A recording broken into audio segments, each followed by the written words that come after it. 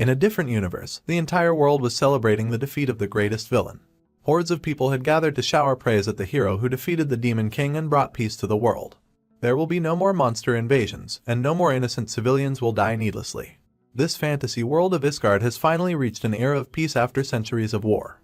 In an alley, two kids were running to see the hero who had just come victorious from his battles. The boy urges his sister to hurry up before they miss everything. For them, this is a once-in-a-lifetime opportunity they can't miss. While running, the boy comes across a passing figure in a dark robe. His presence is such that the boy's body freezes on the spot. When his sister catches up to him, she's confused to see the frozen state of his brother and looks in the direction of the robed figure. She doesn't understand why the man is walking in the opposite direction of the hero's parade, and her brother is scared that she might draw unwanted attention. He tells her to look away. Looks like the boy was able to identify that the robed figure is a dark magician, a sinister class of mages who dabble in the powers of darkness. His sister doesn't really understand the big deal behind being a dark magician, but the brother educates her that it basically means that person in the dark robe is cursed. The man in dark robes carries a white sack on his shoulder and walks a lonely road towards the cathedral, where the saint of this era awaits his arrival. As she was gazing at the world that will finally get to see some peace, she hears a knock on the door.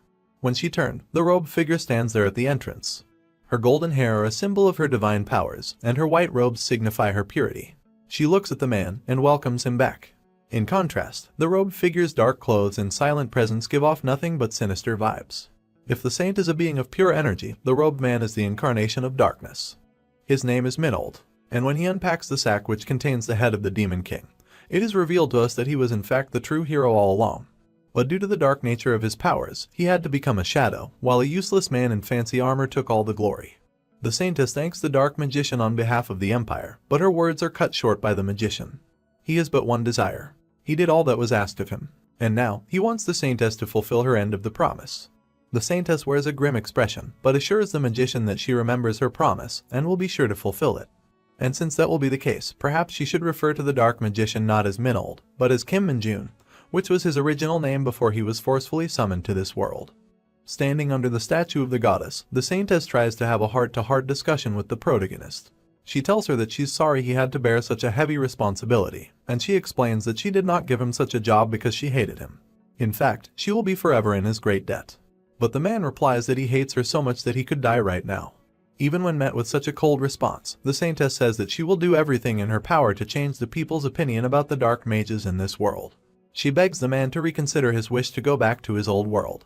But there's nothing to consider in Kim Min-jun's mind. He replies that he has already been used enough. Now, he simply wishes to return to his world in one piece. She sighs and says that if he stays behind for the sake of the empire, she promises that he will be rewarded for all of the ill treatment he has received thus far, and more. But looks like she was too late, and the dark magician tells her to stop her acting. The saintess protests that she's not acting, and is being very sincere with her words. To which the protagonist replies that there is nothing she can give him. The saintess' eyes widen with surprise. By virtue of being the god's chosen, she holds quite a lot of power in this world. So what does this man desire that she cannot provide? He replies that he was brought here by force. He was used like a slave, and now she wants him to stay behind so he can wipe her ass some more. For him to forsake his life like this, what can the saintess give him in return? She answers that she can grant whatever he desires, because if he were to cease existing, the empire's peace may not hold for long. But then, the protagonist asks for his first wish to be granted. He wants to eat Korean fried chicken, but the saintess doesn't even know what it looks like. He asks for kimchi, but once again, the saintess doesn't know anything about it. He complains that the food in this world is disgusting. He has eaten nothing but high-calorie biscuits all these years. How can he be expected to live in a world where he's forced to eat such trash? And if he can't be provided with good food, can the saintess at least provide him with a gaming PC and a good internet connection? Of course, none of that is possible in an undeveloped world like this. In the end, the saintess clenches her fist and gives up on keeping him in this world. He never belonged here in the first place. She drops her head in defeat and agrees to start the return ceremony right away. She takes him to the summoning chamber, where the protagonist reminisces his memory of the past when he was first summoned, and is happy that he will never have to see this place again. The saintess tells him to stand in the summoning circle in the middle, and proceeds to start the return ceremony. And then, a bunch of magic patterns start moving under the protagonist's feet right away. She tells him that she will start by removing the protection of the saint from his body first. Kim Min-jun takes off his glove and looks at the hand with the saint's symbol on it. Even though it's called a protection, it's just a leash that stops the summoned person to fight the saint. He's glad to finally be getting rid of it. The saintess holds out her hands, and a radiant light purifies the symbol from the protagonist's hand. She seems quite perplexed, because not only the dark magician will be giving up on all the incredible power he built up over the years, he is also refusing to take all the riches and the fame that he would get by staying here. But the man is fed up with this world, and asks the saintess to mind her own business. Instead, he asks why the saintess isn't concerned about this situation. Once the symbol is completely gone, he could kill her if he wanted to. But the woman replies that she knows she is the root cause of all the hatred in his heart. If he were to kill her, she would gladly accept her death. And now that the protection is undone, she tells him to kill her if he'd like. And if he has no such desire, she'd like to start the next stage of the ceremony.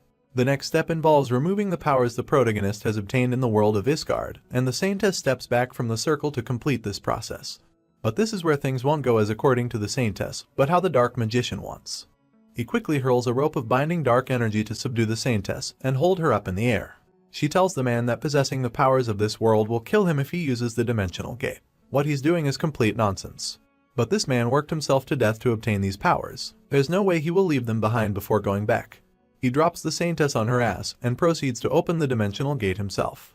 Even though her life was spared, the saintess is more concerned that the dark magician will never be able to open the dimensional gate with his unholy powers, and will probably die as a result. But looks like her worries were unwarranted, since the protagonist was already standing there with a fully functioning portal. Even then, the saintess warns him that he's risking his life by attempting to travel the dimensions so rashly. But he was already aware of such things. That's why he practiced his magic thousands of times to perfect it. He's confused why the people of this world divide the magic into light and darkness in the first place. When he reached the peak, he realized that all magic is the same anyway. In any case, he puts his hand in his pocket and says that there is something he would like to give to the saintess before he leaves. What could it be? Nothing. It's just a fist, which he tells the saintess to shove up her ass as he enters the portal, knowing that he will never have to see this stupid world ever again. She shouts for the protagonist to stop before the portal destabilizes and kills the caster. But it was already too late, and the summoning chamber was soon filled with waves of bright purple energy. And then, the portal collapsed on itself and vanished into thin air, leaving the saintess all by herself in the chamber. She slams her fist on the floor in anger. Even though they had their differences, she's upset that she was hated to this extent when she did nothing but fulfill her duty. She never wanted to make anyone suffer, and she never enjoyed putting the protagonist through all that hardship. But now, none of that matters, since the two of them are worlds apart from each other. In an unassuming building on Earth, purple lighting sparks, and Kim Min-jun is teleported inside. Finally, he's back on the planet he was taken from. Even though he did it so confidently, he felt like he was going to die during the dimensional travel. But all of that is finally over. As he stands, he finds himself in the same room he was summoned from. And when he looks at his table, his phone is still charging. This sensation of having your phone in your hand. Min-jun can't describe in words how much he missed this feeling. And his favorite game, Dungeon Power Fighter, is still installed inside. Only when he opened the game, the reality started kicking in his mind, and he couldn't help but laugh maniacally at his successful return to Earth. But it's too soon to be happy. For some reason, there's no internet connectivity in his apartment. And outside, a squad of soldiers is hugging the walls as if they are in a war zone. The unit commander asks if they're correctly headed in the direction of the creature, and the scout confirms that they're on the path relayed by the radioed location. He asks his corporal why regular soldiers like them were dispatched to deal with something so dangerous, and the corporal is just as confused. He says that such questions should be asked to the headquarters. He knows nothing. Nothing can be done now, and they have no choice but to fight. So the soldiers take a deep breath and get ready for battle. On the corporal's signal, they rush to the road and turn the corner to shoot the enemy. But what they see is completely different from what they were after. Kim Min-jun is walking the streets, pissed at the fact that his phone is getting no network connection, and not a single store is open in the area even though it's the middle of the day. The soldiers are confused to see a civilian in an area that was restricted from access, and shout for the young man to come back to them. Min-jun is also surprised to see the armed soldiers. He wonders what the army is doing in a civilian area. He assumes that the soldiers must be doing their training drills, and apologizes for getting in the way. And that's when the soldiers notice something behind Min-jun, and shout at him to run away as fast as he can. When he turns around to see what has the soldiers so flustered, he couldn't have been more confused by the bizarre sight before him.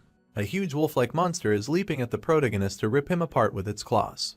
But he wasn't surprised because of the monster. He was surprised why something so weak-looking could have the soldiers so scared. After all, he just came from a world where he fought much stronger monsters for years. But when he clenched his fist to summon his dark powers, the demonic energy failed to manifest. It was completely gone. Not that it really matters in this case, since Min-jun is able to crush such small fry with his sheer strength, and has no trouble burying the wolf monster's face in the ground. The soldiers are stunned silent by this superhuman display of power, and the monster's teeth break off completely from the force of the impact. The fact that it dared to attack him is still pissing off Minjun, and he brutally crushes the monster's skull with bare hands. Even though he can't use his dark magic due to lack of the demonic energy, he's still not weak enough to be beaten by such monsters. After all, he went through hellish strength training every day when he was in Isgard. Still, he knows of the identities of these creatures. But why has it appeared in this world? He has a lot of questions, and only the ones behind him can answer them for now. But when he calls for their attention, the soldiers are so scared that they can barely speak. After talking for some time, the soldiers take the protagonist in an army vehicle to escort him out of the restricted area.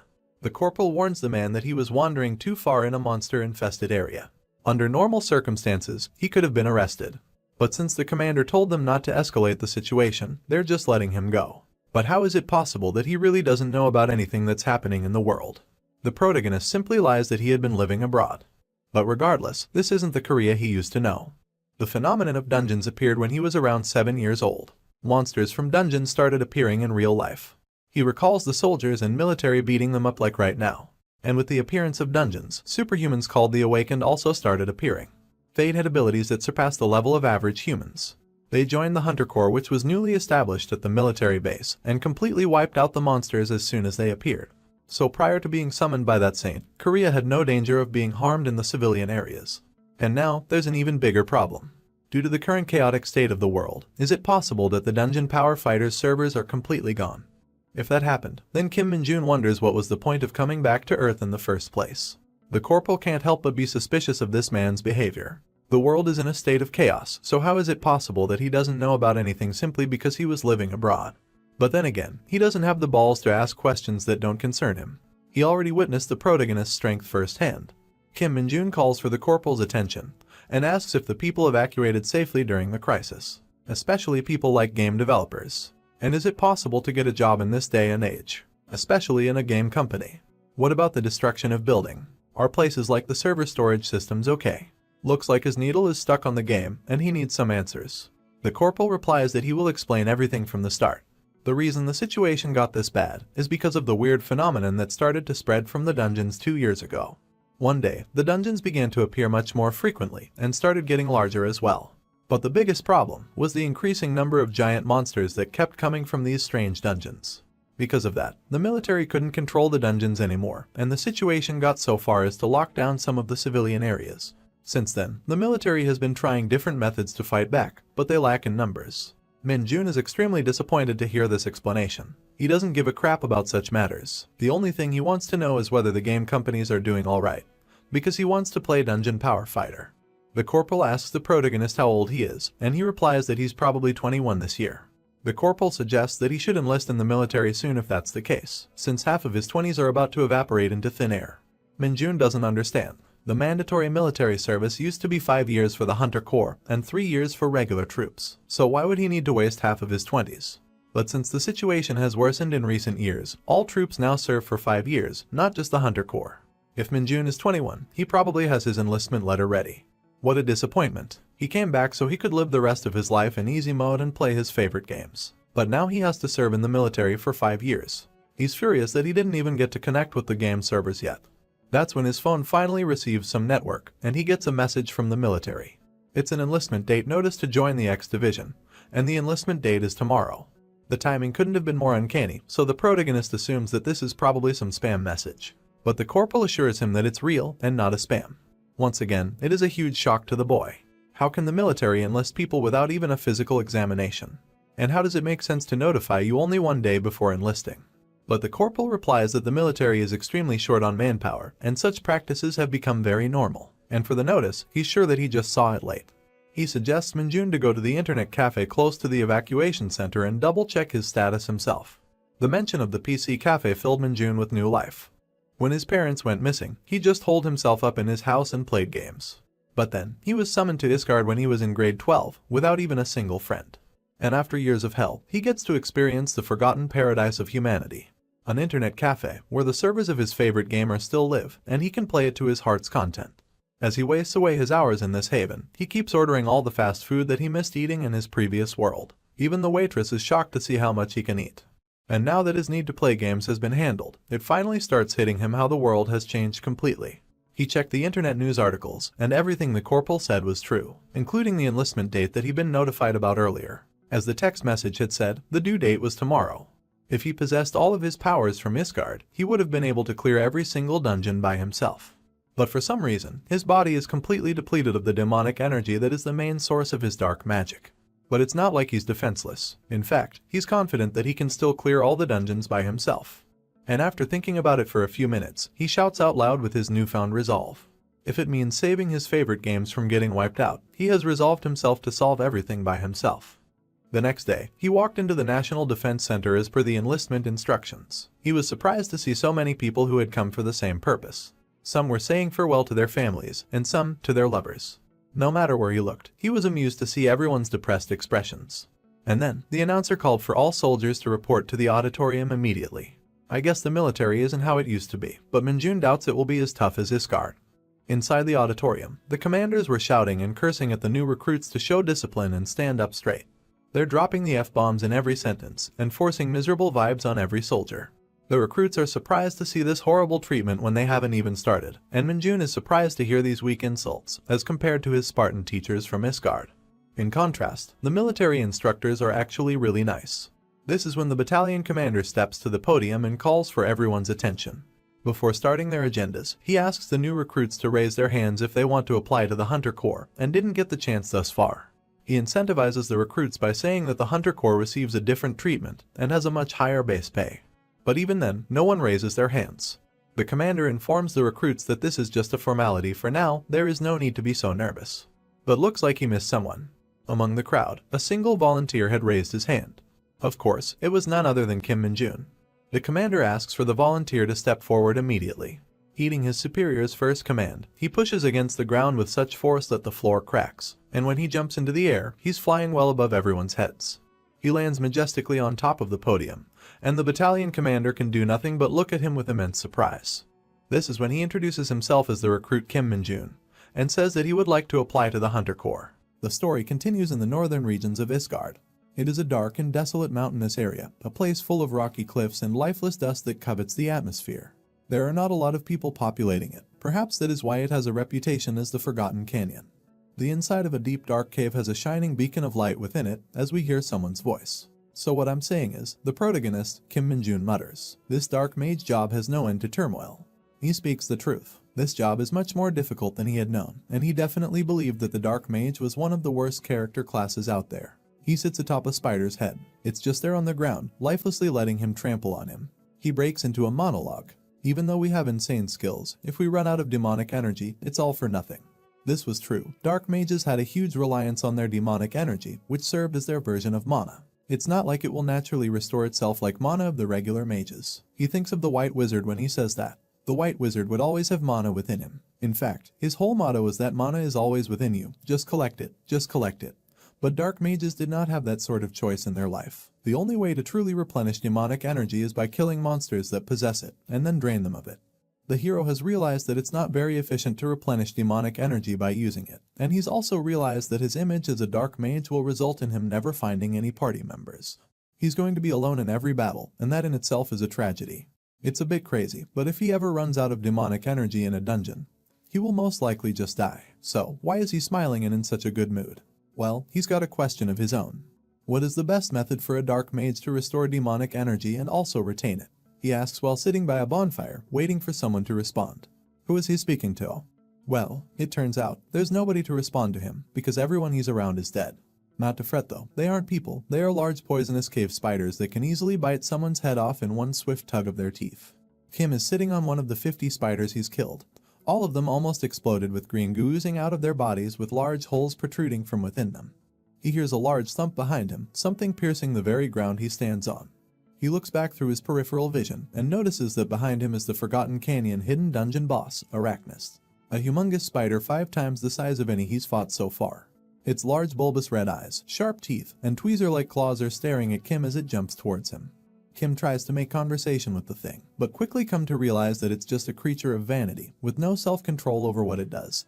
Arachnist looks at the carcasses of all its children, and lets out a large, terrifying and roaring scream, which simply does not even faze Kim. He's too confident of a dark mage to worry about a spider being his demise. In one swift movement of his arm, he pierces through Arachnus' thick skin and beheads it. In just one hit, he took down the boss, and he gave us an answer to his earlier question. What is the best method for a dark mage to restore demonic energy and also retain it? Well, according to Kim Min-jun, the answer is to defeat monsters with maxed out strength levels. Honestly, that makes a lot of sense. 645 days before returning to Earth, Minold has taken on a dungeon of spiders and their queen all alone by himself and has come out triumphant. Fast forward to the present time, we see Kim Min-jun in a normal-looking environment, with a cup of coffee being given to him. You say your name was Kim Min-jun. The voice asks him, to which he responds yes.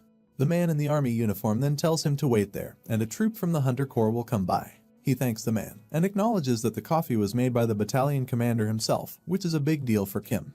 The guy sits down with Kim and asks him some personal stuff. You seem enthusiastic. Why did you apply to the Hunter Corps? The man asks him.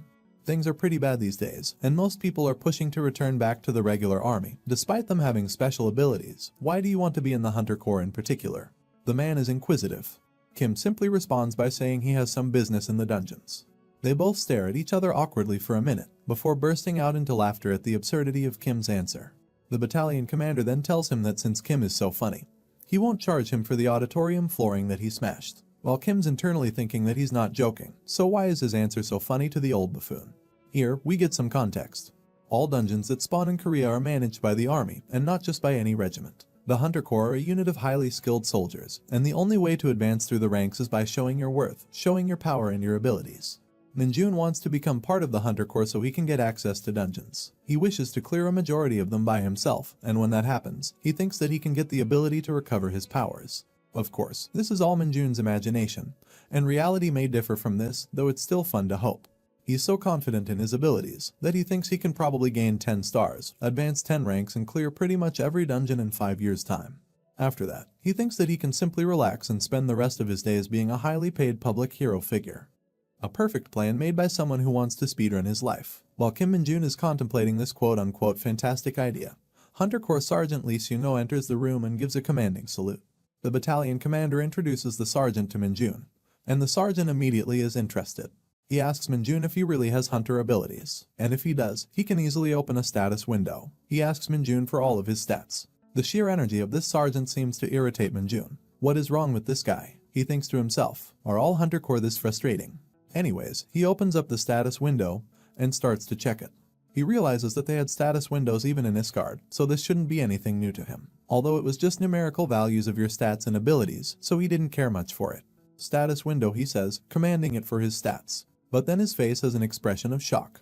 The twitchy sergeant keeps asking him what he sees on the status window, but it turns out the status window shows nothing. It just says error. Sergeant Lee seems visibly frustrated. He had never heard of something like this before. Now, somewhere in Gyeonggi-do, at the Hunter Corps Training Center, a conversation is taking place inside of the battalion commander's office. It's been a long time. I haven't seen you in 10 years, says the battalion commander. Didn't think I'd run into you here. Why don't you take a seat, Hunter Sun Yunseo?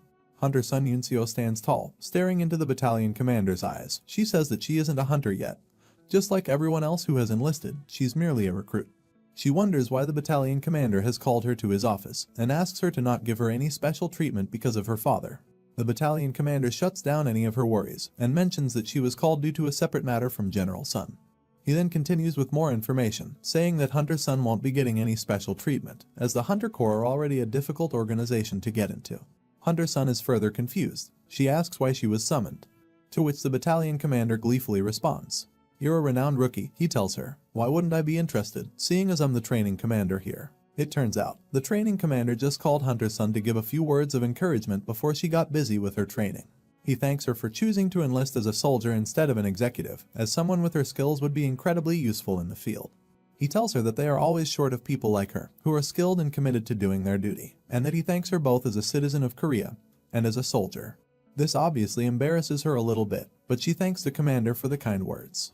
Outside of the window, the commander sees a truck pulling up, which reminds him of Min-jun, and he mentions to Hunter Sun that she might be getting quite a funny comrade on her team soon. So, they decide to go pay a visit to Min-jun together. Min-jun arrives with Sergeant Lee at the Hunter Corps Training Center, and he's immediately overtaken by the sheer beauty of this building. It's a huge building. With many floors and a complete coating of glass, it shines brighter than the sun. Min-jun is utterly taken aback. How much taxpayer money did they pour into this thing? He wonders to himself. He notices that this facility is simply no joke and thinks whether or not there's a PC room in here. Sergeant Lee is there to keep him grounded though, and he reminds him not to get too excited as his recruitment hasn't been confirmed yet because of the error thing with the status window. Sergeant Lee reminds him that since he's a special case, he will be tested personally by him. And it's obvious that Lee doesn't like him much, because he says that if it was up to him, he would have sent him to the military police right away. He continues his rant. When all the tests are completed and you're confirmed to be a liar, you best be prepared to enlist into the military police immediately. It's almost as if Sergeant Lee is a bit jealous of Minjun, which Minjun wonders too, thinking how Lee is being stingy about everything. Anyways, he asks Lee what the test is, and Lee points towards a large crystallized red rock. It turns out, this is a red stone, a byproduct of the dungeons that emerged. This is an extremely hard, dense and heavy rock, and it's something that wouldn't even budge, no matter how strong a recruit may be. Thankfully, Minjun isn't just any recruit. Lee gives him a test. If Minjun can move the red stone even an inch, he will pass the test. That brings a smile to Minjun's face. Is that all? He exclaims. The test is too simple for him. Lee's demeanor immediately changes. He realizes that Minjun's not as daft as he seems. Lee thinks to himself, there's no other way to check someone's status window, and there have always been liars who try to take advantage of their mediocre abilities and get into the Hunter Corps. Lee wonders why the status window had an error, despite Minjun having jumped 5 meters to the podium before. He is almost certain that Minjun is a liar. A bit farther away, on the balcony overlooking the testing room, the training commander brings Hunter Sun with him to see Minjun's test. He apparently showcased incredible physical abilities in front of the battalion commander at the recruit training center, but his status window shows an error somehow. The training commander tells Hunter Sun that he's never seen such a case in all his years being in his position, and that he has high hopes for Minjun, and wants to see how unique he will be. Minjun is standing near the red stone, with his hand placed on it. He wonders to himself, this is that ridiculously heavy red stone that was all over the Isgard dungeons. At this size, I can easily push it away. Minjun leans forward, pulling his arm backwards with his fist closed. He's revving up a punch that will definitely push the red stone. Who knows, this might even have some demonic energy inside of it. He thinks to himself. Sergeant Lee and Hunter Sun are looking at him, wondering as to what he's about to do. In a swift strike, Minjun lands a punch right at the center of the rock. But it doesn't just move, it completely shatters. The dust settles, and there's a large hole in the red stone. All 3 of the spectators are completely shocked, their mouths wide open in surprise. It turns out, there is no demonic energy inside of the red stone. Somehow, Minjun had managed to absolutely obliterate the red stone. His sheer power was so much that even he himself was surprised. What a monstrous bastard, Sergeant Lee thought to himself, completely shocked at Minjun's prowess. The first day of training begins, as recruit Nam and Hayek and the rest of the recruits are clearly struggling to go through it. They are running up the stairs, as in Hayek's internal thoughts are going all over the place due to the fatigue he's feeling. There is something wrong. Even before enlisting in the Hunter Corps, I knew that training wouldn't be ordinary. He thinks to himself, trying his hardest to not lose his strength while climbing up the infamous 6,000 steps. Since you'll participate in actual battles immediately, you must train like crazy for 4 whole weeks. You weigh yourself down with sandbags from the very first training session, and you have to climb the infamous 6,000 steps. And Hayek continues, as he's obviously not having the best time here. The instructor that keeps hassling you while he checks your finishing time is something already expected. Here he's obviously talking about Sergeant Lee Seung-ho, who they call the Devil Instructor. And Hayek realized that even after such crude training, you could only increase your stats a little bit, and you would be placed right into battle afterwards. He had to endure it, just because he was a Hunter Corps recruit. That is what he thought, until he saw Minjun. Are we the problem, he thought to himself. Minjun, on the other hand, was having the time of his life, going through this training swimmingly. H feels extremely light on his feet. If he had all of his demonic energy, he'd be flying. He loves the training here because it's so simple compared to the experience he's had in all his time during dungeon dwelling. Compared to the rags in Isgard, this military uniform is definitely my style. He thinks to himself, and he absolutely loves the food that they serve in the Hunter Corps mess hall.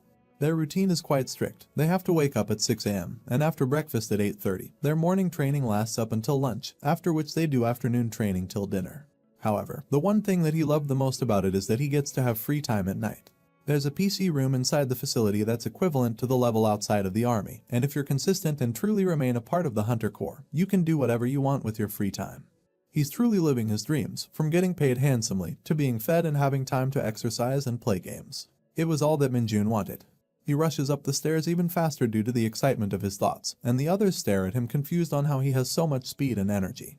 Sergeant Lee is standing atop the mountain, at the end of the 6,000 steps. He hears a large noise of footsteps going really fast, and sees Minjun coming up.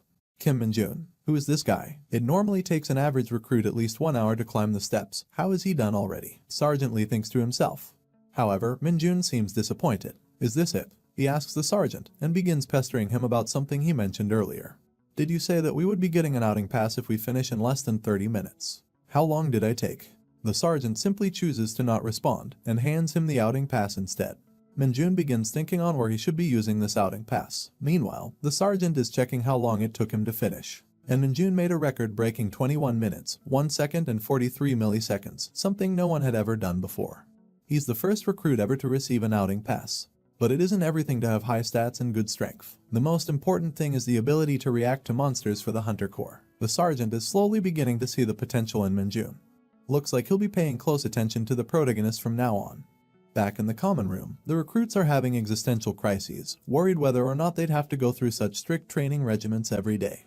Hayek is excited looking at his status window. Looks like his stats went up, and Anna the recruit congratulates him. This excited everyone, and all the recruits around Minjun started to check their stats through the status window. He was sitting there wondering, they're all getting excited simply over one stat point. Really, he recalls his training days in Isgard, where his stats would go up by 10 per day. If he wanted to raise his resistance to physical damage, he would get beaten up until his stats went up. The other recruits begin speaking to him. You've got an outing pass, what will you use it on? Hayek asks him, and Minjun is just unsure of what he'll use it on for the time being. One of the other recruits expresses jealousy, while another one begins talking about something he heard. I overheard the instructors earlier, and they said no one has managed to obtain an outing pass from Sergeant Lee so far. This excites the other recruits. Hayek asks Minjun if he works out a lot, while another recruit tells him that it was incredible watching him climb up those stairs like it was nothing. This is something Minjun had never felt. Having people chat with him and converse with him like he was a normal person. He thinks about his time in Isgard. Since he was a dark mage, the people of Isgard pretended like he didn't even exist. Like speaking to him was some sort of sin. They even refused to make eye contact with him, because they thought that he was bad luck. He likes that communication is a thing here, and he honestly is a fan of it. He hears Hayek mention to another recruit, the PC room is open, are you going to use it? The other recruit says he's too tired. But when Minjun hears of this, he bursts with energy and jumps out of his seat with excitement. The PC room is open. Why are you just telling me this? He runs straight towards the PC room to get to gaming. Minjun and two other recruits are chilling in the PC room, with Minjun feeling more satisfied than he has ever felt in his life. He looks up at the time. It's 9 p.m. and he thinks to himself, since it's 9 p.m. right now, I'll get at least 2 hours of sleep when I'm done gaming. 2 hours of sleep was more than enough for Minjun, since getting an hour's worth of sleep was a maximum in Isgard. 2 hours of sleep is a luxury for him, and he was ready to end his gaming fatigue. The other two recruits in the room just stare at him while he's playing Dungeon Power Fighter and wondering there are people who still even play that game. As the training continues, Sergeant Lee is training the soldiers to run consistently with maintained speed. The recruits behind seem to be super tired, but they're still going on. Don't increase the distance, maintain your speed. If there are any recruits who cannot complete 40 kilometers in 2 hours, they will not be served breakfast, shouts the insufferable Sergeant Lee. Meanwhile, Kim Minjun flexes his abilities. I hit 10 max levels yesterday, he tells his fellow recruits while taking a sip of water after finishing the run. When a fellow recruit asks why he's not even sweating, he responds that this much is nothing more than a stroll. The recruit then asks him another question. Did you seriously just play games all nights except for 2 hours for the whole 4 weeks? Are you a monster or something? Minjun replies with a jest of his own. Monster? I brought water to share with my lovely comrades, I guess you guys don't want it. As he begins to spill the water onto the floor. The recruits all flock around to the water saying good things about him. They look almost like a flock of baby birds being fed in their nest. You guys are like baby chicks, says Minjun. Sergeant Lee walks into the scene. Attention, he screams. The lieutenant is very disappointed in all of you. He begins to bully the squadron for their frailty. Even though we are in the last week of training, only half of you are even able to pass the standard. You are the most lacking squadron we've had to date. Meanwhile, Minjun is just thinking about why he's referring to himself in third person. He continues, with a grim look on his face, as if he is about to drop the most terrifying piece of information that they've heard in a while. If you're deployed after your training is over, half of you will die in less than a month. With this kind of outlook, do you think you can even finish the last stage of training? It is called the Dungeon Adjustment. The final stage of training, the very last battle to become a proper soldier of the Hunter Corps organization. A majority of the dungeons will vanish once you've defeated all of the monsters within them, but sometimes a rare phenomenon can happen where a dungeon can still remain. In that case, that dungeon will modify itself into a transforming dungeon. It will change its internal structure on a regular basis, almost like it is procedurally generated. It becomes a great training facility where recruits can experience every form of environment. The training that is facilitated within this transforming dungeon is known as the Dungeon Adjustment, and it is notorious for being extremely difficult for the new recruits. They are already scared out of their minds, but this kind of reaction is expected. In fact, the lieutenant prefers to maintain this level of tension. It's good to handle recruits as if you were handing race horses. When they need discipline, you must have a heavy hand on the whip, and console them with carrots when the time is right. He encourages the recruits by giving them a piece of carrot they would drool over. He announces that the recruit with the highest score from this training will receive a 2 nights and 3 days vacation pass. This is the part where he expected everyone to be overjoyed, but their reactions are as dull as a koala. He emphasizes once again that the highest scoring recruit will receive a vacation pass. It is something to be extremely happy about. He hypes them up with the amount of things one could do in 3 days. But no matter what he says, the recruits aren't the least bit happy with this lackluster reward. Of course, with the exception of our protagonist, who couldn't be happier to hear about a 3 days vacation. And finally, it came time for the hellish dungeon training to begin. The recruits were extremely surprised to see the sheer size of the dungeon gate before them. Some of them are still confused what they're supposed to be doing here. This is when an army truck nearly runs them over and stops in the front, knocking up the dirt in their faces. The recruits are confused, but it doesn't take long for them to see what the truck had brought along. The story continues with 2 very important questions. What were those luminous eyes behind the cage, and what possible danger could the military be planning to introduce to the unsuspecting recruits? Those eyes glared through the bars in the cage, with growls that would send shivers down your spine. Upon further inspection, as the eyes adjusted to the darkness of the cage, the recruits saw beasts with large fangs and furry skin. The cage was filled with hounds. These weren't just regular hounds though, they were a bloodthirsty and an absolutely terrifying breed. The recruits were terrified, with 2 of them quickly choosing to hide behind Kim Minjun while another one of the recruits fell to the ground. Of course, Minjun didn't think of the hounds that way. Instead, he found them to be quite amusing. He thought they were equivalent to tiny puppies and did not fear anything about them. The lieutenant screamed at the recruits, wondering if they were scared of the hounds. He then tells them that those are the monsters that they will be facing during their time in the transforming dungeon. This scares the recruits even more. The lieutenant instructs them to form teams of 4 people before they can enter the transforming dungeon. The goal is to defeat at least 1 monster and then make their way back out of the transforming dungeon so that they can prove themselves as valuable future soldiers to the Hunter Corps. He gives them a small pep talk and basically tells them to push through any of the pain, and that definitely lifts their spirits up.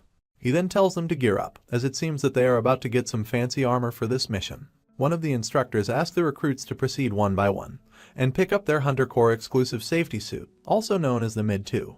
This suit looks like a piece of armor shining in silver, with a tough and heavy-looking exterior, almost like a steel chassis.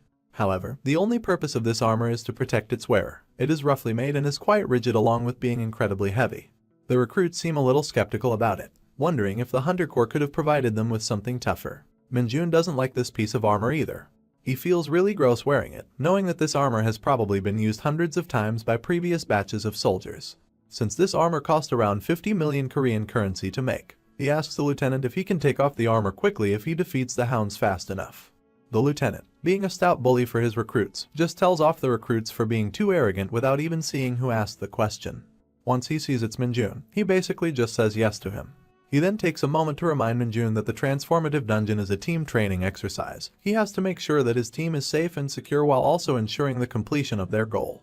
Minjun's always known that the other recruits are kind of incompetent, so he comes up with a plan to teach his teammates how to kill the hounds. He begins to explain it to the boys by telling them that the hounds will leap at them to attack. Once they do, they should grab the hounds by their legs and snap their backs. He continues by saying that if the hounds don't die from that, then they should fold their backs in the opposite direction and then rip them apart into 2 pieces. Minjun's face is filled with excitement while giving the gnarly details of his plan, but the recruits' faces have an expression of nothing but being unamused and tired of Minjun's cockiness. The lieutenant shouts for the hounds to be released, and the instructor opens the cage door. The hounds immediately jump out, galloping at a ferocity the likes of which these recruits had probably never witnessed before. Growling and drooling at the mouth, their sparkling white eyes had a blinding effect on everyone who looked into them. The hounds immediately ran through the dungeon's massive door, vanishing completely. The recruits are confused as to why the hounds did not attack them and went straight for the dungeon. Minjun cleared their confusion by telling them that they saw their home and their minds gravitated towards it immediately as they had been captured for a while. The recruits understand this, but this makes them wonder how Minjun knows the psychology of the monsters so well. He wishes he could tell someone about his time in Isgard. He wishes to tell people that he used to be a dark mage, but that's information that he simply cannot divulge with anyone else at the moment. The lieutenant cuts them off, scolding them for laughing and joking on the so-called holy training grounds. The recruits try to brush the conversation off, but the lieutenant decides that he wants them to be the first team into the dungeon. Minjun and his buddies were the first ones that would go into the dungeon, and that had been decided now. The sergeant waves his red lightsaber-looking thing, signaling the team to enter the dungeon.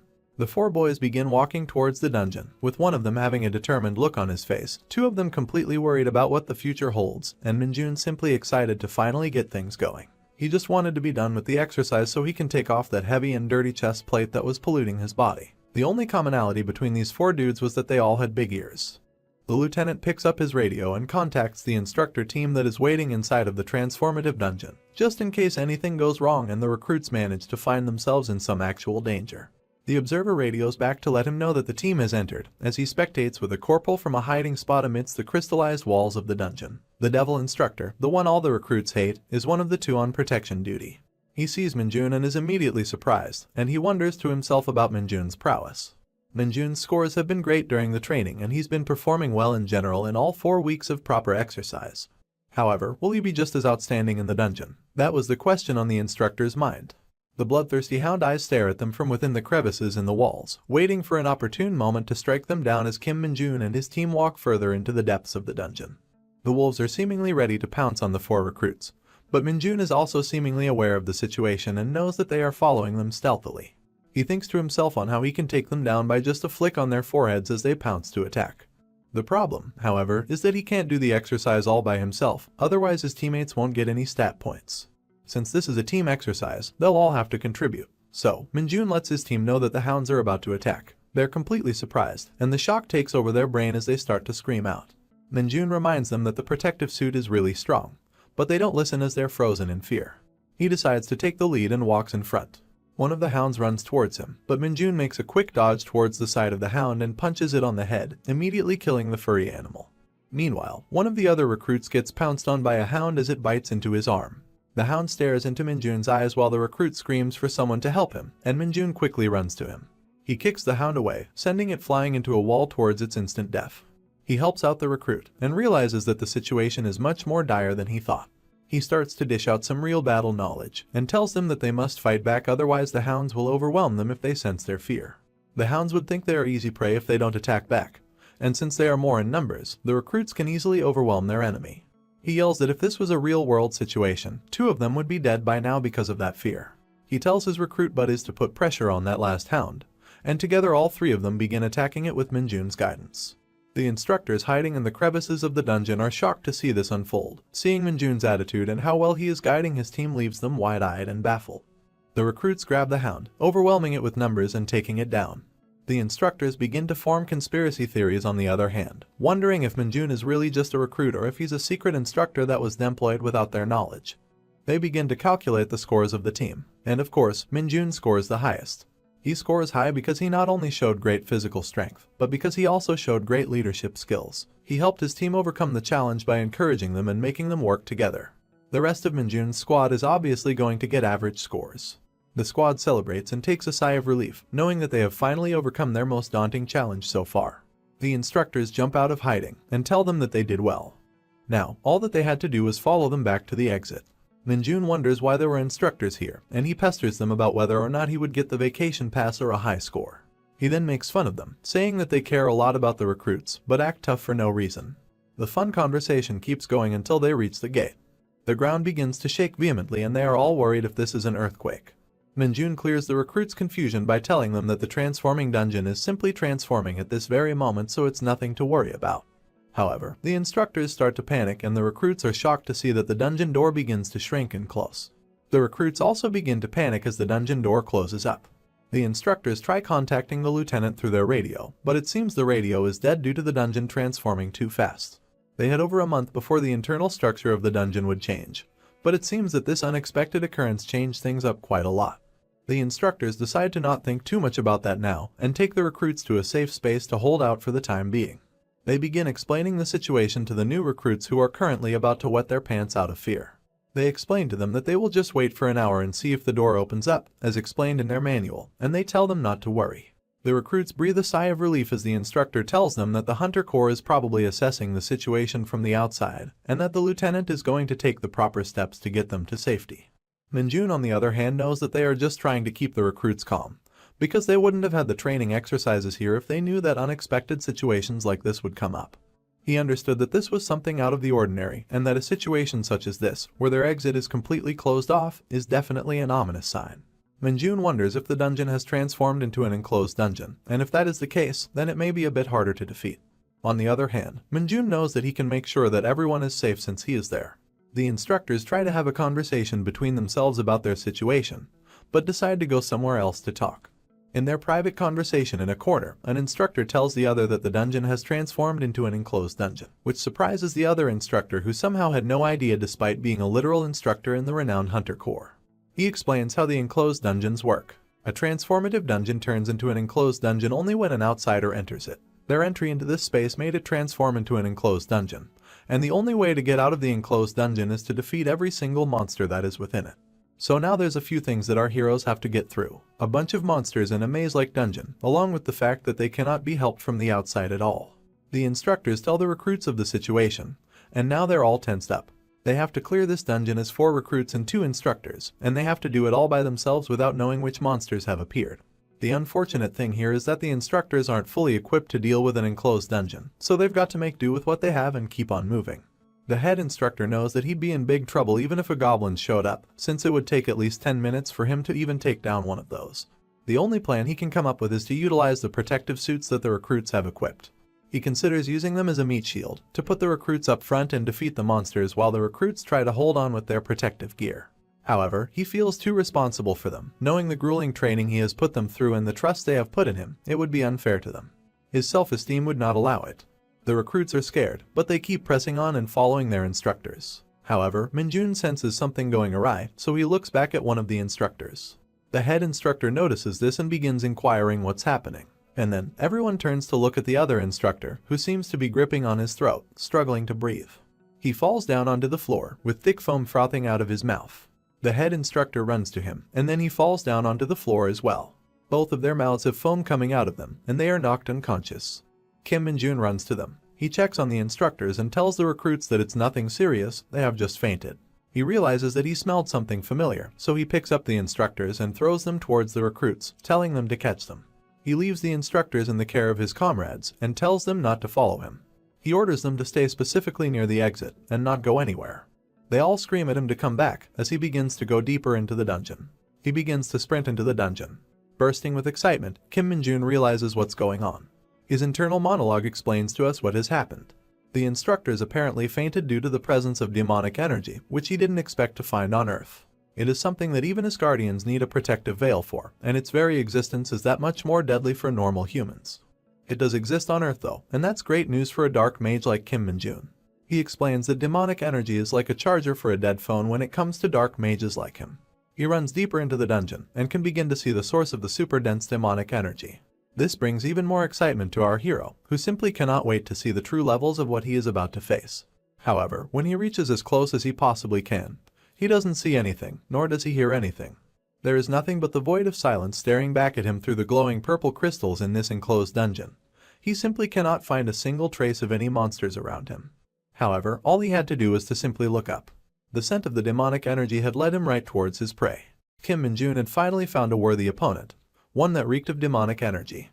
He saw a large alpha hound, pulsating purple with the sheer volume of demonic energy within its overgrown body. It had 4 eyes, glistening purple with an aura of demonic energy that surrounded its body. Its teeth were as large as knives, and claws sharper than cutthroat daggers. This was a proper fight, and one that Kim Minjun had been craving for ages. He didn't even dream about facing the Dark Hound in this enclosed dungeon, so this was definitely a pleasant surprise for our hero.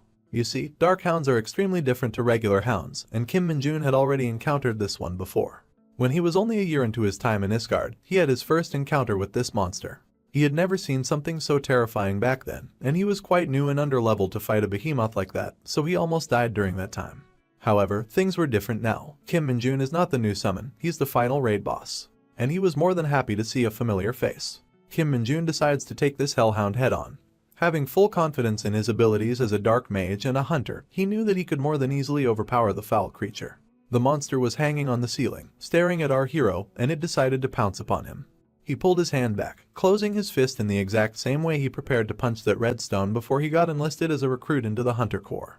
The smile on his face was infuriating for the monster, which lunged at him immediately at the first chance it got. He thanked the monster for the meal as he pushed his arm out in such a fast punch that it sent the monster flying upon the slightest contact with its fur. The monster had died, and the insane amount of demonic energy that was locked deep inside of its monstrous body began to pour out.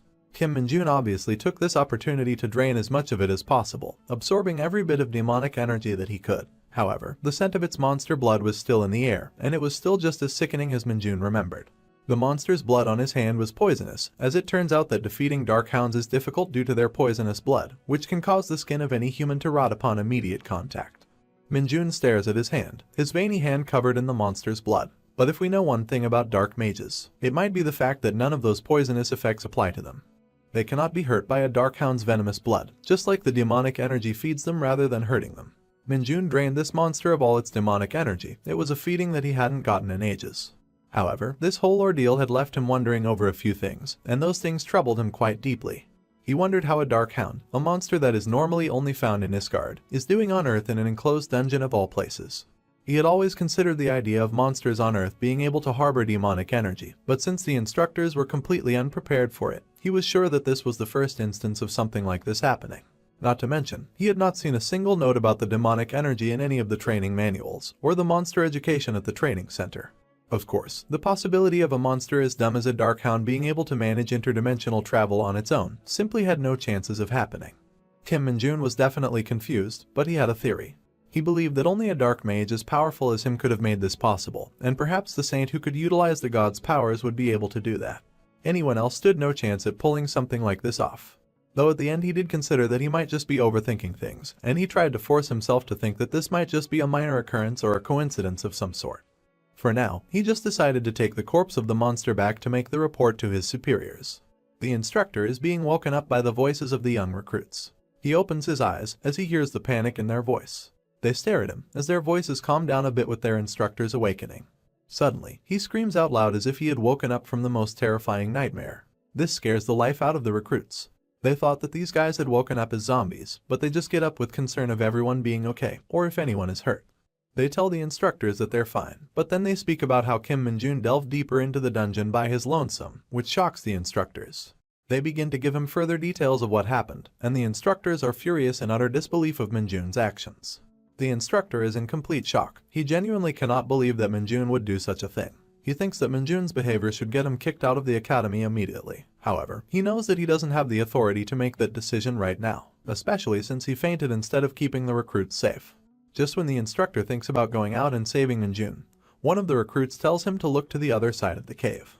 Well, it seems that Min-jun has returned, and he has the corpse of the monster he killed on his back. The instructors are shocked once again. It seems as if making this face is their only job.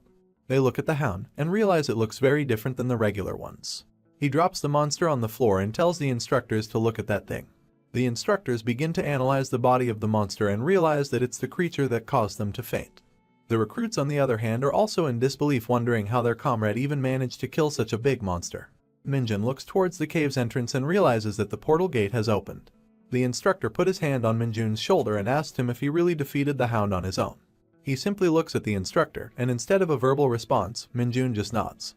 The instructor sweats now as he nods and acknowledges the recruit's achievement. The lead instructor orders the other one to lead the recruits out of the dungeon, while he'll stick around and talk to Min-jun a bit. Once everybody leaves, the instructor knows he now has the opportunity to talk to Min-jun. In front of the portal gate, he tells our hero to detail everything in a report and give it to the lieutenant about what happened in this dungeon, and of course, Min-jun says he will do so. He tells our hero to leave nothing out of that report, make sure it's highly detailed, and it even talks about how incompetent the instructors were. It turns out this guy does not care about his reputation much. He is way too honest of a soldier. He covers his face in embarrassment as he says that they fainted instead of making sure the recruits were safe, and that he has no excuse for letting his guard down in such a vital situation. Finally, he thanks our hero for making sure that everybody's safe and that he really appreciates it. Min-jun blushes as he's glad to be of help, but a little embarrassed of the compliments.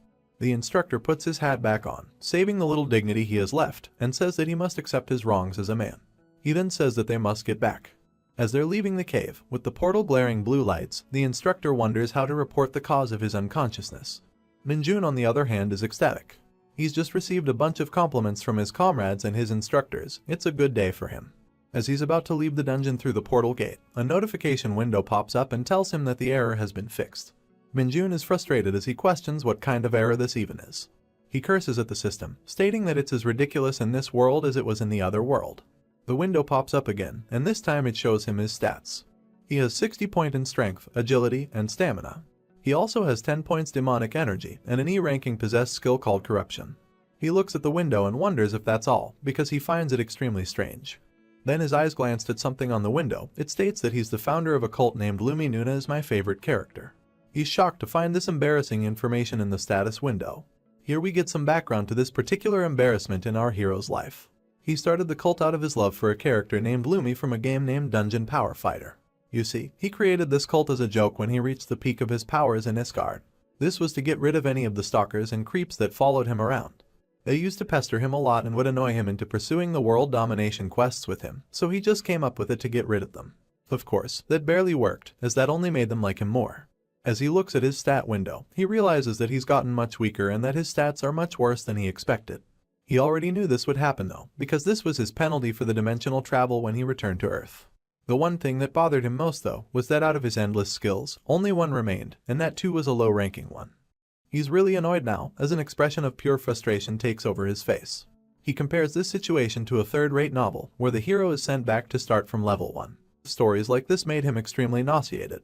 Of course, he knows he can't reach all of his objectives at this rate, but there was a silver lining. His confidence was just as unshaken. He knew if he could reach the peak of dark magic powers before in another world, he could do it again in this world too. For now, his objective was crystal clear. He had to recover his powers as soon as possible, so that the game development wouldn't see any more delays due to the monsters popping up. He shakes himself out of it and makes himself realize that it's doable. He knows that his experience here is not going to be much compared to the torture of Isgard. The scene switches to the training center where utter chaos had taken place.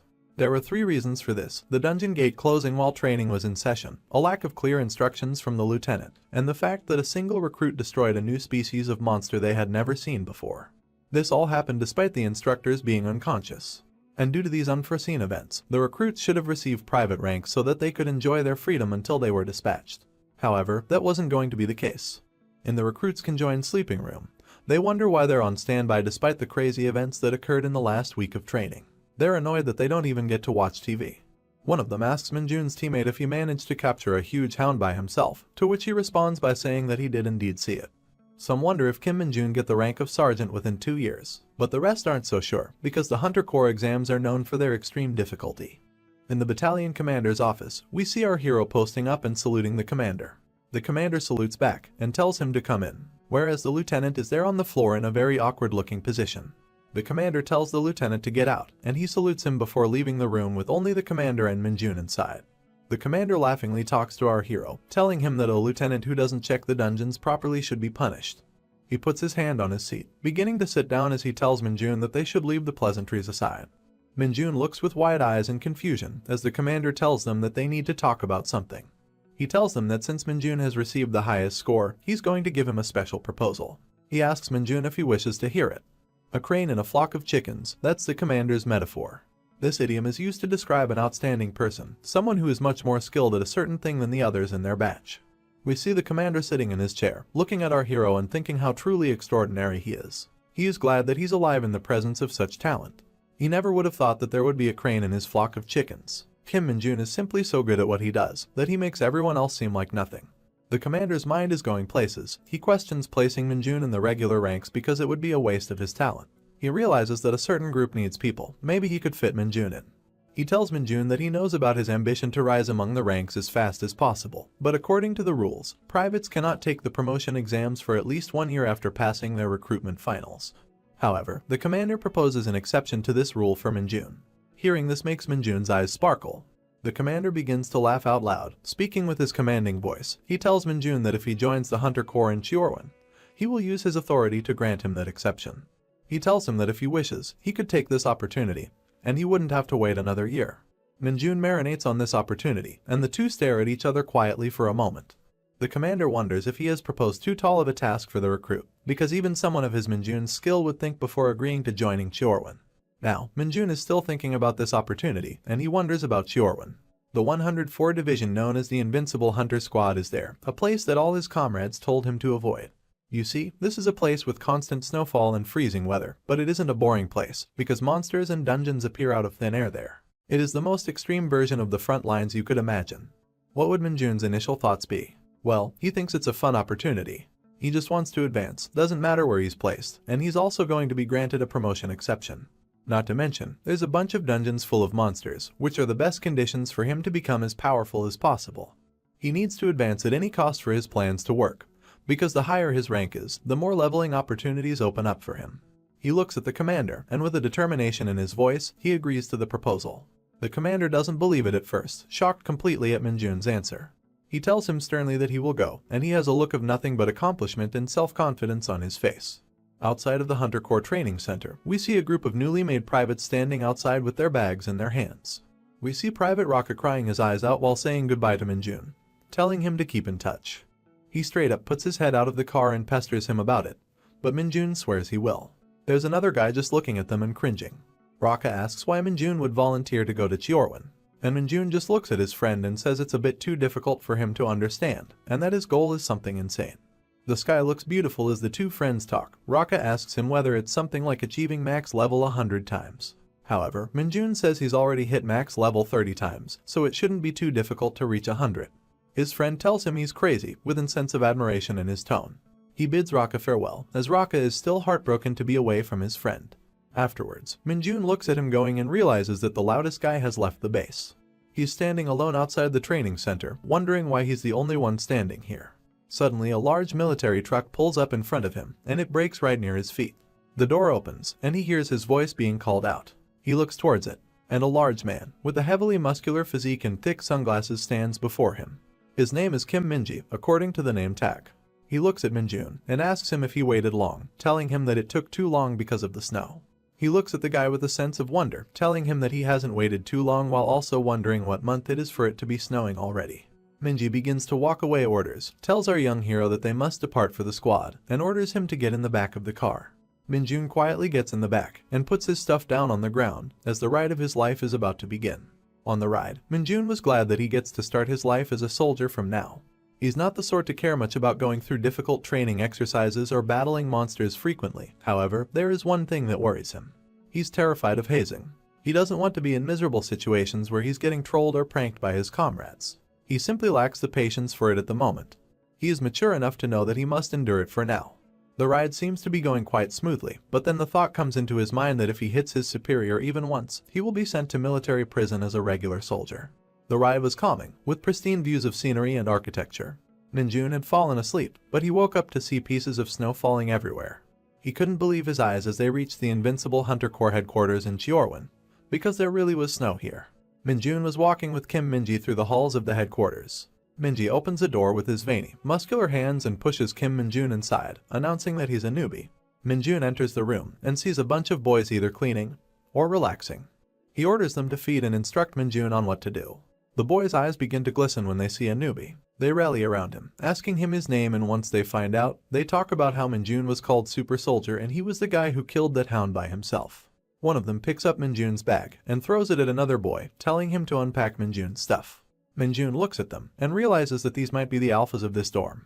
There's one more thing he has noticed though, the way that these fools are looking at him. It's as if they've found a new play toy. They ask him why he chose to volunteer at Chiorwan, despite having such good grades. Minjun answers their query by saying that the front lines are the best place for experience and the fastest way to advance. They look at him in confusion for a second. Then their expressions completely change as they call him crazy and admire his choice. They begin bombarding our hero with questions, asking him whether he has a sister or a girlfriend.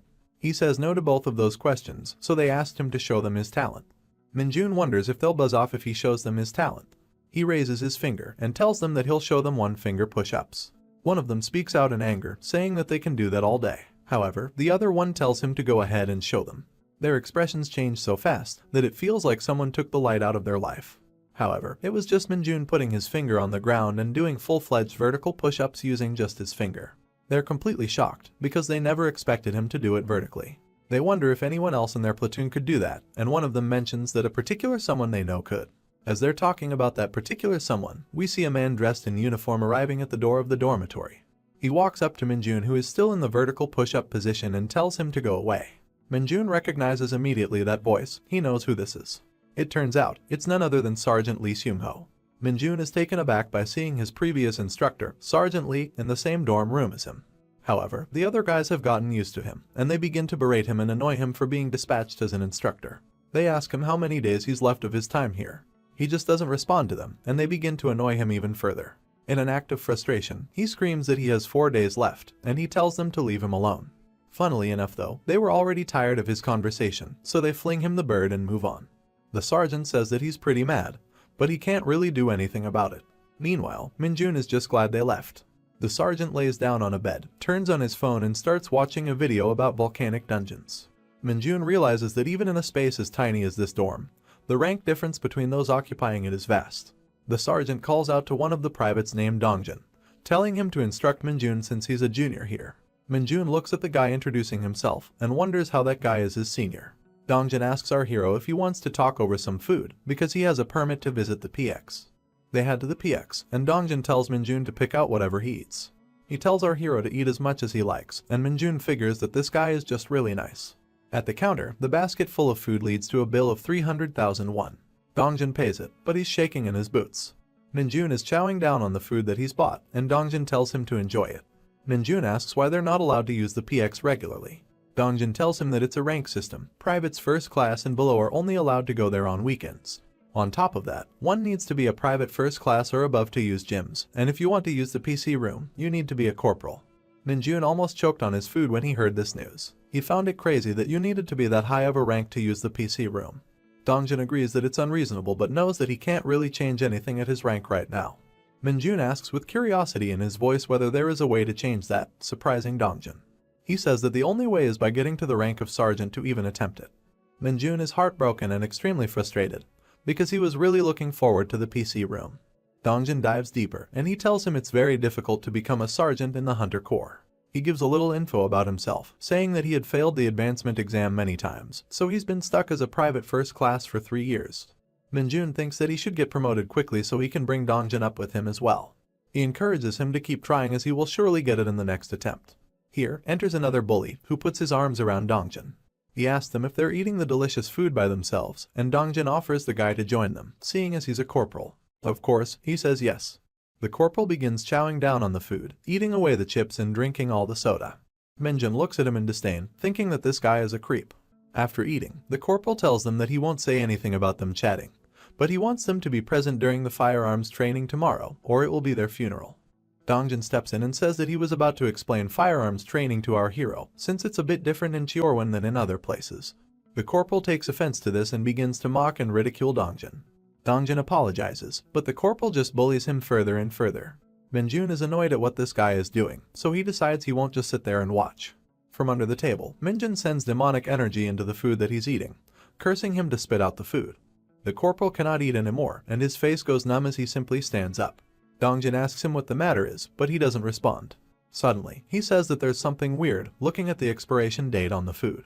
However, sweating profusely and feeling sick, the corporal decides to save his dignity by saying that it's probably nothing. Turns out, Minjun had used the corruption skill on the corporal. He grins at the corporal as he's walking away holding his stomach. He then diverts his attention back to the private first class and asks them about the firearms training. It turns out, here, in the Invincible Hunter Squad, they use bullets that are even higher power than the monster-killing bullets used by regular Hunter Corps. This means that the guns will have a much higher kick. You can imagine the regular ICM bullets as ponies, but the Invincible Hunter Squad's bullets like wild stallions. The recoil is so much that it could fluctuate the control of even an extremely skilled gunslinger. Dongjun says that since monsters appear more frequently, they need the extra firepower. Minjun thinks about that metaphor for a second, finding it very fitting. He thinks about the ranged weapons he had to make do with in Isgard, comparing them to elephants if these are ponies and stallions. He becomes more confident in his ability to control them. He grins excitedly as he begins looking forward to the training. The day of the training arrives, and the soldiers are on their way to the location where it will take place. The firearms training facility is filled with shooting noises. We see a soldier blasting away at his target, with gun flares that could lighten up the room. Turns out, it's our boy Minjun. He's sad that he missed one shot. The guy looking at the target is flabbergasted, stating that 19 shots were direct hits and 1 was a miss. His 2 alpha roommates are also shocked, while Dongjun stands in awe of our Minjun's gun skill. Minjun stands proudly with his gun, while people wonder if he's a cyborg or just lucky. Up in a booth, two shadowy figures stand looking down at the firearms training. These are Lieutenant Kim Min-cheol and Sergeant Hyo Tae-seok, both completely entranced by Minjun's pure skill. The roomies ask Minjun how he shot like that, and he simply says he just did what he was instructed. Kim Min-ji, the hulking behemoth of a man, emerges from behind the two so-called alphas and appreciates Minjun's shooting. He says that he looks forward to seeing Minjun shoot in the special training in the afternoon, and Minjun is immediately intrigued about it. The alpha roomies begin pestering Kim Min-ji too, saying he's too biased for Minjun. He just tells them to quit it and put their helmets on. The rest of the soldiers there start clapping for Minjun, and Dongjin compliments him even more. Minjun thanks him, then asks what the special firearms training entails. He says he doesn't know much about it, but he tells him all he knows. This special firearms training will consist of two-person teams in a training facility, where they would be eliminating monsters on the way to a destination. The monsters aren't too dangerous, but they will be moving targets and they will attack them too. There will also be civilian target plates that pop up randomly, and they must avoid shooting them as that will result in an automatic failure. Dongjin tells him not to worry about the actual monsters, and that it will be a controlled environment with proper supervision. However, if he knew Minjun, he would know that our hero never gets as excited and joyous about something as getting to fight real monsters. So what new monsters is he going to face next? Will things finally go as planned? Or will there be yet another disaster? Stay tuned to find out in the next episode. After the firing test, we see the group of soldiers enjoying lunch. It is bountiful, with lots of different dishes to choose from.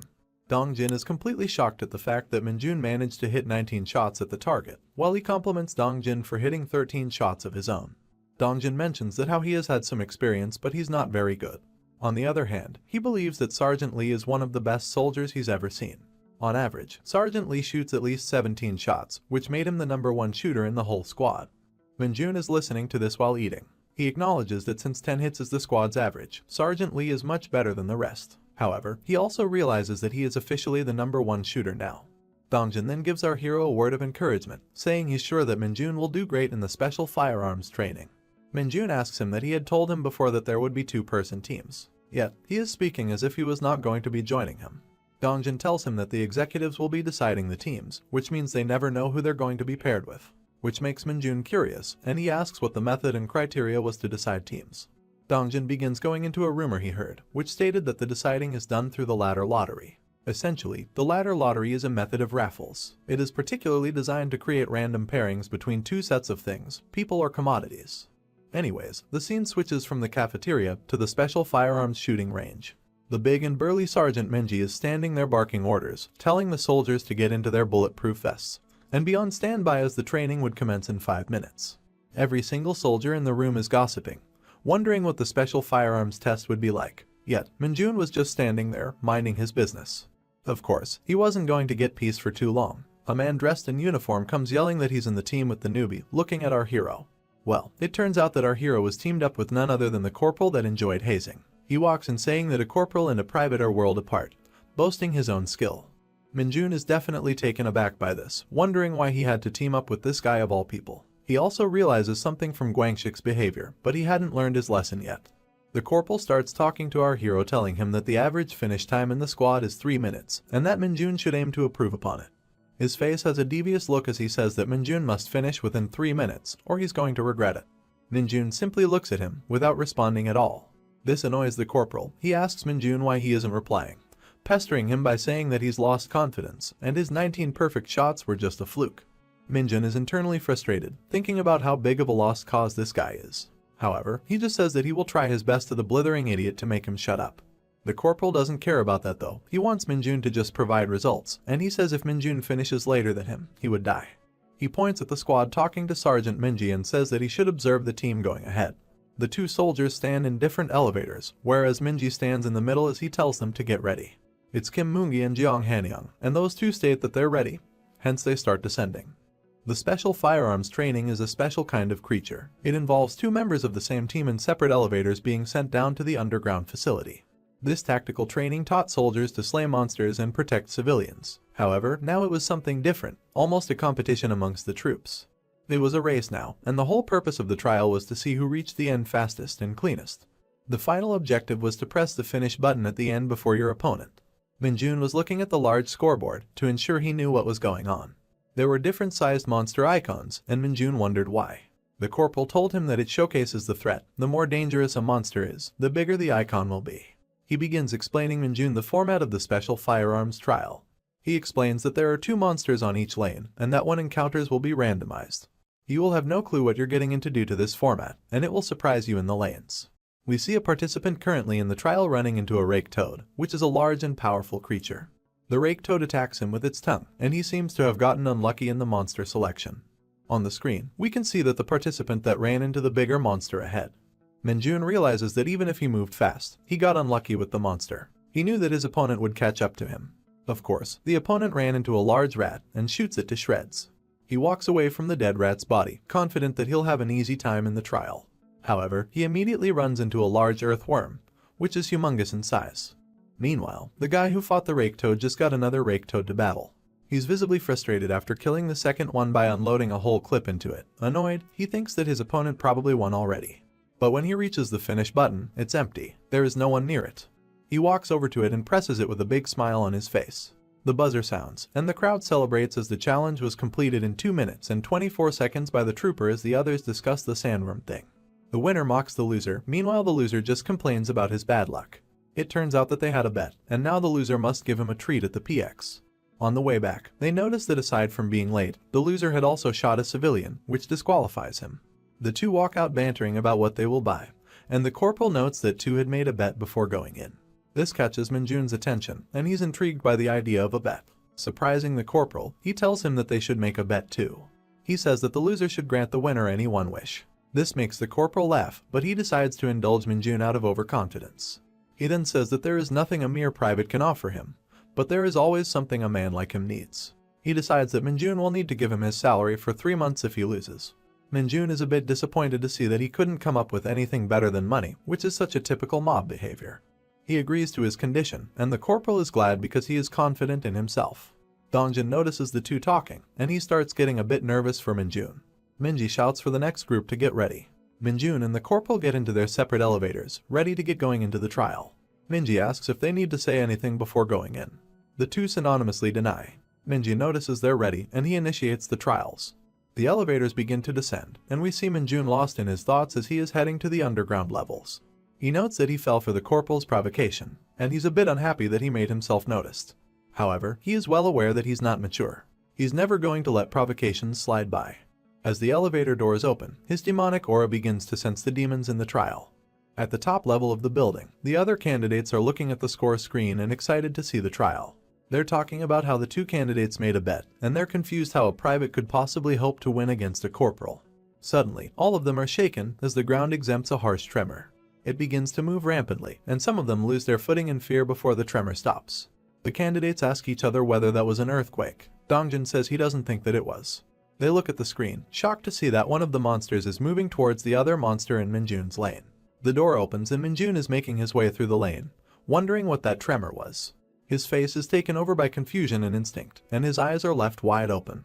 It is a gigantic one-eyed monster, with humongous claws and horns, devouring a large rat monster. Looks like Minjun will have to face the toughest monster he has so far fought on Earth. Realizing that it's probably just another monster with a big body, he calms himself down immediately, but he's still confused why it's eating another monster. The monster sees Minjun present in the lane.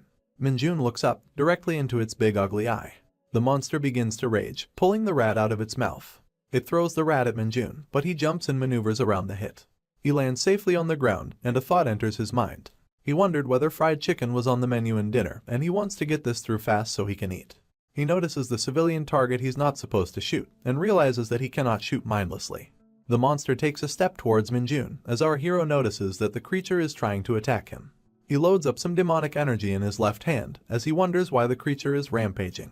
The monster tries to grab Minjun with its massive claws, but Minjun strikes with a fistful of demonic energy. It carves through the creature's arm, cutting through it with 3 precision slashes. The monster begins to scream out in pain as its hand is torn apart and dismembered.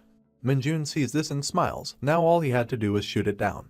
However, his attention is caught again.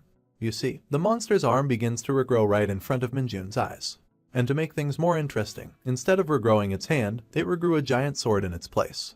The troops can see that Minjun is fighting a large creature on the screen. They're all confused on what's happening and why one of the monsters is missing. Minji is looking at this and he has a revelation. If the first monster is missing, That means the second monster was the Cyclops. Cyclops are also known as the devouring demons. They consume a source of energy to increase their regenerative and attacking capabilities. Minji wonders something though. This monster doesn't attack unless its life is threatened, and he wonders what provoked it so much that it broke out of captivity and started raging after devouring the other monster. It was our boy Minjun, and the intense demonic aura that he carries around himself with a smile.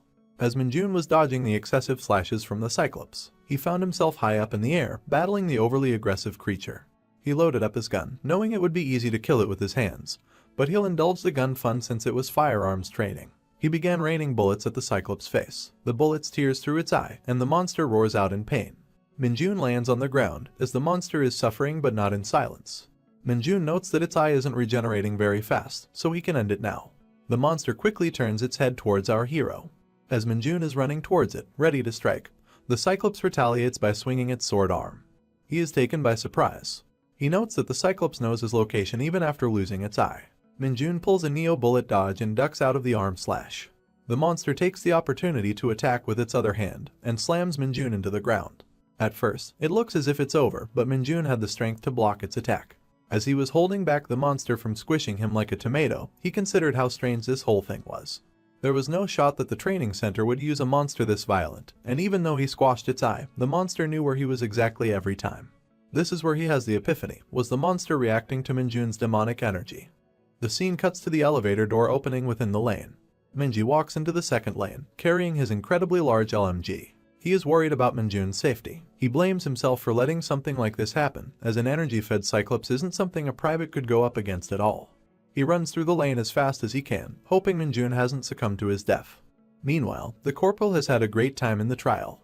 He's about to clock in at 2 minutes and 30 seconds, confident that Minjun never stood a chance.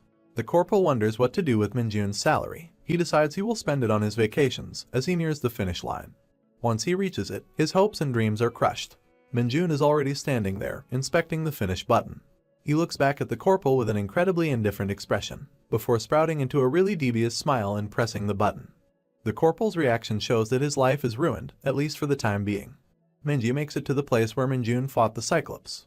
He looks at the corpse and questions how Minjun could have shot the monster for it to end up in the state that it is in. Everything above the monster's chest was so graphically brutal. The corporal and Minjun walk out of the elevator to cheering and applause all around them.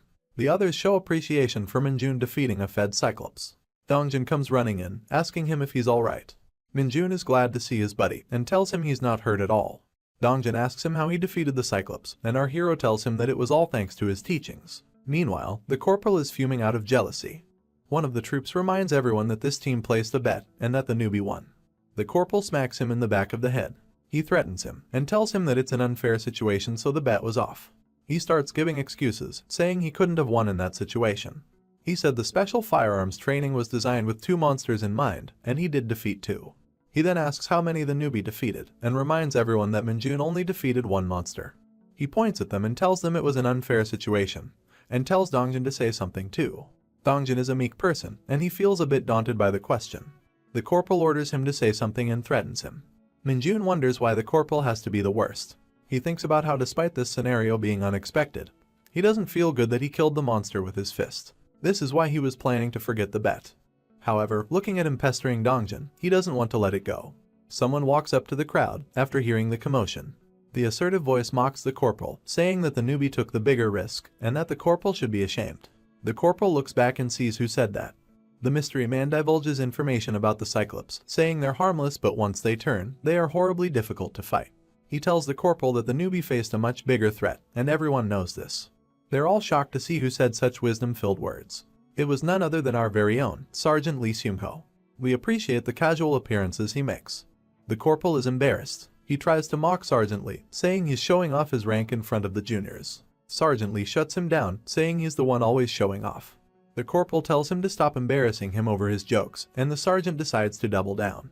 He tells the corporal that everything that doesn't go his way becomes a joke to him. Sergeant Lee says that being higher rank is great, because he gets to embarrass stubborn donkeys like him.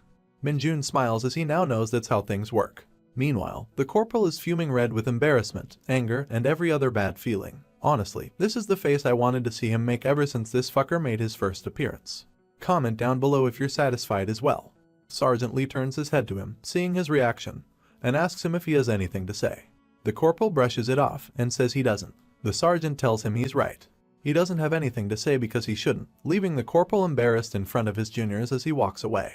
It's evening time, as Dongjin and Minjun are standing outside cleaning and conversing. They talk about Sergeant Lee receiving a double promotion. Dongjin tells Minjun that Sergeant Lee was a special case since he had the highest grade in the advancement exams. He continues, telling Minjun that the 2-rank promotion has now been made unavailable. It turns out that a staff sergeant that got it caused an accident in a dungeon. Sergeant Lee was the last case of this double-ranked promotion. Minjun wonders if there are ways to get special advancements, and Dongjin tells him that there are exceptions like rescuing a civilian during an emergency.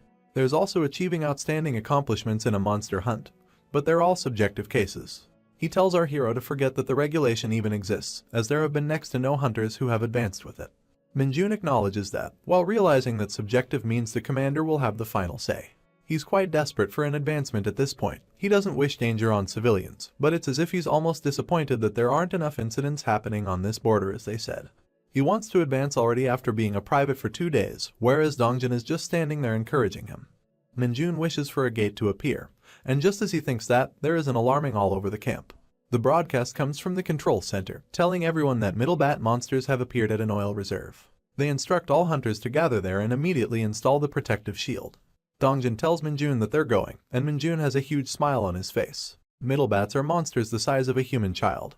These monsters live in colonies and attack in droves since they individually do not pose a threat. The biggest threat about them is that they can spit fireballs, so the oil reserve may be in huge danger. Their attacks could lead to the whole military camp being blown away. We see 2 soldiers standing guard at the oil reserve, and the bats begin to come at them. One of the soldiers points his gun at the monster, but another soldier stops him from shooting. He tells him that they might start attacking if he shoots at them, and that could compromise the oil reserve. The soldier questions this decision. He asks if he doesn't shoot, then is he just supposed to watch the monsters? The other soldier is smarter, telling him that they should observe since they aren't approaching yet. The issue has also been reported, which means a squad with a protective shield is on its way. The soldier with the itchy trigger finger asks what happens if the monsters blow up the oil reserve, making his comrade feel super nervous. They imagine an incredibly huge explosion that would devour the entirety of the military camp. They are mortified and start panicking, wondering what they should do and why the middle bats showed up there of all places. Finally, Minjun comes walking in, stating that he will draw their attention. They are surprised to see a newbie being this bold. He starts walking towards the middle bats, and they scream at him to fall back since he doesn't have any equipment. He's looking at the middle bats as guests who will help him advance quicker. Not only will he get recognition for saving the military camp, he will also gain a ton of experience points. He walks towards the middle bats, flaunting his demonic energy. He thinks of the Cyclops, and remembers that monsters are attracted to his demonic energy. The middle bats definitely notice his aura, and start circling around him right away. He smiles at how perfectly it worked out, and gets ready to devour his prey. There's a squadron carrying a large crate, rushing towards the oil reserve. Suddenly, they come to a halt, as Dongjin is completely stunned. Sergeant Lee looks at the idiots just standing there, and tells them to install the shield immediately. They are so stunned that they have trouble speaking. They eventually snap out of it and tell him that the Private Kim Minjun is fighting all of the bats single-handedly without any equipment. Sergeant Lee couldn't give a carp, and shouts at the recruits to deploy the shields. Meanwhile, Minjun is just ripping the bats one by one. He realizes that it's taking too long, so he needs something to kill the bats faster with. He hears Sergeant Lee's voice behind him. Sergeant Lee is running towards him and telling him to fall back. Minjun ignores what Sergeant Lee said, and just wants all of those experience points. He notices that Sergeant Lee has a baton in his hand, and that catches Minjun's attention quite well. He uses his demonic energy on Sergeant Lee's stomach. Sergeant Lee doesn't realize it, and thinks that his stomach is acting up. Minjun approaches him, pretending to be worried about him. He asks to borrow the baton from him, before taking it by himself, and telling the sergeant that he'll be back in a moment. Minjun's smile widens as he knows fun times are starting. He rushes back into battle with his shock baton, ready to rip those middle bats apart. He's taking out multiple bats in one hit, and he's having an absolute blast in doing so. Sergeant Lee is just standing there looking at him, with an expression of pure unfiltered surprise. He realizes that Minjun is simply overpowering every single one of those middle bats, as we see him destroying them. There are 2 soldiers carrying equipment, and they notice a bat flying above them. The bat has a nasty look on its face, as it looks directly at the oil reserve. Its mouth is foaming with flames, and its eyes glowing red with violence. Sergeant Lee orders the boys to fire at the bat, and if something happens, he promises to take full responsibility. They are ready to shoot, aiming the gun at flying creature. Suddenly, they stop and start staring in confusion. Up in the air, behind the middle bat, Minjun appears with a smile on his face and the shock baton in his hand. In one quick strike, he overpowers the bat. Electricity fizzles throughout the sky as Minjun's shock baton connects with the monster. Meanwhile, the squad below him is left wondering how he even got there. The troops then successfully install the protective shield. The shield is activated, and they all gather around it while collecting the middle bat corpses. Someone calls out to Sergeant Lee. He quickly looks back and salutes. It was the operations officer, Captain Junshik. He tells Lee that he did a good job, but asks where the middle bats even emerged from, because no one detected them on radars. The captain reacts to the stench of the roasted bats and asks who barbecued those monsters, and how many of them did he kill. Sergeant Lee tells him it was a total of 30 bats, while wondering where the commander was. He tells the captain that the battalion commander will be arriving in a bit, and the captain acknowledges. Lee was thinking how embarrassing it was that the captain was absent during an emergency. He assumes that the captain was just watching the radar in the control center. The captain kills his chain of thought and asks him if he was the one to roast those bats. Sergeant Lee tells him that it wasn't him. Knowing it has to be someone extremely skilled with the electric baton, the captain asks for the identity of the valiant fighter. Sergeant Lee tells him that all 30 bats were killed by a single soldier and to report it as such. The captain is shocked. He cannot believe that every single middle bat was killed by just one individual. Minjun walks up behind them as they're talking and tells Sergeant Lee that he came to return the baton he borrowed. He's holding a broken baton with wires propping out of it as he asks whether the baton was expensive because it sure isn't usable anymore. After his exploits fighting the flying rodents, there's no wonder everyone was suspicious of Minjun. He had shown his strength publicly and now all eyes were on him. We see the battalion commander's office, in which Sergeant Lee is quite seriously asking Minjun if he has re-enlisted. I don't know why Sergeant Lee's in the battalion commander's office, but alrighty. Minjun denies this, but then he's asked whether he's a regressor, but he denies that as well. Sergeant Lee tells him never to do anything rash like this ever again then. He tells our hero that he might have been lucky this once, but that luck won't be on his side forever. Minjun assesses how it wasn't luck, but he should keep his mouth shut. Sergeant Lee goes on explaining a bit more now, talking about how Hunter Corps are a special unit. They are smaller in scale and scope with 4 battalions each. Not to mention, each battalion consists of fewer troops than in the regular military too, but there's a reason for that. Minjun thinks about how that's because not all the awakened keep re-enlisting, but he doesn't want to say it, it'll only get more eyes on him. But Lee goes full patriot mode with the next sentence that comes out of his mouth, asking Minjun if he's aware of how this all works. Minjun doesn't reply, just looks at him like a lost little puppy who has no idea what's going on. With a passion in his voice and a burning determination in his heart, he tells Minjun that this is because every single person in the Hunter Corps is awakened. Of course, not all of them are going to be fighters, a lot of them specialize in different fields like administration, tactics, weapons research, and monster theory. Minjun is surprised upon hearing this. He thought the entirety of the Hunter Corps was all about fighting. However, Sergeant Lee clears up that confusion. It didn't matter what you did for the Hunter Corps, you only advanced based on your accomplishments and you needed to be awakened to get those. Minjun looks up at the tall boy standing in front of him and wonders why he's getting an exposition dump so early in the morning. Of course, Sergeant Lee wasn't going to disappoint him, as he tells him that if he expected something fun, then his expectations will come true. Minjun's eyes sparkle. What did this sexy son of a bitch have in store for our hero?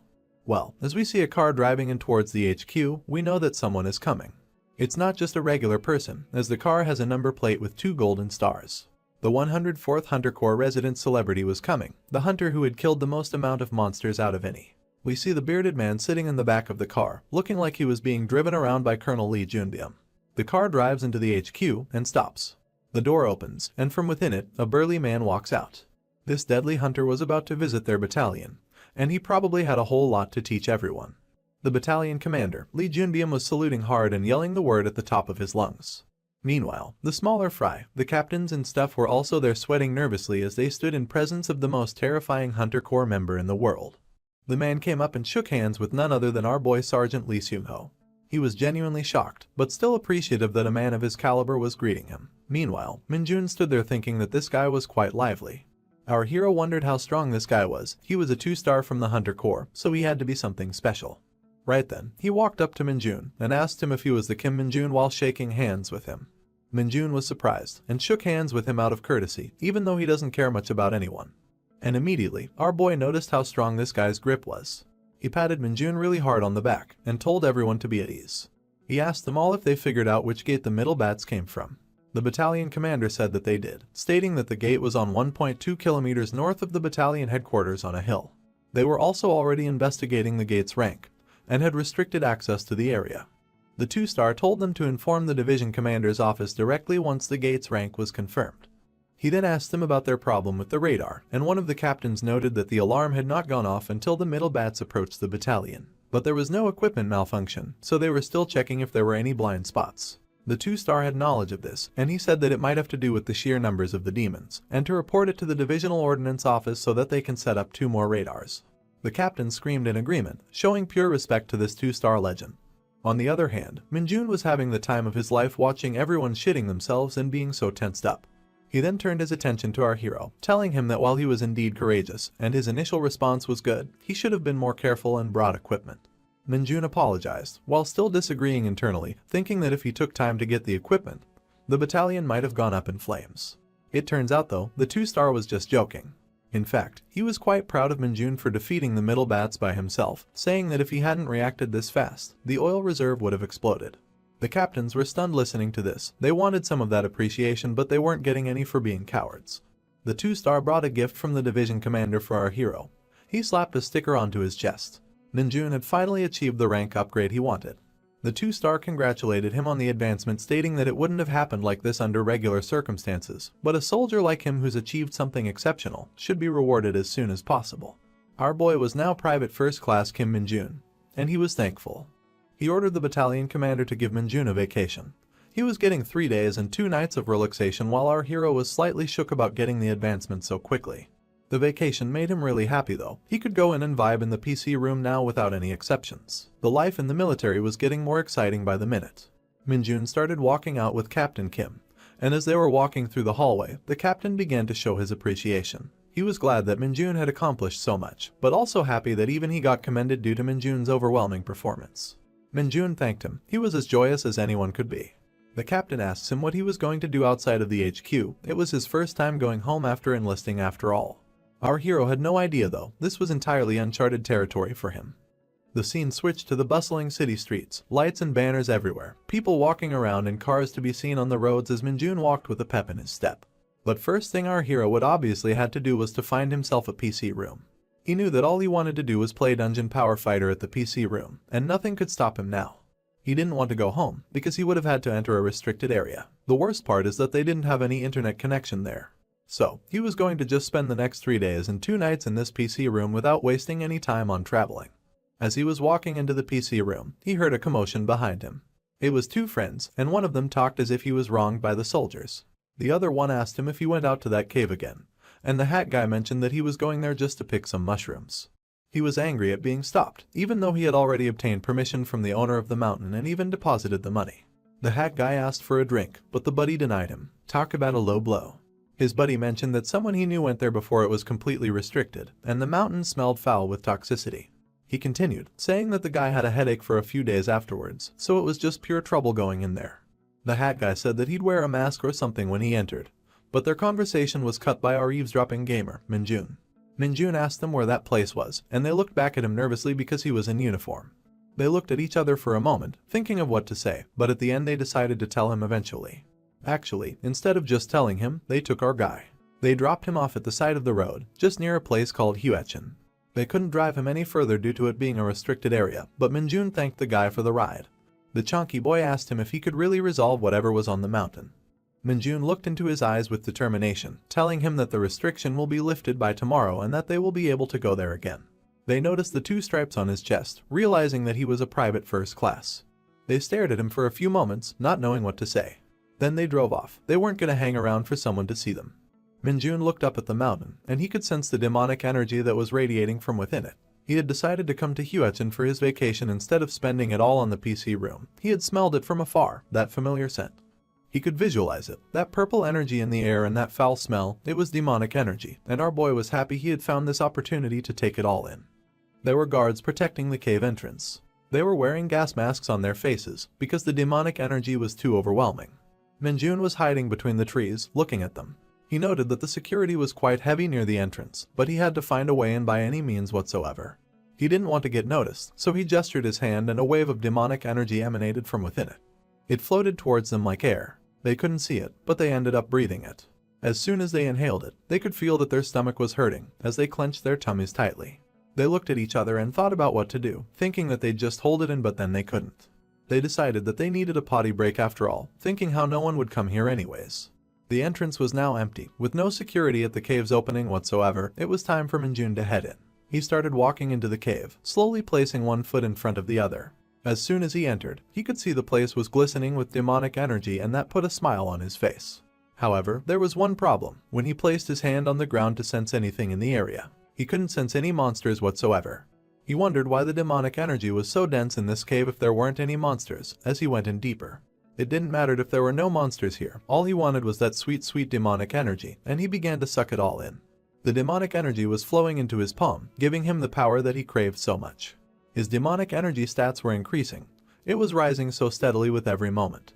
As he looked at the notification window that had appeared in front of him, he had now reached the demonic energy threshold, so his skill called Corruption was now enhanced. Along with Corruption, he had unlocked a new skill called Nightwalker. Minjun was overjoyed. This had been a phenomenal turn of events for our guy. This was a thing to celebrate for our hero. Not only did he enhance one of his skills, but he had unlocked a brand new one. As he looked at the status window, Minjun thought about the sheer amount of luck he needed to get this for free. His strength, agility, and stamina were at 60 points, and his demonic energy was now at 15 points.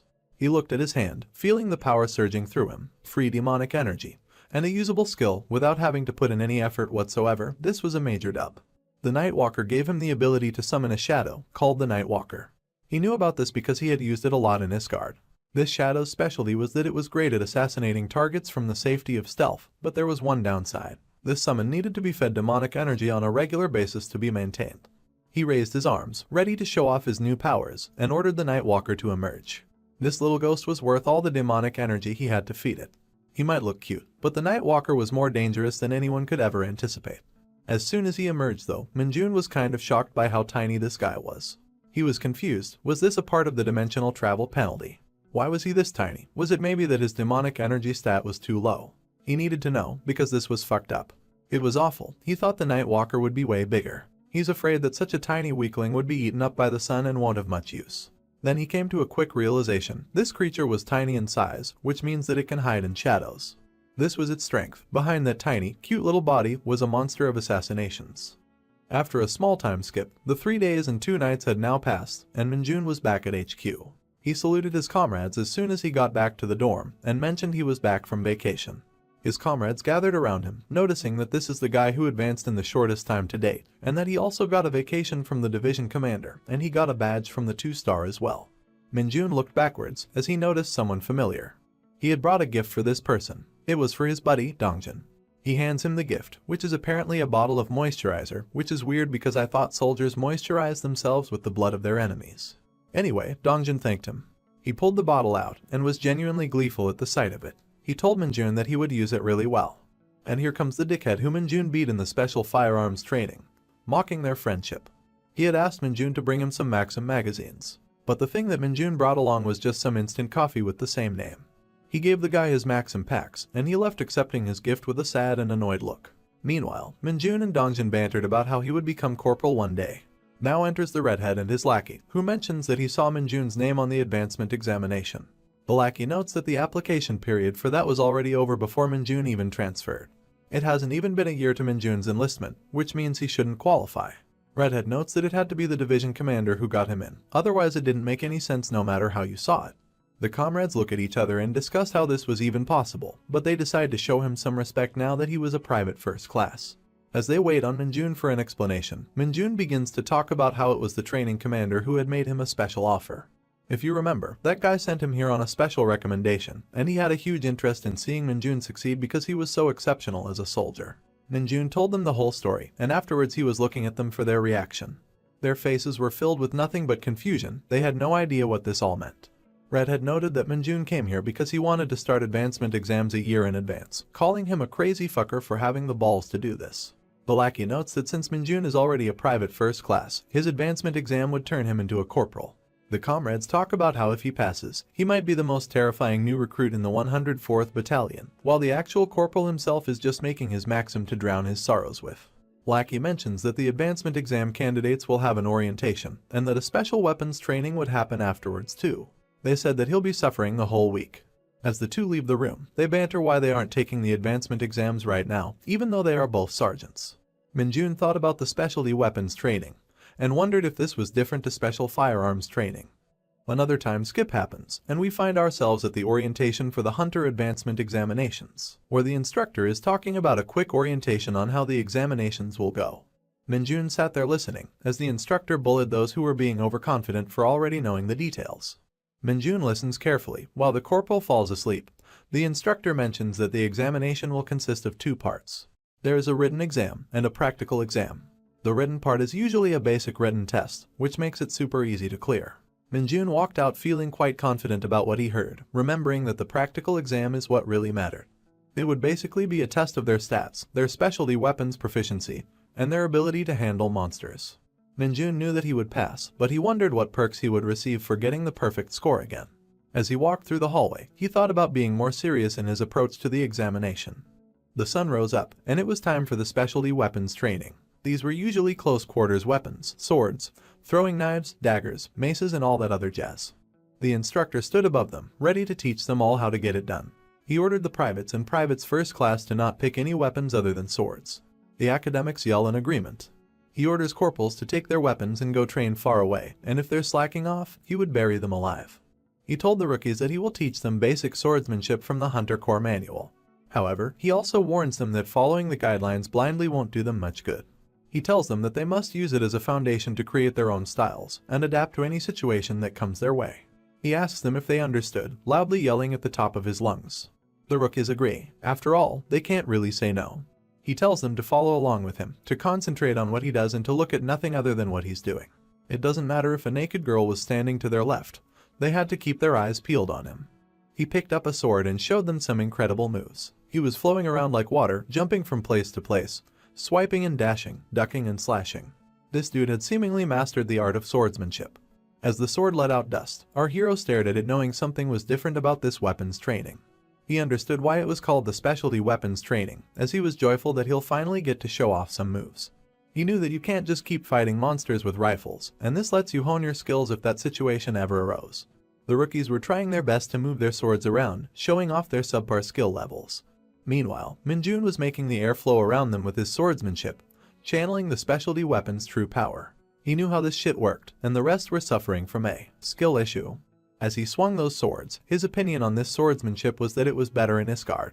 He leaped up in the air and tore through the air, making it quite literally visible to the naked eye, while the rest of the rookies stood flabbergasted. Minjun knew that the technique is all that mattered, as he showed off his impressive swordsmanship skills to the rookies. The instructor tells everyone to halt, and calls Minjun to the podium. Minjun notes this, and says that he is on his way. He walks towards the instructor, thinking what did he even do this time? He slowly walks to the podium, his sword in his hand and his mind racing. He tells all the rookies that their movements are horrible and that they do not flow well, and that they must all take cue from Minjun. Minjun was shocked. He knew he was good, but he didn't think he was so good that this guy would straight up compliment him right away. The instructor pulled out his stick and ordered them all to follow exactly as Minjun does. Minjun showed his skills to them all again. The way he slashed the sword was spectacular compared to the rest of the rookies. The instructor knew this, and he kept pointing out how he was doing this to the rookies and how they should follow him. He keeps blazing his sword around, carving through the air and atmosphere before landing on his knees. The rest of them were standing there. They had no idea how to even fathom replicating that.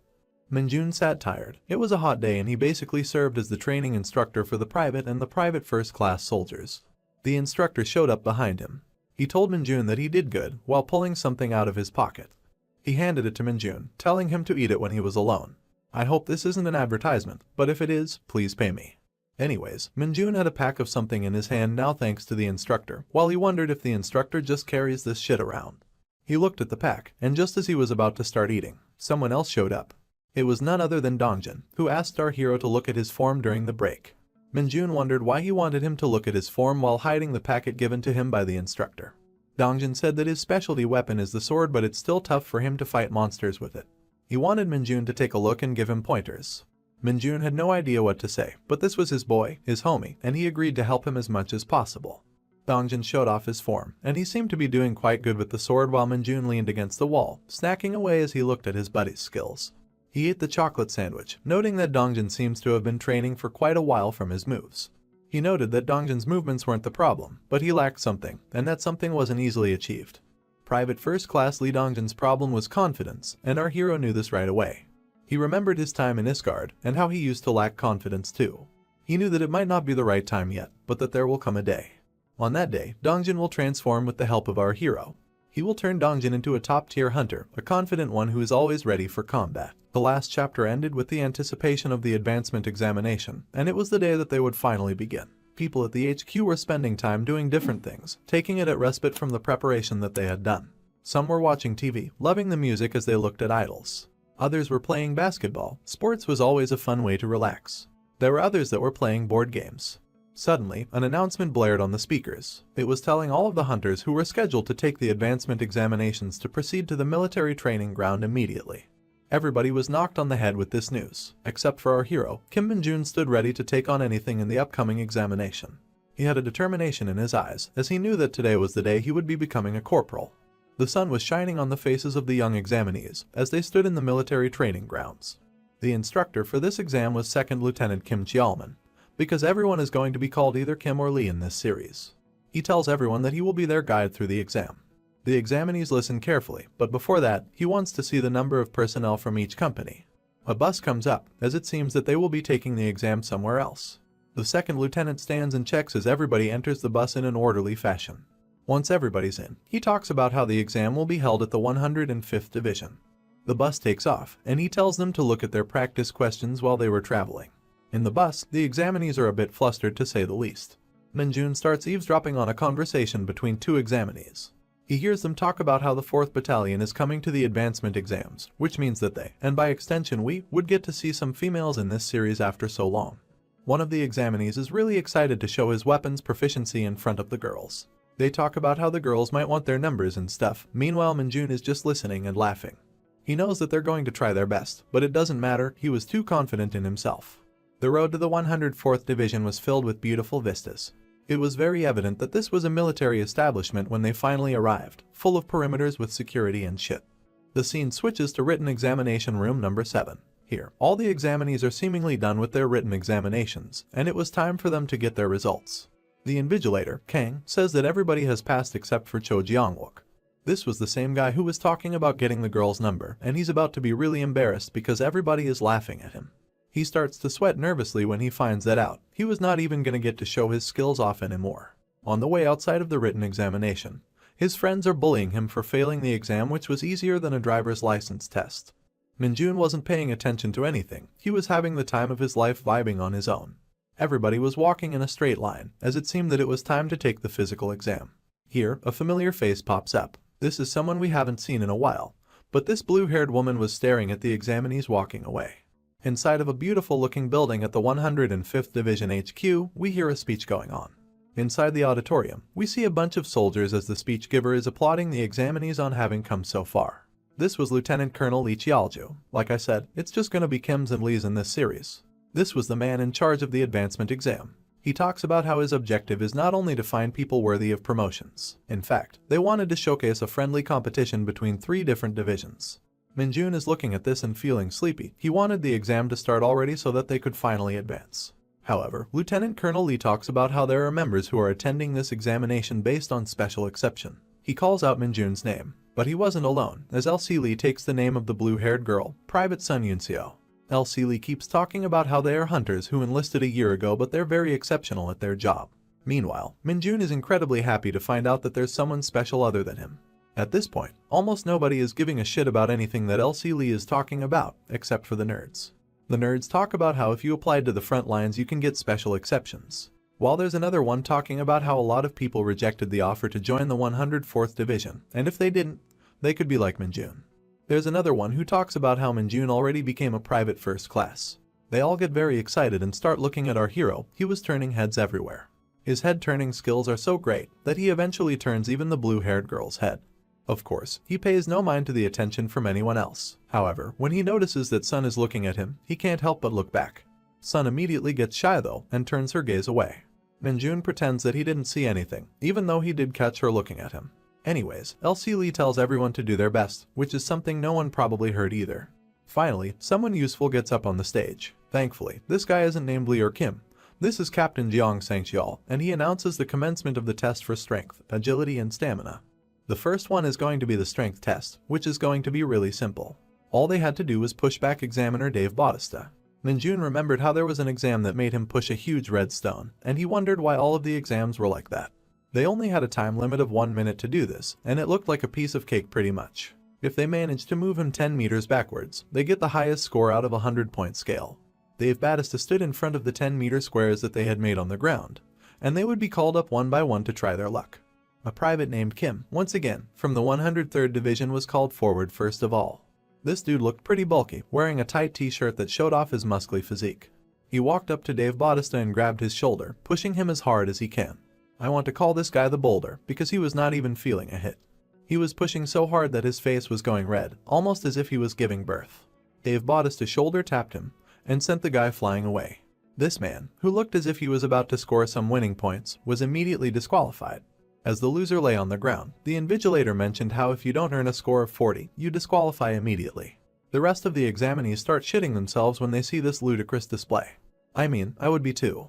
After this, people were swatted away at the hands of big man Dave Bautista like flies. Some were earning 10 points and getting disqualified. The others were getting 20 and then getting disqualified just the same. There was no clear winner, and even the invigilator was getting pissed off by how incompetent these shitheads were. Finally, it was time for someone interesting. Sun Yunseo, the blue-haired special gal, was up next. She was sweating nervously, but thankfully, she had passed.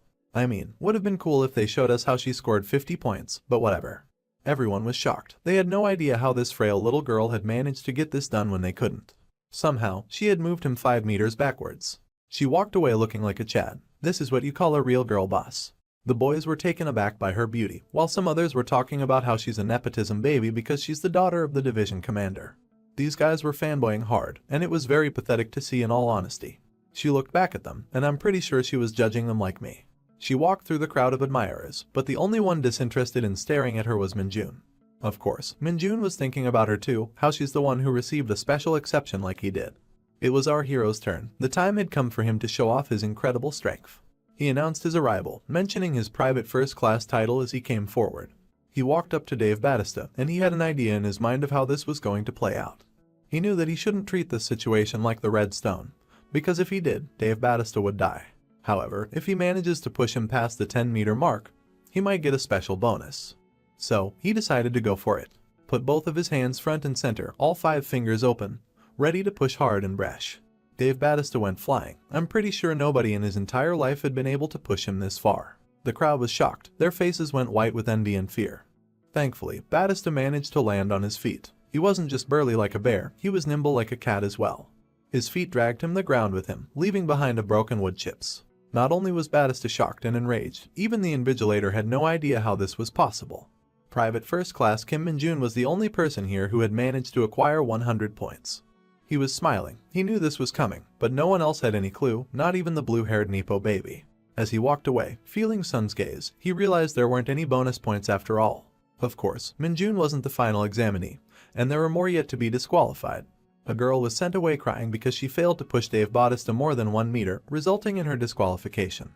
The rest of the examiners were just standing there wondering why this was so difficult. The strength test had finally ended, and it was time for the next one, which would be the agility test. Of course, being the agility test, it would start without any breaks. The ones who were disqualified were sent away. They made lines and walked away disappointed with their own performances. Meanwhile, the staff was changing up the equipment and bringing in new stuff that would be used for the agility stat test. They were setting up a big green net, and I mean, they were having some trouble setting this shit up. Then, they brought in a huge minigun. Honestly, it looked like an anti-tank weapon, but it was just a big minigun that they would be using for the agility test. The examiners were looking at this and they were terrified. They were wondering if they were going to be made to dodge bullets, after using up so much of their strength trying to push the behemoth Dave Bautista. The invigilator was laughing, as he finally revealed that they would indeed be dodging rubber bullets. It didn't matter if they were rubber bullets, they were being shoved out at an unprecedented pace from within an anti-tank weapon. In other words, it would still hurt like a bitch. He tells them to dodge everything, and they start to be nervous. This time, there was a lot more pain involved if they messed up. While they were all pissing themselves, Minjun found this amusing and just smirked at how interesting things had gotten. The man operating the gun was ready, and he was out for their blood. Okay, so the objective here was to dodge the bullets for a consistent 1 minute. If they would last 1 whole minute surviving the bullets, they would achieve the perfect score. Of course, all the contestants had to stay within the designated area inside of the net. The thing that made the examinees even more scared though, was that the examination could also be passed while tanking the hits for 1 minute. You just had to stay inside of the net for 1 whole minute, and you would pass with flying colors. Those who ran out of the safety net in less than 30 seconds, or those who became severely injured, would be disqualified immediately. Now, it was time for the test to commence, but before that, Minjun heard a familiar voice behind him. As the voice called out to him, he turned his head in surprise and looked back. It was none other than his homie Private First Class Dongjin, smiling and waving at him. Minjun was surprised to see him there. He had no idea that Dongjin had passed the strength test. Dongjin asked him why he was this surprised. Did he really think that his homie was going to fail the strength test? Minjun denies that, even though he really did think that. Just like you thought that too. Dongjin tells our hero that all the private first class have passed the advancement exam once before, so they were a bit used to the format. The only thing that messed them up was that the overall score standard was higher for them, which is also the reason why Dongjin had been failing the tests for so long. He gives our hero a tip, telling him that these rubber bullets fly at the same speed as real ones, so you shouldn't be dodging them based on his eyesight. As the bullets came out of the gun, flying as fast as any regular bullet, he told him that it was important to predict the bullet's trajectory and dodge them accordingly. The bullets were hitting people, and there were screams all around the military training grounds. As soon as the first bullet landed on a guy's skull, it cracked it open and made the guy bleed. He was on the floor there, just crying out in pain and bleeding away. Of course, he immediately got disqualified, and an examiner was told to escort him to the infirmary. As Minjun saw the situation, he noted that so many people were being disqualified just from the stat tests. Perhaps this was why the pass rate was so low. But still, it was reasonable that these tests were so difficult, because there were so many monsters out there that were so much more terrifying than any of these tests could ever even imagine. And you knew that this was reasonable, as he thought about the damage that monsters could do. Another examinee was disqualified, but this time it was because he ran out of the safety net because he just did not want to get hit by the bullets. The invigilator was extremely annoyed. He told them that they were cowards, because this test was nothing compared to the sergeant advancement exam that was taking place in the exam room next to them. People were walking away disappointed, nervous and sad in their own performance, but these tests were tough, so I forgive them. Even though they don't know I exist, I'm just a random narrator out here. Of course, someone interesting had to eventually come up, and this time it was none other than Private Sun Yunseo, the blue-haired Nippo baby. She walked up in front of the safety net and cracked her fingers. She was ready for some action. The bullets came flying in. The crowd was watching in anticipation. They were all slightly nervous for the girl. They should have known better. She was better than them all, and she dodged the bullets better than they ever could. 9 seconds had passed and she was dodging bullets like Neo from the Matrix. Jumping and dodging, dashing, dancing and doing whatever else you can think of to avoid the onslaught of bullets. The crowd was in awe of her skill. They couldn't believe how good she was. And as the clock reached 57 seconds, even the invigilator applauded her for dodging everything. The 60 seconds were finally over, and Sun Yunseo had not been hit even a single time. She had received a perfect score. As she walked past the crowd, everybody was staring at her or trying not to stare at her, but they were all impressed by her amazing skill. She passed Minjun by, giving him quite a mean look. He looked back at her and wondered why she was doing that. Meanwhile, the rest of the examinees were just staring there, wondering if these two were dating. After all, why would she be looking at him if they weren't? She stepped slowly there, staring deeply into our hero's eyes, leaving him wondering what she wanted from him. Thankfully, the tension was broken by the invigilator announcing that it was Minjun's turn to bite the bullet, or dodge it. He quickly turned away from her and started walking towards the safety net. She still looked at him while she was walking away. Guys, I gotta say, this tension is too much for me to handle. Minjun used his peripherals to look back. He was getting a bit uncomfortable by the fact that she was still staring at him. Just a bit too much now, not gonna lie. As he stood in front of the safety net, he wondered what she wanted. Was she expecting a compliment? But why would that be the case when they don't even know each other? While he was in thought, he did not realize that the gun was primed and ready. The chamber went off, and the bullet came flying towards him like a meteor. He quickly dodged it by moving his head away. The bullet was too slow for our hero. Sun was impressed. I think she thought of him as her rival, but his skill is way too far ahead of her. He still had his hand in his pocket, as he thought of showing her just how capable he is. He wanted to truly show off the difference between their skill level, so he would keep his hands in his pocket as the bullets came raging in. Everybody was shocked at this display. They couldn't figure out how he was going to do any of this. Yet somehow, Minjun was dodging every single bullet just by slightly moving. Not a single jump, not a single dash. He would just slightly curve his body every single time a bullet would come to strike. Aside from that, he kept moving closer towards the gun, leaving less space between him and the bullet. Eventually, he was so close to the gun that the bullets just moved past his face as he gave his blue-haired rival a smile. She was shocked, that's for sure, as she reacted out in nervousness. Meanwhile, he was just dodging bullets while staring at her and laughing. This guy was destroying her soul. The invigilator was so dumbfounded when he saw this ludicrous display that he forgot to even check the time. It turns out that the gun had been firing for 1 minute and 10 seconds. He immediately called a ceasefire and stopped the bullet hell that Minjun was standing amidst. Not to mention, he gave our hero a perfect score on the agility test. The gun stopped, as Minjun was just 2 steps away from the barrel. He had truly shown off here today, and even if he didn't impress the ladies, he surely scared the life out of them. The originator had no idea how to even respond, so he just ignored it and started calling the next contestant. The agility test was done, and it was much later in the afternoon now. After a small break, the rest of the remaining examinees were called onto the grounds as they stood in front of a big blue portal gate. The invigilator told that they did great on the agility test. As he was sweating profusely from the heat, he told them that they would commence the stamina stat test now. The stamina stat test was the last out of the 3, and it was way too simple. Everyone had entered the dungeon through the big blue portal gate, and it was time to start marching inside of the empty transforming dungeon. The test was simple. The contestants had to race inside of the empty transforming dungeon. They had a time limit of 40 minutes, in which they had to reach the examiner at a turning point, where they would get their hands stamped by him and return until the time ran out. Of course, to make things interesting, they never told the examinees the distance to the turning point. They had no idea how long they had to keep marching to get to the turning point. This would be a proper trek. As Minjun was marching with the rest of the examinees, he wondered if they were all pacing themselves since they just started. As he was walking, he wondered if he would get into trouble if he just ran ahead. He was getting bored from walking so slowly. Marching was really not his thing. In that moment, someone tapped his shoulder and he could feel them brushing past him. It was none other than the blue-haired nepotism baby as she ran past him, zooming ahead. She looked back at him, staring into his eyes. As he wondered what she wanted this time, he quickly realized that this was a race now. She started running, and everyone else started running behind her. The long march had turned into a long race. Still, it made a lot of sense as there was a 40-minute time limit. Minjun was overtaken by excitement when he realized that she had just managed to send him the signal to a challenge. The blue-haired girl dashes off ahead, taking the lead in the race as she looks back at our hero, challenging him to keep up. He immediately realized what it was as he burst out laughing, knowing that she was challenging him. The game was afoot, and the race had started. It was going to be a trek to the finish line, and Minjun had no intentions of losing, as he started to put one foot in front of the other at a pace faster than you'd ever see from a regular soldier. He made a break for it, running ahead of the competition while they could only look and do nothing. They could not compete with him. This man was too fast. They started yelling out behind him, telling him to wait for them, but he had only one goal: reach the end faster than the blue-haired girl. The dungeon was rocky, and the fog was covering the little visibility that was available, but the blue-haired girl had no intentions of sticking around. She wanted to win just as bad as everyone else. Suddenly, she noticed something behind her. It was as if a shadow was on her ass. Nope, it was just Minjun, giving her a smile as he had easily caught up to her. He looked at her and told her that this wasn't going to be too difficult for him. She was confused at what he said and asked him what he was saying, and he just replied that he was talking to himself.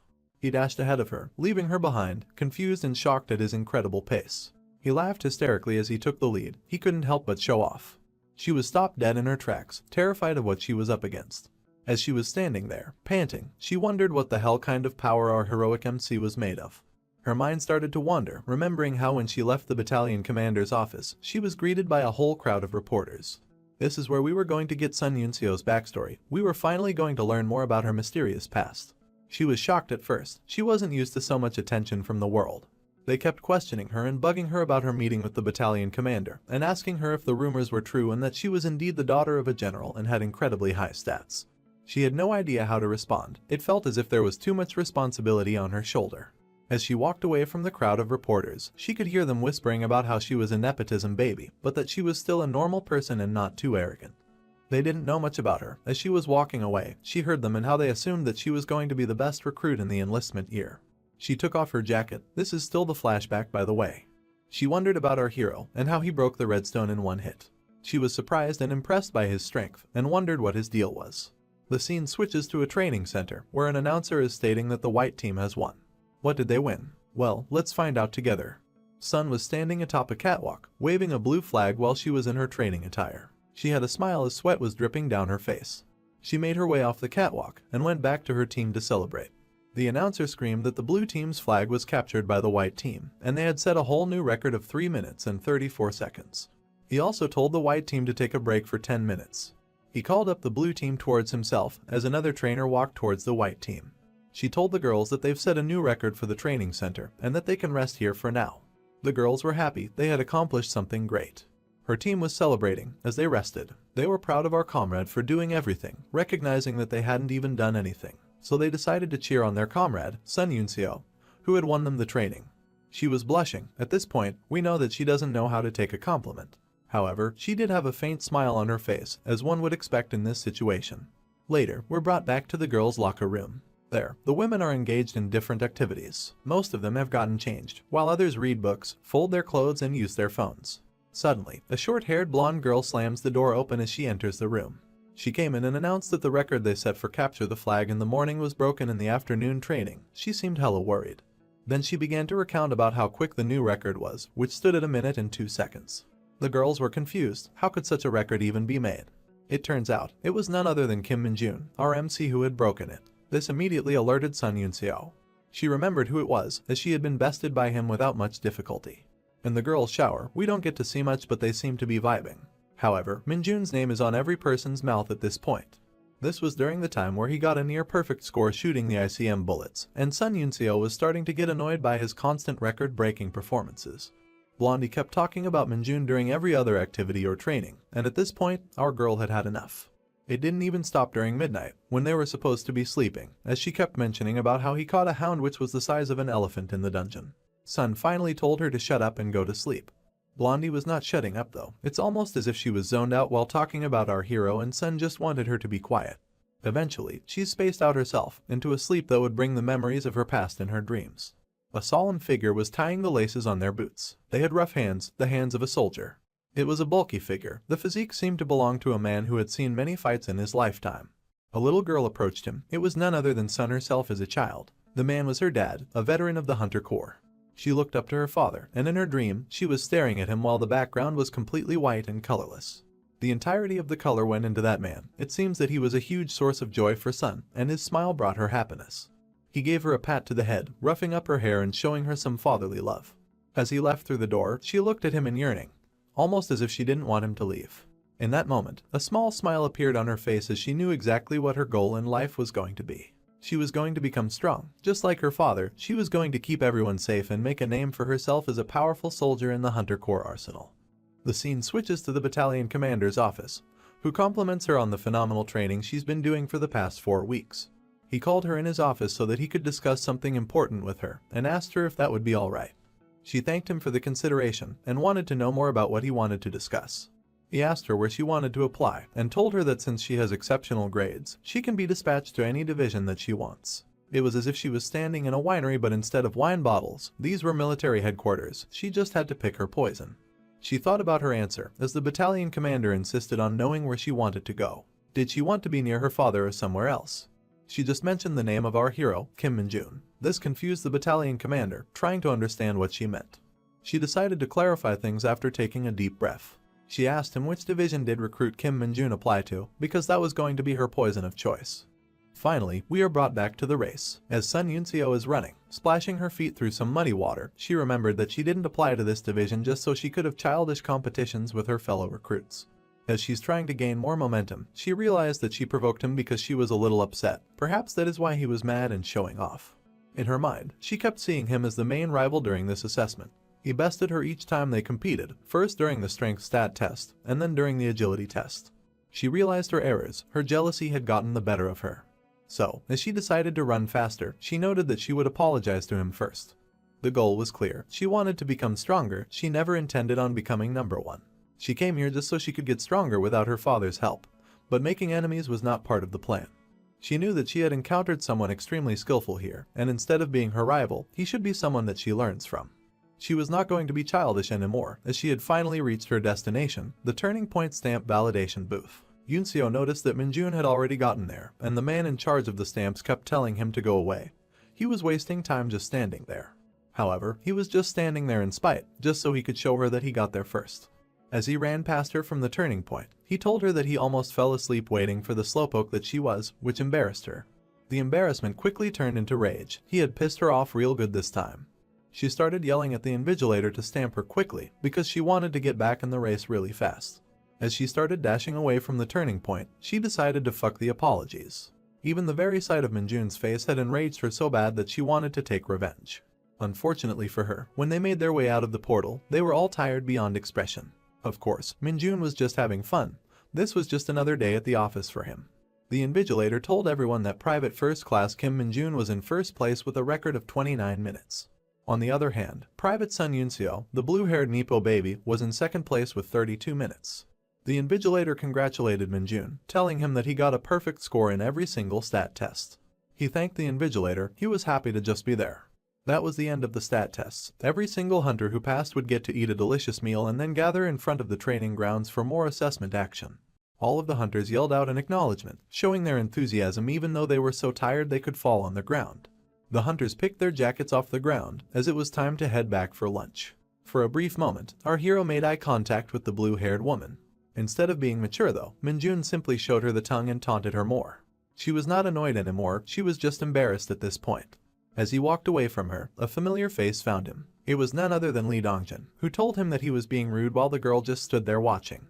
Yet, it seems that her embarrassment and anger had completely died out, as she giggled a little bit. She realized that she was the one who fell for provocation, and on top of that, she also lost. She didn't have anything else to say anymore, she just looked up at the sky and smiled, knowing that there was good competition in this place. She could feel the cold breeze of the air touching her skin. It was almost as if she walked into heaven after emerging from hell, and felt refreshed as her sweat dried off. She straightened her hat, preparing herself for the next assessment that was about to take place, and she started moving towards the rest so she could join the group for a hearty meal after the tough stat tests that she had gone through. After they had finished eating, it was time for the second practical examinations to start at the examination center. We see a wooden club slam into the ground, as it seems that the second practical examinations had already begun. There were a bunch of goblins standing around a lone fighter. The hunter had a sword in his hand, and he had already slain one of them. One of the goblins roared out loud, its yellow eyes piercing through and causing terror. The other goblin started laughing maniacally. It wanted to engage, but it was scared. The corpse of a dead green goblin sullied the ground, its tar-like blood splattered all over the place. The hunter was none other than Private First Class Lee Dongjin. He wiped the sweat off his forehead as he got ready to take on more of those ugly fuckers. He looked at them, analyzing their movements so that he could mark his target. A blue goblin jumped off, lunging towards the Private First Class. However, Dongjin was prepared as he maneuvered his sword. The one thing that he didn't expect though was for both goblins to attack at the same time. The other one started moving behind him as well, and he was about to turn into a meat sandwich if he didn't make a decisive move. He turned his eyes quickly towards the blue goblin, knowing exactly what to do. He immediately blocked the blue goblin's wooden club from turning his face into pulp, using his incredibly strong katana. Then, he used his foot to kick the goblin in its chest, giving it a pretty good heartache and also sending it flying far away. In the meantime, the green goblin had made its way exactly behind him, but the Private First Class was prepared for any attacks coming his way. Dongjin moved out of the way of the club attack, barely managing to save face and save himself from any damage. The counterattack was brutal, as he slashed the goblin through the chest, carving into him as a fountain of blood started to spurt out of its cut-open upper body. Yet somehow, that evil little goober managed to land on its feet. Dongjin was annoyed, but most of all he was frustrated that his sword swipe didn't kill him. The goblin was angry now, its iris turned red, as the carved-up chest kept leaking blood out. Both of the goblins were now standing in the same place, and they could overwhelm him if they decided to attack together again. As this fight was going on, our hero was looking at it from above and spectating. He stood up at a balcony. It was a spectator area, where people could look at the assessment from afar without putting themselves in danger or confusing the goblins on what their target was. Basically, the second part of the practical exam was called the Specialty Weapons Proficiency, and it was way simpler than what our hero had expected. All they had to do was display the techniques they had learned in the Hunter Corps to the examiners. That was essentially the whole test, and it didn't matter how strong their moves were. All they had to do was follow the manuals in order to pass. Most of the applicants had chosen swordsmanship as their specialty, and while our hero had gotten the perfect score, his buddy, Private First Class Lee Dongjin, ended up receiving a very high score as well. The invigilator congratulated him, and was proud of what the Private First Class had managed to do. Yet something was lingering on his mind, and that was the main combat itself. As Dongjin struggled during the combat, it seemed that his fears had been realized. Minjun expected that his homie would struggle during the combat, because that was one of his weaknesses in general. Goblins were closing in on Dongjin, as this was the last part of the practical exam, known as the ability to handle monsters. People would spectate from above, as a hunter would have to defeat 4 hounds.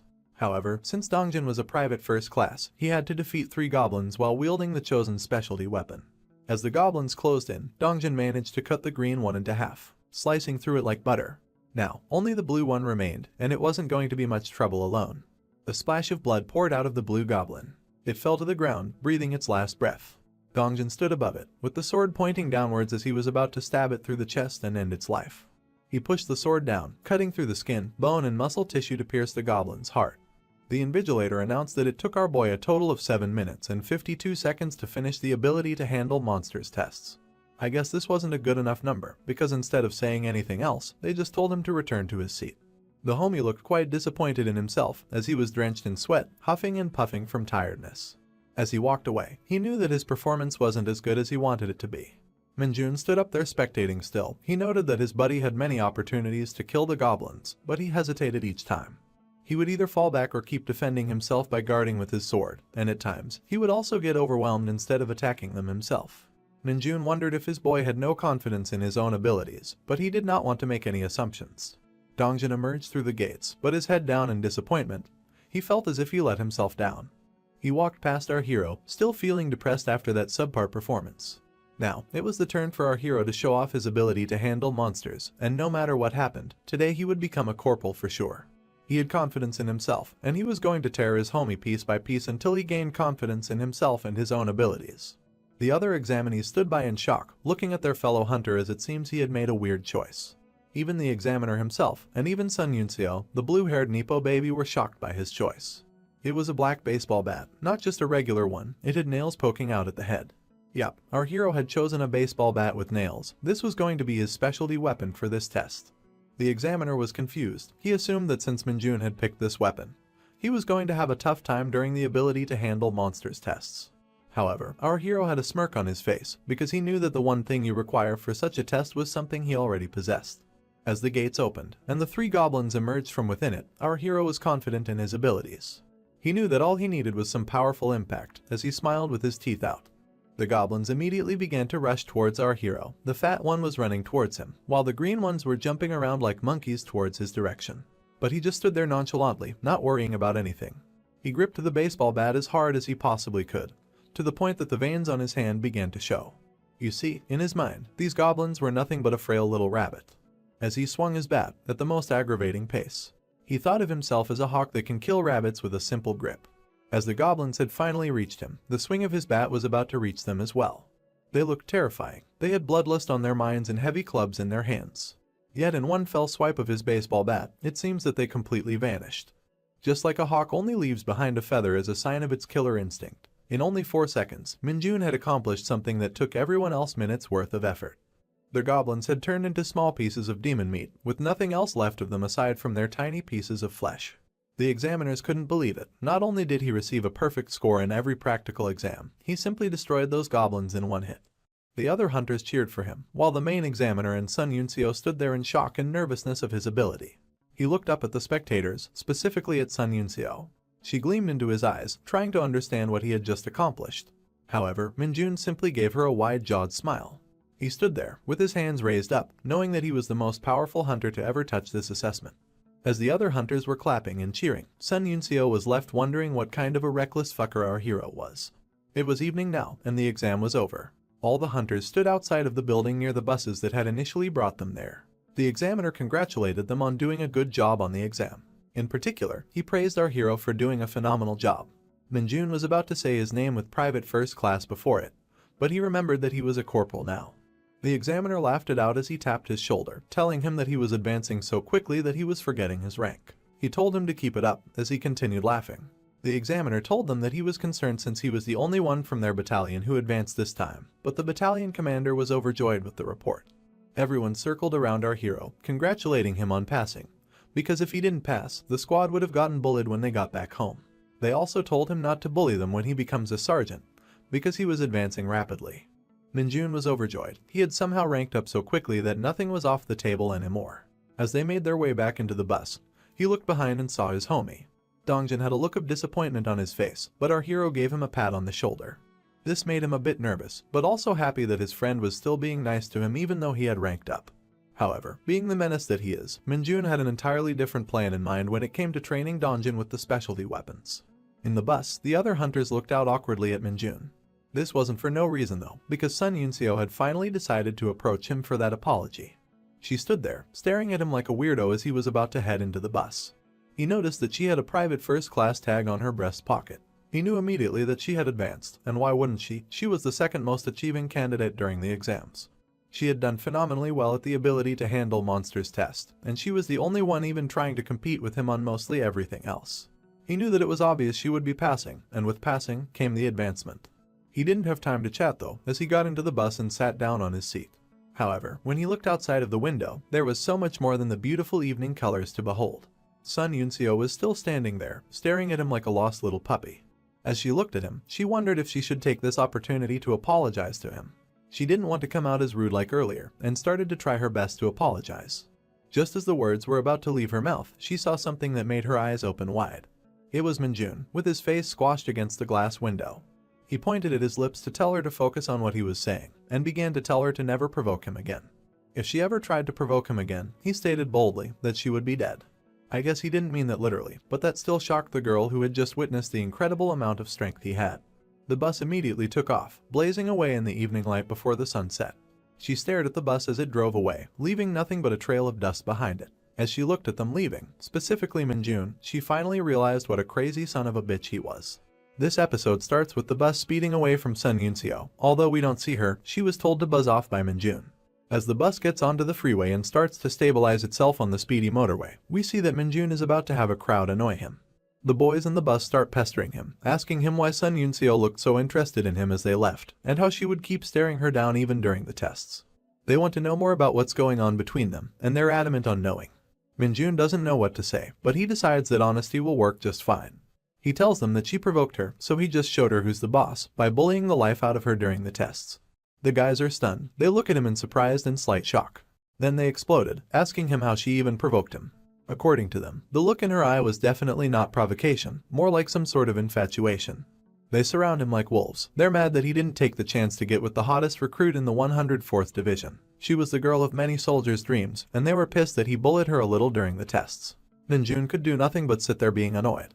He told them straight up that she wasn't his dream girl, which annoyed the others. However, their curiosity was more empowering, and they asked him if not her, then who his dream girl actually was. He told them that it was someone named Lumi. The guys were confused. Who the fuck was Lumi? Minjun, give us the tasty deets about this whole situation. Lumi resurfaced in Minjun's memory, the most beautiful woman in the entirety of Dungeon Power Fighter, her beauty unlike any other that Minjun had seen. He was surprised that the others didn't know about Lumi, and he asked them about it. They had an expression of annoyance on their face when they realized who Minjun was talking about. I guess they didn't agree. They knew who Lumi was, but they probably didn't understand his obsession with her. It didn't matter though. These were fruitless conversations because they were on their way back to the training center, where life would go back to normality with no girls in sight. They were back home, back at the training center, and it seems that celebrations were in order. We see empty boxes full of bones. It was apparent that this was a chicken wing party, which reminds me that I should probably eat something, because I've been so busy keeping the channel alive for you guys that I didn't even think about eating. The boys are having the time of their life. The food was hella yummy and they were munching away like monsters. Just when they thought that the food was over, the lieutenant brought even more for them all. He told them that they could eat as much as they wanted today. Redhead and his lackey were pleasantly surprised by the lieutenant's attitude, guessing that he was probably extremely happy about something. The lackey looked back and gave Minjun a thumbs up, thanking him for the meal as he assumed that all of this was because of him. Redhead smiled at Minjun with excitement, surprised by the fact that Minjun already had 3 stars. He told him that he knew Minjun had the potential to become sergeant soon. Minjun didn't say anything. He just kept chugging on his Pepsi. Suddenly, someone entered the room, but would this disrupt the party? It turns out that it won't, because it was Lee Seung-ho holding a big-ass crate of beer. The party was just getting started, as he asked all members of the second squad to gather in the lounge. The second squad boys agreed immediately, while others wondered what was even going on. Lee Seung-ho explained that after he gave the report to the administration about the squad dinner, it was like Christmas had come early. He talked about Minjun's perfect score in the advancement exam in that report, so while Minjun was drinking his soda, he was about to get treated for it. Redhead and Lackey both saw the crate that Lee Seung-ho was holding, and immediately got greedy for it. I mean, it's alcohol in a soldier's camp, everybody's bound to want a taste. Lee Seung-ho is a brash person as always, because he tells the 2 idiots to fuck off. The drinks weren't for them, they were for Minjun and the second squad. The whole room was pissed at them as they left, hoping they choke on the beer and cursing them. Redhead was especially pissed off. He thought that Lee already knew about Minjun's prowess, which is why he put Minjun in his squad right after he had been transferred here. He might be right, but it didn't matter, he wasn't getting shit-faced tonight either way. The day had been quite celebratory, but finally it was night, and the full moon had bloomed to light the entire HQ. The streetlights were lighting the areas within the HQ as our hero decided to take a nighttime stroll. He walked right to the back of the building and looked around to make sure he was truly alone. He cleared his throat, readying himself to say something. "Emerge," he said, and gestured his hand to let some of that demonic energy manifest from it. The puppet began to form out of the dark demonic energy as Minjun held his hand up high. There it was. The little guy looked so adorable, it was like something from a Gritsuko came to life. Minjun looked into its eyes and asked it how it had been. The little guy was happy to be summoned and started to play around with the fly. Minjun was a bit concerned when he had initially realized how harmless the puppet looked, but he had come up with a good way to make it more appealing. He didn't need the puppet to be an assassin, for the time being. He had an entirely different role for this little bugger. As Minjun told the little guy that he would be gathering information, like a secret agent in the shadows, the puppet disregarded the news even though it heard what its master had said. It was just too busy fucking around with the fly. Suddenly, Minjun heard someone's loud and annoyed voice in the background, and he turned his head while Tiny got startled. He told the puppet, "We'll call him Tiny from now, to stop dicking around and follow anyone who seems high-ranking." He wanted Tiny to gather information about any sort of unusual occurrences, especially if those unusual occurrences are related to demonic energy. Tiny put his hand out, asking his master for something in return for his loyalty, perhaps. Minjun realized that he was simply asking for permission to go, so he formed a small vortex of demonic energy in his hand as he approached his minion. He handed off the small vortex to Tiny, and the puppet took it like a champ. He immediately started dashing away into the opposite direction once he got a hold of the demonic energy. Meanwhile, Minjun was softly yelling at him to be cautious and not get caught. As Tiny ran off all excitedly, Minjun stood there feeling hella anxious. He was worried about what the consequences would be if someone saw him. But it didn't matter for the time being, because in that case, the whole squad would go into a state of emergency anyways.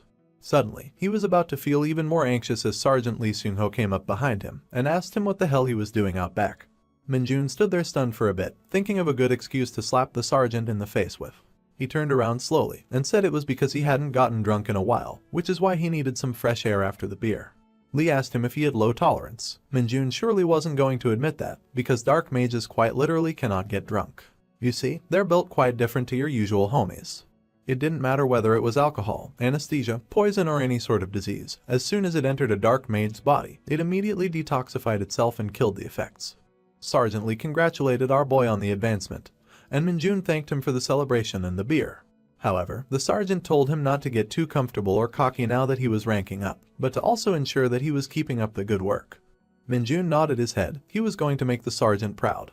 Lee Seung-ho left Minjun to it, letting him take in the fresh air, but he reminded him that since his tolerance isn't low, he shouldn't linger outside for too long and to join the squad as soon as possible, because the guys were going to wrap up the beer by themselves otherwise.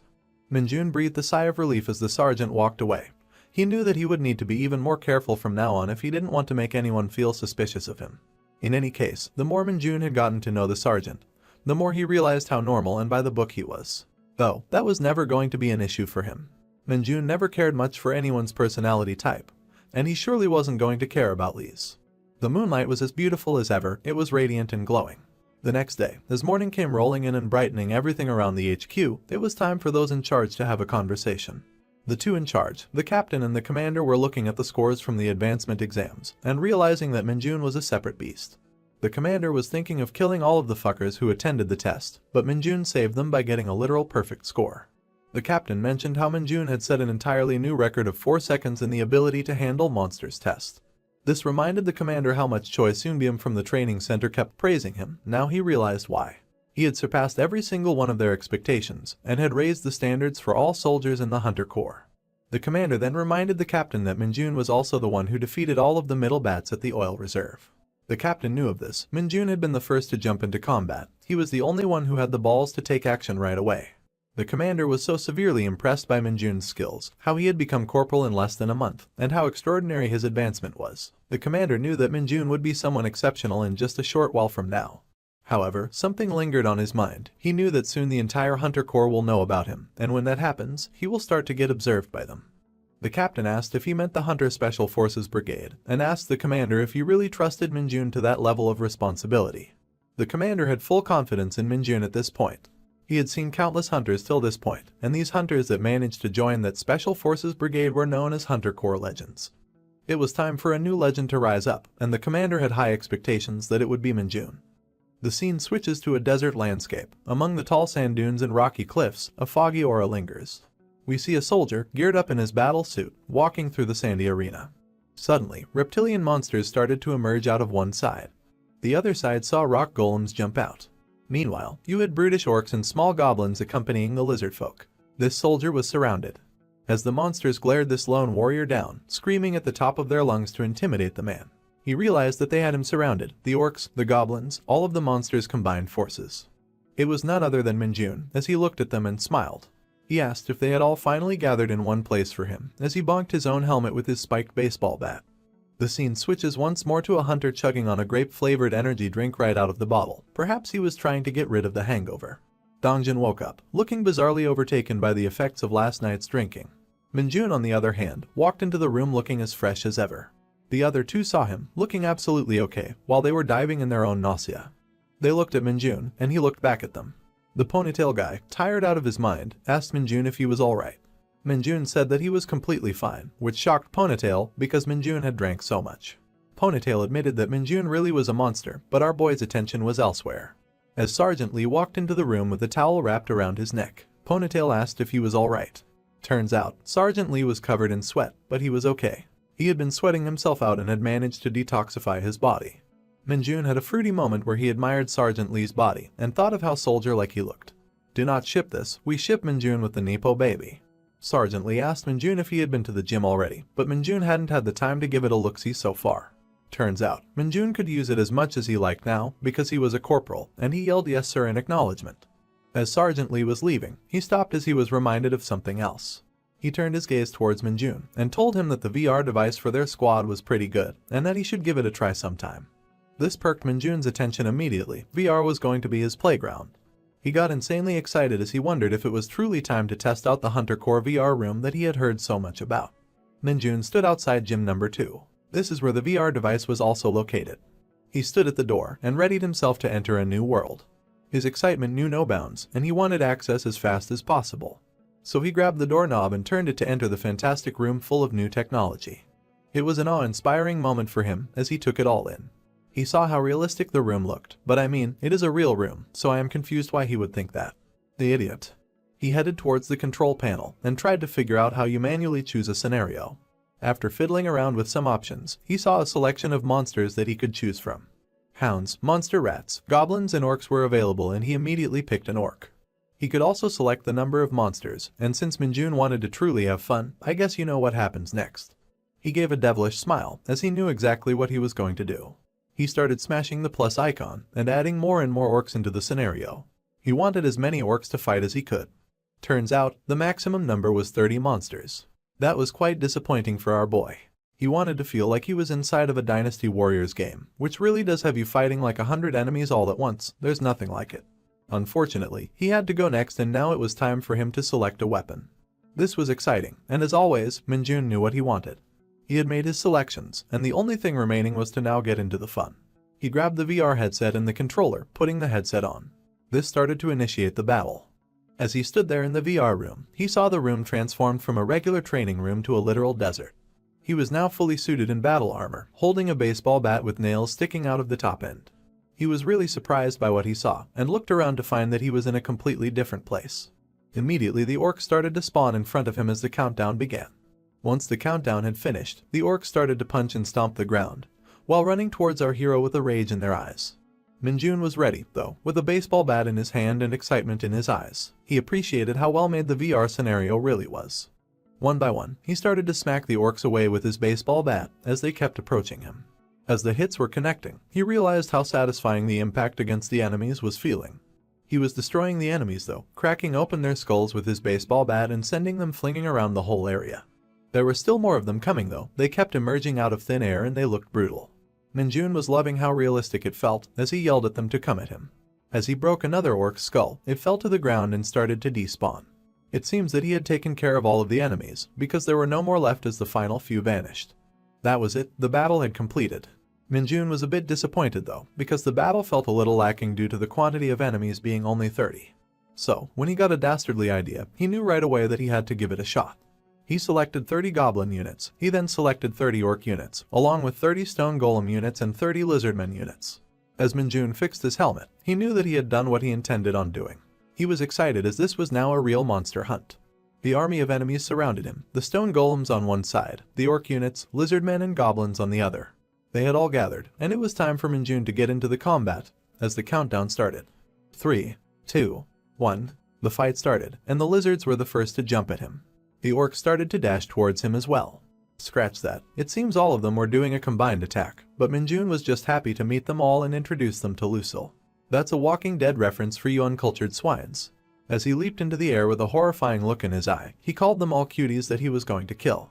The first blow landed on an orc, destroying its skull in its entirety. Right after, he gave a stone golem a real beating with his bat while the orc was throwing up blood. The lizards were not going to stay safe either, their long faces were getting smashed to shit. Don't even ask about the goblins, those guys simply never stood a chance. As a goblin pounced at our hero after he had took down the stone golem, Minjun dodged its swipe attack. He then returned the favor by hitting the goblin right on the neck, dismantling its entire existence. As he beat up the goblin to kingdom fuck, the other monsters were shocked by the sheer might of this warrior. The fight lasted several minutes, but it was clear that these monsters stood no chance against our hero. Soon after, the only one remainder was a lizard who got hit in the face really hard. Poor bastard. And that was it. When that lizard hit the ground, it was game over for the monsters. He stood around a sea of bodies, different types of monsters all lay beneath his feet. The battle had completed, and Minjun had won with pure ease. He tapped his helmet, so that he could get himself out of the virtual reality experience, and the simulation began to terminate. He was out, but he had a lot of fun doing that. As he took the helmet off, faced with reality again, he proclaimed how insanely fun that was as an experience. Minjun liked it so much that he claimed that this was the best thing after Dungeon Power Fighter. Suddenly a notification window popped up, and notified him that a skill called Basic Blunt Weapon Handling had been created. Minjun was a bit surprised as he looked into this. His proficiency with linked weapons had increased, and he wondered if it was this easily done. He was pleasantly surprised now, having skills was always a bonus. He had never even anticipated weapon skills, so this was a good thing to find out.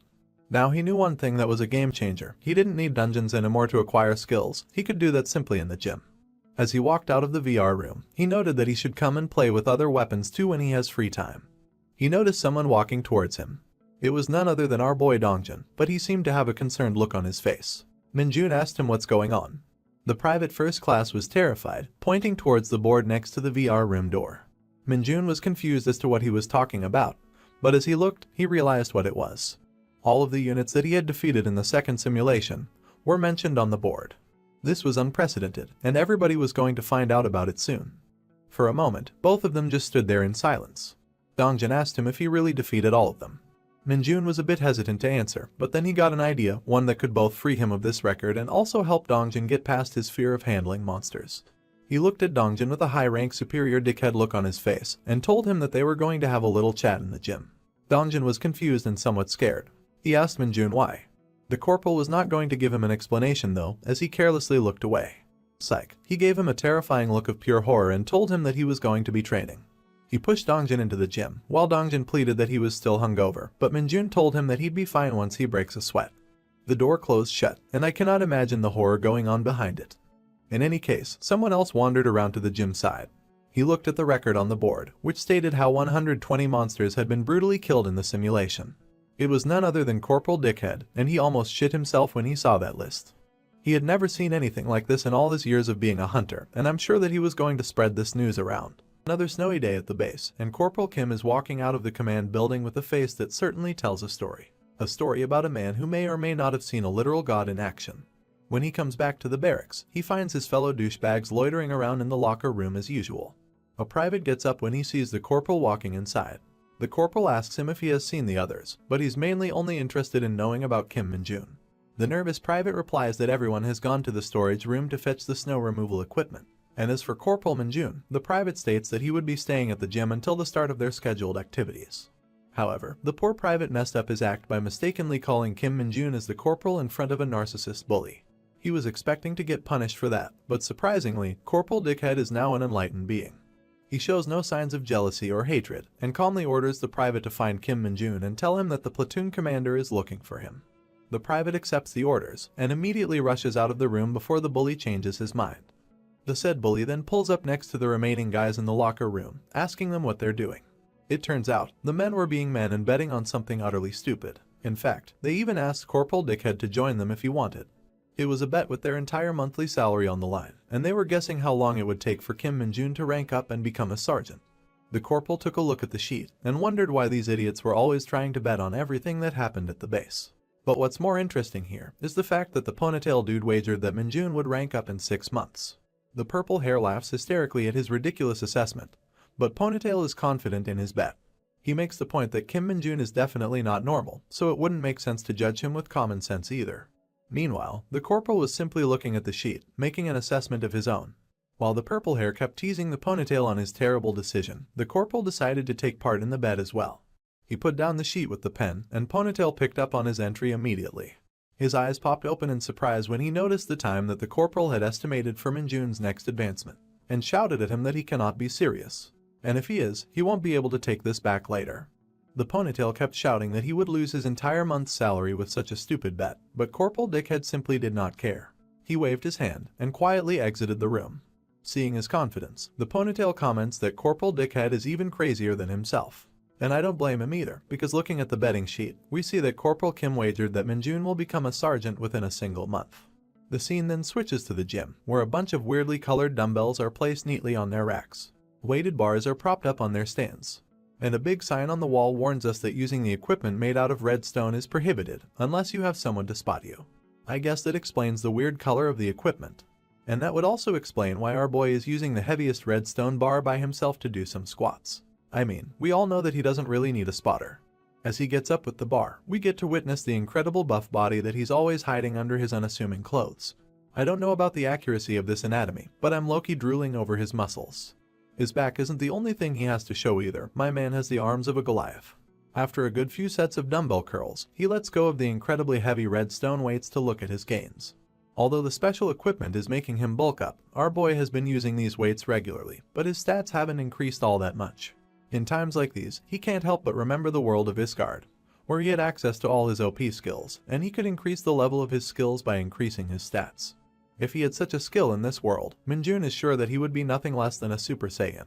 But for now, he has to put up with the slow increase rate of his stats. But this is when a notification window pops up, and our hero lays his eyes upon something really interesting. A new E-ranked skill called Power has been created, and it has immediately increased his strength stat by 5 points. It looks like a really crappy and basic skill at first, but Minjun is just happy to gain something new, because he can rank it up with time anyway. Meanwhile, the private who was sent to fetch him has arrived at the door. He salutes the corporal with a stiff and nervous expression, and relays the information that the platoon commander is looking for him in his office. Minjun, drunk with the reward of just unlocking a new skill, looks back with his sparkly eyes, thanking the private and agreeing to see the commander. There's nothing else for the private to say here, but he's left truly confused at Minjun's weird as fuck expression. While our boy happily gets dressed to go and see the commander, the poor private is left wondering if everyone in the base has gone crazy without him knowing. The next thing we know, we find ourselves at the administrative office in the main building, where Kim Minjun walks in, saluting the platoon commander and confirming that he's here to see him as requested. The platoon commander sees our hero and waves his hand with excitement. I guess he was looking forward to their meeting. As Minjun comes closer, the commander gets up from his seat, letting him know that it wasn't anything serious, and they can continue the conversation in the counseling office. As he points towards the counseling office where they're headed, he asks Minjun about his life as a corporal, because it has already been a week since he attained his new rank. Minjun replies that he's having a great time, and congratulates the platoon commander on his advancement as well. That puts a sparkly smile on the commander's face, because I guess he was pretty excited about the whole thing. He takes the compliment, and replies that his advancement was only thanks to Minjun, because he took care of that incident with the middle bats. As the two take their seats, the commander once again thanks our boy for his excellent contributions, and Minjun replies that he only performed his duties. The platoon commander then hands out the file he had been holding this entire time, and explains that this was the reason he called Minjun to the office. As the platoon commander explains, this was something given out to Minjun by the battalion commander, who acknowledged his achievements regarding the incident with the middle bats, and also the fact that he obtained a perfect score on his advancement exam. We see that the file was actually an award of excellence for our hero. The platoon commander apologizes for giving it out so casually, but assures him that this award will definitely go down as a big achievement in Minjun's military life. Hearing that, our boy's ears perk up once again. If he can rack up such achievements, he asks with his signature sparkling eyes if they can be used to grant him further exceptions. Of course, the platoon commander isn't sure of that either. He tells the new corporal that such awards aren't easy to obtain, and very few people have been able to obtain them as early as Minjun. Not to mention, even fewer people have actually managed to get multiple awards of excellence. But none of that can discourage our excited puppy. Instead, he asks his senior that if he can get 10 of these rewards, will he be able to advance to the next rank faster. He keeps making up some fantasy scenarios in his mind on how he can get even more time to play his favorite games, and the commander is just sitting there silently, wondering if Minjun thinks that these awards are given out like coupon codes for Amazon. Anyway, a few days pass by, and we're now standing in front of an underpass where a dungeon gate is open, and the commanders are briefing the units about their mission. The platoon commander explains that their platoon has been assigned to clear this dungeon, and we see a lot of familiar faces while he further entails that if everyone completes their job like they were trained, he is confident that everyone will walk out of the dungeon without any injuries. He lets everyone know that they should already be familiar with the type of dungeon they're about to enter, while Sergeant First Class Kim Minji puts down a crate of necessary supplies for all units. Everyone from the platoon makes a disgusted as fuck face as they lay their eyes upon the crate of supplies, and they do it for good reason. You see, as the platoon commander takes out a face mask from the crate, we get to know that the dungeon they're about to enter is called the Monster Rat Nest. In other words, the literal sewers. Soon after, we find ourselves inside the sewer dungeon, where the units are splashing through the disgusting and toxic waters. At the back, we have our trio of Corporal Kim Minjun, Corporal Ponytail, and our best friend, Private First Class Lee Dongjun. As the three complain about the rotting stench of these sewers, we see that Sergeant Lee and the second platoon commander Kim Chialman are the ones in the lead, while Sergeant First Class Kim Minji and the privates follow our main group from behind. Let me tell you a little bit about this place. You see, the Monster Rat Nest Dungeon, that's referred to as the sewers inside the Hunter Corps, isn't categorized as highly dangerous. However, it usually spawns more than 200 monster rats, and the narrow environment of the tunnels restricts the usage of firearms, which makes it a fairly complicated dungeon. Sergeant Lee puts up his fist to signal to the platoon commander, letting him know that they're about to step foot into dangerous territory. The commander passes on the warning to Lee Dongjun and the people behind him, and we see that our group now stands in a rather open clearing inside the dungeon. Sergeant Lee points out that this open area has only 2 entrances, so they should lure the monsters to this place to wipe them out. As you can see from this little mini-map, the platoon has entered from the left, and the only other entrance to the area is directly in the opposite direction. The platoon commander agrees Sergeant Lee's plan, and signals the remaining units to start preparing the bait. We get an aerial view of the platoon, as we see someone approaching the commander with the crate that contains the bait to lure out the monsters. The man who brought the crate is a private first class from the same platoon, and the mere stench oozing out from the close box is making Corporal Ponytail uncomfortable. I don't blame him either, because the dungeon's disgusting odor, coupled with the special gas masks from the Hunter Corps, makes an environment where the hunters can't perform to their full potential. It also doesn't help that while the platoon commander tries to take out the bait, the crate is literally oozing with an ominous and disgusting feeling. And as it turns out, the bait was actually a rotting banana, which stinks worse than the farts of that one disgusting uncle in all your social gatherings. The thing is actually so bad that the author had to censor it for your viewing pleasure. Kim Minjun and Corporal Ponytail reel from the sight of that bait, as Ponytail comments that it's no wonder the rat monsters smell so horrible. If they only eat disgusting shit like this, it wouldn't be possible for them to smell any better. In any case, upon the commands of the platoon commander, everyone starts moving to plant the baits in every corner of the cave. But this is when something odd catches the commander's attention. As he steps forward towards a corner, his foot comes into contact with an ominous pile of bones. The commander reels back from the shock when his eyes witness the next scene, which truly makes him confused. Not only was the entire floor covered in bones, there was something odd about the bones themselves. You see, upon a close look, you can tell that these bones actually belong to the monster rats that they have come here to exterminate in the first place. When the platoon commander notices the same, and bends over to inspect the scene, Purple Hair yells out that a swarm of monster rats is coming their way from the second entrance. Seeing the battle approaching, the platoon commander quickly changes priorities to command all his units to assume their respective formations. The shield unit steps forward in unison to guard the attack unit from any ambush. We see that Sergeant First Class Kim Minji is the one handling the shield bros, and the platoon commander is giving out orders to the attacking hunters who will directly face the enemies. Corporal Ponytail and Purple Hair start betting with each other on who will kill the most monsters, and I'm really starting to feel like these two have an addiction. Sergeant Lee warns the idiots to not let their guards down, but Ponytail ignores the warning and asks him to join them on the bet as well. Strangely enough, that puts a smile on Sergeant Lee's face, because the idiot energy is a good source to lighten up the mood in such a tense situation. Meanwhile, Minjun is only focused on the task ahead.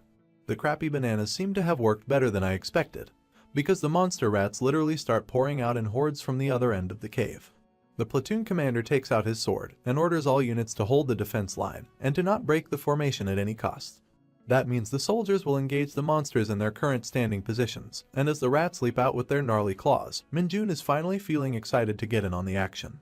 Purple Hair managed to slice off the head of a monster rat in a single strike, and Ponytail manages to kill off 3 at once with his dual-wielding weapons. Sergeant Lee is always a cut above the rest, and easily manages to incapacitate his side of the monsters with his iron knuckles. Minjun is having fun observing these people from the sidelines, probably making a tier list of reliable comrades in his head. Two more people stand out from the rest, and these are the sergeants of the second platoon. One of them is Sergeant Kim Jeongti with his war hammer, and the other is Sergeant Cho Taewook with his exceptional skill in dual-wielding katanas. Surprisingly, even the previously known Corporal Dickhead is pulling his weight excellently by handling several monsters at once. While Kim was paying special attention to the corporal who had previously shown rather pathetic attempts to bully him, he gets jumped by a gang of 3 skeevers. However, these puny monsters aren't even worth our hero's attention, as he keeps looking away, but somehow still manages to club the rats exactly in the face. In fact, the single swing of his club was so fast and powerful that all 3 buddies ended up losing their heads in the blink of an eye. Despite all of this, some monster rats were managing to slip under the feet of the fighting soldiers. But of course, there's a last line of defense, waiting to intercept these pesky little intruders. Sergeant First Class Kim Minji and the platoon commander himself are ones handling the outliers, and as long as they stand, none of these monsters will manage to lay their claws on the shield bros who are watching the other entrance. As you would guess, these guys haven't escaped Minjun's eyes either, and while he continues to play whack-a-mole with his monsters, he notes that the wide area that the 2 top-ranking officers of the platoon are covering is the testament to the fact that you can't advance in rank unless you have the ability. But then, he finally lays his eyes upon the last man who keeps surprising him on multiple occasions. This man is slicing off the rats with his weird cross-patterned swordsmanship, and he's none other than our homie, Lee Dongjun. Minjun had been taking special care of Dongjun for a while now, and seeing the results of his friend's special training put a smile on his face. He's not the only one to notice the improvements in Lee Dongjun either. Sergeant Lee is also smiling from the back after seeing his incredible potential. As someone calls for extra hands on their side, Dongjun is the one to answer their call, and right behind him, Corporal Purple Hair and Dickhead are still busy chopping up the rats. After slicing off the monster, Corporal Dickhead takes a moment to stare blankly in the direction of our hero and Dongjun, probably wondering if Minjun can make him stronger as well. However, this is not the time to be thinking about such unrelated stuff, so he swings his sword to wipe the blood off his weapon, and gets ready to face the remaining enemies. And just as the rat corpses were piling up in the middle, the shield bros notice something going horribly wrong in the rear. It's a fresh horde of the monster rats, and they're coming from the rear entrance which the shield bros were stationed to cover. The platoon commander hears the signal from the privates, and warns everyone to get ready for monster wave number 2. He then immediately takes action and commands the 1st and 4th squads to deal with the monsters in the rear, while simultaneously ordering the privates to back off using their shields, and to not engage in battle by themselves. The corporals of the 4th squad arrive for help quickly, and promptly get busy chopping up the rat bastards with their various melee weapons. After a lot of slicing and dicing, and a swarm of dead monster rats on the floor, some of the soldiers start taking it easy, as they notice that the enemies have almost completely been wiped out. However, our boy Minjun notices something odd. His senses focus on a surge of demonic energy in the air, and he immediately starts looking around to confirm his suspicions. He didn't notice anything earlier due to the gas masks, but as he pays more attention, he can definitely sense a lot of demonic energy, and it can all be traced to a mound under Corporal Dickhead's feet. And just as Minjun notices that, the mound in question starts to break up. Our hero warns the soldier that a terrible monster is about to emerge from the ground, and as Corporal Dickhead looks below his feet, he knows he's fucked. The entire ground blows up in a massive column of dust and debris, and all the soldiers around the area fall backwards from the force of the impact. The platoon commander almost loses his shit when he witnesses the thing that emerges from the ground. This thing is an enormous mutated rat, and its existence in this dungeon would classify it as an irregular monster. Apart from the signature front teeth of a rat, this anomaly also has a pair of huge fangs on the side, and an extra pair of eyes that's glowing with an ominous purple color. It finally clicks with the platoon commander that the monster rat bones he saw earlier must be the doing of this irregular. It must be feeding on other monsters to fill its stomach. But while his assessment of the situation is important, a much bigger problem lies bare in front of the commander. The humongous mutated rat is staring down at its prey, and the food in question is none other than Corporal Dickhead, who was unlucky enough to get knocked over by the impact when the monster emerged. The creature is baring its teeth at the corporal, and he's currently too defenseless to do anything about it. And you can't blame him either, because even the platoon commander is paralyzed with fear after looking at the unholy creation in front of him. He wants to help the corporal, but his body is frozen in place. Sergeant First Class Kim Minji is also too far away to help in time, so the only thing he can do is shout at Corporal Dickhead to get up and run. Unfortunately for everyone, this man has totally soiled his pants, and running is the last thing his noodled legs are currently able to do. There's no time for him to take any action either, because the irregular monster has finally decided to swing down at him with its razor-sharp claws. Thinking that his life had come to an end, the corporal tries to shield himself one last time by putting up his hands and closing his eyes. You would think that Kim Min-jun would come to save the day, but the one who approaches the scene first is someone with a sword. The irregular rat's claw comes down on the soldier like a meteor, and although the helping soldier manages to deflect the blow, his own weapon gets knocked out from his hand. As the sword flies behind him, we see that the soldier who came to help was Lee Dongjin, and he's now holding firmly onto the shoulder of the corporal. Corporal Dickhead looks back at Dongjin in disbelief, still thinking about the fact that he's not dead. However, Dongjin rushes him to get up and start running before the monster attacks again. And just as they feared, the spawn of hell is now angry, shrieking out waves of terror with its abnormally large body. But while the platoon commander was shouting and fearing for the life of his men, it was finally time for our boy Min-jun to jump into the field. With his shield in his hand, the hero jumps high up into the air to mount the back of the monster, while the same monster is busy cornering its prey on the ground.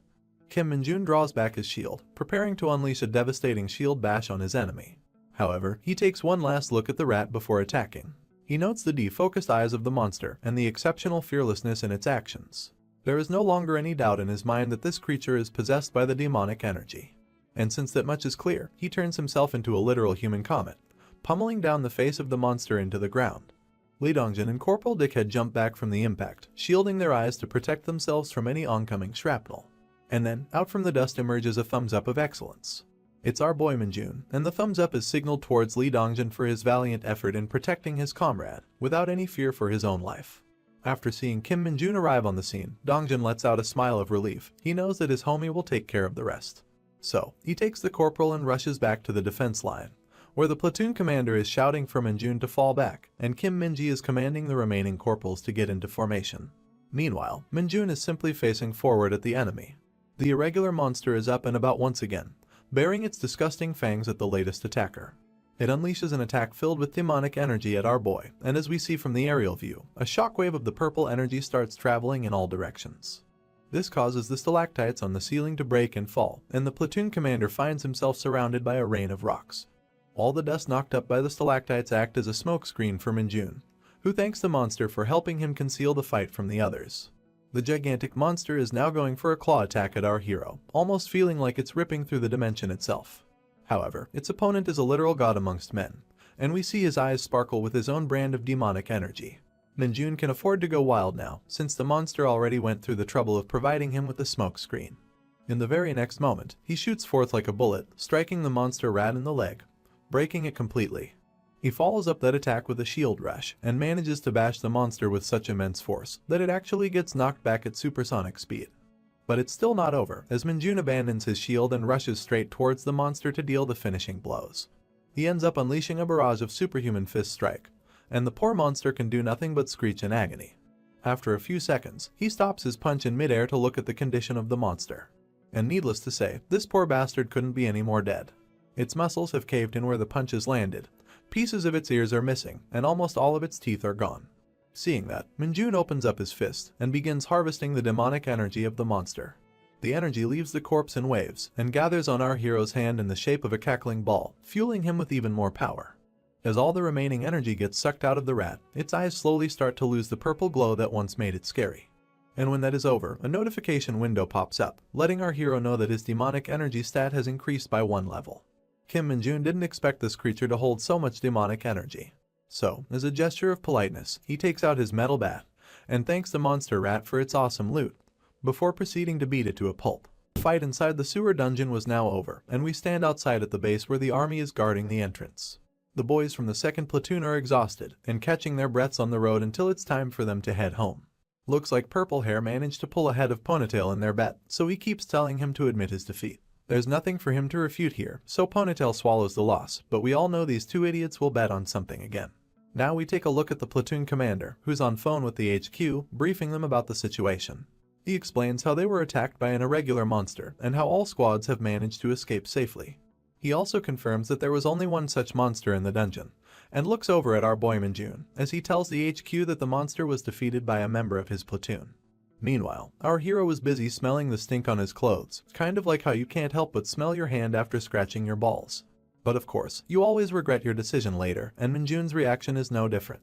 At least the commander is being more useful, and requesting for reinforcement task force in the meantime. While Minjun tries to dust off the stink from his uniform, someone approaches him to complain that they never find anything normal on the front lines.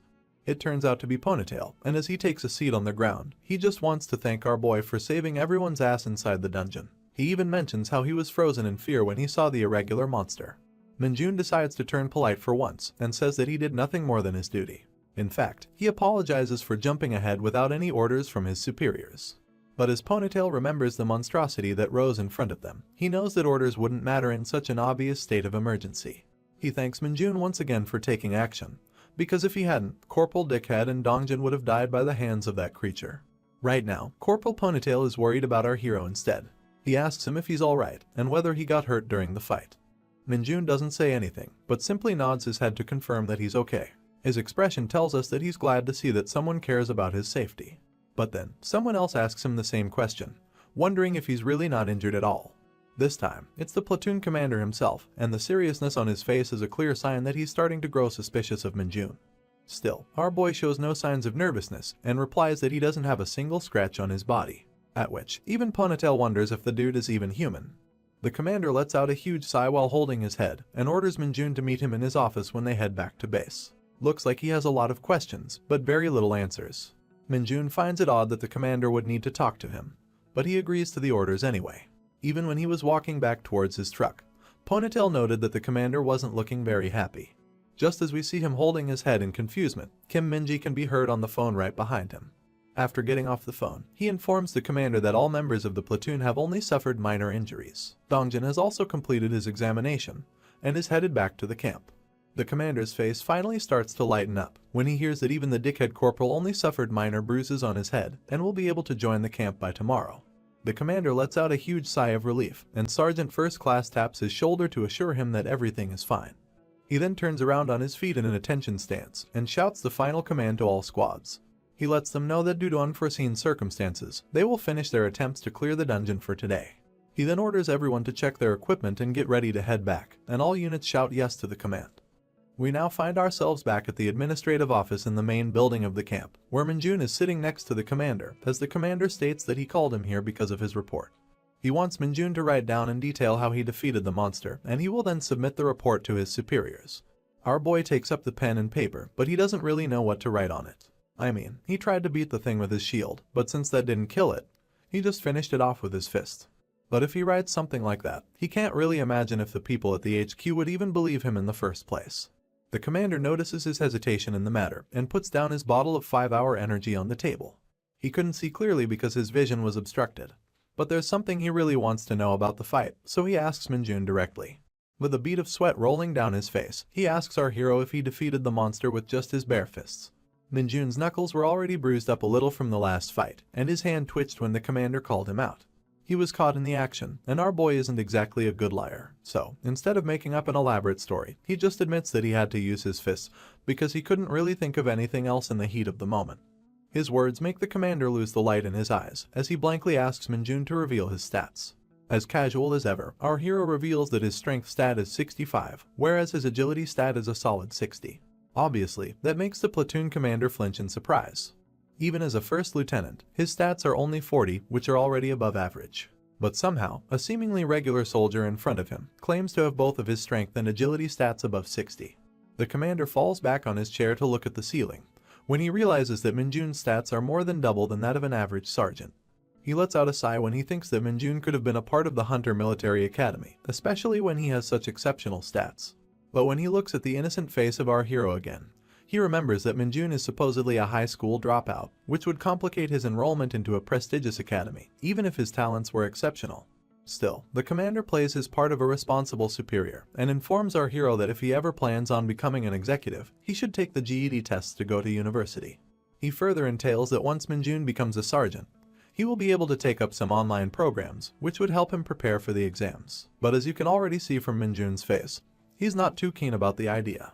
He scratches his cheeks in awkwardness and admits to the commander that he has never liked studying. If he can rank up with just his achievements, that alone is enough to satisfy him. Hearing that, the commander lets out a pleasant exhale. He gets comfortable in his chair and tells Minjun that he won't force him if he's not comfortable, but if he ever changes his mind, he would always let him know. In the end, I guess he's happy to know that Minjun would be staying in his platoon.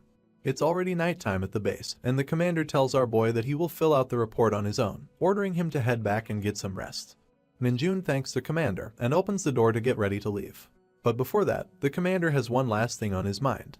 He stares at his cap, which bears the insignia of the first lieutenant, and realizes the rank difference between himself and a corporal. So, he stops Minjun one last time before he exits the room. He tells him that if it weren't for him, it's possible that the entire platoon would have been wiped out by that monster. He remembers the horror of facing that creature in front of him, and mentions how he was frozen solid, not able to do anything. In the end, he thanks Minjun from the bottom of his heart. As his direct superior, he felt that he should be the one to acknowledge his achievement first. Once again, Kim Minjun smiles at Commander and humbly replies that he only did what he had to do. That puts a big smile on the commander's face. He couldn't be happier to have someone so reliable under his command. But of course, as our boy walks out of the office, we know that he's not such a simple person. It's true that he only did what he felt like doing, but the reason behind his actions wasn't the safety of his comrades. In fact, his only real priority was to obtain the demonic energy and to build up his achievements so he can keep ranking up. And speaking of his comrades, he comes across an unexpected face which kills his excitement. Kim Minjun, Lee Dongjun, and Corporal Dickhead stand face to face in the hallway, and we see that the former bully is still bandaged up after his encounter in the dungeon. It seems like the corporal wants to join Lee Dongjun's special training program under our hero's guidance, but Minjun doesn't look the least bit happy to hear that. On the other hand, the corporal is literally sweating like a pig, unable to hide his embarrassment, but still willing to become our hero's student. As Dongjun stands nervously next to the two, Minjun starts asking a bunch of questions. Firstly, he's confused how the dickhead even came to know about the special training. And secondly, as he points his finger directly at the former bully, he wants to know why he wants to train with them when he hasn't even recovered from his injuries. The bully thinks back to the time in the sewer dungeon, where Dongjun was fighting unlike ever before. He had an unwavering resolve in his eyes, and he showed no hesitation in the face of danger. Lastly, he was the only one who came to save him from the monster's attack, when everyone else was frozen with fear. Given all of that, the bully nervously replies that Lee Dongjun has grown a lot in a short period of time, and it must be thanks to Minjun's special training. He tries to be more honest, but his pride as the former bully won't let him.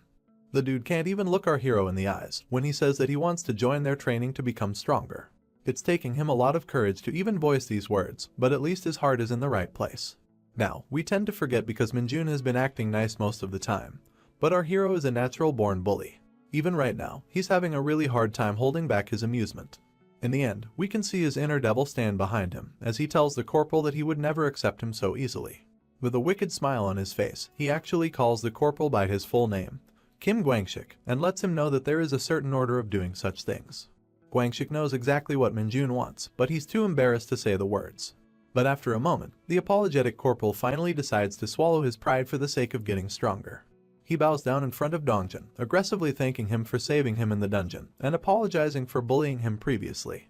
Of course, our boy couldn't be happier to see this, but Dongjun is starting to get nervous because he is a junior. The corporal finally becomes fully sincere, and apologizes once again for all his previous actions. He states that he is serious about training alongside Dongjun, and reveals that he would like to become a non-commissioned officer due to some personal circumstances. Since Dongjun is such a sympathizing homie, he turns to Minjun, telling him that he doesn't mind if the corporal joins them in their training. But of course, Minjun doesn't share the same feelings. He stays silent for a while, which starts to confuse Dongjun. And then, he finally opens his mouth in an ominous fashion. He replies that he's not fine with taking in the corporal, which comes as a surprise to both men. Gwangshik feels dejected, but he understands that Minjun wouldn't be comfortable around him due to his past actions. So, he just thanks the two for saving his life in the dungeon, and promises to never bother them again. He then turns around to leave with his slumped shoulders. The dude looks like he will never recover from his emotional damage.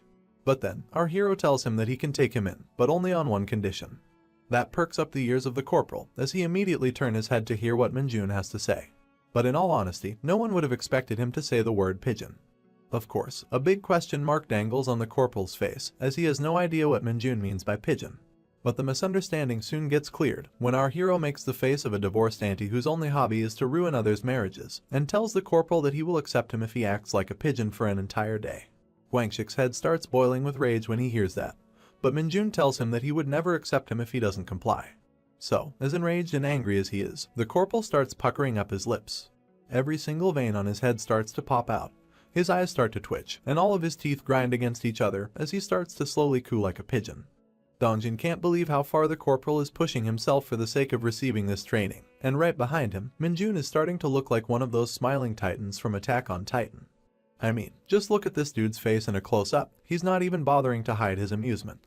At this point, I'm not even sure he's supposed to be the hero or the villain. The scene then switches to a beautiful night, a fantasy-like cathedral, and 2 full moons in the starry sky. It's pretty clear that we're now in the world of Isgard. A creaky trolley is being pushed around, and a muscular man in a Spartan helmet is the one doing the pushing. We also see that the object on the trolley is covered in a cloth. He stops the trolley just before reaching a woman in white clothes, and when the said woman thanks the muscular Spartan for his good work, we get a proper look of her familiar back. This woman is none other than the Saintess that we haven't seen since episode 1. The Spartan man just stares silently at the Saintess, with his battle-hardened scars clearly visible under the moonlight. The Saintess turns around, expecting to hear a response from the Spartan warrior. But when he says nothing, she asks him directly if there's something he wishes to say to her. Finally, the warrior speaks. He asks the Saintess how long she's planning to keep doing this. Hearing that, she turns around to step forward in his direction.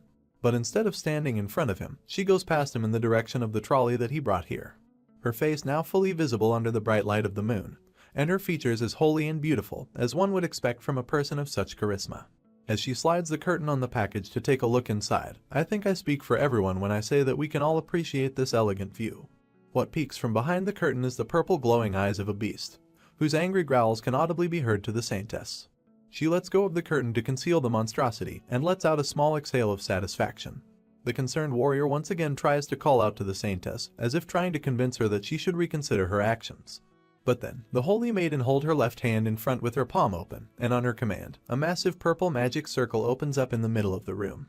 The same magic circle that was once used to transport Kim Minjun back to Earth. The circle draws the abundant magic energy from the surrounding air, and the Saintess speaks to the Spartan warrior once again. She says that she's sending another gift to the man who decided to leave them, but her next sentence makes the warrior reel back in surprise.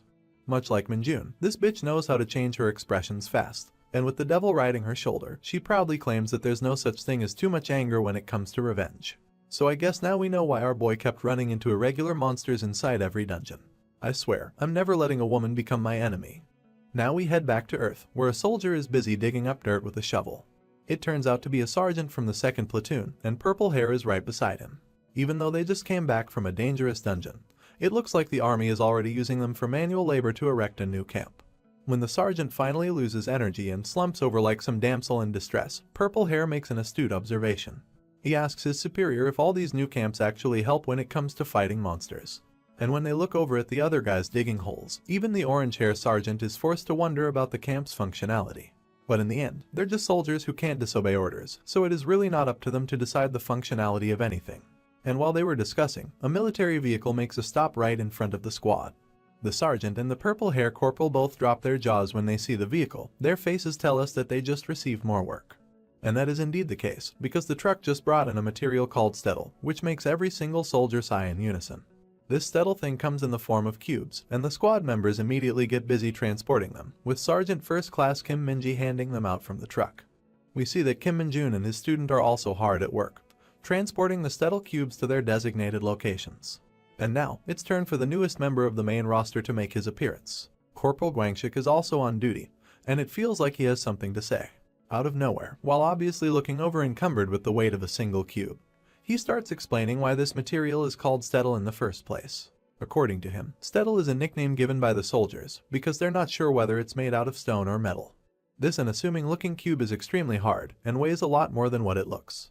Which is precisely why the military uses this material to build their camps in different areas. Guangshik was just about to explain how this material is actually extracted from certain dungeons, but then he notices our boy Minjun right next to him. Of course, this fucker is casually carrying 2 of these cubes on his shoulders, and they might as well feel like paper to him. Seeing one cube on his right shoulder and another one sitting on his left, the corporal is left stunned. But he should know better that anything is possible when it comes to Minjun. Realizing the same, the sergeant gives up on figuring out his unusual friend, and whispers to himself that he just wanted to explain a few things in case anyone was curious. I have a feeling that he'd be doing a lot of explaining in the future as well. In any case, the labor-intensive work of the soldiers continues, and each played their parts in transporting the special material to the camp. Minjun was sometimes seen carrying 4 cubes at once, which definitely surprised the others, but we're already past that point. When the truck gets emptied out, Kim Minji commands everyone to take a 10-minute break before starting again. As the tired soldiers make themselves comfortable on the road, Sergeant First Class Kim Minji approaches the platoon commander. He reports that he heard something unusual when he went to pick up the materials at the division headquarters, which immediately grabs the commander's attention. According to what Minji has heard, it would appear that a tin can dungeon has appeared somewhere in their area. As soon as the soldiers hear that, they all start losing their shit immediately. It almost feels as if they heard about the existence of a taboo. They all want to confirm that they hear correctly and start calling out to Kim Minji. All of the corporals and sergeants look scared and almost start crying out of desperation. They even start clinging to Kim Minji, begging him to let them sit out on the next raid. It looks like these guys are tired and would rather not deal with anything more troublesome. However, Minji tells them that they're still investigating the matter. Seeing the whole commotion, our hero gets confused about what's happening. Corporal Guangxik notices his confusion from across the road, and the smug look on his face tells me that he's about to start another one of his random explanations. And just as we get a zoom in on his face, his annoying chuckle confirms all of my suspicions. According to Guangxik's monologue, the tin can dungeons are quite special. Hunters refer to them as such when they meet certain criteria. Firstly, such dungeons are larger than normal. Secondly, the number and variety of monsters within these dungeons are above average. Thirdly, they neither have bosses nor any high-risk monsters inside. When all of these conditions are met, the resulting dungeon is called the Tin Can Dungeon. They are the perfect place for hunters to accumulate real battle experience, so they're often used as locations for divisional training within the military. In fact, this process has a name of its own, and according to Guangxik, it's called the Hunter Field Maneuvers. Now we all know about the importance of his explanation, but our boy Minjun is simply confused about who the corporal keeps talking to. One more look at Guangxik's empty face, and I'm telling you right now that he has officially become one of those explanation characters in manhwas. And it looks like he has realized this too, as he looks to the side and whispers that he just felt like saying shit because someone might be curious. I guess he has already accepted his new life. In any case, Minjun is a bit curious to know about the Hunter Field Maneuvers, but when he turns to the side, the desperation of other sergeants in front of Kim Minji makes him feel like he might not need that training anyway.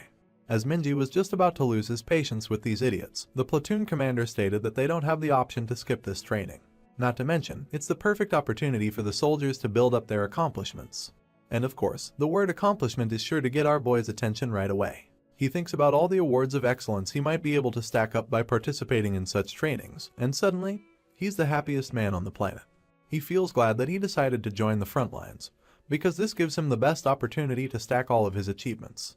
But just as he was feeling excited, he noticed a creepy face looking directly at him from inside his shadow. Minjun's excitement quickly faded to nothing, and he asked his tiny summon what the fuck it's doing here. Tiny did nothing but smile back with cuteness, and our hero stepped foot on his face to eliminate his cuteness. He squats over the little bugger to conceal its presence, and looks over at the others to check if anyone noticed. Thankfully, they were still busy whining about the training. Minjun let out a sigh of relief that no one noticed Tiny, then proceeds to place his hand on the shadow to ask why it came to see him. Thanks to the powers of his shadow summon, all the information start flowing into him at once. He sees the image of two executives of the Hunter Corps walking inside a hallway, talking about requesting reinforcements because an irregular monster has been sighted. The woman informs the man that the request was sent by the investigative team, and it was regarding the new dungeon that appeared in Yongu. The man asks if the dungeon has appeared in one of the military-operated areas, and the woman replies in affirmation. We can see from the cap in her hand that she holds the rank of a major. She entails that 2 members of the investigative team lost consciousness inside the dungeon, which is a phenomenon that has only made its appearance recently. In her opinion, they might need to clear out this dungeon as soon as possible. The man, whose face and rank remains unknown, gives no heed to the warning of the major. He commands her to let the regular soldiers handle the new dungeon, and to allocate all of their forces for the dungeons located in their own area instead. And of course, the major accepts the orders as they come. That ends the stream of information from Tiny, and Minjun comes back to reality.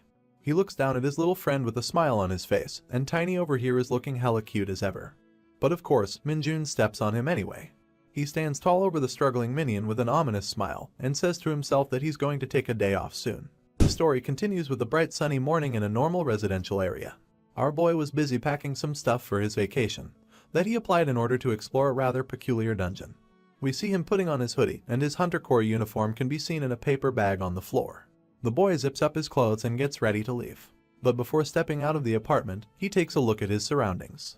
His eyes focus on a family picture, where his platoon commander can be seen with an elderly couple, most likely his parents. Going back in time for a bit, the platoon commander was a bit pleased to see that our hero was trying to take a vacation, which is also why he overworked while transporting those stettles. He comments that Minjun is really something else, and our boy's eyes sparkle as he thanks the commander. I mean, it wasn't really a compliment, but the commander is more concerned that Minjun's previous apartment is in a restricted area, and he doesn't really have a place to stay. When asked about where he spent his last day off, our boy meekly replies that he just stayed inside a PC room. The commander had figured that to be the case, so he has an alternate option in mind. He gives Minjun a key to an apartment, where he asks him to spend his day off comfortably. He explains that the apartment belongs to his parents, but since they're away on some business, it's completely empty. Minjun feels that the commander is being overcourteous, so he tries to refuse the offer. But of course, the kind superior won't let that be the case. He sighs and takes out a paper from his pocket, which contains the address of the apartment. He entails that it's a bit further from the camp, but it's still a much better place to live than a PC room. Minjun takes a look at the address, and since it's actually quite close to where he wants to go, he feels like it's not a bad place to stay.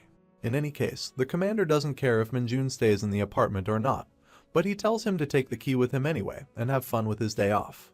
Rather awkwardly, our boy ended up accepting the offer and guessed that means that he now has a place to stay. Meanwhile, the commander was back in his office, leaning back in his chair and letting out some big sighs. He gets up to look at a certain report, which seems to be the reason he was a bit worried in the first place. You see, this report is about our hero, which states clearly that his entire family has been missing. It's rather concerning for the commander, because a person of unknown origins and unlimited potential is always a cause for concern. Regardless, he chooses to believe in his instincts, and looks the other way, hoping that Minjun would be one of the good people. And now, we come back to the family picture, which our boy is still staring at. Zipping up his hoodie completely, he takes one more glance at the commander's family, probably reminiscing something about his past. However, it is now time to go, so he puts on his hood, and slowly exits the apartment, completely ready for the adventure ahead. After traveling for a bit, our hero gets off on a bus terminal, and resumes the rest of his journey on foot. While on his way to the dungeon, he reminds himself about the details of this mission. From what his little summon managed to gather, the dungeon is supposed to be open inside a deserted school in this area. Moreover, all units are advised to stay 1 kilometer away from the gate and control the civilians. As expected, the military barricades were soon in sight, and the troops were standing on guard to stop any civilians from proceeding further. Of course, our hero isn't a normal civilian, so you can see him sneaking off through the roofs above. After a few hops and some parkour, he lands in an alleyway, completely behind the defense line of the military. He eventually finds himself behind an electric pole, seemingly staring at his target. And there it was, the special dungeon gate in its full glory. Since all units were ordered to maintain their distance, there was no other human in sight. Pulling down his hood even further and heading towards the dungeon, Minjun wonders about the kind of monster he will find inside. But he finds it a bit annoying that Tiny the Shadow Summon returned without completing its duty. It could have waited to identify the monster as well. In any case, as our boy calmly steps foot inside the cackling gate, he tells himself that he can simply choose to run if things get too dangerous. And then, a notification informs him that he has entered the dungeon. It's nighttime inside the dungeon's space, and you can see a lot of dead trees around. As usual, Minjun trudges through the terrain without a single care in the world. But as he passes through the forest, he notes that the area is quite humid. Eventually, he comes to a stop as his eyes lay upon something peculiar.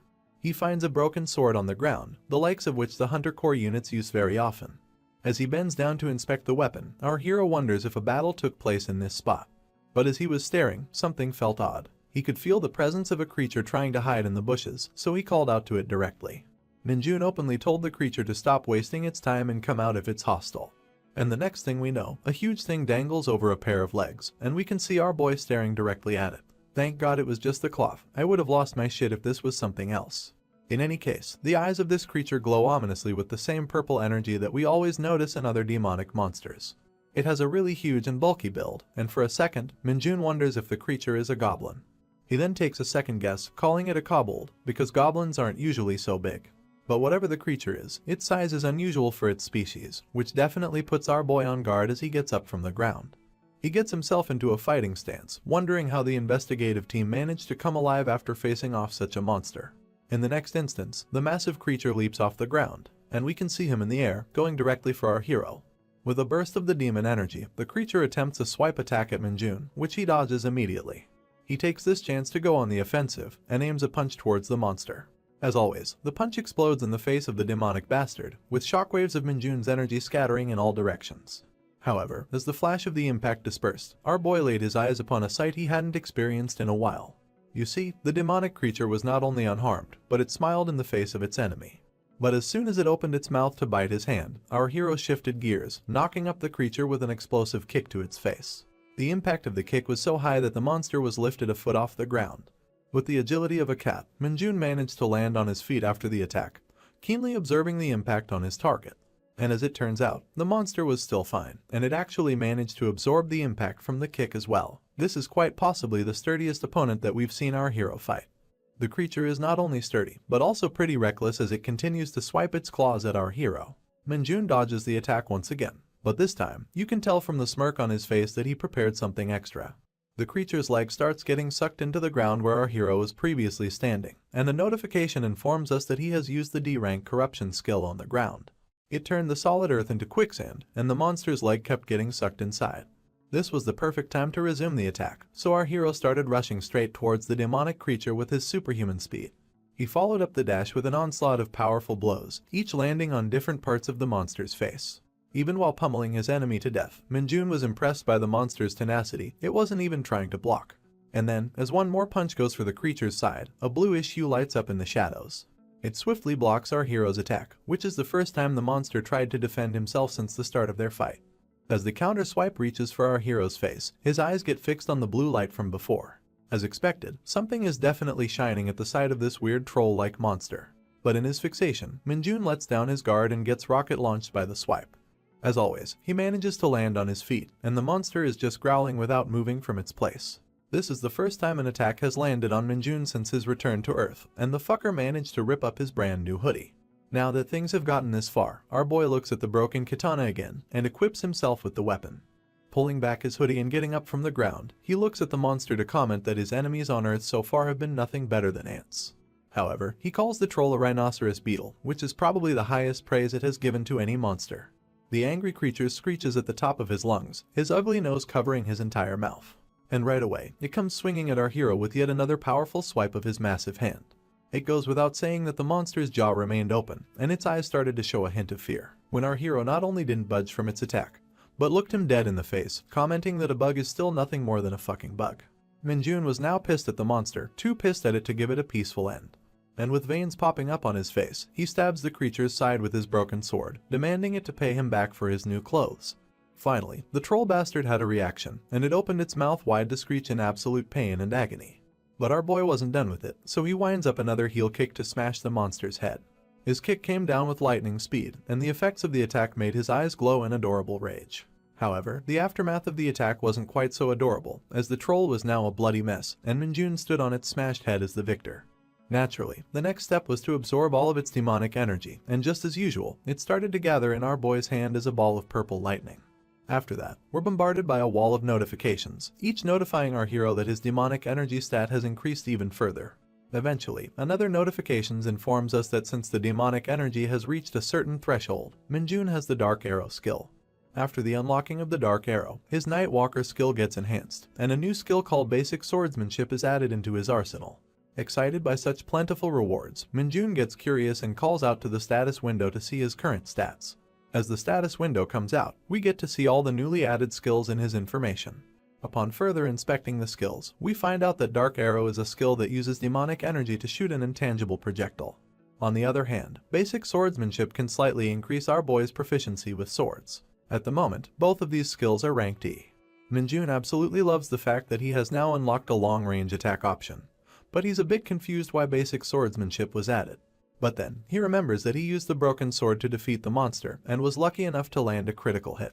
But that brings him back to the monster, which is down to the ground, with the sword still lodged in its side. As he takes out the weapon, he wonders if the creature was already wounded before it encountered him. He's also curious about the item which was shining inside the monster earlier, so he puts his hand in the wound to check it out. In a rather brutish way, he pulls the hand out of the monster, making a lot of blood gush out. He looks back to take a peek at the item he found, and inside his bloodied hand, the thing that he finds is a little peculiar. It seems to be a piece of metal, with very sharp edges that are designed to penetrate deep. Minjun figures the metal to either be an arrowhead, or a chipped-off piece of sword, and he's confused if this was the doing of the investigative team who explored this dungeon earlier. However, upon a closer inspection, the piece of metal looks a bit familiar to our hero. But there's no time for him to examine it any further, because a whole group of trolls have appeared behind him. It's not a bad thing for our hero, because he was already quite eager to try out his new skills. So, he gets up and taunts the monsters to bring on the fight. Naturally, the dick-nosed bastards get irritated, but we can see from their eyes that these guys are not possessed by the demonic energy. Not that it matters to Minjun, because as he summons his energy to create the dark arrows, he knows that he's going to blast some monsters anyway. It is finally time to witness the power of a proper E-rank offensive skill, and our boy has never been more ready. The arrows shoot out from both his hands, each traveling an unpredictable trajectory, but heading towards their target nonetheless. Each arrow manages to take down Brian and Steve, while John just stands scared in the middle. Minjun's mission inside the dungeon is already finished, but he doesn't see any harm in sticking around to have some more fun. However, what's considered fun for Minjun is a nightmare for John, and he knows that he's royally fucked. Our boy will make sure to not only make some lasagna out of him, but also add all of his friends to the mix. After that unholy incident, a few hours pass by, and the gate inside the deserted school is still unguarded by any military personnel. Minjun eventually pops out of the gate, but you already know that he had a lot of fun. As he steps onto the solid ground, he looks back to confirm that he has finished clearing the dungeon, and since the trivial matters are out of the way, it's time to make some proper use out of this vacation. And in Minjun's case, that means spending the rest of his time playing Dungeon Power Fighter. Once the day is over, we find ourselves back on the military grounds, where the Hunter Corps units are training like usual. We see Sergeant Lee in the front, and the two gambling corporals in the back, completely out of breath. Minjun is also somewhere in the middle, totally unfazed by the hard military training. He remembers the events of the last day, where he defeated a demonic monster and enjoyed some quality time playing his favorite game, while also munching down on some ramen. As a whole, it was quite a satisfactory day. But when he returned to the camp, the entire platoon was in a grievous mood. Everyone had heard about the Hunter Field maneuvers in the Tin Can dungeon, and no one wanted to deal with that shit anymore. But they didn't really have an option to sit out the training, and they're already out in the fields with their platoon commander. Every platoon will start in different corners of the dungeon, and gradually work their way to move towards the center. As the commander and Lieutenant First Class Kim Minji lead the tired troops up the hill, the commander notices something odd in the distance. You see, this is division-wide training that involves reacting to numerous emergencies at any given time. This time, some monsters have appeared on the horizon, so the commander signals his troops to take their positions. The corporals take up their weapons as soon as the emergency is announced, but our boy Minjun is just excited about it in the back. Up at the top of the hill, numerous black balls roll down towards the platoon, and as they come closer, we see that these balls are actually blood-sucking monsters with razor-sharp teeth. Funnily enough, the commander calls them the Dark Balls, and since normal firearms are effective against them, he orders his troops to sheathe their specialty weapons and take up their guns. All units get in their positions in a matter of seconds, fully ready to fire on command. Minjun also squats down to take aim with his rifle, and as we get a zoom in on his face, you can instantly tell that this dude finds this training to be the most fun out of anything so far. With their positions at the ready, the commander orders his troops to shoot at will and take down all their enemies. One by one, the soldier starts unloading their cartridges, and with each bang of the shot, a new ball gets popped. Even so, these fuckers were moving at such fast speeds that some bullets were bound to miss. That didn't stop the soldiers from shooting them though, and Kim Minji warned everyone that unlike my own balls, the Dark Balls are well known for their tough skin. And since they can also float in the air, they're harder to apprehend with melee weapons. But the balls were growing bigger and darker as they grew closer to the units, and the commander was starting to notice that they're too close for comfort. He immediately orders all units to cease the fire and start getting ready for close combat. Right now, there are only 3 of these monsters remaining, but dealing with them can get hard if they manage to suck on some human blood, which is why the commander asks everyone to be careful and not get bitten. Minjun can guess that it's probably game over once you get bitten, and if a lot of his teammates get wiped out in this manner, their platoon's score will hit rock bottom. Just as he was busy pondering that, one of the balls managed to lunge at the front units, who were a bit too nervous to react properly. Of course, our boy can't let his score take the fall because of some newbies, so he jumps into the fight himself.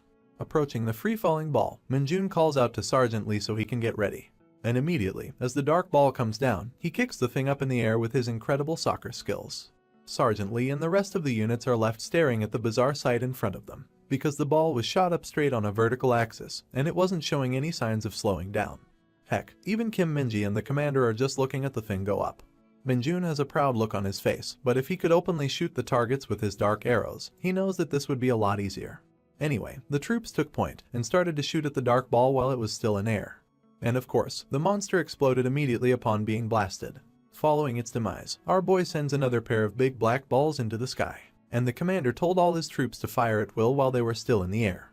In a matter of seconds, the hill was littered with black matter of the monsters, and none of them were left alive. The troops finally had some room to breathe as they stood there silently to restore their energy. The commander announces a well-deserved 10-minute break and asks everyone to look for injured members in their respective squads. If anyone is harmed, he is to report to the commander immediately.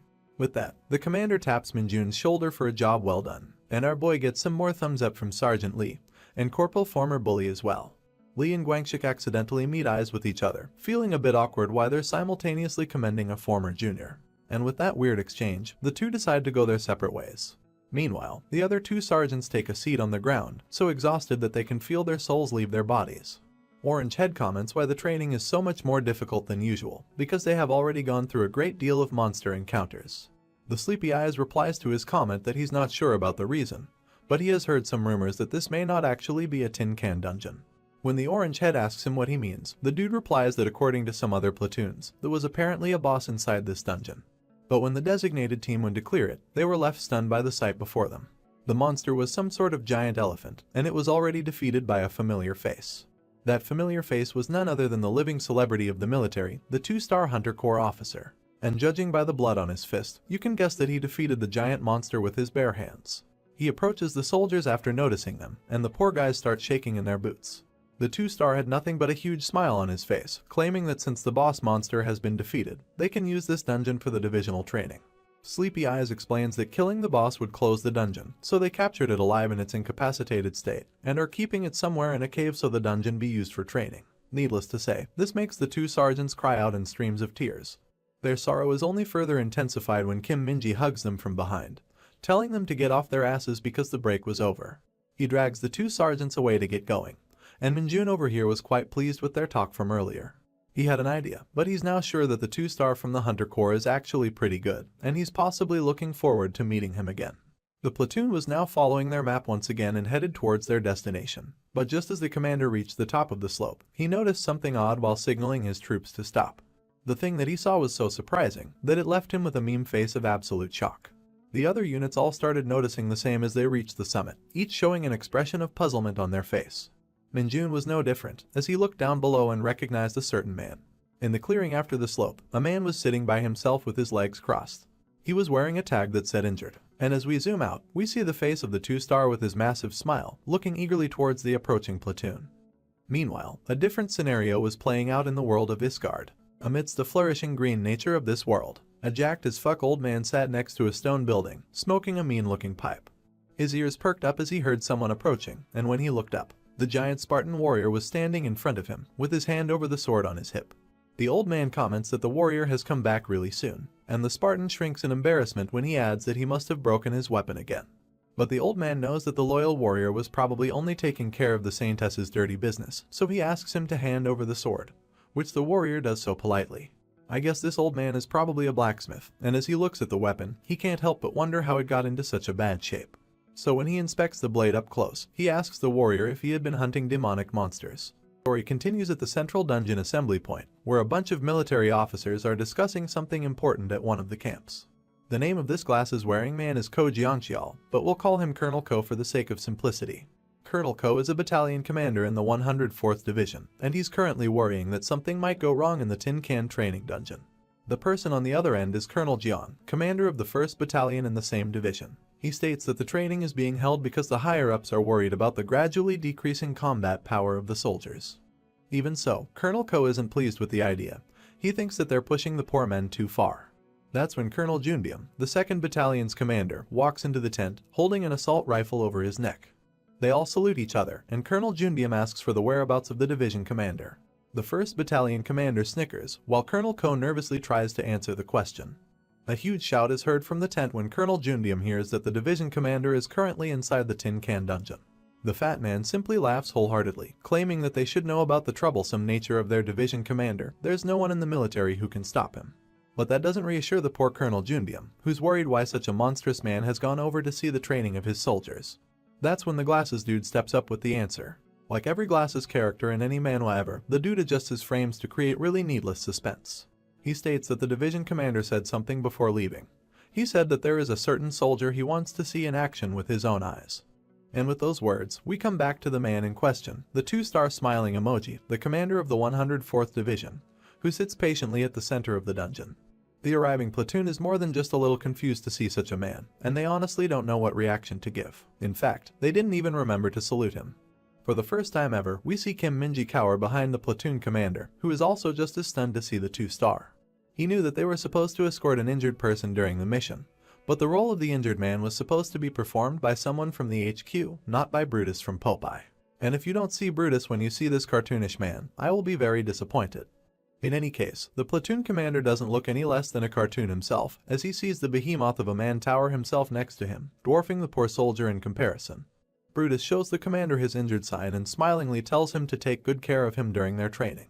That very statement sends shivers down the spine of the commander. The poor dude is just lost for words. But I guess he finally remembered to salute his superior, so he gets into stance and takes up this absurd mission. 2 privates bring out a stretcher, and the nervous Kim Min-ji tells the division commander that they will carry him for the remainder of the mission, even though he's almost the size of a mammoth. Brutus stares down at the sergeant first class, quite displeased to see the tiny stretcher. He approaches the sergeant while addressing him, and Kim Min-ji shouts out his title in fear of the commander.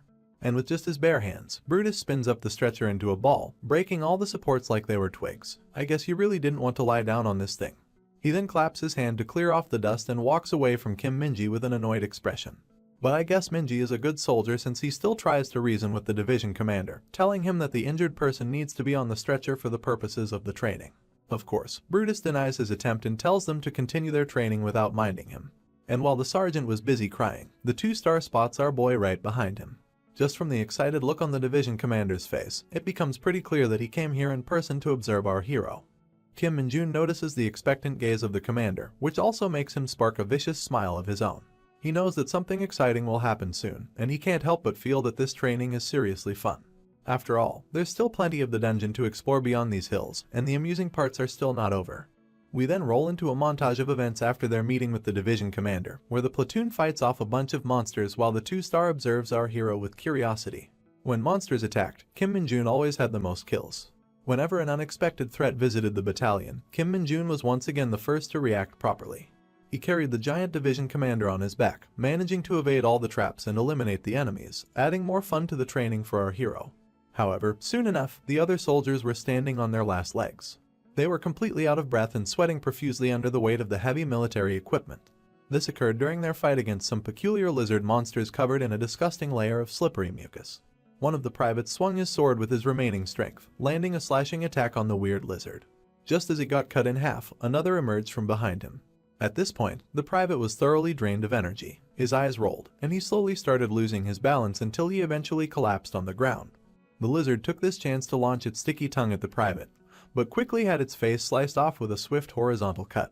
The slash came from our hero, wielding a sword boosted by the E-rank swordsmanship ability he recently obtained. Although the skill itself isn't special, Min-jun realizes it adds a significant boost to his power, possibly allowing him to level up sooner. He extends a hand to the exhausted private, helping him off the ground while the others work to slowly finish off the remaining monsters. The private thanks Min-jun for his kindness, but our boy seems to have other things on his mind. Seeing his comrades suffer so intensely, it seems like he has decided they need to take a rest. So, while another soldier was busy fighting the lizard, Min-jun swooped in to finish off the abomination himself. In fact, he sprinted through the entire battlefield to cut up the creatures one by one. He was done with all of them in a matter of seconds, reaching all the way to the platoon commander to signal that everyone needs to rest. Brutus had the pleasure of observing the whole scenario from a prime seat. He was informed that these hunter field maneuvers were by far the toughest ones to date, but he's seeing someone who's treating the training as his playground. Meanwhile, a lizard tries to approach him from behind, thinking that it can take down its unsuspecting prey. Of course, the poor bastard gets blasted by a single punch that the 2-star doesn't even bother to look behind for. This is when the platoon commander shouts at his troops to take a rest after they're done. Precisely what Min-jun wanted for the tired soldiers. He gives the commander a thumbs up in acknowledgement of his decision, yet another gesture that the 2-star doesn't fail to notice. He smiles at the potential of this new corporal, and it's clear that our hero has left an everlasting impression in his mind. Now, let's switch the scene and take a look at another platoon fighting in a different part of the dungeon. It's the female-only squad of the division, and they seem to be fighting the big black balls that our hero fought earlier. Much like Min-jun's team, the girls are pretty much exhausted as well. It looks like these balls are giving them a lot of trouble. That's when one of those abominable creatures charges at a private, with the soldiers getting in position to parry, but another familiar blue-haired girl is already on the scene to deal with it. That's right, the Nepo baby is back, and as she slices the black ball in half, we see that our girl is still as sharp as ever. Soon enough, all of the monsters lie dead on the ground, and the girls finally get a chance to catch their breath. One of the privates was busy thanking Sun Yunseo for her incredible skills when one of the black balls started moving behind her. The girl was simply amazed at how Yunseo had defeated most of the monsters by herself, unaware that another was coming right after her. By the time she noticed the monster's screech, the girl was already too late to react. A helmet flew up in the air, and the private fell to the ground as her comrade shoved her for protection. Of course, Sun Yunseo was the protector, and with her helmet in the air, her hair slowly untangled. The private looked back at her friend to see what happened, and we see that the Nepo baby struggled at the edge of a cliff while stopping the black ball with her sword. The others ran to her late, but they were too far away to help. With the force of the shove, it seems like Yunseo tripped over at the edge of the map, and there's no one to save her. On the other hand, it was almost evening time in the dungeon, and our boys were having a moment of relaxation chatting among themselves. Kim Minji and the platoon commander were discussing their next route on top of the hill, when the division commander came in to startle the two, and commented that all members of this battalion have come this far without any major injuries. He had a big-ass smile on his face when he commended the platoon commander for being extremely competent. The poor dude, on the other hand, was so afraid of the two-star that he didn't even know how to react to a simple compliment. He thought that the division commander was scheming something evil. That's when he noticed Minjun and his friends behind, having a chat with each other while holding their weapons. It seems as if our hero is guiding his two students regarding some combat stances. The platoon commander observed that, and sprouted a smile on his face at their incredible efforts. He replied to the two-star that his soldiers are exceptional, and they have come this far with their own abilities. But even then, the division commander told him that his soldiers' abilities are part of his competence, and he should be acknowledged for that. After lifting up his spirits, he smiled with his shiny teeth on full display, telling the platoon commander to do his best until the end of the training. He then turned his head towards Kim Minji, who's definitely not avoiding eye contact on purpose. Looks like these two have some history as well, since the division commander started pinching him in a chokehold, telling him that his body balance is all wrong. I guess he just enjoys bullying his favorite soldiers. Just behind them, one corporal and a private first class were watching this comedy skit, and since one of them is wearing glasses, you best be sure that an explanation is coming. The Fade Cut asked the glasses corporal if this is his second time in the hunter field maneuvers, and the glasses guy replied in affirmation. Fade Cut then expressed his desire to ask him a question, but the glasses said he's too tired to speak. Nevertheless, he's a man with glasses in a manhwa, so when the Fade Cut pointed to his side to ask about a certain something, Corporal Glasses also moved his head to provide the answer. There's a hole in the ground, with a big ass do not enter sign next to it, and Fade Cut is a bit curious what it means. Corporal Glasses adjusts his frame, like they always do, to start the explanation. But surprisingly, the explanation ended up being quite short, as he simply replied that he's looking at a hole. That's when the platoon commander told his troops to get up and start moving, and everyone started getting off from the ground. The conversation of the two still continues, and Private Fade Cut is still confused about the hole. Corporal Glasses notes that he really doesn't have any idea about the dungeon hole, and he asks the dude if he slept through the briefing session before they came here. That startles the private, so you know that Glasses was spot on. Once again adjusting his frame for no fucking reason, the corporal finally gets into his god-given character to start the proper explanation. He says that not much is known about the dungeon holes, but it is hypothesized that it is a separate space, which connects to another dimension through a gate. However, he elaborates that these gates are not a perfect connect to an infinite space. The dungeon itself is a separate space, and when it opens through a gate, some parts of it are not properly connected. So these holes that appear throughout the terrain are essentially packet losses during the data transfer. And since this phenomenon is commonly observed in most dungeons, the holes were aptly named the dungeon holes, which the corporal tells us while still adjusting his perfectly balanced glasses. Needless to say, the Fade Cut is still pretty impressed. But now he has a different question. He wants to know what happens when you fall outside the dungeon's borders or inside one of those holes. At that, Corporal Glasses claims to not know much information, but apparently, falling into these holes will make you pop out of any random spot inside the dungeon. And just as they finished their conversation, a bunch of soldiers started making a ruckus at the front. The platoon commander stepped up to see what was happening, and both him and our hero were quite surprised to see the strange sight before them. Minjun, in particular, recognizes the person lying before him, and it just happens to be the Nepo baby, the beautiful Sun Yunseo of the female platoon, who's lying unconscious on the ground. After a few moments, we see the girl drinking out of a bottle to hydrate herself. She's sitting on the ground while the platoon commander relays this information to her platoon. The two-star observes the new soldier's arrival with curiosity, but doesn't seem to show any emotion or take any action. That's when the platoon commander turns to inform her that he has informed the 4th Battalion about finding her, so she doesn't need to worry about rushing back. The girl is still concerned about the safety of her friends and wants to ask if all of her squad is safe. Once again, the kind commander informs her that everyone is safe, and they were all worried about her. But now that they know she's safe, they will resume their training like normal. That lets the girl exhale a sigh of relief, and she thanks the commander for the information. But she then feels a sharp flinch in her leg, and when she looks down, her foot seems to be properly bandaged. I guess she sprained her ankle before she fell into one of those dungeon holes. A strong girl like Yunseo doesn't like to get injured because she's afraid of relying on others. Nevertheless, she's already injured, and Kim Minji speculates that it would be difficult for her to continue her training with that foot. He still tries to comfort her into taking some rest, because it's important for soldiers to take care of their injuries before combat. The platoon commander shares the same sentiment. He informs her that someone from the HQ will arrive soon to fetch her, but it also means that her training session has come to an end for now. The girl expresses her protest to that. She wants to continue her training. But knowing her current conditions, she restrains her emotions and dejectedly lowers her head with sadness. That's when Brutus finally decides to show up, asking about the condition of the soldier. It goes without saying that his appearance left a wall of questions on Yunseo's face, starting with what the fuck a major general was doing in a place like this. The platoon commander updates the general that there are no serious external injuries on the girl, but she has a fractured left ankle, which is making it difficult for her to continue the training. The 2-star considers this a pity and asks the girl what exactly happened to her. The shocked girl panics and gives out her name first, then proceeds to explain that she fell off a cliff while fighting a monster, and when she opened her eyes, she was already here. The division commander speculates that she probably fell into one of those dungeon holes, but he considers it lucky that she's still somehow alive. But then, something suddenly clicks in his head, which makes him flinch in his position.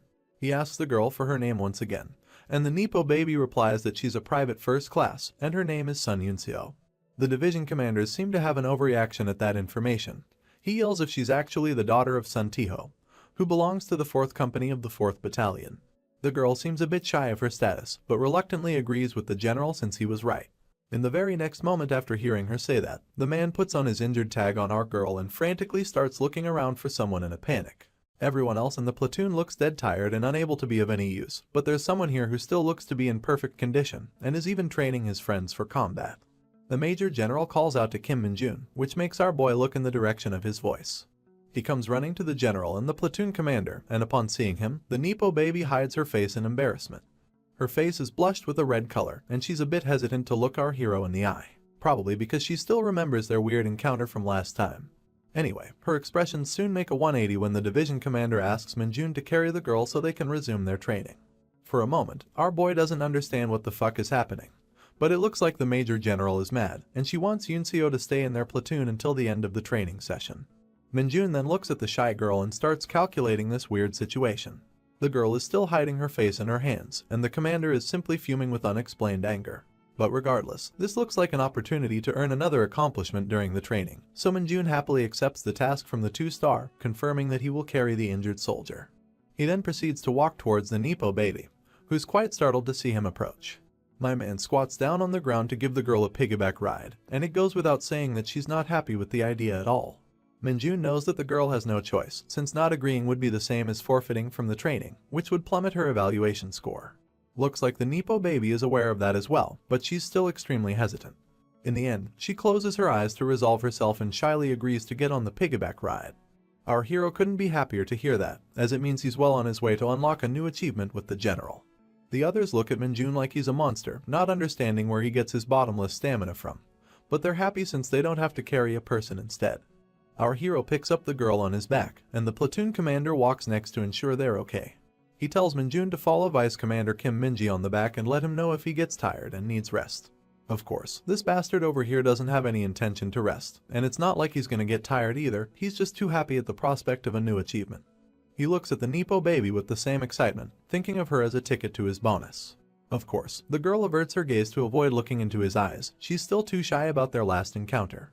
Not that it matters to Min-jun, this dude is just busy grinning at such an opportunity. Meanwhile, the division commander observes the two from behind while still showing an unexplainable look of discontent. Kim Min-ji walks up to him and informs him that rumors will spread if they make an exception for the daughter of another division commander. But it's not like the general has any intention of backing down. There are no regulations that state they can't help the injured, and all of this is still just a part of their regular training. But despite that, Kim Min-ji notices a hint of something else when the general says that there's something he's missing. His brows twitch with annoyance, and he looks genuinely angry while calling out the name of Sun Yunseo's father, Sun Tiho. He calls him a fucking asshole, and I'm really not sure why he's so pissed to see his daughter inside this dungeon. Let's resume our epic story, this time directly with the face of our favorite Nippo baby, Sun Yunseo. She looks at the exhausted soldiers ahead of her, and then averts her gaze nervously at the men behind her. Kim Minji looking as solid as always, but the general behind him should have absolutely no place in this training. Nevertheless, it's a sausage festival out here, and the poor lone girl couldn't be more uncomfortable. Not to mention, she's being carried by yet another weirdo. The girl tells Minjun to let him know if he's tired, because she can always choose to retire from the training. But our boy rubs off her concern, blatantly stating that she's lighter than Stettel. And in case you forgot, Stettel is supposed to be one of the heaviest materials on Earth, so that wasn't exactly a good compliment, as you can already see from Yunseo's startled face. My guy then continues to guess her exact weight, but is stopped abruptly by the embarrassed lady. Meanwhile, the other soldiers are simply too tired to bother with this nonsense. Embarrassed and blushing, Yunseo tells our hero that she will stay quiet, so she requests him to shut the fuck up as well. And for some reason, the general seems quite interested in this conversation. After calming down a little, our girl contemplates the fact that she's only able to remain a part of this training thanks to the monster who's carrying her. So, she sighs as she lets him know that she will definitely repay him for his favor in the future. Of course, as achievement hungry as always, Minjun couldn't be happier to hear such words. In fact, he would love it even more if the said favor were to come directly from her father. But after all this, the idiot continues from earlier and tries to guess the poor girl's weight once again, which is a conversation the men behind them aren't gonna miss at any cost. Before our boy could spit out an exact number, the girl started beating on him to make him shut up, pleading him to not embarrass her any further. Kim Minji and Brutus both look at each other for a moment after witnessing such a scene, and boy would their next expressions creep the fuck out of Yunseo. You can tell that these two old men are looking at a couple in the making, and they couldn't be happier to be a part of it. Anyway, the night soon fell upon the dungeon once again, and our soldiers were now more tired than ever, barely managing to even maintain their posture. As usual, the platoon commander was navigating from the front, and the corporals behind him were desperately hoping to not encounter any more monsters.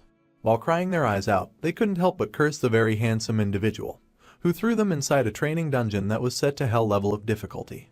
This is when their commander tells them that only 2 kilometers are left in their destination, so everyone should maintain their focus and not let down their guard until the end. As he asked the corporals behind him to relay this message to the rest, the exhausted soldiers couldn't be happier to hear such news. At last, they could see an end to this disaster of a training. But of course, their enthusiasm was short-lived, as they both noticed an unforeseen predicament on the horizon. As soon as he noticed, the bald corporal yelled at the commander that flying monsters are approaching them from the sky. After laying his eyes upon the threat as well, the commander ordered everyone to get into their battle formation. They were about to engage an airborne enemy. The monsters that charged at the platoon from above were an absolute abomination, looking like the bastard child of a snake and a sparrow. Their teeth were sharp, and their glowing eyes were a sign that these creatures were nocturnal. Turns out, these things are called the Black Rakes, and there's no doubt in the platoon commander's mind that they couldn't have faced a worse enemy at a time like this.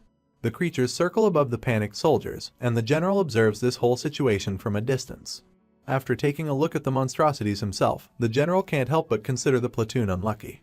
They had come so close to the finish line with an injured troop, but this might actually spell the end of their training. You see, the Black Rakes might be small-sized monsters, but their teeth and claws are sharp enough to tear through skin. Of course, the hunters wouldn't die from such injuries, but given the tenacious nature of the enemy, a proper fight would be very hard for the tired troops. Not to mention that it's nighttime, and even the general is having a hard time spotting the airborne enemy with his weakened eyesight. Meanwhile, the poor soldiers continue to swing and miss at the annoying creatures, feeling an overburden of exhaustion with every breath.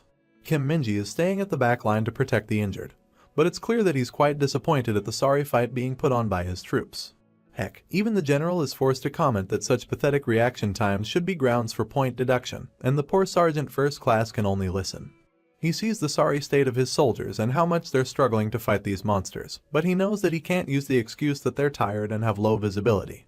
After all, they're hunters, and being prepared for such monsters is their job. However, Kim Minji knows better, that even if he leaves his post and rushes over to help, there's not much he can do to change the outcome of this battle. In fact, as he watches the commander miss his target as well, he wonders if falling out of line at such a crucial time will result in even further point deduction. In the end, Kim Minji has no choice but to trust the platoon commander and await his orders. But given the desperate expression of the man himself, I doubt he has a solid plan either. Meanwhile, our boy over here is absolutely demolishing his teeth in annoyance and anger. The words point deduction from the general are still ringing in his ears, and that's the one thing that our homeboy could never accept. Cursing and clicking his tongue, my man rushes forward with the startled and helpless girl on his back. As a single tear falls off Yunseo's eye, Minjun skids to a stop behind his commander, telling him to give him a chance in the fight. Of course, the commander is furious at the mere suggestion that he would want to engage in battle while carrying an injured soldier, so he yells at him to stay back. However, seeing nothing but point deduction in his eyes if the situation were to continue, our hero states that everyone has reached their limit. And with those same words still glittering in his eyes, he claims that he's the only one who can turn this fight around. Seeing his confidence, and the extremely poor battle that the rest of them are putting on, the commander gives him a chance to explain his plan. Minjun whispers his plan, and both the commander and Yunseo lean closer to listen carefully. But as soon as they hear it, both of them shout in unison at the craziness of his plan. Realizing that she was being uncharacteristically loud, the Nepo baby puts a hand to her gaping mouth. However, the platoon commander has a completely different expression. You can tell from his face that he's seriously considering Minjun's idea. And sure enough, much to Yunseo's surprise, the commander taps his best soldier's chest, telling him that he will only get one chance. If he fails, everyone will retreat immediately. The girl can hardly process what's happening. She can't believe that the commander is choosing to trust in such an abrupt plan by his subordinate. And meanwhile, the Black Rakes were going crazy over the heads of the fighting soldiers. Most of them could do nothing but watch the bird-like creatures, unable to strike them down with their weapons. Desperate to end this fight, the commander tells Minjun to hand him the injured soldier and head forward, but he's interrupted mid-sentence by our uncomplying hero, who insists that there is no time to waste. Once again feeling the rush of desperation, the commander grits his teeth while agreeing to the soldier. So, Minjun rushes ahead while carrying the Nepo baby on his back, while the commander orders everyone to clear a path for the corporal and get ready to open fire at the enemy. His commands spark a curious reaction from the general, who's surprised to hear that he wants the soldiers to use their rifles when they can't even properly see the monsters. But the plan had already commenced, and our boy was now busy reloading his rifle and telling the girl to hold on tight. After all, as you can tell from his achievement-hungry face, there's no way he's going to lose an injured person on the field. At this point, Yunseo has absolutely no choice but to follow his directions, so she closes her eyes and grabs on tightly to the lunatic's body, bracing herself for what is to come next. At the same time, Minjun's eyes were starting to burn with his demonic energy, and with the help of his power, he was easily able to spot all the flying creatures, even through the darkness of the night. As he sets his eyes on the target, our boy narrates that he's just as familiar with the darkness as he's familiar with the beginner hunting grounds of his favorite game. Minjun puts one of the Black Rakes in his scope, and a wave of demonic energy starts to gather around his trigger finger. Looks like he has finally activated his Dark Arrow skill. Since the skill can be concealed inside a long-ranged weapon, our boy opens fire at the flying creature. The bullet flies at supersonic speed, coated by a massive ball of dark demonic energy. The swift monster sees the bullet approaching and quickly navigates the air to dodge around it. But despite its best efforts, the energy surrounding the bullet tears off half of its body. The girl could hardly see what was happening, but she didn't miss the fact that the creature was killed in a single bullet. And that alone was something really worth thinking about, since she couldn't wrap her head around how Minjun made it happen. You see, our boy knew that it would work. The bullets have grown to the size of cannonballs thanks to the dark arrows, which of course makes them incredibly hard to dodge. And since he's the only one with night vision, no one else can really see what is happening in the night sky. And so, like the main character from Metal Slug, my man starts shooting like a maniac, while Yunseo simply held on for dear life. The Black Rakes couldn't have been better targets for his newly unlocked skill, as they kept getting blasted in the air by the seemingly undodgeable dark arrows. All the other platoon members stared at the spectacle in a daze, hardly able to believe what the fuck was happening. As the monster's flesh fell out of the sky in bits and pieces, the only thing going through their minds was how incredible Kim Minjun is. On the other hand, our boy was now done with his one-sided massacre, so he looked back to face his squad, letting them know that he has killed everything. I can only imagine what sort of embarrassment must be going through the poor girl's mind as she's forced to cling on to such an absolute monster, who doesn't seem to give any fucks about this situation at all. Anyway, the squad can finally continue its march, and it goes without saying that everyone is more exhausted than ever before. But still, as is apparent from the platoon commander's face, they have all eased up after going through their last battle. And at last, they can see the military barricades of their destination. The camp has been waiting for their arrival, marking the trainees who finished first, and congratulating them for going through this hellish training. As the superiors applaud their efforts, our soldiers form lines and start entering the camp. It was a long journey, but they can finally take some sighs of relief and relax their minds. These guys couldn't be happier at the moment. Kim Minji was the last to enter the camp, and after checking off all the people who returned, the attending sergeant announces that all members of the 2nd platoon from the 2nd company have passed their training. The exhausted boys smile at the result of their hard work, glad to have finally made it back after finishing every single one of their tasks. Minjun has a big-ass smile on his face as well, because thanks to him, his entire platoon has passed, and there won't be any point deductions. This is when the medical team arrives with the stretcher to take care of the injured Nepo baby, and the platoon commander finally shouts to congratulate all of his troops, because none of them gave up. He knows the end report is gonna be sweet. True to their commander and duties, the soldiers all salute and raise their thumbs in acknowledgement of their feat. Now it's Kim Minji's turn to take over the command, and he orders his troops to not behave unruly now that they have returned. They will relocate to their barracks very soon, and then everyone can relax however they want. Everyone starts retreating towards the main tent, but the platoon commander spots an outlier in the group. It's none other than Minjun, and he's asking the medical team where he can get rewarded for his accomplishments, instead of finally putting down the poor girl on his back. The commander takes this opportunity to call out to him, which immediately averts our boy's attention. Looks like the commander wanted to personally thank his best soldier for his excellent contributions, and always taking the right actions in the face of danger. Minjun thanks the commander for his high praise, although he would much rather prefer a more tangible reward. In any case, the medical team was now getting tired of waiting, so the Nepo baby finally tells our hero to put her down. As she adjusts herself on the stretcher, the girl apologizes for any inconvenience she may have caused to the platoon, and thanks them for helping her finish the training. Since the commander is just a solid man all around, he tells the lady to not think of herself as a burden. He's just glad that they were all able to finish the training together. This is when the elephant behind them starts bursting out in laughter, looking extremely pleased with the end result of the training. With a big-ass smile on his face, the general expresses his absolute joy over the fact that everyone from the platoon managed to pass this dungeon without hiccups. In a fit of his excitement, he lunges forward to hug our hero, but I guess Minjun didn't like that idea because he quickly dodged out of the man's sweaty arms. There's a brief moment of awkwardness when the general just stands there with his arms crossed, but then he turns around like a bear to go for yet another hug. I don't need to explain much in this panel, because it's clear from our hero's face that he hates the idea. The entire comedy sketch was being witnessed by the Nepo baby and the commander, who just find it hard to believe the completely absurd nature of the general.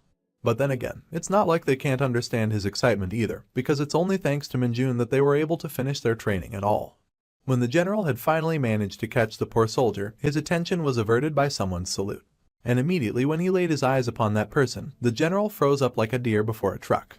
The one who saluted was 4th Battalion commander of his division, Colonel Yu Jehai. She's the one in charge of all the female units in the 104th Division, and judging by everyone's scared reactions behind her, she's quite the scary individual. The woman goes right past the general, ignoring him completely with an annoyed expression on her face. And Minjun can't help but wonder what sort of authority can she have to ignore her superior like that. Surprisingly, when she sees her favorite soldier, the woman's frown turns into a smile, and she asks the Nepo baby if her injury is serious. Yunseo explains that she simply sprained her ankle, and should heal up in no time. Seeing that the girl was lucky enough to fall into a dungeon hole, the colonel feels relieved, and asks the medical team to escort her with care. And when she's done with that business, the stout woman turns her gaze back to her left. She stares directly at the scared general, and asks him about his training observation activities. With a double-edged smile on her face, she asks him to have a private talk with her so she can give him a piece of her mind. The division commander wonders if he has to do it right now, but the colonel won't take no for an answer. With the face of a benevolent demon, the woman warns him to follow him right away, and I guess we can all tell that Brutus is finally fucked. God knows what happened between those two afterwards, but our scene has now switched to the next day, a bright sunny morning inside the 104th Division's HQ. Inside the cafeteria, Minjun was busy munching down on a fuck ton of carbs and protein. I guess his hard work has earned him a good meal at least.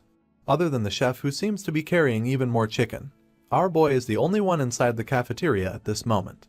The chef brings him a fresh batch of piping hot fried chicken, which makes Minjun's eyes sparkle with excitement. Unable to believe this VIP treatment, he asks the man if it's alright for him to have so much food. The gentle chef gestures him to look around, and says that no one else will visit the cafeteria today since they're all tired and sleeping, which means Minjun can eat everyone's share by himself. My boy couldn't be happier to hear such news, so he gratefully accepts the benevolent gift of scrumptious fried chicken. As he continues to chow down on those juicy thick thighs like an absolute glutton, the chef indulges him in small talk, telling him that their platoon is being rumored as the best in the division after their training. He tells him about all the praise he has been hearing about him from the battalion commander and the other colonels, and remarks how he even managed to defeat a bunch of black rakes by himself. Our hero was just busy gulping down his food, but the chef was really impressed that he managed to solo so many monsters in the darkness. He comments how this round of Hunter Field maneuvers was rumored to be the worst one till date, and more than 50% of privates gave up the training in the middle. I guess the chef was a chatty guy, because he kept going on his useless banter for quite a good while. On the other hand, our boy was simply appreciating the incredibly juicy meat that he could now eat all by himself. While all of that was going on, a few officers were walking down the empty halls of the building. The colonel in the middle noticed something from the corner of his eye, and felt a bizarre moment of silence when he saw that the training grounds were completely empty. He comments how the entire camp feels like a ghost town, which alerts the captain next to him. The captain with the scar over his mouth replies that everyone has been given a day off after their exhausting training, and the majority of the soldiers are just sleeping in their barracks. The colonel seems pleased to hear that, but comments that they should also get up and eat. And continuing their walk, he mentions how everyone did amazing in their recent training, and how the division commander looked quite pleased with the results. That sparks the interest of the other captain next to him, who loves the fact that the division commander personally went to observe the training. He finds him to be really cool, and not overbearing at all. Of course, he's the only one who feels that way, because the colonel isn't pleased to hear such words about Brutus at all. In fact, he finds him nothing more than overbearing. He remembers how the commander of the female battalion gave them all a serious lecture over the division commander's careless attitude, and the fact that he left his post to fool around in a dungeon. Captain Kim looks shocked to hear that. He finds it hard to believe that a colonel would yell like that in front of a major general. But his superior corrects him, letting him know that she wasn't in the wrong at all. After all, it is a fact that Major General Brutus left his post without saying anything. Since the captain still looks a bit skeptical, Colonel Lee lets him know that the 4th Battalion's commander is a scary individual. Imagining her as a super soldier with a blade on her shoulder, the man can't help but comment that everyone in the division fears that woman, and even he is not an exception. In any case, he's glad that the matter with her was settled thanks to Kim Min-jun, because thanks to his incredible results, the division commander's interest in him was somewhat justified. Putting a wide smile on his face, the man couldn't help but look forward to our hero's future inside the military, and since he's a part of his battalion, he's also really looking forward to the next monthly meeting. Now let us move back to the main building of the division headquarters, where a meeting is taking place behind a closed door. Putting on his glasses that don't match his face at all, the division commander seems to be looking at a report. The one sitting in front of him is Colonel Yu, the commander of the 4th Battalion. Since she's slowly taking sips out of her teacup, I guess her rage from earlier has calmed down. Brutus is now finished reading the piece of paper and looks at the colonel to confirm that the dungeon cleanup schedule is good to go, before asking her if the Nepo baby is doing okay. The colonel puts down her cup of tea and replies that the girl didn't receive a fracture. She then continues that Yunseo is recovering pretty fast and should be finished with her treatment by tomorrow to resume her duties.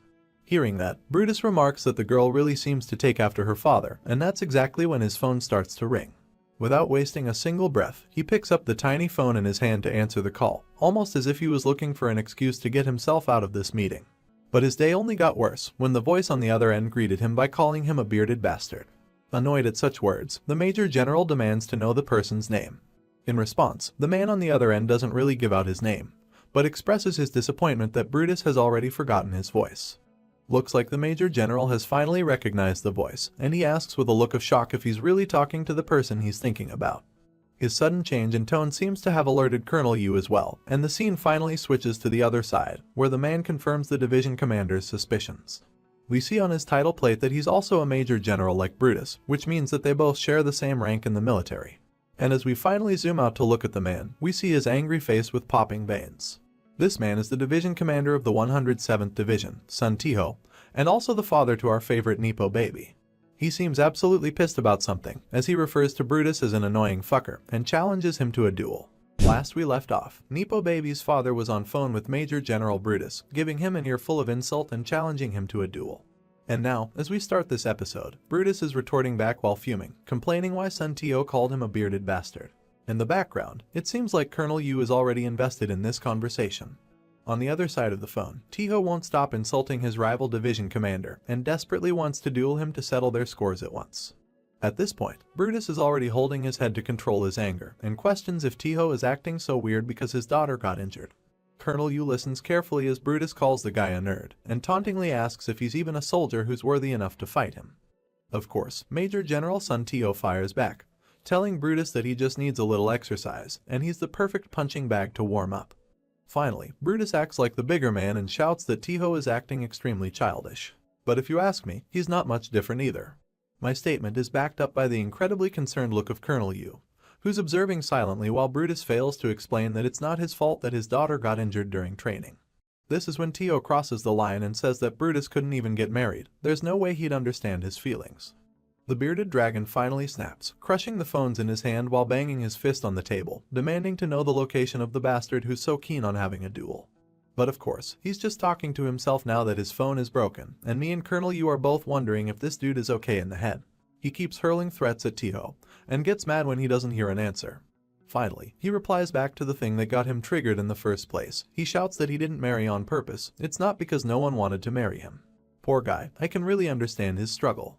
As a 29 years old unmarried virgin, this is really starting to hurt. Anyway, Colonel Yu takes the hint and cautiously comes close to the raging idiot, while he's still going on about why Tio isn't saying anything in response. With as much respect as she can spare for such a moron, the colonel informs the Major General that the call has already ended. And sure enough, when Brutus pulls back his phone from his ear to look at it, the poor thing is already cracked into pieces. But without giving a second thought to his anger management issues, he turns to the colonel and asks if she has son Tio's number saved in her phone. For a moment, the woman stays silent in fear of losing her phone as well, but eventually, she heaves a sigh and accepts her sad reality that she needs to work under such a meathead. Understanding the situation, she tells Brutus to calm down, and try to understand that Major General Tio has every right to be angry. At first, the clueless idiot snaps at her for taking the side of the nerd who insulted him and his capability to get married, and even questions the colonel if she's the one who informed him about his daughter getting injured. But rather calmly, the woman replies back that the Major General learned about it because the hospital probably contacted the girl's guardian when she got admitted. Besides, she states that Tio probably isn't mad because his daughter got injured during training. He's angry because a certain someone granted her special permission to finish her training instead of transferring her to a hospital. And finally, Brutus is humbled by being slapped with some facts. Still, with a charming smile on her face, the colonel adds that he should call son Tio and explain the situation properly, because he only wanted to find out the capabilities of the second platoon. Coughing in embarrassment, the humbled Brutus accepts that he should probably explain to his friend that there has been a misunderstanding. He only needed to see how his soldiers would react to an actual injured person. Meanwhile, the colonel takes out her phone to make the call, but when she sees the crushed Samsung Galaxy something in the Major General's hands, she reconsiders if this is really a smart idea. And after giving it a second thought, she pulls back the phone and states that she will put the call on speakerphone instead. As she makes the call and puts the phone on the table, Brutus is visibly starting to panic. It looks like he's not really sure how he would explain anything at all. But still, he sits with a hint of impatience, and we hear a click from the phone as Major General Tio picks up the call. Without even saying hello, the dude straight up asks Colonel Yu why she's calling him, and questions if she's sitting together with the bearded bastard. As calm as ever, the woman addresses her superior politely, and explains that she's calling him instead because the division commander's phone is broken. Meanwhile, the division commander in questions is still seething at Tio's harsh insults. But anyway, he sets his anger aside to tell Tio that he was too worked up earlier to explain things properly. He clarifies that there was an emergency while he was out in the dungeon to observe a particular platoon. But before saying any further, he starts making a sour face like he just swallowed an entire lemon. Looks like words of apologies come to him with great difficulty, and Colonel Yu observes as her superior struggles to calm down his nerves. But finally, Brutus admits his mistake to Tio, stating clearly that it was his fault for being careless and putting her daughter's life in potential danger. And so, he formally apologizes for his mistake as the division commander. His sincere words put a warm smile on General Yu's face, who realizes that Brutus tried to understand the feelings of a parent, despite not having any children of his own. But you see, the mood was instantly killed between the two when son Tio opened his mouth on the other side of the phone, asking Brutus what the fuck he's even talking about. With veins popping out of every corner on his face, the Major General comments that Brutus is probably making excuses to avoid the duel because he's scared. So instead, he demands to know the name and unit of the bastard who carried his daughter on his back. Well fuck, it looks like this doting father is angry because his daughter got carried around on some other dude's back. Even Colonel Yu and Brutus can't seem to digest this information. They just stare blankly at the phone in awkwardness. This is when General Sun finally lays bare the reason for his anger. He's just furious because Brutus allowed someone else to give his daughter a piggyback ride. He was about to go on and ask about the bastard's name again who dared to carry her daughter, but Colonel Yu decided to take the initiative and ended the call to stop things from getting worse. Of course, her phone immediately started ringing again, because Tio still needed that name, and the colonel was now starting to get worried about everything. The phone kept ringing non-stop, so the woman took a peek to see how Brutus was handling this absurd situation. As you'd expect, the guy was furious. He mustered a lot of courage to apologize for his mistakes, only to find out that the fucker on the other end was angry for something completely unreasonable and unrelated. Colonel Yu got anxious, and she tried her damnedest to stop the beast from going berserk. But I guess it was already too late, since Brutus could hardly contain his anger as he asked her to prepare a vehicle. He took all of his frustration on the poor sofa, and I'm really starting to think he needs some therapy. The flustered colonel steps back in caution, asking the Major General where he's planning to go. And the camera finally pans towards the absolutely fuming face of the idiot, who's about to crush his own teeth while he orders the colonel to clear her schedule, because they're going to head straight for Sun Tio's division. At this point, Colonel Yu is straight up calling both of these men as absolute idiots in her mind, and she's absolutely fed up with their poop-filled brains that are only good for fighting. Meanwhile, the man who's unknowingly causing all this chaos is simply strolling across the hallways without a care in the world. Heck, he loved the chicken he got for free in the cafeteria so much that this is pretty much all he can think about. But well, even if he sings and moves along with hands in his pockets, there's not a moment in Minjun's life that can be considered boring by any standards. Because in a shadowy corner to his right, his tiny minion was waiting on his master with a sexy pose to give him a speck of his attention. Sure enough, my boy noticed something off at the corner of his eye when he walked past, so he stops his stroll to confirm his suspicions. And when he suddenly turns his head around to see what the heck he saw, the little condom head was overjoyed to see his master notice him. He couldn't help jumping up and down with his tiny hands and legs. Of course, his adorable actions go right past our hero, because this dude is just annoyed that Tiny is appearing in random public places again. And so, he grabs the little fucker by the head, puts him in his pocket, and bolts out of the hallway to talk to it in private. He finds himself a quiet backside corner of the building where no one comes around, and after confirming that the area is void of any human presence, he allows the tiny shadow demon to come out and state its business. Minjun warns his minion to never come out in public places again, and asks it why it came to find him in the first place. The shadow demon seemed pretty confused at first, and started explaining in its weird sign language that he made sure there was no one around when he showed himself earlier. Minjun seems to be aware of that, but that doesn't mean he won't get pissed off if Tiny keeps popping out randomly for no reason. That harsh treatment makes the adorable creature sulk. He just wanted to surprise his master and gain some affection. Finally realizing that he was being too harsh with his words, Minjun heaved out a sigh and spared some demonic energy to feed the shadow minion. He presented the spiral chaotic energy to Tiny on his hand, and the little bugger instantly became happier. In a matter of seconds, he started devouring the spiral, and while adoring over it, our boy asked Tiny why he came to see him. To explain the matter, Tiny pointed out his finger at his master. Minjun noticed that it must be something worthwhile if his minion wants to experience it in person, so he extends his finger as well until a link has been created between their memories. Tiny's memories take us immediately towards a scene of destruction, where an entire town block seems to be decimated by some sort of fight. We can also see a bunch of hunters panicking and fainting, which leads our hero to believe that there might be some traces of demonic energy in the area. Lastly, we see the sign that shows the location of this place, and I'm guessing this is going to be our hero's next destination.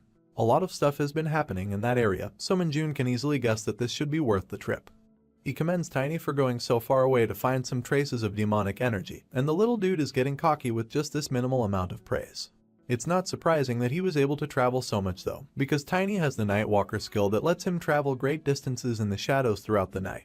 To encourage good behavior going forward, Minjun feeds the little fat fuck another spiral of demonic energy. And with that business out of the way, he's starting to plan out how to take another leave so he can excuse himself and leave for this area. While heading back to the dormitory, the matter seems to be completely occupying our hero's mind. He can't possibly leave without any notice, and it will be a waste of his vacation days if he were to apply for a day off by himself. As he opens the door, he wonders if he can get granted a holiday by the army itself so he won't have to waste his vacation days. But when he looks into the room, his entire squad seems to be cheering on with excitement in front of the platoon commander.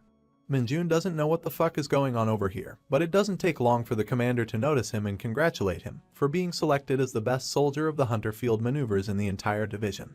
Minjun thanks his superior, but seems like he has more to say.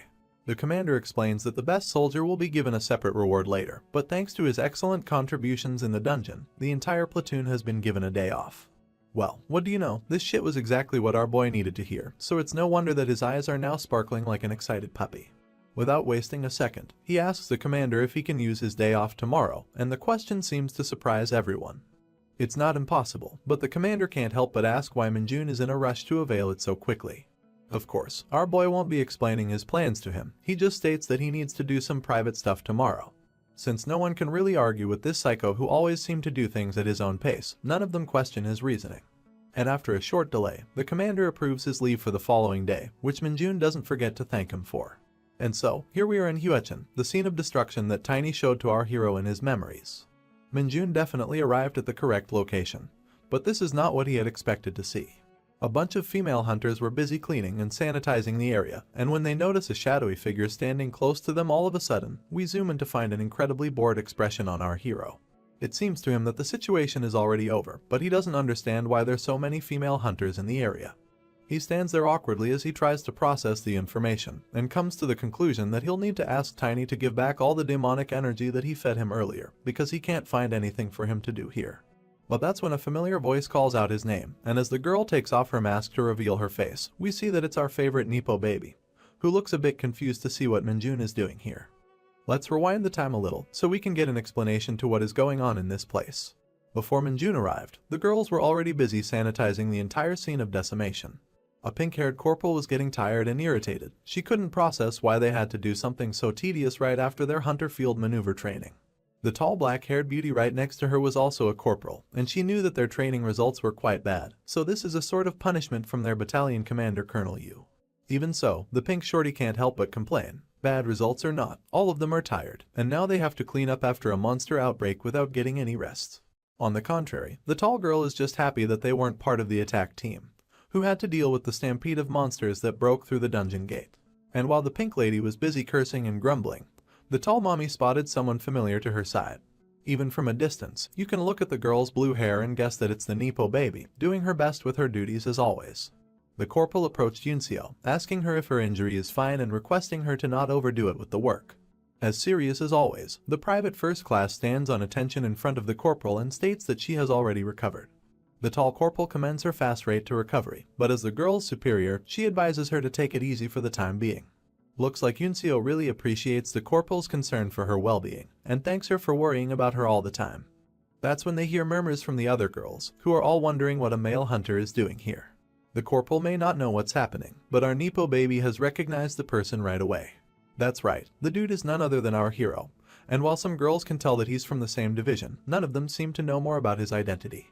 That's when we finally catch up with the last chapter, where Yunseo reveals her beautiful face to look at her favorite hunter, who also happened to carry her on his back to let her complete the training.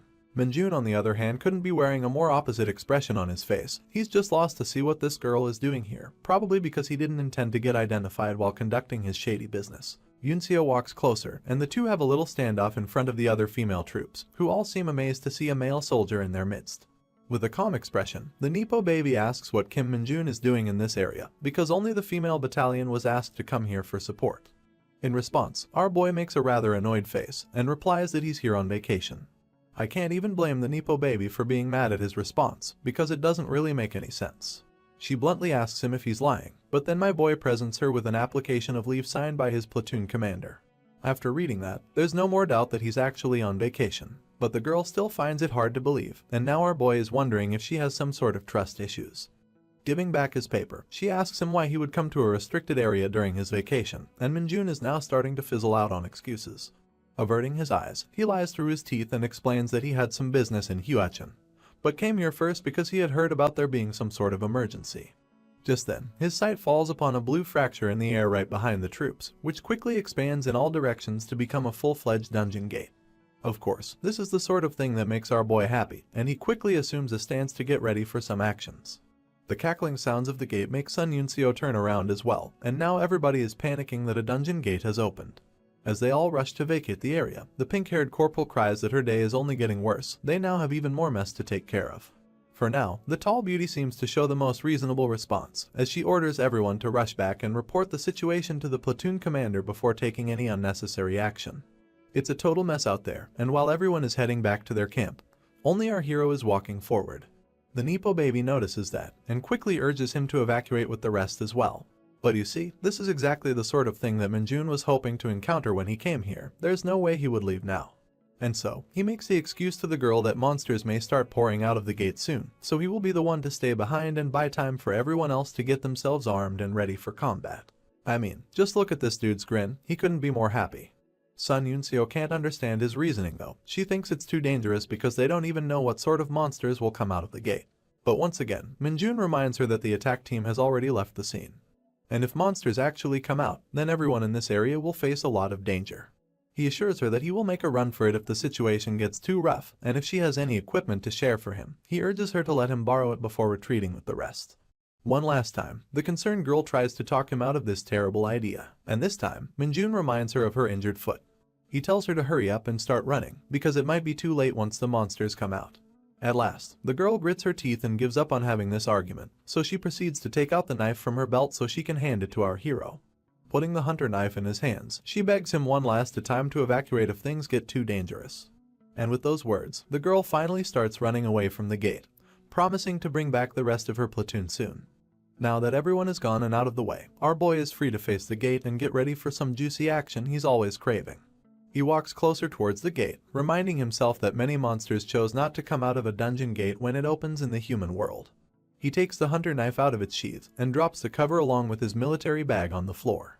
The gate is now oozing all sorts of negative energies, but Minjun is perfectly ready for anything to come. He knows that the monsters who come out of these gates tend to move in packs, and sure enough, the first silhouette we see comes in the shape of a boar. As it steps out of the gate completely, we see its strong tusks and salivating mouth, along with a purple layer of demonic energy that's covering its entire body. As expected, it's a pack animal, and our boy is fully prepared to take it on. Following right behind the first one, a bunch of other red boars start crawling out of the gate, and the one at the front already seems to have its eyes fixed on our hero for a charge as it roars at him in anger. I guess these bastards stink quite a bit, because even Minjun is forced to close his nose when they get close. While he was busy waving away the stinky air, the stampede is approaching with a charge that's ready to blow him away. But instead of fleeing in response, Minjun braces his knife and starts running towards the boars instead. He starts off by shooting a bunch of dark arrows from his palm, but surprisingly enough, the arrows seem to bounce off on the boar's tough skin. I guess his E-ranked skill isn't strong enough to penetrate the hard skin of these creatures, but that doesn't mean Minjun doesn't have any alternate means. First of all, he jumps up into the air to avoid a direct collision with these charging beasts. And while they're confused after losing their target in an instant, our airborne hero is ready with his knife to slice up some angry piggies. He comes raining down with a barrage of swift slashes in all directions, carving up the demonic beasts in quick succession. But even after that attack, the eyes of the creatures stay purple and angry.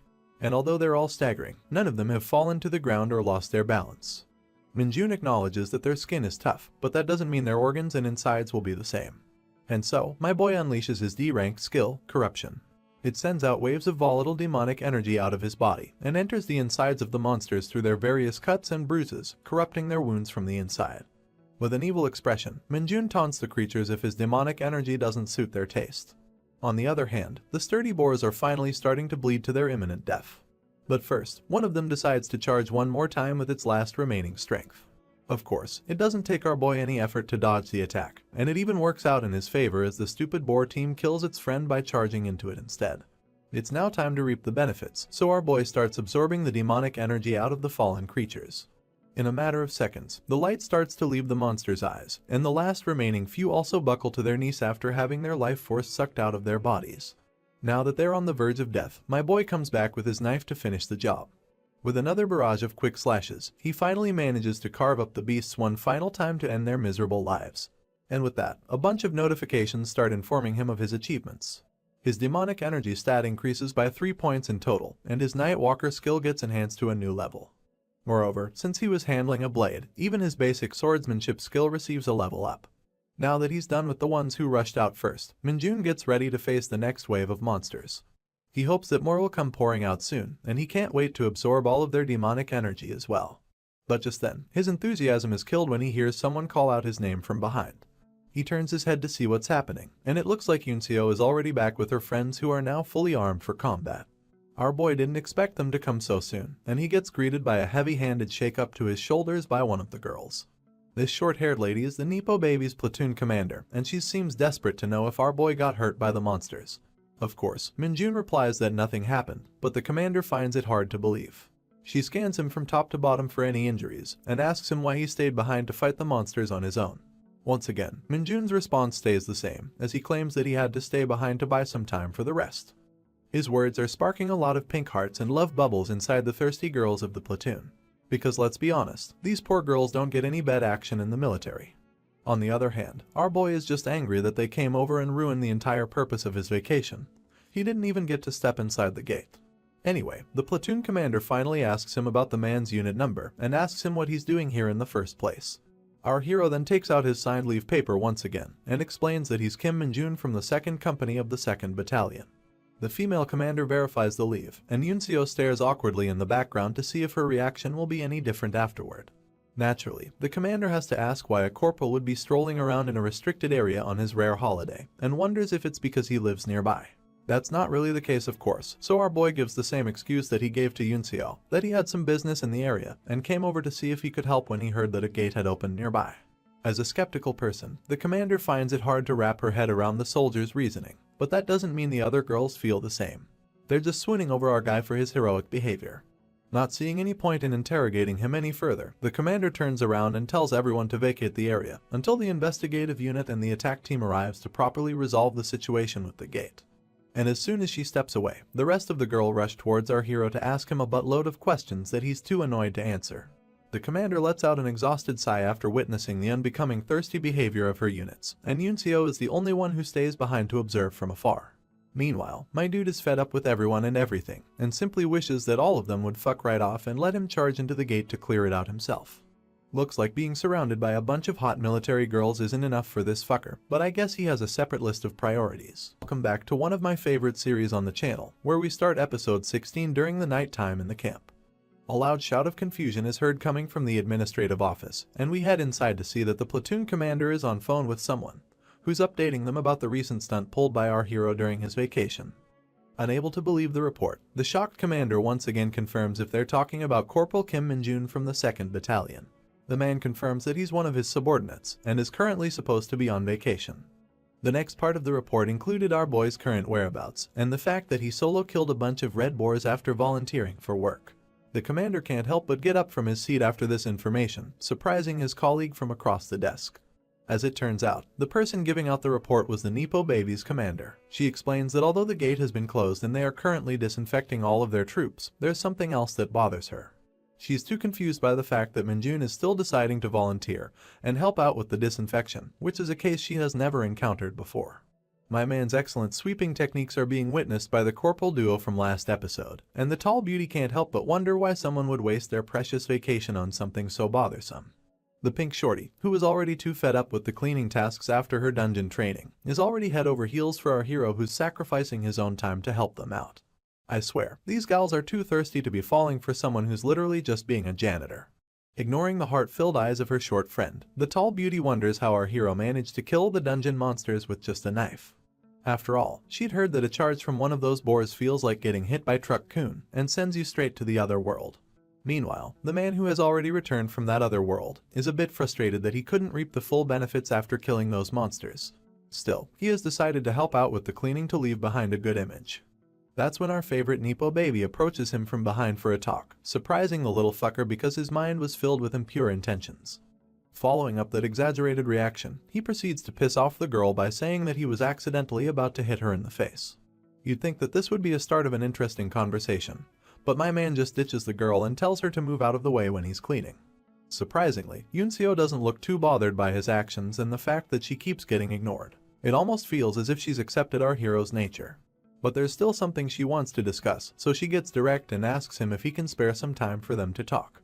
In contrast to the ruined structures of the town, the moon on this night was incredibly beautiful and radiating with its maximum glow. And under its calming light, the two most important characters of this series stood facing each other to exchange some words. As nonchalant as ever, Min-jun is the first to break the ice and ask the girl what she needs to say. The Nippo Baby runs a hand through her hair, starting the conversation by recalling the first time they met each other during the promotional exam.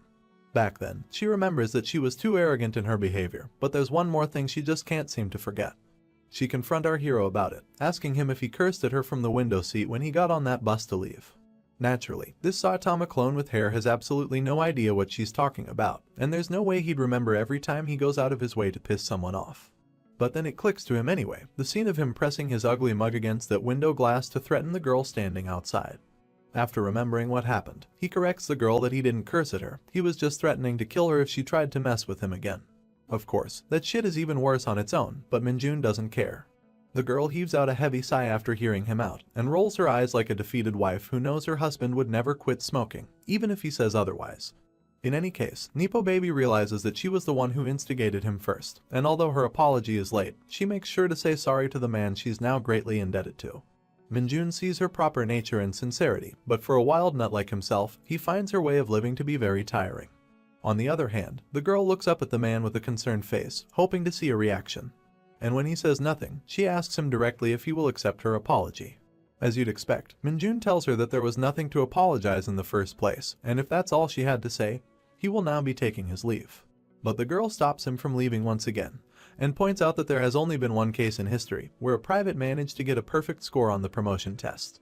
The mention of an achievement gets our boy's attention, and he asks Yunseo if he's the one she's talking about. As the cold night breeze rustles the leaves on the trees, the girl responds that there was someone else, although our hero now holds that record as well. Curious to know more, Minjun asks impatiently about the other person who got the perfect score. The girl opens her mouth to say that it was her dad, but corrects herself immediately and changes the word to father. You can tell by the absolutely adorable smile on her face that Yunseo is definitely a daddy's girl who idolizes her father. Minjun asks if she's talking about the division commander, and with a face full of admiration, she replies with a yes. The girl further adds that her father was the only person in the military to receive 2 stars on his badge after starting as a private, which is the reason she also enlisted herself in the same rank. Finally, the blockhead is getting interested in the conversation, because he now knows about someone who had achieved the same goals as himself. But then, the wheels in his cobbed-up brain start spinning, and he reels back from the shock when he realizes that the hunter army was only formed when he was 7 years old. That means her father wouldn't have been young enough to enlist as a private back then, so he wonders what the heck actually happened. The girl explains in detail, starting by the fact that her father used to have a really weak body when he was young, and due to his bad vision and a few other health issues, he got excused from the mandatory military service. That was enough explanation for Minjun to figure out that he probably joined the military on his own when the gates appeared, and the mass awakening effect improved the division commander's physique. The girl confirms his theory with a massive smile on her face, mentioning how much his father wanted to grow strong to protect her and her mother. After hearing this much and observing Yunseo's delightful expressions, even the usually indifferent Minjun is now curious about her father and expresses his desire to meet him. I guess our Nepo baby was hoping for the same, because under the shining moonlight with her hourglass figure and a face full of happiness and respect, the girl confirms that he would get along swimmingly with her father. Her assumption is based on the fact that Major General Sun has an extraordinary affection for strong soldiers, but those people don't usually go around carrying his daughter on their backs.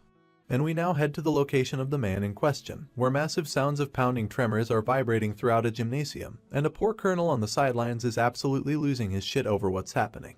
Looks like Colonel Yu is also present on the scene, and her expression tells us that the situation is already beyond her control. The entire building was shaking, and we hear General Sun's voice echo through the court, asking his opponent if he's come all this way to tell him about Kim Minjun. The panel switches to the bruised-up face of Major General Brutus, who looks shocked to see that Nepo Baby's father already knows about our hero's name. General Sun's face is just as bruised, and while wearing a smile full of confidence, he informs General Brutus that he has an excellent network of information. We then zoom out a little bit, and find out the building was quaking thanks to these absolute human weapons beating the fuck out of each other. Brutus seems worried about what General Sun plans to do with Minjun, and the doting father replies that it's none of his concern. With a swollen cheek and bruised-up knuckles, the man charges up for one more powerful fist, and Brutus responds in kindness by charging up an attack of his own. Meanwhile, the colonel on the sidelines is doing nothing but panicking, worried that no one would be able to stop these raging idiots from destroying everything in this building. Although his worries were pretty needless, since Colonel Yu promptly jumped in the middle of their blows when she noticed that things were getting a bit out of hand. With their bloodied fists stopped inches away from her face, she warns the grown-ass men that they have already been fighting for 5 minutes, and it's now time to give this shit a rest. Guys, I think I got myself a new mommy to worship. Scared of Mommy Yu pulling their ears and grounding them for a week, the two children look at each other and activate the silent bro code, signaling the fight to stop. But even if the physical violence has stopped, they both still stand face to face with each other to continue the quarrel. They call each other names and refuse to admit that either of them has lost. And as we zoom out, we find out that the destruction they've caused to the gymnasium is going to cost them a pretty penny to fix. In any case, the fight ends at last, and we find ourselves outside of the building once again. Brutus sits with gritted teeth on one of the park benches outside, and General Sun wears the same sour expression while sitting next to him on a different bench. Colonel Yu comes to them with a report from the 3rd Battalion commander and informs the two major generals that the Red Boar Gate has been cleared. Brutus acknowledges the report and the hard work of the 3rd Battalion commander, and also makes sure to commend Colonel Yu as their senior. True to her character of a strong soldier, the woman accepts the commendation with a firm salute. She then proceeds to exit the scene, and leaves the old friends behind to settle their scores in peace. With Mommy Yu out of the picture, General Sun finally speaks up and asks Brutus for the real reason he came here. The bearded behemoth takes a moment to glance in his friend's direction and judge his state of mind. And after seeing that he looks calm enough, he proceeds to inform General Sun to stay clear of Kim Min-jun, because he's going to specially promote him to the position of a sergeant. The calmness on General Sun's face went to shit when he heard our hero's name, and he started fuming that Brutus was rooting for the guy who messed with his daughter. Of course, Brutus lets him know that no one did anything to his daughter, and he should be grateful that Min-jun helped her out when she was injured. They both take a few moments to let off their steam once again, and I'm really starting to wonder how such idiots manage to climb to their positions. Anyway, now that he's a bit more rational, General Sun states that Min-jun was only recently promoted to a corporal. And from what he hears, it also wasn't long ago when he was specially promoted to private first class as well. Brutus acknowledges that, and admits that he plans on at least raising him up to the position of a commissioned officer. The doting father lets out a heavy sigh upon hearing this, worried that such an action would give him a lot of unwanted attention. Not to mention, Gu Haxiao, the actual fucking general of the entire hunter army, would definitely want to recruit Min-jun under his command, once he finds out that he's earned the acknowledgement of Brutus. Our bearded friend seems to be aware of that, and since he can't possibly go against the general's decision on his own, he has come here to ask Major General Sun to be on his side in the future. Of course, the doting father strikes back by saying that he can't possibly place his blind trust on a man he has never met, and he will decide what to do when he meets our hero in person. Basking under the beautiful radiance of the full moon, the two then stare off into the distance as Brutus asks his friend if he has any ulterior motives. And in response, the man simply chooses to stay silent about his intentions regarding Min-jun. At the same time, while these old rivals were reuniting, something incredible was happening at the location of our hero. Kim Min-jun was surrounded by an ominous energy, and he felt himself reeling back from the sight he was witnessing. You see, a dark-robed figure was conjuring himself up in his dimension right before his eyes, and our boy was too stunned to react to this bizarre scenario. Surrounded by dark demonic energy, the man finally finishes materializing and stands up to his feet, and we see his long silver hair peek out from the robes. As he stands up and looks at our hero in front of him, a cunning smile appears on the man's face as he calls out that he has finally found him. But before we explore further what's going on, let's rewind the time a little bit and start from the moment where our hero and his new female friends were going their separate ways. The female soldiers were getting on the bus to leave for their camp, and the girls who had fallen mad for our hero were saying farewell, hoping to meet him again. The pink shorty in particular was very keen on asking him out for a date, but the tall guardian behind her was there to keep her on a leash. Before the shorty could blurt out her phone number for Min-jun to call, her friends shut her up by holding her mouth and thanked our hero everything he had done to help them. The pink shorty then turned around to argue why her friend would ruin her perfect moment, and it allowed some time for Yunseo to exchange some glances with our hero. This time, there's no cursing, life threats, or awkward rivalry between them, so the girl simply bids her farewell with a warm smile. Just like that, the bus had left, and our boy was left alone on the road to go about his way. He turned around and heaved out a sigh, looking glad that he could finally stop with his nice guy persona and go back to being normal. That's when he laid his eyes upon something unexpected, and as the perspective switches, the pouting condom head was standing close to him once again. Min-jun looked at him with eyes full of disappointment, not knowing what the creature wants this time around. The tiny shadow demon coughs on his hand while extending the other, quite shamelessly asking for more demonic energy for his ever-growing belly. Of course, my man is already angry with Tiny for the misinformation earlier, so there's no way he's gonna reward him with anything good. Tiny looked a bit disappointed after getting rejected, but his expression soon changed once he picked up a weird signal in his head. The adorable condom head started jumping up and down to get his master's attention, but Min-jun was already looking in his direction. Since Tiny can't really speak, he communicates with his master by wincing his eyes and exerting demonic energy waves to send his thoughts. The waves tell Min-jun that someone from Isgard is currently crossing into this world, and they're not even using a gate to do so. Instead, it's using a direct dimensional portal. Seeing how Tiny was able to detect such a faint presence, our hero finally realizes that maybe his shadow demon isn't meant to be an assassin, but an excellent radar for any traces of demonic energy. Delighted by this news, the excited Min-jun tells his little minion to show him the way and take him to the location of this intruder. A few minutes later, the two of them find themselves in the thick of forest woods, and Min-jun tosses a ball of demonic energy to Tiny for his excellent work, which the little creature happily accepts. This is when the demonic portal suddenly starts cracking into the air, startling the both who were standing carelessly right next to it. The portal expands slowly into an ominous field of purple pulses, and bursts into crackles of black lightning before a person starts to appear. The next few panels are a repeat of what you saw earlier, so I will save you the trouble and switch them quickly to bring you up to speed. After the man from the portal seemingly recognizes our hero, we found out that Min-jun is in fact extremely repulsed by the intruder's appearance. The panel flips to the face of the silver-haired man who just appeared, and I'm suddenly not sure of this guy's actual gender. I guess I'll just assume he's a male until we're told otherwise. Anyway, a blob of snot starts dangling from the man's nose, and abruptly starts rushing at our hero with tears of happiness. He refers to Minjun as Master Minold, but my dude just wants him to stay the fuck away. Not that his concern was necessary, because the weird person trips by himself and falls flat on his face for reasons unknown. Concerned for the man's safety, Minjun reluctantly goes closer to check up on him, while Tiny waves goodbye because this shit is way beyond his pay grade. It looks like our boy has also recognized this person, because he asks him why he followed him to this world when he told him to leave him be. Looks like the snot has somehow migrated to the other nostril, and the man with the weirdly feminine eyes is still busy crying while looking at our hero.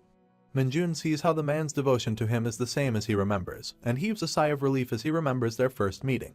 You see, back in the other world, this silver-haired dude was once on the verge of death in the middle of a desert dungeon. A heavily clawed paw of a beast stomped close to him, and we zoom out to see that he was about to be devoured by a manticore monster. The man had accepted his defeat and closed his eyes, but opened them again when he realized that he was still somehow alive. To his surprise, the beast was stopped in its tracks by a mysterious ball of demonic energy. The volatile ball had killed the monster, and the owner of this power made his appearance on the scene. It turned out to be none other than our boy Minjun, and while calling back his powers, he was intrigued by the presence of another human in this desolate place. He then comes closer to the fallen man, standing tall over his head while inquiring to know his identity. The man was trembling in front of the dark mage's presence, and he was too famished to exchange any words. Our hero noticed that the silver hair was nearly at the edge of death, and leaned in closer to comment how he was strangely handsome for a dude stuck in a desert. He was about to ask him why he wasn't speaking, but that's when the man opened his mouth to ask if the dark mage was Master Minold. Our hero gets confused why he knows about him, and out of nowhere, the silver-haired handsome starts crying with tears in his eyes. He starts trembling and shaking, and comments how Master Minold is the hope of all dark mages in the world. Minjun gets repulsed by such words, of course, and is even more surprised that the silver hair was also a dark mage. He then stands back on his feet, and asks the man why he's so fucking weak if he's also from the same class, and wonders if that's somehow normal in this world. In any case, he could care less about such things, and waves goodbye to the man after warning him not to refer to him with such cringe titles. But before leaving, he remembers something very crucial that makes him stop. My man turns around, and the polite Korean inside him is suddenly worried that he didn't ask for the man's name he had just saved. The silver-haired dark mage lowers his head upon hearing the question, and depressingly replies that he doesn't have a name. That seems very odd to our hero, but he's not one to ask a lot of questions. Still, seeing that the man doesn't even have a name on top of being weak as shit, Minjun thinks that he's the perfect person to give him a proper name. That's when the next panel brings us back to the present, where he is once again holding the pathetically weak dark mage who somehow managed to follow him to this world.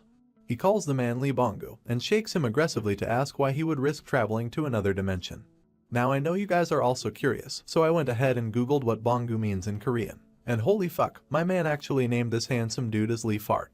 I'm well aware that fart jokes get boring really quickly, so I'll just leave you with this translation, and go back to calling him Bongu from here onwards. Anyway, Mr. Bongu is looking like he's about to collapse any second, and replies to our hero that he had no choice, because Minjun disappeared without leaving behind a single note, and his cult has been on the verge of collapse ever since. Our hero gets pissed to hear this.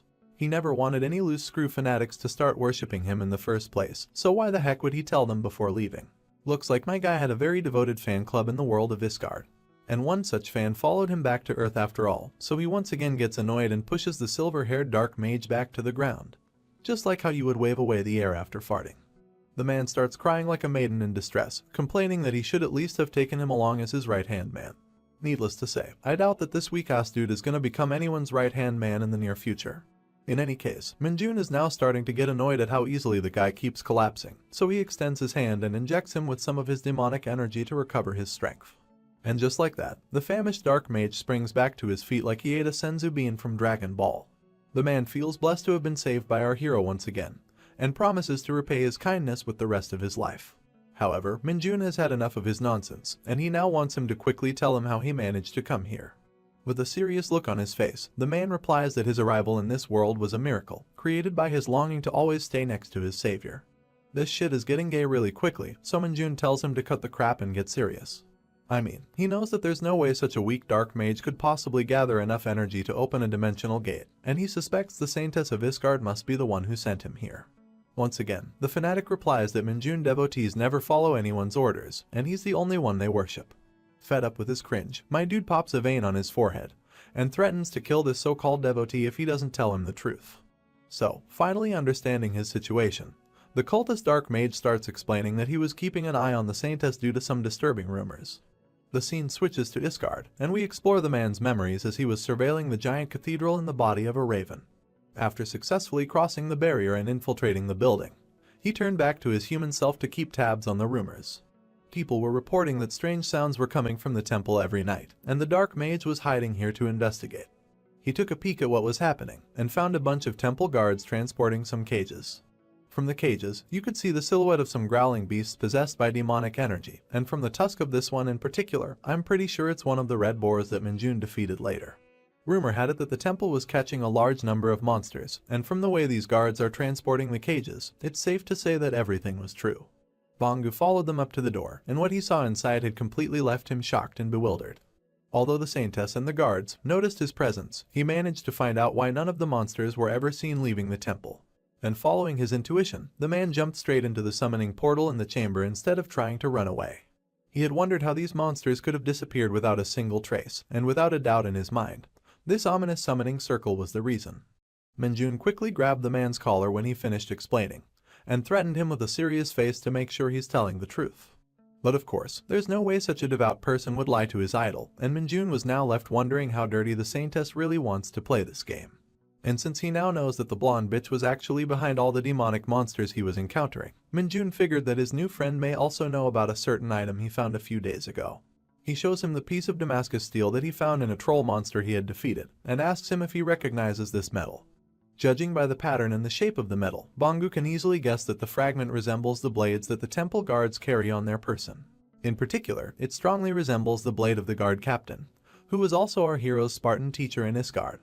When he mentions it, Minjun also suddenly remembers his sword, and a shiver is sent down his spine when he remembers those absolutely hellish days where he was trained like a fucking donkey.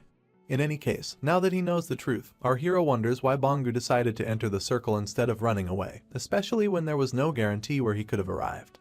Not to mention, there was a very good chance for him to get killed if he was one step too late to enter the circle. Of course, the mad lad just laughs it off, because he didn't really think any of this through. It doesn't really surprise our hero either, because his cult followers were neither very smart, nor were they normal in any sense of the word. He then proceeds to look again at the blade fragment in his hand, and thinks long and hard about what the Saintess must be planning by doing something so strange. I'm also not too sure of her endgame, but it's pretty clear that she's only feeding our hero with more demonic power, which he otherwise had no way of increasing in his world. Welcome back to this epic manhwa, where we resume the story 1200 days before Kim Minjun's return to Earth. During one beautiful sunset in Isgard, the Saintess was staring off into the distance next to her temple. Her flowy blonde hair were shining mesmerizingly in the orange sunlight, and she wore an expression of loneliness on her face. Her daze was interrupted when she heard a familiar voice from behind, asking her what's the matter. As she turned around, the voice belonged to none other than our hero, who was curious to know why he was called to see her. Pushing back her hair and sprouting a radiant smile on her face, the Saintess simply commented that it's quite nice to be outside and feel the wind. But of course, our hero is a thought slayer, and there's no way in hell he's gonna let himself be swept away by this sort of mood. In fact, he's incredibly pissed at the woman's answer. With a bitter tongue and a popping vein, he replies that he's been sleeping out on the fields for several weeks, and he's definitely not in the mood to be getting cozy in the wind. As is evident by the Saintess's expression, you can tell that she's regretting her choice of words as well. In any case, she brings back the smile on her face, and apologizes with a lonely expression for her inconsideration. After all, she was simply excited to be out in the open since she can't really leave the territory of the temple any further. Once again, Minjun could care less for her sob story, and immediately asks her again why she called him. Finally, the Saintess gets to the topic, and replies that she received some reports of our hero's colleagues getting seriously injured inside a dungeon. She was about to mention their extremely embarrassing cult name, but our boy cuts her off to clarify that none of those idiots can be called his colleagues, and he's definitely not a part of any such cult. Moreover, he clarifies that they followed him on his own, and then got injured by some dark hounds, and since he has already treated their injuries, he'd rather not think about them any further. The Saintess smiles at the mention of dark hounds, as she's once again learned a new word from our hero. Seeing her expression, Minjun walks closer to her, and elaborates that he's referring to a monster called the Parkas. Since its literal translation in his home language is a dark hound, he prefers to use that instead. But that in turn makes him beg a certain question, and he suddenly turns serious to ask the Saintess about it. You see, Minjun wants to know if there's really no connection between Isgard and planet Earth, which was swarmed by these exact same monsters before he got summoned. After a brief moment of silence, the Saintess replies with a simple yes. Not gonna lie, her expression right now makes her look very suspicious. In any case, she explains that gates and monsters began to appear in Isgard hundreds of years ago. If there's any connection between this world and the Earth, then it's the fact that they're both suffering from the same unusual phenomenon.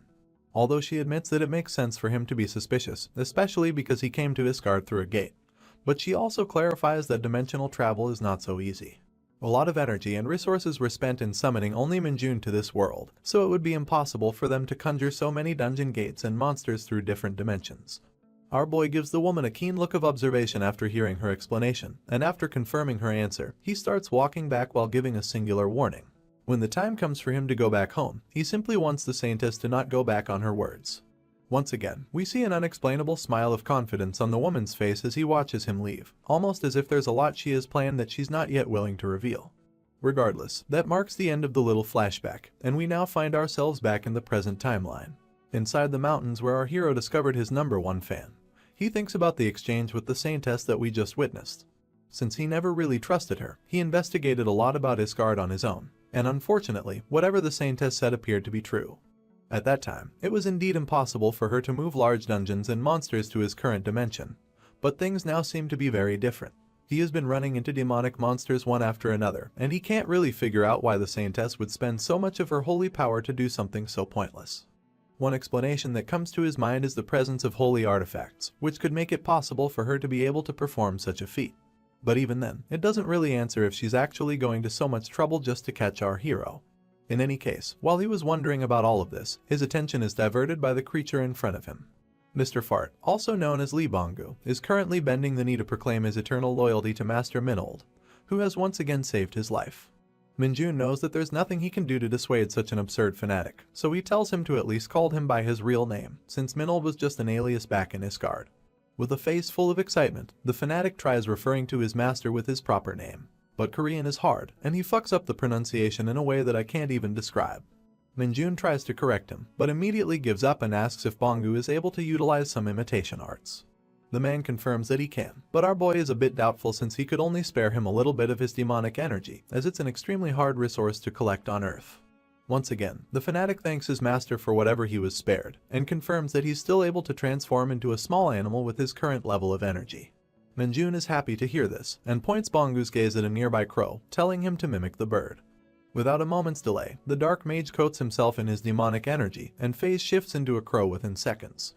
Appreciating his new look, our hero orders his subordinate to move with his other minion, and move inside the shadows unless he's called for.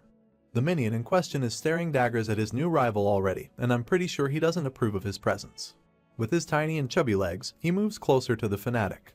The condom head turns into a dickhead to express his annoyance, and the crow stares back to stay his ground. The tiny creatures stand within kissing range of each other, ready to go on a brawl for no fucking reason. Minjun stops them of course, but the crow starts getting jumpy in anger and dissatisfaction. My dude tells him to stop fucking around and use proper words, so the man finally speaks while staring into the eyes of his rival. As the self-proclaimed right-hand man of his master, he wants to make his hierarchy clear in front of Tiny. But of course, Minjun is having none of this bullshit, and orders the both of them to shake hands and let this matter go, or he'll abandon them on the sidewalk.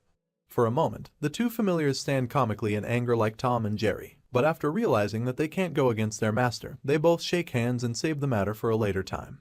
While the peace lasts under the rustling green trees of the forest, Minjun quickly makes it clear that Bongu will follow Tiny's instructions to know what he needs to do, and Tiny will stop Bongu from doing anything crazy if he loses his way. With safety first as their chief motto, the master asks his minions if they understand, and the creatures salute in response to confirm. And with that, he finally dismisses his familiars to go on their respective missions. The crow flaps its wings to take flight, and the night walker disappears into his shadow to tag along. Now the both of them being part of a singular body, they finally fly off into the night sky to do whatever the fuck they're supposed to do. As Minjun watches them leave, he heaves a sigh of relief with a rumbling stomach. Not sure if anything is still open at this hour, but my man expresses his desire to fill his stomach with some ramen and then go to sleep. A few days later, we find ourselves back at the camp, where an excited Corporal Wangshik bursts into the locker room to announce something exciting. The boys were being boys and hanging out as usual, but no one was able to interpret the former asshole's excited expression. After a moment of awkward silence, Ponytail commented that maybe his friend has finally gone insane, and the rest of them seemed to share the same opinion. Still, Orange Hair and his friend entertained Guangxic's enthusiasm and asked him to explain what the fuss is about. With a big-ass smirk on his face, the man informs everyone that the platoon's quarterly performance chart has finally been posted in front of the admin office. That news garners the attention of a few sleepy individuals, and while Sergeant Lee puts on his uniform, someone comments that he probably got the first position again. There were a lot of raids and trainings this quarter of the year, and as the usual ace achiever, it's not too difficult to imagine Sergeant Lee at the top. Even Guangxic confirms that Lee was able to attain 75 points according to the result, which only assures the rest that he's most likely to take the first spot. But of course, we can't ignore the latest spice to the mix, and Guangxic makes sure to reveal the most surprising news of all. With a very docile expression, he whispers to the others that Sergeant Lee has actually only managed to get second in this quarter. For a moment, the others were excited that the top dog finally got dragged down a peg, but it also raised some concerns about who managed to get more than 75 points in the assessment. We already know who it is, and the man in question comes saluting into the locker room at literally the most perfect timing. As Minjun gets busy greeting his peers, the Orange Hair starts speculating if he's the one who topped Lee Seung-ho. Guangxic confirms this, and adds that our hero actually managed to shake the entire division by attaining a whopping 99 points in the assessment. Naturally, such an unfathomable feat garnered an insane reaction from the clueless corporals, who didn't even know that achieving such an absurd score was possible. Just then, the platoon commander walks into the room to see his subordinates, and everyone responds with a salute. He waves to Kim Minjun to ask if he had a good vacation, who enthusiastically responds that it was a great time. And while looking pleased to hear that response, the commander decides to show our hero the result of his latest achievements. The item in question results in some pretty strong reactions from the rest, who can hardly believe how this is possible. The only exception was Sergeant Lee, who somehow kept his face turned as if he already knew what was happening. You see, what the commander held in his hand was the symbol of a sergeant, which basically means that our boy was promoted once again. To receive a promotion without passing any test means that it's a special exception, and since Minjun's last promotion was also one such case, everyone finds it hard to believe that it has actually happened again. But regardless of their doubts, the commander confirms that they received the official documentation at their division today. And not only was Minjun chosen as the best soldier in the entire division during the Hunter Field maneuvers, but his volunteer work to clear a dungeon during his vacation was also highly acknowledged by the military. As a result, the division commander Brutus, who had a really merry time at the Tin Can dungeon with our hero, once again gave special orders to process his promotion. Needless to say, my dude was more than overjoyed at such blissful news, and he couldn't help but think even more highly about Brutus. And now, the platoon commander removes the 3 bars of a corporal from Minjun's shirt and replaces them with 4 bars, which now officially showcase that he has been promoted to a sergeant. Naturally, a promotion is always a cause for celebration, and the entire unit claps wholeheartedly for their brand new sergeant. Except maybe one person, who was looking incredibly concerned regarding a certain matter. As Ponytail takes out a folded piece of paper from his pocket, we see that it's the same bet they placed before their dungeon training about Kim Minjun's next promotion, where Guangxic made the unbelievable estimate of 1 month with his entire salary on the line. Although it's still a bit unbelievable, Guangxic is more than happy to have won this bet, and Ponytail has no choice but to accept the reality and give up on his salary. But of course, lottery winners always get targeted whenever they win, and the paper was immediately snatched from the corporal's hand. The snatcher was none other than Minjun, and his new subordinates were already sweating bullets in nervousness about what he might do with their bet. As expected, our hero targets his disciple first and asks him if he's aware that he's now addressing a sergeant. It goes without saying that the former asshole has long since learned his lesson, and would never dare look down upon the sergeant. After taking a thorough look at the paper, Minjun sees that his disciple has won a very generous bet, and Guangxic wastes no time confirming this information, although he stumbles multiple times over his words. By now, the poor corporal is extremely nervous and sweating, because he had no idea what our hero might be thinking. I guess his anxiety is justified, because Minjun is wearing one of the most wicked expressions I've seen him wear in a long time. He comments that it must be nice to be a winner, and I can only imagine what he's planning to do with his disciple. In the next scene, we're taken to a new location, where our hero is still donning his new badge and smiling like someone who's really having the time of his life. The reason for his happiness might just be the misery of these people who bet on him, and the two of them are already standing on attention and sweating. Meanwhile, poor Guangxic looks like his face is almost about to explode, and he desperately offers to give 30% of his winnings to Minjun. Our hero looks down at the struggling man, and proclaims that he isn't doing this for the money. Hearing this, Guangxic raises the offer to 40%. And as we finally zoom out to get the full view, we see that Minjun was forcing him to exercise with the stupidly heavy red stones. Once again, he tells his disciple that money isn't the problem, and he wants Guangxik to understand that he's not really upset by the bets either. The poor man, who's also crying at this point, apologizes for the misunderstanding, but that doesn't explain why he's being punished. And to add fuel to the fire, Minjun even tries to add more pressure on the poor fellow's weights. Finally, just as the corporal's soul begins to leave his body, our hero decides to take pity and lifts up the bar with a single hand. The steaming corporal is now looking almost lifeless on the bench, and his two friends are scared beyond belief to see how the sergeant is managing to lift the redstone weights with just one hand. You see, according to Minjun, none of this can be considered as punishment, as he's simply helping his disciple train who previously expressed his desire to grow stronger. Moving on, he'd like to extend his generosity to the other two as well, but the betting addicts both nervously reject the humble offer in fear of their lives. Seeing their disagreement, Minjun shows a pitiful expression and calls it a shame that they don't want to train. And taking his smile as a positive signal, the corporals try to make the escape by saying they now have somewhere they need to be. Of course, they're stopped in their tracks when they hear the ominous tone of our hero, who's still repeating that it's such a shame. He then slowly turns to face the two, and with an absolutely horrifying smile, he reminds the corporals how it's a real shame they actually think they have the right to refuse his commands. Shivers are sent down the spines of the poor gamblers in pure horror of what might happen next, and as we step out of the training room, we can hear nothing but screams of agony. A while later, Guangxik is still unconscious on his bench, and the other two are coughing and panting on top of a pool of their own sweat. Looks like they had a really nice workout. Minjun takes this unfortunate timing to finally reveal that he has a favor to ask from the corporals, and immediately, the both of them are alerted to hear his commands. As long as it's not physical training, these idiots are actually willing to do absolutely anything. That's when Minjun starts hitting them with some facts of low-class injustice, where if a hunter is lower than private first class, he can't use either the training room to train, or the PC room to play games. At first, the two corporals were lost in the sauce, but then our hero starting expanding that anyone who's lower than the sergeant is not even allowed to use a smartphone, and the list simply goes on. After hearing his complaints for a while, the gamblers rise up on their feet. They have the most resolute expressions you're ever going to see them make, and they completely understand that such discrimination and injustice in this day and age is extremely barbaric. And so, although they don't really give a rat's ass, they both understand their assignment and look at each other to acknowledge that they must work together in order to eradicate such rules. That's exactly what our hero wanted for them, but he warns them to not go overboard with any of their actions. He says that he will try to convince the other sergeants to lift some useless regulations, but he's going to leave the rest to the corporal duo. Of course, his commands are immediately accepted by the cornered gamblers, who would love nothing more than to leave this room if they're done with the details. With a small chuckle and a sigh, our boy waves his hand and allows them to leave. Ponytail and his friends start bolting out of the room as fast as they can, and Guangxik finally regains his consciousness at the same time as well. He tries to follow behind the two with his trembling body, but is immediately stopped by Minjun once again. Almost fearing for his life, the man turns around slowly to acknowledge the call of his sergeant. But at this point, the poor man is hardly able to keep his eyes focused in one direction. And to add salt to his wounds, Minjun reveals that there has been a reshuffle of personnel, and Guangxik has been placed under his squad going forward. From now on and always, the poor corporal will be forced to train together with our hero with his life hanging from a thread, and there's absolutely nothing he can do but cry out his eyes and accept his fate.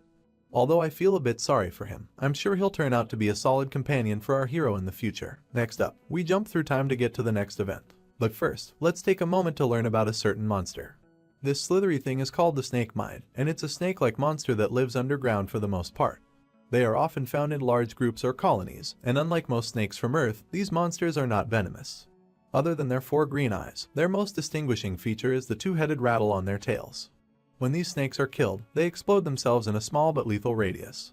Which is why you have to cut off their tails first, because the rattle acts as a detonator to the explosion. Right now, these snakes are writhing in pain after having their tails cut off, and the perpetrators are none other than our favorite hunter platoon. In order to avoid a chain explosion from these creatures, the platoon commander and his squads are slowly cutting off their tails so this dungeon can be cleared.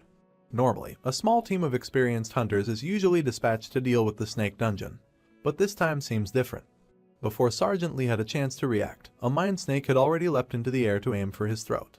He tries to block his face by guarding up with his arm, but his eyes are left wide open when the threat is suddenly dealt with. You see, someone had caught the snake's tail, and it prevented the monster to extend its body all the way to the sergeant. The catcher was once again our hero, Kim Minjun, and the bag full of mine snakes on his back shows us the reason why no one is really concerned about the creatures. After all, this dude had caught countless of these things back in Isgard, and he's experienced enough to clear this entire dungeon by himself without letting a single snake explode. With him around the block to help out, the commander and the others can breathe a sigh of relief for sure. Looks like by the time we were shown the action, the platoon had already made good progress in the dungeon, and the commander was now ordering everyone to take a 10-minute break. The soldiers took a breather beneath the shade of some rustling trees after clearing out the ground, and the commander got busy mapping out their route along with Kim Minji. Sergeant Lee was busy inspecting his weapon for the next battle, and Minjun was seriously happy that he unlocked yet another skill. This skill is called the Agility Boost, and at its current rank, it's allowing our hero's agility stat to increase by 5. Our boy would have preferred for a class-exclusive skill to show up, but even something like Agility Boost is enough to make this trip worth his time. At the same time, while he was inspecting his status, his crow familiar started speaking to him via telepathy, which immediately alerted Minjun's attention. The crow informs him that he has detected the presence of some demonic energy, and it's gathered in a fairly considerable amount. This information is important, so our hero looks around to clear the coast before discussing it any further. He then expresses his absolute joy at the news, and asks the crow about its current location. The scene then switches back to Lee Bongu's perspective, as he stands within electrocuting range on a pole in front of some house. After a needlessly dramatic pause, the crow responds that he's currently inside the ancient metropolitan city. A few days later on a weekend, we see the same house that Bongu was scouting, but it's now during the nighttime. Our hero stands cautiously next to a nearby pole in his jacket, and as the crow comes swooping to land on his shoulder, he asks his minion about the current situation. As instructed by his master before, Bongu confirms that he didn't take any action and only kept watch from a distance. However, since he couldn't sense the presence of a monster, it's more likely that the demonic energy is the byproduct of a dungeon. Minjun then asks for the number of people inside the house, and the crow informs that no one was seen inside the building until yesterday. Right now, however, one person is confirmed to be living in that house. According to the crow, the infiltration would have been much easier if Minjun had come here the previous day. But our hero scoffs at such a suggestion, since it was already really hard for him to get the permission for an overnight stay outside of his camp. In any case, he gets ready to get going by putting up his mask, but he would hate to go as far as to call it trespassing. After all, he's simply going inside the house to remove some extremely dangerous objects. Now that might make some sense on paper, but it is still very blatantly a crime, so Minjun warns his familiar to not get caught. With that said, the next thing we're shown is our boy's boot on a ledge, and we zoom out to see that he's entered the house through an open window. After sneakily turning the corner towards the living room, it seems as if our hero has finally laid his eyes on the object that brought him here. It was a piece of purple crystal sitting on top of the TV cabinet, and it seemed to be the thing that was oozing all of that demonic energy. Minjun approaches the object rather cautiously, but even though its demonic energy can be felt really clearly, it doesn't seem harmful to the body at all. Getting even closer to the enclosed crystal, our boy almost feels as if its energy was somehow refined. Before he can touch it, however, a voice comes from behind to warn him not to move. We see a very familiar physique of a female soldier with blue hair, and Minjun feels like he has been caught red-handed in his crime. As you must have already guessed, the voice belonged to none other than our favorite Nepo baby, who's dressed very loosely inside her night. In this video, we start our story from back inside the house that our hero infiltrated in the last episode. The Nepo baby was still unaware of the home invasion, and was chilling down on the bed with her phone in her hand. Looks like she was talking to her mom, who was pretty excited to inform her that she went on a movie date with her father. Unable to believe that her usually strict father actually booked some tickets to the theater for her wife, the daughter couldn't help but smile at his cute side. Her mom asks her if she'll be fine on her own in the house, and while Yunseo was writing down a reply, she heard a certain rattle in the house. It was concerning enough to make her stop writing and get alert, so she quickly opened the door to take a peek outside. Looks like the noise was coming from downstairs, so without any hesitation, she started sneaking down to confirm what's up. That's when she noticed something from the corner of her eye, the dark figure of a hooded man, sneaking about her living room like a robber. Of course, being the soldier that she is, the girl decided to call out to the invader and warned her not to move. She had already struck her fighting stance by now, and since she was convinced that no one would dare try to rob the house of a military general, she demanded the invader to reveal his motive. It took a moment for our hero to slowly turn around and acknowledge the voice, and when he looked at the person behind her, he was completely shocked to his core. Of all the people he could have expected to meet in a place like this, it just had to be the Nepo baby, someone he just can't seem to shake off his tail. Gotta admit though, our girl is looking smoking hot in those pajamas. Anyway, the two of them shared an awkward moment of silence in the living room, with neither of them saying anything at all. Naturally, Minjun was quite pissed at this point at the absolute absurdity of this coincidence. He stared daggers at the stupid crow who brought him here, And scared of his master's wrath, the traitorous bastard started pointing his feathers at the condom head, claiming that he's the one who first detected the demonic presence. Our boy could care less about the quarrel of his minions, and now that he knows that he's inside a division commander's house, he can kind of accept why there would be a byproduct of a dungeon inside. But what he can't accept are the absolutely worse odds of meeting the Nepo baby here. It was the same back when he found her during his forced vacation as well, and it really seems as if they're both bound by an ill-fated relationship. Our guy puts up his hands in frustration and annoyance, and the girl behind him sees it as a sign of aggression. Alerted by the danger, she puts up her fists and warns the intruder to freeze in his spot, as he's been clearly warned to not do anything stupid. Minjun ignores the warning of course, and simply puts his hands back in his pocket, convincing himself that he won't leave empty-handed. His careless actions alerted the girl to make her move, and she immediately took action to subdue the hooded figure. Her first attack was a high kick, which our boy ducked without a single moment of hesitation, while also rummaging around his pocket to look for something.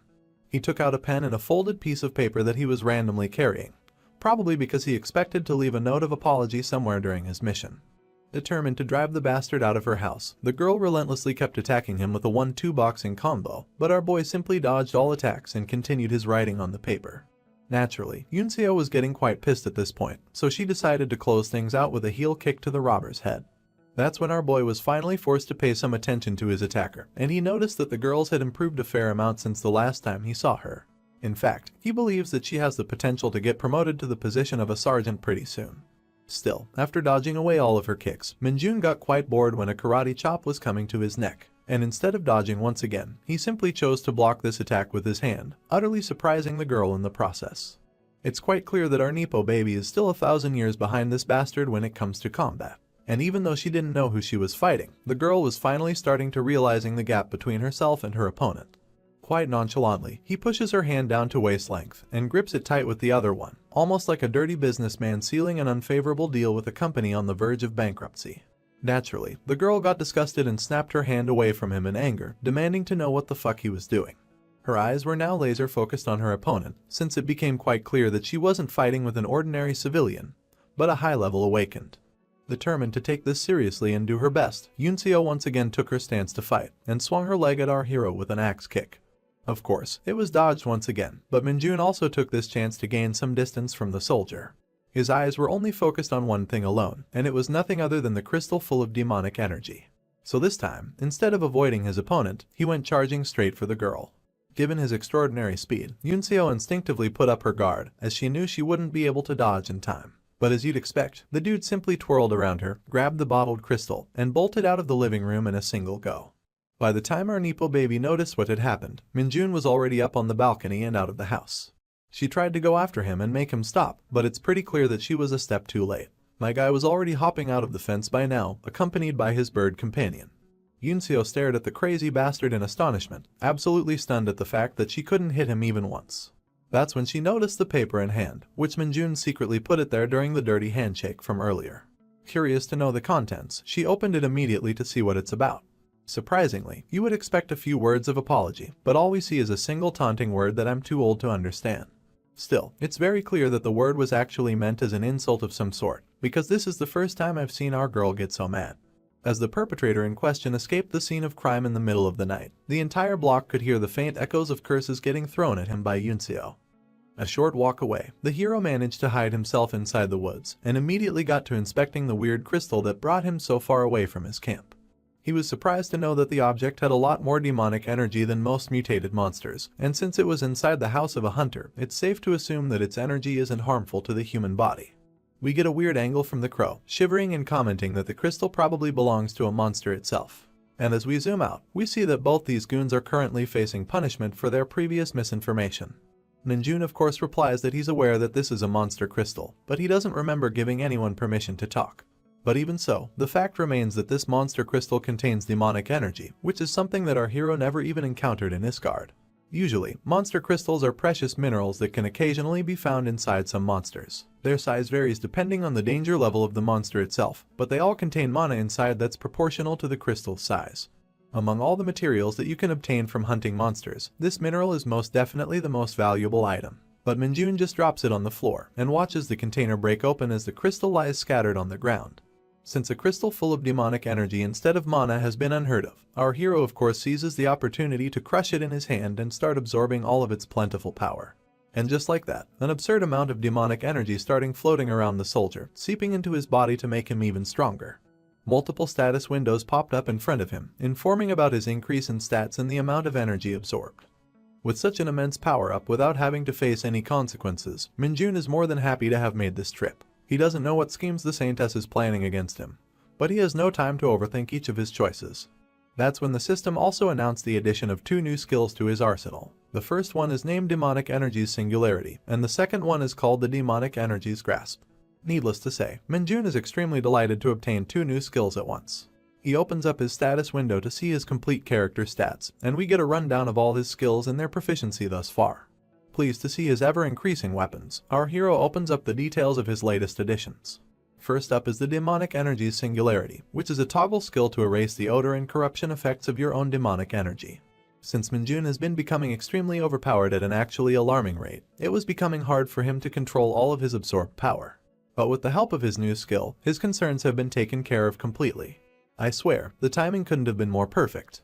On top of that, he also received back another skill that he's very familiar with, and he tries using it by extending his hand at his confused minions who are still being punished. All of a sudden, the crow gets lifted into the air against his will, and we find out that Minjun is using the Demonic Energies Grasp, which he just unlocked. Quite conveniently and effortlessly, the familiar floated onto the hand of his master, showcasing the usefulness of this ability. Our boy is a bit disappointed though, since this much weight seems to be the limit of the skill at its current proficiency. But back in Isgard, he could use this power to drag around ogres and even larger monsters. In any case, after confirming the effects for himself, the master tosses his familiar back to his buddy and assigns them both with a brand new task. Now that he has seen a monster crystal infused with demonic energy, he wants his minions to find out more information about this phenomenon and figure out if more of these minerals exist on Earth. Of course, being his loyal henchmen, the cartoonish fuckers heed his commands like soldiers, promising to bring back some satisfactory results. The carrot and stick strategy is useless without the carrot, so Minjun decides to show them some mercy and toss a bit of his energy for them to feed upon. But as soon as their master turns around, they go back to their roots and start fighting to gain monopoly over his favor. And when he turns back to look at them again, the little pieces of shit go back to being buddies like they're some married couple. Seeing them being so pitiful, our hero wonders if he should show his otherworldly friend the charms of his planet. He asks Lee Bongu if he has ever tried Korean food before, and the next thing we know, we're at a local soup shop in the town. The table is lined up with various ingredients along with some rich bowls of broth, and you can mix and make the perfect soup to your liking. Upon having just a single spoonful, the friend from another world starts crying, unable to believe that such a perfect harmony of godly flavors was even possible. His reaction is so exaggerated that even the waiter lady is put off by him, but the dude is just crying there and being an overall embarrassment. He chomps and slurps on the marvelous bowl of food, thanking his master for blessing him with such an experience. Naturally, Minjun snaps and tells the bugger to mind his manners and stop talking while he's eating, so the man immediately goes back to devouring his soup. Still, given the fact that most people only get to eat a fucking sand biscuit for ration in Isgard, it's not hard for our hero to believe why Bongu would act so surprised. After all, it might just be his first ever proper meal since the day he was born. Anyway, Minjun's phone suddenly starts ringing, and he takes his out of his pocket to look at a weird string of messages. Looks like it's a group chat for the second squad of the platoon, and Guangxik seems to be the only acting member. Heck, he even invited back Sergeant Lee, who had apparently left the chat of his own volition. In any case, the dude seems a bit worked up about something. He is desperate to inform Minjun that the camp is starting their guerrilla training next week, and their training schedule is looking absolutely bonkers. Fast forward the time a little, and we're already at the start of the guerrilla training. For something with such a serious name, the training looks rather normal at first. The soldiers are seen doing squats, jumping jacks, and other normal stuff like the leg raise. Naturally, our boy is the only one enjoying this training, because the others are already fully exhausted at this point. We soon find ourselves at the rope bridge course, where this psychotic fucker is seemingly having the time of his life. He's just running across a tight rope like a kid in a playground, making it harder for the others to maintain their balance.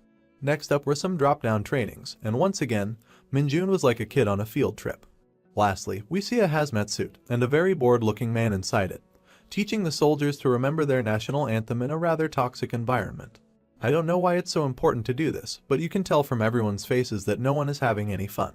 Still, the drill was conducted as per their protocol, and the squads were now finally free to roach around their tents. Most of them immediately went back to sleep on their uncomfortable-looking portable beds, while the others were left with streams of tears in their eyes, looking at the absolutely pathetic quality of food in front of them. Orange Hair and his buddy were both relieved on their beds that they finally get to eat, but the food in their hands was making it hard to enjoy anything.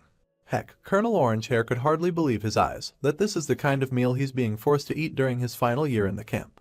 His gray-haired friend was not in any better spirits and was even started to wondering if the division commander hates him for putting him through so much hardship.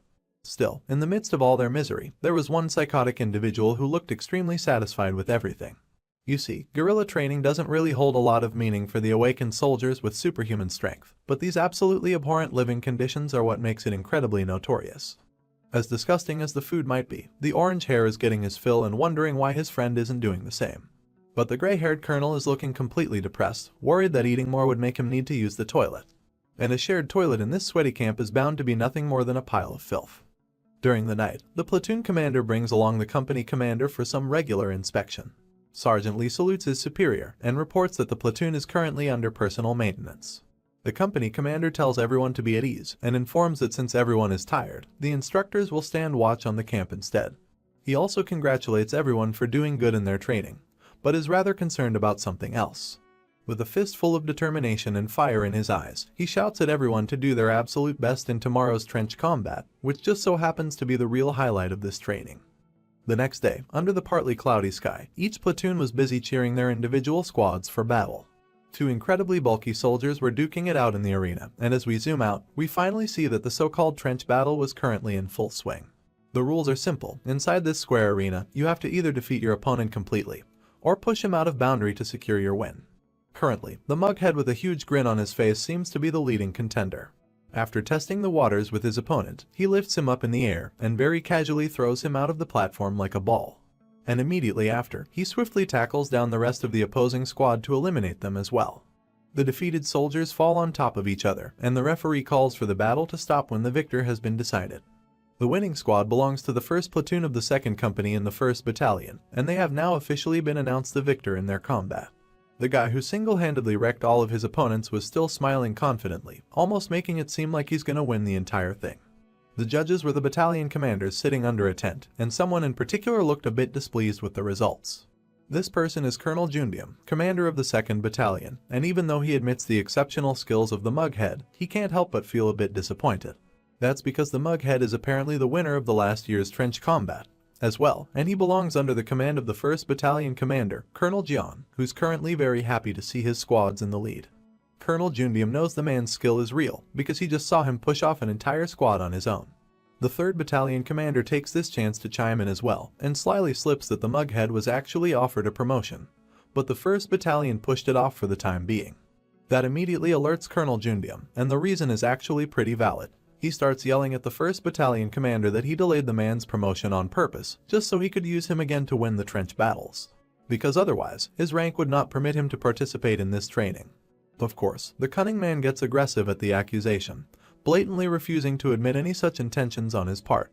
This kind of rivalry is a bit expected, because the trench combat is usually seen as a direct competition between the battalions. And while the glasses guy was smirking behind his hand after instigating a fight, the 4th Battalion commander was simply silent. She kept herself out of the idiotic commotion of the rest, which only seemed to be getting worse, but her silence doesn't mean that she isn't competitive. In fact, Colonel Yu's eyes were firmly fixed on the referees and the results they announced. Upon a closer look, you could see that she was hardly able to maintain her emotions at the moment, because out of all her units, only a single squad had so far managed to stay in the tournament. We're then greeted upon the magnificent sight of the qualifying squad, featuring our favorite Nepo baby in the back. There's also the slender black-haired beauty and her pink friend on the side, but the main highlight for me are those abs. I mean, the incredible Dami Mommy build of the golden-haired soldier in the front, whom we've never before seen in the story. I can't wait to know about this new and hot character, but I'm afraid that it's time to move away from this panel. We move ahead to our hero's side now, who's just sitting in a corner with his buddies, watching the match winners step away from the stage. That's when the passing mughead notices his face and stops in tracks due to curiosity. He suddenly sprouts a wicked smile on his face, asking our boy if he's the famous Kim Min-jun from the 2nd Battalion. Of course, the man replies with a yes, and he seems a bit excited to note that other battalions have heard about him as well. The mughead tries to act all chummy with him, commenting how he'd heard that Min-jun was the fastest person to become a sergeant. My guy is not one to get hyped by praises, so he just coldly affirms the rumors with a yes. But of course that's where the ugliness of the mughead comes out, and we see him smirking at his future opponent with confidence. Without beating around the bush, he straight up lays it on our hero that he expected to see someone more impressive. But judging from his physique and personality, he's utterly disappointed that he'll be facing such a stupid opponent. Needless to say, his remarks didn't fly over the head of Minjun's friends, and they immediately stood up from their seats to yell at the mannerless troll. But then, before each of them could say anything at all, the hulking man placed his humongous arms on their shoulders and pressed them down to really show them the difference in their levels. With a face even more disgusting than before, he tauntingly responds that he didn't mean to say those words out loud and hopes that his behavior would be overlooked. His single palm is bigger than their entire shoulder, so it goes without saying that the two corporals are quite intimidated by the mughead's towering figure. And watching them shiver as he had expected, the troll bastard stands up again to smirk at his victims, before casually proceeding to walk along with the rest of his squad. In the meantime, Minjun did nothing but stand in his spot obediently. After the bully was gone, the corporals regained their anger and started talking behind his back as expected, but our boy simply told them that everything is fine. Wangshik was literally about to turn into an angry tomato after hearing this, and really wanted to go back to the troll and give him a piece of his mind. But then, he suddenly started shivering once again, and the fear he was feeling now was greater than anything the mughead could ever instill. You see, the reason he sat back was because he didn't need to get angry on Minjun's behalf at all. After all, even if he says that everything is okay, the man in question is currently more angry than anyone else.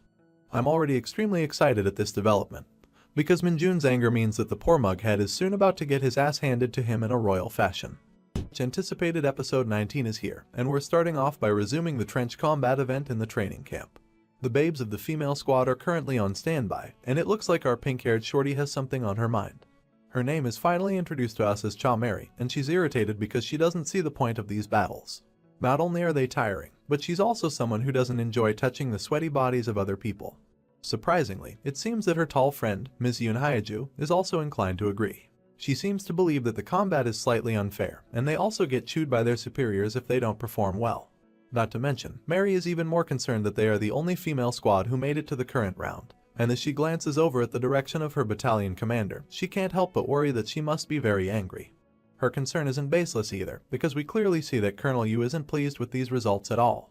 Her fuming face is caught perfectly by the pink shorty, and judging by her expression, you can tell that the girl is really fearful of the scolding that might come after the tournament is finished.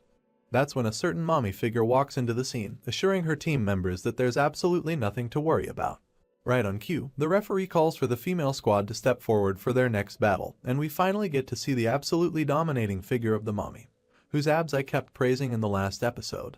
This magnificent lady's name is Oh Seepyeol, and she's a sergeant and the leader of this particular squad. As she openly declares that she's going to win this tournament, we realize that her character isn't only defined by her abs, because she also has a really fierce personality. The round starts, and the first thing we see is the screaming face of the pink shorty.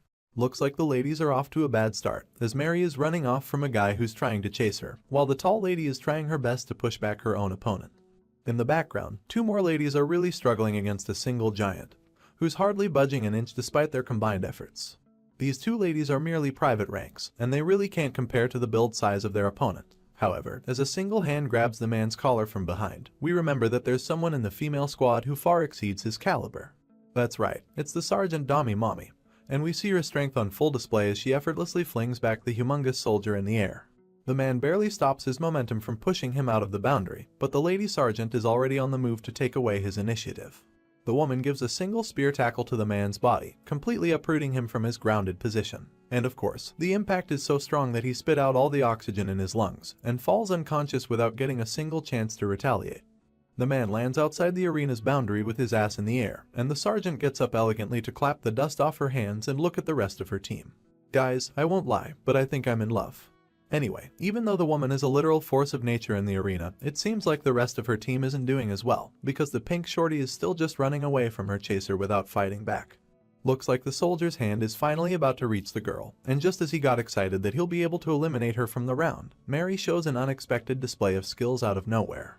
She grabs the unsuspecting soldier's hand from behind her, and flings him upside down with the perfect posture of a judo master. A loud thud is heard when the man hits the floor, and the sergeant huffs a smile, almost as if she knew this was going to happen. The pink girl isn't even the least bit exhausted after running out so much, and the confidence on her face tells me that she was simply toying with her opponent. We finally get a sense of her character when she boldly tells the defeated soldier that he was warned to stay away from her. After ending her own fight, the girl looks back to check the status of her tall friend, who's still just standing her ground against the opposing fighter. Looks like the man is slowly managing to push back the female corporal, but won't be enough to finish her off. That's when we see him smile and glance to his side as his other friend rushes over to help him win the duel. The helper thinks that he has spotted an opening to take out the black-haired girl, but he doesn't even notice the hand that's currently grabbing his collar. And the next thing he knows, the idiot is flipped upside down in the air with his gaping mouth. As my man flies off in his reverse position, we see that the perpetrator this time was our favorite Nippo baby, Sun Yunseo. She smiles with satisfaction at her victory, making it clear that she's not one to be underestimated. And with that momentary distraction, Sergeant Yoon regains her footing and Monster grips the hand of her opponent, forcing his back on the ground with a powerful thrust. That earns her a wicked smile from her pink friend, who almost makes it seem like such a result was always expected. But it looks like these girls have two more people to deal with, who seem to be clicking their tongues at the pathetic display of their squad. These twin-looking bald heads are straight up bad-mouthing their own teammates, and laughing at them for not being able to take down a single opponent. The defeated soldiers have no choice but to stay silent, as the still-standing twins claim that they're going to carry their asses to victory. The brothers seem very confident of themselves as they take their crouching positions, and they actually believe that they will be the ones to win this entire tournament. With their baseless confidence, they charge at the female squad to claim their victory. But then we suddenly hear the swooshing sound of the air, and the next thing we know, Sergeant Mommy is holding them both by herself with her well-developed arms and her incredibly muscular back. The twins laugh at her at first, thinking that she's crazy to think she can stop them on her own. But when they try to push her arms away, their faces turn to horror as they realize that they're unable to resist her grip. They struggle to get away from her monstrous grasp, and almost can't believe how her slender figure can hold so much strength. But of course, the sergeant knows that she doesn't really have to defeat these idiots on her own, since her dependable squad is already running over to lend their hands. In a matter of seconds, the ladies show their power by pushing their sergeant from behind, ultimately helping her push down the twins who couldn't even get away from her grip. At this point, the comic is basically writing my own jokes for myself, because the defeated twins cry for mommy as they fall to their elimination. Truly, it was the mommy who took them down, and she stands tall with her teammates in victory as the referee officially announces the end of this round. The sergeant dusts off her hands once again, and her squad rushes over from behind to congratulate her. Kim Min-jun was sitting at the perfect location to witness them having their fun, and he can't help but acknowledge that the ladies not only have an excellent sense of teamwork, but they're also pretty skilled individually. Even his ponytail friend is openly commenting that the female squad this time is really good, and Gwangshik is even going as far as to say that they'll be able to defeat the pathetic bully from last episode. Ponytail seems against this idea, however, since if the female squad wins against the bully in the semi-finals, they would lose the chance to take their revenge against him in the finals. Gwangshik agrees with his resolution, but as he looks at the ladies coming down from the arena, he can't help but wonder if they themselves can actually make it to the finals either. But of course, Mr. Ponytail shuts down his worries by replying that with Sergeant Lee and Kim Min-jun on their squad, it would be impossible to lose even if they wanted to. Looks like the men weren't the only people staring, as the pink shorty seems to have noticed their presence as well. She glances over at our hero, Kim Min-jun, and her face sprouts the most adorable and genuine smile we've ever seen her make. She waves her hands and calls out to the hunter while blushing, and while her own squad is puzzled at her actions, the two male corporals end up noticing her back. They both start blushing for no reason, each wondering if the lady is perhaps trying to grab their attention. Meanwhile, Mary is looking like the most adorable creature ever, completely smitten with love just by looking at our hero. Her cute face and bouncy expressions completely make the two corporals lose all of their desire for revenge. Within just a few moments, they have completely reformed, and are now willing to forget their grudges and start rooting for the ladies to win the semi-finals instead of the bully, just so they can get a chance to touch their hands in the finals. Our boy sees their perverted nature and lets out a disappointed sigh while calling them a bunch of idiots. At the same time, the atmosphere was changing for the battalion commanders. Looks like the squad who just got defeated belonged to the glasses dude, and he's definitely a bit disappointed at their crushing defeat. The 1st Battalion commander, on the other hand, is more than delighted, as he compliments the female squad for displaying such a perfect round. He further compliments Colonel Yu for raising such a dependable squad, but the woman just stays silent in response. Next up, the referee calls out for the next two squads to step up to the stage, and this time, something catches the eye of the female colonel. The reason for her attention is none other than Kim Min-jun, and as the colonel remembers his time with the division commander and his past achievements, she can't help but get curious to see what he's got to show. While the boys were walking up to the arena, Mr. Ponytail nudges our hero to tell him that if they win the entire tournament, their whole squad will get a paid vacation as their reward. My man replies with an annoyed expression that he has no desire to go on a vacation with these idiots, at which the other two laugh that maybe they should give up on the first place after all. Of course, for our achievements-hungry hero, such a result would never be acceptable. So he ignores their childish rebuttals, and with a scheming face that we're all so familiar with, he comments that they can simply enjoy their vacation separately. In other words, this dude has absolutely no intention of giving up on that first place position. Eventually, the two squads line up in front of each other to face off for battle. A group of unfamiliar faces on one side, and our hero with his team on the other. The referee shouts for both teams to get ready and listen for the whistle before starting the fight. Of course, the whistle is blown, and the enemy team is the first to take initiative towards our heroes. Sergeant Lee and Corporal Ponytail also head forward to intercept the charge, but my boy just stands back with his dead fish eyes as usual. Lee displays his unmatched strength by holding off two opponents on his own, and Minjun's disciples quickly follow him up to take on the others. They both tackle the unsuspecting opponents with blistering speed, leaving them dazed and unbalanced. Guangxik sprouts a confident smile while holding onto the soldier, and can't help but comment how light he is as they both lift them up into the air. Looks like our hero's Spartan training has really made them strong. Dongjin seems to have the free time to glance at the others while he's easily handling his enemy, and it seems like the leader of the opposing group is still just judging everything from a distance. He takes a look at Sergeant Lee, who's still holding off two soldiers like a bunch of kids. And as he locks eyes with the fierce warrior to see if he wants to interrupt, the sergeant returns the glare with double the intensity. That's when Minjun stops their staring contest by casually waltzing into the middle and sizes out the squad commander with his scheming glare. Looks like he finds the opponent suitable enough and wants to test out his latest ability in secret. That's when the soldier charges into him with absolute determination, probably realizing that it's going to be a tough battle. Meanwhile, Minjun pulls back his arm and readies his demonic grasp skill to test it out in action. He targets the energy towards the foot of the charger, confusing the squad commander as he trips for no reason. The man falls straight into the grasp of our hero, who just uses his own momentum to push him down to the ground. His control of this skill is not yet precise, but using it to take away someone's balance seems pretty easy. The confused soldier gets up quickly to regain his footing, absolutely sweating at the weird scene that just happened. You can't really blame him either, since you can't see this skill with your eyes. But in the heat of battle, confusion turns to anger, and the opponent grits his teeth to once again charge at our hero, who's still just as expressionless as before. And once again, my boy pulls the poor bastard hand with his demonic grasp, and casually turns his shoulder as he lets him fall face first onto the floor. The man turns around with such a baffled expression that you'd be believed to think that he's seen a ghost. Of course, Minjun can't really afford to let him get any more suspicious, so he cuts the childish play and taunts his opponent to attack him again. One last time, the squad leader stands up, raising his arms in the air with a hint of caution. This time, our hero is the one to charge at him instead. And even though the squad leader tries to swing his arm and stop the charge, Minjun simply manages to duck under and keep going. Before he could realize, our boy was already holding the soldier from behind in a suplex position. But instead of ramming his head back onto the ground, he just tosses the man behind him like he's some sort of trash. A single look at our hero from this angle, and you can really tell that there's nothing more he enjoys than a little bit of trolling. The scene then shifts, and it seems like a bunch of other battles have already been conducted throughout the day. As expected, Minjun and his squad made it all the way to the finals without any trouble. But as he glances to the side to look at his sulking comrades, it seems like something might have gone wrong in the middle. You see, both Guangxik and Ponytail are absolutely furious, because instead of fighting against the female squad as they had hoped, they'd be going up against the bully after all. At last, the referee signals for the last two squads to come forward and start the finals, so the soldiers start climbing the stairs to the arena. The face of the bully bastard hasn't gotten any less annoying, and he's smiling just as wickedly because he's certain of his victory. His challengers also step foot onto the stage right behind him, and they look absolutely riled up for some reason.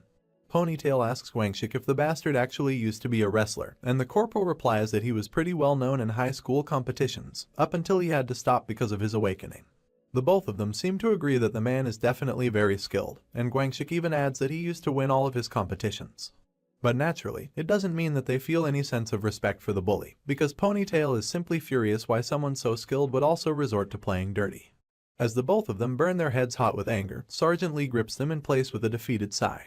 Minjun is also a bit disappointed at their behavior, but he already knows the reason why they're so angry. You see, it all started back in the semi-finals. We are shown the face of the bully bastard blowing on his hand, and zoom out to see his whole squad standing tall at their victory. They had won their match against the female squad, but a single look at the struggling figure of the blonde mommy is enough to tell us that their methods were beyond aggressive. bruised and battered, the female sergeant barely managed to stand up again as the last remaining survivor of her squad. The bully was of course surprised to see it, and the mommy soldier wasted no time to charge again with all of her strength. But once again, she was easily picked up by the gigantic wrestler and tossed back onto the floor to her crushing defeat. You see, in this match, the bully and his teammates defeated every member of the female squad, but made sure to not push even a single one of them out of the arena's boundary. Instead, these assholes kept beating them and tossing them until they were actually unable to fight back and completely out of spirit. As we're brought back to the present, Minjun thinks about how the bully's method was definitely repulsive, but this is all part of the combat training in the end. He realizes that it's not the winner's fault for absolutely shaming their opponents, and as he glances over at the ladies who are obviously upset about their defeat, he can't help but think that it's the loser's fault for being weak. In the end, the mommy sergeant is so exhausted and dejected that she simply sits on her seat with her face covered in a towel, not saying anything to the others. Meanwhile, Wangshik is completely pumped and ready to teach some manners to those barbaric bastards. Our hero can't seem to sympathize with his feelings, however, as he believes that his reaction is a bit too extreme. He remembers all the comical and the horrible faces of the man who insulted him and smiles it off casually, completely unbothered. After all, he knows that there's no point in getting angry beforehand, when he can simply beat him up to a pulp during the fight. It finally comes the time for the mugface to fight against a proper enemy, and he stands with his squad on the left side, while our hero and his boys stand on the right. Since the mugface has been flaunting his strength and fighting off all the squads by himself, Ponytail taunts him by asking if he's going to do the same in the finals as well. As expected, the ugly ass fucker smiles, and annoyingly replies that he doesn't want to disrespect the famous Sergeant Lee, but doesn't think that anyone else is worthy of being his opponent. He asks the corporal if he actually thinks he can shove him back a single inch, and Sergeant Lee is forced to hold him back from getting aggressive in response. The mugface then glances towards our expressionless hero, completely ignoring the burning head of Corporal Wangshik. The ugly dude snickers at Minjun for being so heartless and remaining unfazed, when he thought that he could definitely rile him up by beating his girlfriend. The statement comes off as a surprise to the boys, as Gwanchik asks the fucker what he's even talking about. That's when the mugface replies that he saw the pink-haired shorty waving aggressively at Minjun, and figured that she was probably his girlfriend. Naturally, the corporal gets furious to hear this and thoroughly denies such an absurd assumption. After all, he thought for some reason that the girl was waving at him instead. That's when the Ponytail chimes in, needlessly commenting that other than Lumi from Dungeon Power Fighter, Sergeant Minjun doesn't care about any other girls at all. That comment of course warrants an awkward moment of silence between the two squads, before the pig-nosed bastard suddenly starts snorting with laughter.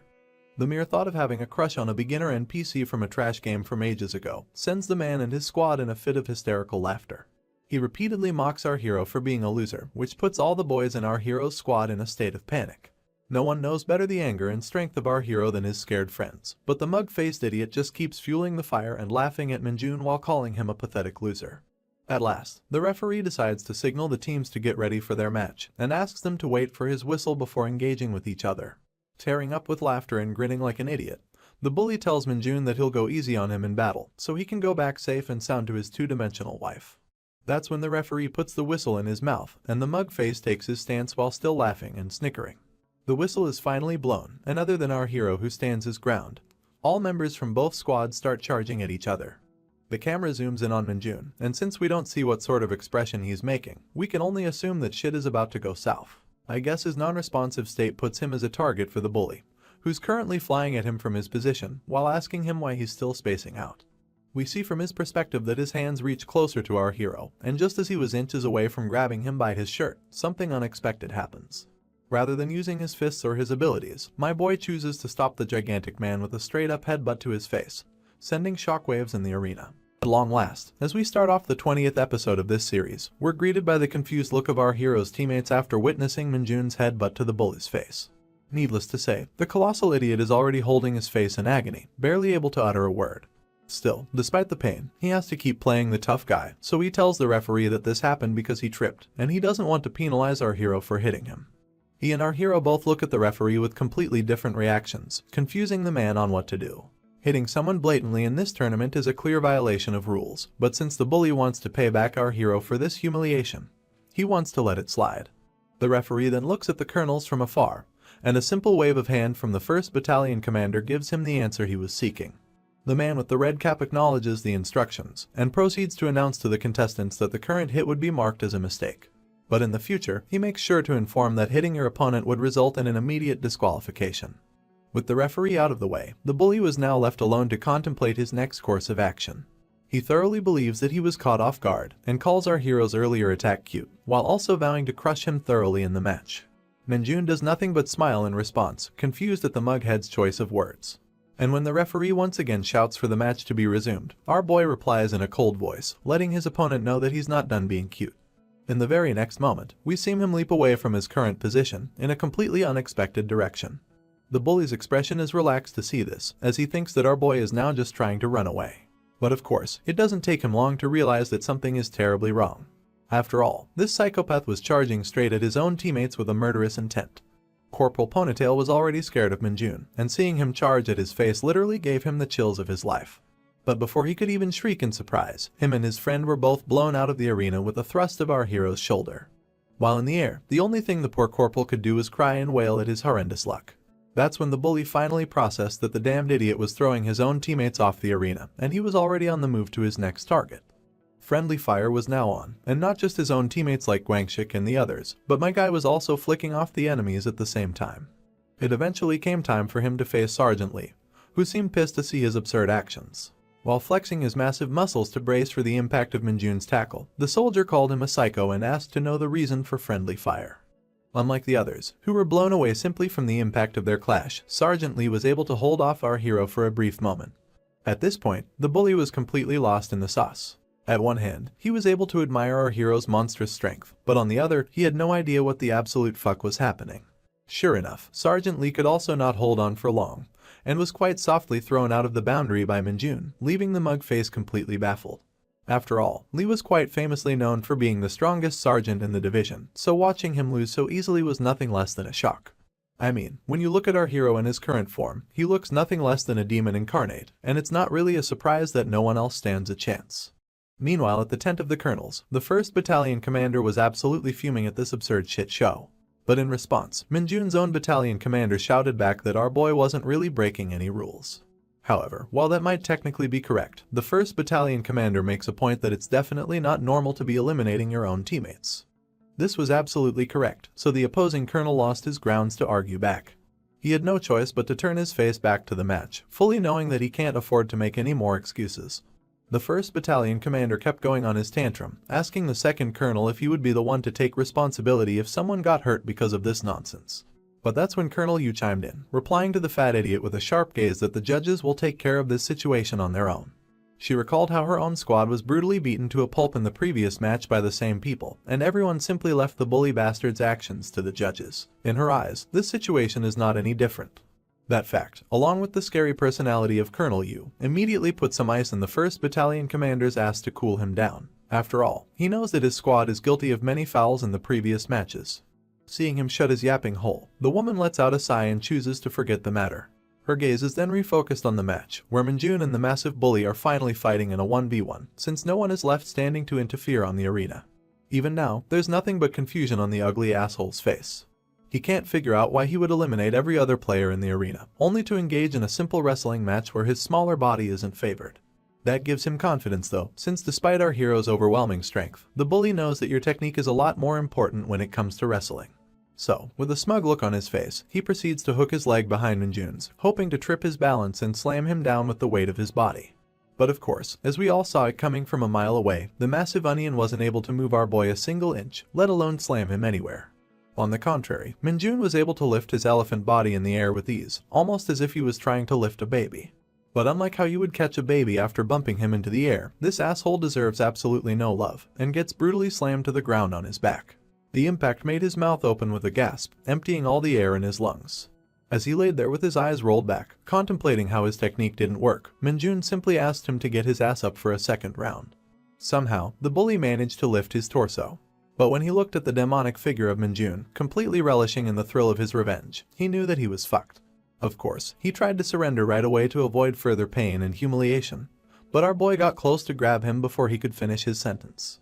And once again, with the technique of a judo master, he threw back the asshole to the ground where he belongs.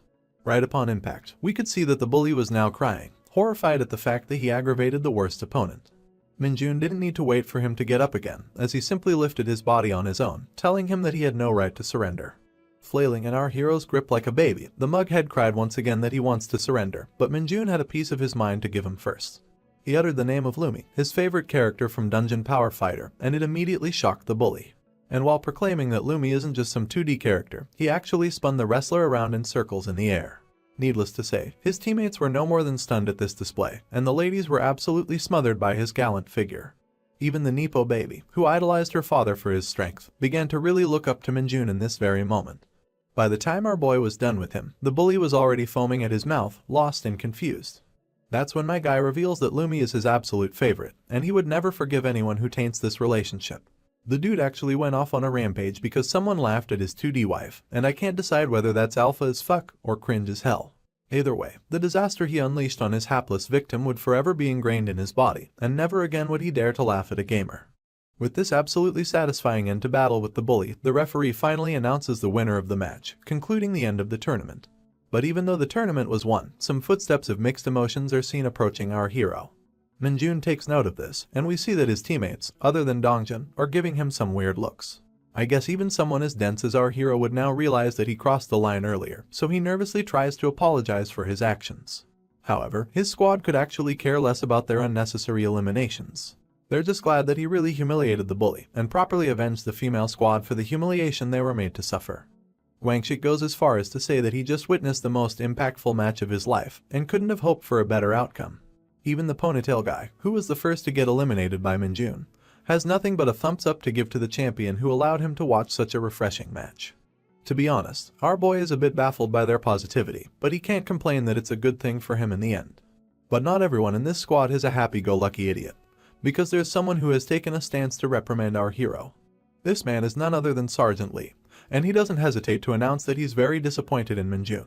And with just those short words, he leaves the scene, leaving our boy to once again realize that he really did cross the line.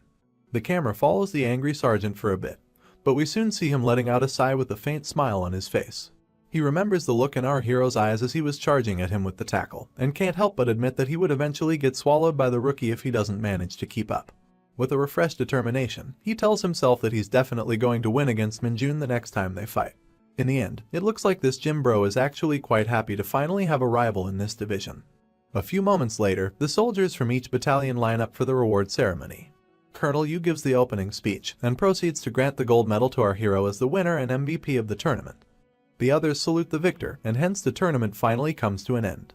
That doesn't mean that the guerrilla training itself is over though, since the tents are still raised up for the soldiers for shelter. We see Corporal Guangxi coming out of his tent a short while later, properly dressed once again for the training.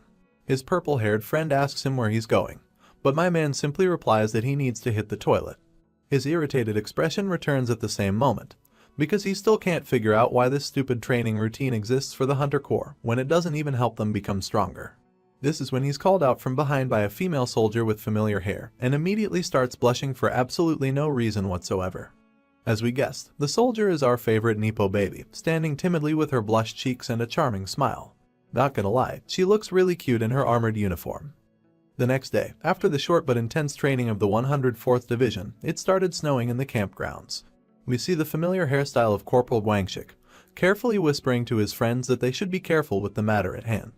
The next scene is the goatee of the ponytail dude, who seems to agree with the suggestion, and wants to push through with the operation at any cost. We also get a peek of Dongjun's head, and he seems rather worried that their sergeants might chew them out if they do something irrational, but Guangxi doesn't seem to care. There's also another person with these idiots, and according to Corporal Ponytail, his role is the most important in their mission. Just when I was starting to wonder if they were doing some undercover training, these morons were simply seen sitting out in the open while it was snowing. Guangxi seems to be the one in charge of this meeting, and says that they don't have a lot of time to decide. That's when the ponytail chimes in, saying that deciding upon a proper rendezvous point is the key. Dongjun entertains their conversation by commenting that they shouldn't choose a place that's too far so they can be more efficient with their time. Needless to say, Guangxi is quite pleased to hear his opinion. That's when the head idiot received a message on his phone, and as they all gather to look at the screen with their blushed cheeks, we finally get a hint of what exactly is happening. Looks like he exchanged numbers with the Nepo baby, who wants to host a mixer-like gathering with Minjun's squad, and tells Guangxi that her own female squad would be joining them as well. And after asking him to choose the location and the meeting time to match everyone's day offs, she casually asks him if he can share Kim Minjun's number as well. I am pretty sure this was her objective from the start. Poor Guangxik and Ponytail get terrified to see the last message, because they think giving her our tyrannical hero's number might put them all in trouble. The former asshole wonders if he should tell her that he doesn't know his number, but both Ponytail and Dongjin tell him that it would come out as extremely unbelievable. After all, they're all members of the same squad who practically live together. But that just puts more strain on the poor Corporal's face, because he has absolutely no idea how to reply. That's when Corporal Ponytail starts getting cold feet and proposes that they should cancel their plan after all. It's fun and exciting to finally get to talk to some girls in their lives, but he thinks it's not worth the risk to get on Minjun's bad side. And with those words, he exits the scene by saying that they should quit this nonsense before they get in any trouble. The others agree and decide to leave as well, leaving poor Guangxik on his own, who still doesn't want to abandon such a chance. He tells his friends that it's possible that the sergeants might want to join them as well, but his words fall on deaf ears, and no one thinks to entertain such a thought. At the end, this sad and lonely loser is left all by himself in the snow, completely isolated in his dreams and horniness. Switching locations, we move inside the camp building, where the main hero of this story opens the door to the training room. First things first, he's quite excited to look at his newly updated status. As you can see, it looks like he has gained a bunch of strength and agility stats once again, while everything is practically the same. As he remembers the mug face he tossed around the map in the previous chapter, Minjun can't help but thank him for improving his status. You see, it was getting quite difficult to level up his stats once they reached 60, but thanks to defeating that wrestler, his surprisingly gained a boost to his stats once again. Of course, as he casually benches the ridiculously heavy red stone weights, our boy is practically smiling from ear to ear. He pumps out a bunch of reps with absolute ease when he's suddenly interrupted by a voice to his head. Minjun places the weights back on their rack and continues his telepathic communication with the voice. The man on the other end is Lee Bongu, our hero's newest lackey, and his concern right now is that he wants his master to order some food to his current location. Naturally, Minjun is pissed to hear such a menial request, because he even gave the idiot Dark Mage some money so he could manage the food situation on his own. But after arguing for a while, he decides to order it anyway, for which the Dark Mage is thankful. As usual, our hero doesn't seem to enjoy his happy and idiotic attitude, but it looks like Bongu has something more to say. So he interrupts him once again when Minjun was just about to lose his shit, and mentions that he has discovered another mysterious aura. That quickly calms down our hero, as he sighs while asking why the idiot didn't start the conversation with such important information first. After staying silent for a while because he didn't have a response, Bongu starts explaining that what he sensed isn't exactly a source of demonic energy. In fact, it's something completely different that he has never even felt in Isgard. He suddenly stops talking during his briefing, so Minjun gets alert that he might be in some kind of danger. But as it turns out, he simply went to grab his soup order from the door and nothing serious was happening. Minjun was basically fuming at this point, almost about to explode his head in anger and frustration for having to deal with such annoying subordinates. And as if done on purpose, this is exactly when he also received a message from the Nepo baby, confirming if she has the right number to the sergeant. For a moment, Minjun had a dumbfounded look on his face, because he was absolutely lost at the sudden turn of events. But his annoyed expression soon returned, as he wondered why everyone wanted to talk to him today for no reason. Instead of replying, he was just about to block the girl's number to avoid further frustration. But that's when Guangxik charged into the room, begging him to stop. Creeped out by his unnecessary energy, Minjun asks the corporal what he's doing, and in response, the dude just starts groveling on his knees to beg the sergeant not to block Sun Yunseo's number. Desperate for some female touch in his life, the man starts begging Minjun to start thinking about his squad, as their mixer with the ladies is something extremely important to their mental health. Of course, our boy has no idea what the corporal is talking about. And more importantly, he's curious as Guangxik was the one who gave his number to the Nepo baby. Without hesitation, the corporal confirms this and begs the sergeant to be more understanding of his squad. He claims that they all give a 100% of their time to the military, and some female interaction in these desperate times could be the only thing to keep them from going insane in the future. Confused and irritated, we can already tell that Minjun is fed up with Guangxik's abrupt behavior. Still, he gives the hunter a chance to speak and inquires if he has arranged some plans with Yunseo. The corporal seems confused at this, as he assumed that she must have messaged the sergeant about their plans. But that was not the case, and Minjun is now even more furious that he's not getting any answers. And now, Guangxik suddenly doesn't know what to tell him. My boy then resorts to his usual method of threatening the crap out of people and asks Guangxik to choose his words carefully.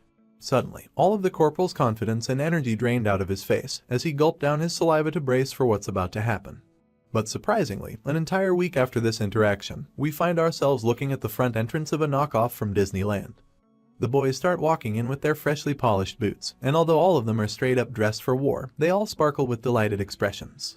Corporal Ponytail starts by thanking Kim Min-jun for allowing this meeting, because he never imagined that he'd agree. Gwangshik reprimands him of course, because this was all made possible by his own efforts, while everyone else was simply a traitor who turned their backs. But before he could start an argument, a single glance from our hero calmed him down immediately. Min-jun replies that no one is here because of his perverted fantasies, and he simply agreed because their youngest squad member was really excited to visit this amusement park. We find out that the youngest in question is the young man from earlier, who was partaking in the secret meeting with the others to plan this gathering. Changing topics, Corporal Ponytail then decides to target Sergeant Lee Seung-ho, who also unexpectedly agreed to their plan. He comments that the sergeant is just a man after all, implying that he must also be tired of living inside a literal sausage fest. But as usual, the cold man replies that he was going to spend his day off with these idiots anyway, and thought that it would be nice to have someone else in the mix. After getting roasted by everyone else in his squad, Ponytail starts looking around to see if the female squad is already here. And his eyes immediately perk up with an unimaginable amount of glow as he spots our favorite lady group from afar away. He calls out to the ladies, and we see that all the familiar faces are gathered in one spot, but there's a humongous figure shadowing behind the girls as well. The guys couldn't help but note the towering stature of the man, and even Kim Min-jun was made to take notice of his presence. The person looked directly behind the Nepo baby, and it seemed like the girl was also a bit nervous because of him. As you might have already guessed, the Goliath was none other than the Nepo baby's father, Sun Tiho. The corporals of the male squad start to make assumptions, immediately wondering if the man is some kind of gangster. I don't blame them either, as our father-in-law looks extremely terrifying. But before they could do anything irrational, Sergeant Lee stopped them immediately, asking them to stand on attention. Followed by that order, he salutes the senior officer, who salutes back in response to the greeting, while Yunseo just blushes in embarrassment the whole time. This is when Dongjin also took note of the senior officer's face, and shocked everyone by revealing that it's the commander of the 107th Division, whom he once saw before on the TV. At the same time, Yunseo starts fumbling around her dad, begging him to please go back home, as it's extremely embarrassing to have him around her friends. We already know that the scary Major General is actually quite a doting father, and he gives her daughter the most lovely smile he could muster, telling her that he simply wishes to greet the hunters that work with her, and promises to leave right after. Despite his reassurance, Yunseo seems aware of her father's overprotective nature, and doesn't feel that this is a good idea. But the man simply moves her hand away, looking straight in the direction of our hero.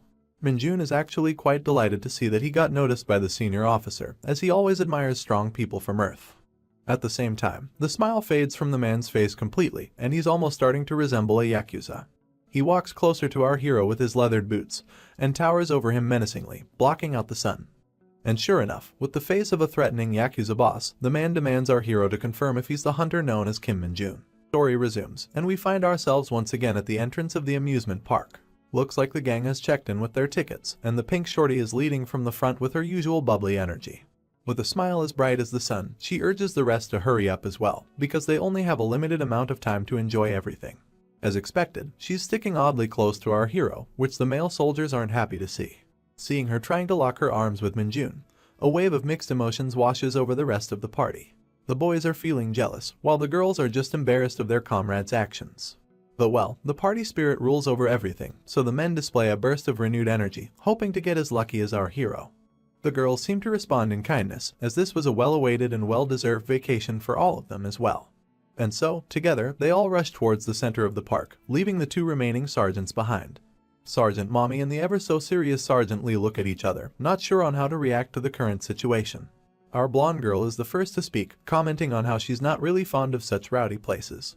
It comes to no one's surprise that Sergeant Lee agrees with her statement, which the muscle mommy was quite pleased to hear. Looks like the two of them are going to hit it off well, as they walk together towards the rest, having light chatter along the way like a pair of muscle enthusiasts. In the next couple of scenes, we truly get to see how much everyone is enjoying this event. They all throw their hands up on the pirate boat. The girls partake in some goofy festival costumes while the boys get some cotton candy. And of course, they all shout and scream on the roller coaster with a pure emotion of joy. Heck, Sergeant Lee and Muscle Mommy even have an arm wrestling showdown in the middle of the park for everyone to see. Later, we find ourselves at a children's shooting range, where the shop owner is announcing a price of 10,000 for 10 shots a person. Eager to show off in front of the girls, Gwangshik tries to give it a shot and win the big prize. His eyes are focused sharp, and there's no way he'd allow himself to get embarrassed in front of the others. But the next thing we see is him holding a tomato plushie, which turns out to be nothing more than a consolation prize for participating. Looks like this goofball didn't manage to knock a single prize. Mr. Ponytail sees this of course and tries to one-up Corporal Guangxik by taking the next place in line. The ladies are oddly impressed by his confidence, and he seems to boast a really nice posture with the air gun as well. But of course, my man ended up getting the same shit as Guangxik, openly becoming a laughingstock in front of the merciless girls. Although he's convinced that the gun must have been tempered for him to miss all of his shots, there's no way his fellow corporal is going to let that slide as an excuse as he continues to taunt him for sucking balls. That's when our boy walks up behind the two and notices something interesting on the prize table inside the shop. The first prize seems to be a mushroom from Mario, the third prize is a fucking banana, and there's an odd little keychain in the middle as the second prize as well. Zooming in, we see the figure of our hero's favorite character from his favorite game, and you already know what's coming next. That's right, he's got his eyes on the prize, as the girl on the keychain is none other than Lumi from Dungeon Power Fighter. Determined to claim the keychain at any cost, Minjun picks up the gun that has let down many others before him. We hear a bunch of gunshots echo through the air, followed by the absolutely stunned expression of the shop attendant. Our boy places the gun on the table after finishing his turn, but the attendant informs him that he still has one more bullet left to shoot. Minjun replies he doesn't need to shoot it, and I think you can gather the reason for this reply through the open-jawed faces of the people behind him. The girls are seen talking between themselves, wondering why he didn't shoot the last shot, despite hitting every single bullet on the target. The only exception is the pink shorty, who's just more and more in love with our hero. In any case, the shop attendant cautiously hands over the second prize to our boy, who accepts it gratefully with excitement. There's no wonder he didn't shoot his last shot, because he was only aiming to get this particular keychain from the beginning. Needless to say, the girls don't really understand the significance of this, as they don't even know the character on the chain. Finally, after hours of time spent in the amusement park, our hero smiles for the first time, because only now does he think this trip was worth it. Other than the shorty who's just fawning all over Minjun, I think the boys finally understand the irony of the situation. In fact, they don't even know if they should be impressed or annoyed. In either case, they decide to ignore the senseless behavior of our hero and decide to collectively head towards the next attraction. And as they move ahead, the Nepo baby takes this chance to finally call out to the hunter. Looks like she's still curious about his meeting with her father earlier and wants to know what they talked about in private. She manages to get our boy's attention rather easily since he's already in a happy mood, so he turns around with his smile intact, taking us into a flashback of their meeting. You see, from back where we left off in the last episode, Major General Sun and Kim Minjun had walked a fair distance from the group to converse in some privacy. The general starts off the dialogue by apologizing to our hero for dragging him to side while he's on his vacation. Minjun didn't seem to mind of course, so he asks the general to be casual and tell him what he wants. I guess his overly straightforward response ticked something inside the general, so he proceeded to intimidatingly put his hands over our boy's shoulder in a show of dominance. Not gonna lie, my man's got the hands of a giant, and he squeezed his fingers on Minjun's shoulder with full force to gauge his resistance. Of course, our hero notices the general's intentions right away, so instead of reacting, he just stands his ground with as little reaction as possible. This gesture alone was enough to give the Nepo baby's father the answer he needed, so he smiles and puts his hands away slowly, respecting our hero's trained body and resilience. He apologizes to the sergeant for testing him so abruptly, and comments that he's definitely very well trained. Naturally, Minjun takes the compliment with stride. Once again, the general puts on a face that tells us that he's very impressed with our hero so far. He then casually reaches inside the dashboard of his car and says that he's got something to give to the sergeant, since his daughter seems to owe him a favor for that incident inside the tin can dungeon. He takes out a small box of black wood, along with his contact card in case Minjun wants to reach out to him in the future. Before our boy could ask him further about the box itself, Sun Tio starts to elaborate that it contains an item that's generally reserved for general ranks only inside the hunter military. Although their technology isn't advanced enough to evaluate this item entirely, it's supposed to give a random raise to your stats. As the box gets opened, we see that the item in question is a silver bracelet of sorts, which looks rather rough and worn down. Perhaps it was previously used, or perhaps it's just the texture of this particular material. In either case, it looks like our boy has hit the jackpot, as his inner thoughts leak out to reveal it as such, while he's busy thanking the general for his generosity. Reaching for his car door to exit the scene, Sun Tio tells Minjun to use the item to train himself further, and warns him to not tell anyone that he's the one who gave him the bracelet.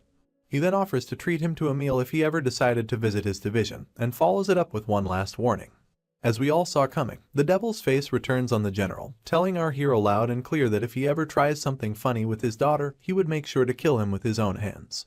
And with that business concluded, the man finally leaves the parking lot with his car. Looks like his warning wasn't really needed, because as Minjun puts the bracelet inside his breast pocket, he smilingly comments how such concerns aren't necessary, implying that he has no foreseeable plans to get together with anyone. That's where the flashback ends, and we're brought back to the present, where our boy tells the girl that their meeting wasn't anything important. Not convinced by that answer, Yunseo inches closer to make sure, asking if he's sure her father didn't say anything rude to him. While reaching into his pocket once more, Minjun confirms that no such thing happened. He then takes out the general's card from his pocket and shows it to the Nepo baby to rest her mind at ease. He informs her that he received it as a gesture of goodwill because her father wanted to treat him to a meal if he visits his division. As far as Yunseo is concerned, her father isn't the kind of figure who would show such politeness to his juniors, so she wonders why he received such a gift for no reason.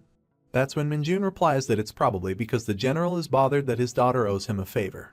Of course, this triggers the memories of the tin can dungeon when the Nepo baby was helplessly clinging to our hero with an injured foot, and it blushes her cheeks pink with embarrassment.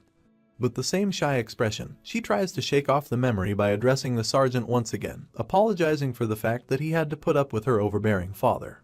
One last time, Minjun just snaps the card in front of the girl, and as she gets startled, he tells her that he's simply going to force his father to treat him to an expensive meal in return.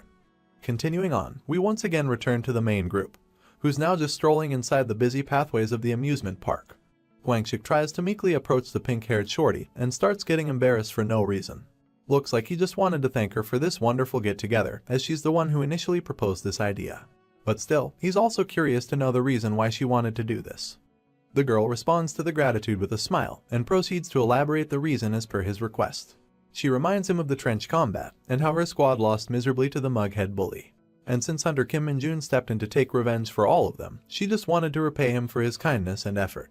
As she excitedly holds out her punch midair, and as Guangxik's expression gets duller by the minute, the muscle mommy wraps her arm around the shorty to further enforce her reasoning. She was very impressed with Minjun, and since this whole gathering was the female squad's idea, she tells the boys that they'll treat them to free lunch as well. With that, the two girls continue walking ahead in each other's arms, leaving the male soldiers sad and disturbed. They know for a fact that they didn't do jack shit during that whole trench combat thing, which means that this entire event was just a way for the girls to meet Kim Minjun once again. And that's not even the most sad thing to Guangxik, because he knows that his asshole sergeant didn't fight for the girls, he was just taking revenge on the bully for laughing at his favorite game character. Seriously, I'm actually starting to feel somewhat sorry for these people. So, to move away from their depressing mood, let me take you to a different part of town. General Sun Tiho's division to be exact, where a bunch of hunters are guarding a newly opened dungeon gate.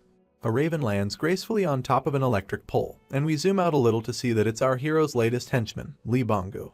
He's currently overseeing this operation by the hunters, and focusing on two soldiers walking shoulder to shoulder with each other. There's someone with a tablet in his hand, and he's surprised to see the details on the gate in front of him. This man is a colonel named Li Sangjin, and the 3rd Battalion commander of Major General Sun Tiho's division. As usual, Li and Kim are the only family names ever used in this manhua. It looks like he's extremely surprised to see the amount of mana stone found inside this dungeon, as the reported quantity is a staggering 100 kilograms. As his assistant confirmed this information, the colonel turns around to look at the gate behind him. His lips curl up into a wide smile, and zooming out, his face clearly gives off the feeling that he has apparently hit a massive jackpot. We'll get back to this later, but for now, let us return to the amusement park and see what everyone is up to. As it turns out, the girls and the boys have split up at the exit of the park and lined up to bid their farewells. We already knew that the girls had a ton of fun on this venture, so they make sure to relay their thanks to the male soldiers and wish them a safe return to their camp. Looks like the boys have also forgotten their sorrows from earlier, as we see them cutting into each other to get the last talk with the girls. Their bickering continues, and we also get a cute panel of the Nepo baby shyly waving goodbye to our hero, who, as expressionless as ever, doesn't even bother to respond to the gesture. At last, time to part their ways finally arrives, and the pink shorty literally had to get dragged away by her tall friend. In the next scene, we find ourselves near a more busy area of the city, where the soldiers are slowly lining up at the bus stop to catch their ride to the camp.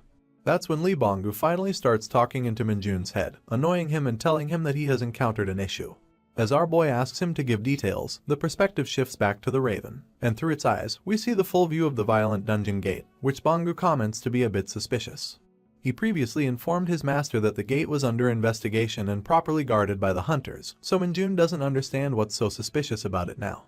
Banggu explains that there were only entry-level restrictions on the gate previously, but now it seems to be getting a lot busier, as hunters are seen carrying inside a lot of mining equipment.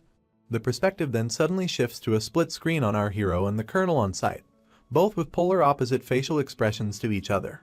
While the Colonel is just happy to have encountered this marvelous opportunity to extract a ton of mana stone, it looks like Minjun has spotted some sort of trouble. The next day at Daejeon, the jurisdiction of General Sun Teo, a certain bus approaches its stop on time. Out from the bus, an annoyed Kim Minjun emerges, who looks like he was forced to make this journey. He confirms the same to us as well, loudly mouthing that the current situation is an absolute mess. Back at the site of the gate, which is still being guarded by the hunter army just the same, we see a bunch of soldiers loading and unloading carts full of mana stone. Meanwhile, our boy reaches into his pocket and takes out the contact card that he received from the Nepo baby's father, wondering if this will allow him to enter the work site without any trouble. And while he's thinking that, we see a peculiar pigeon approaching him from the side.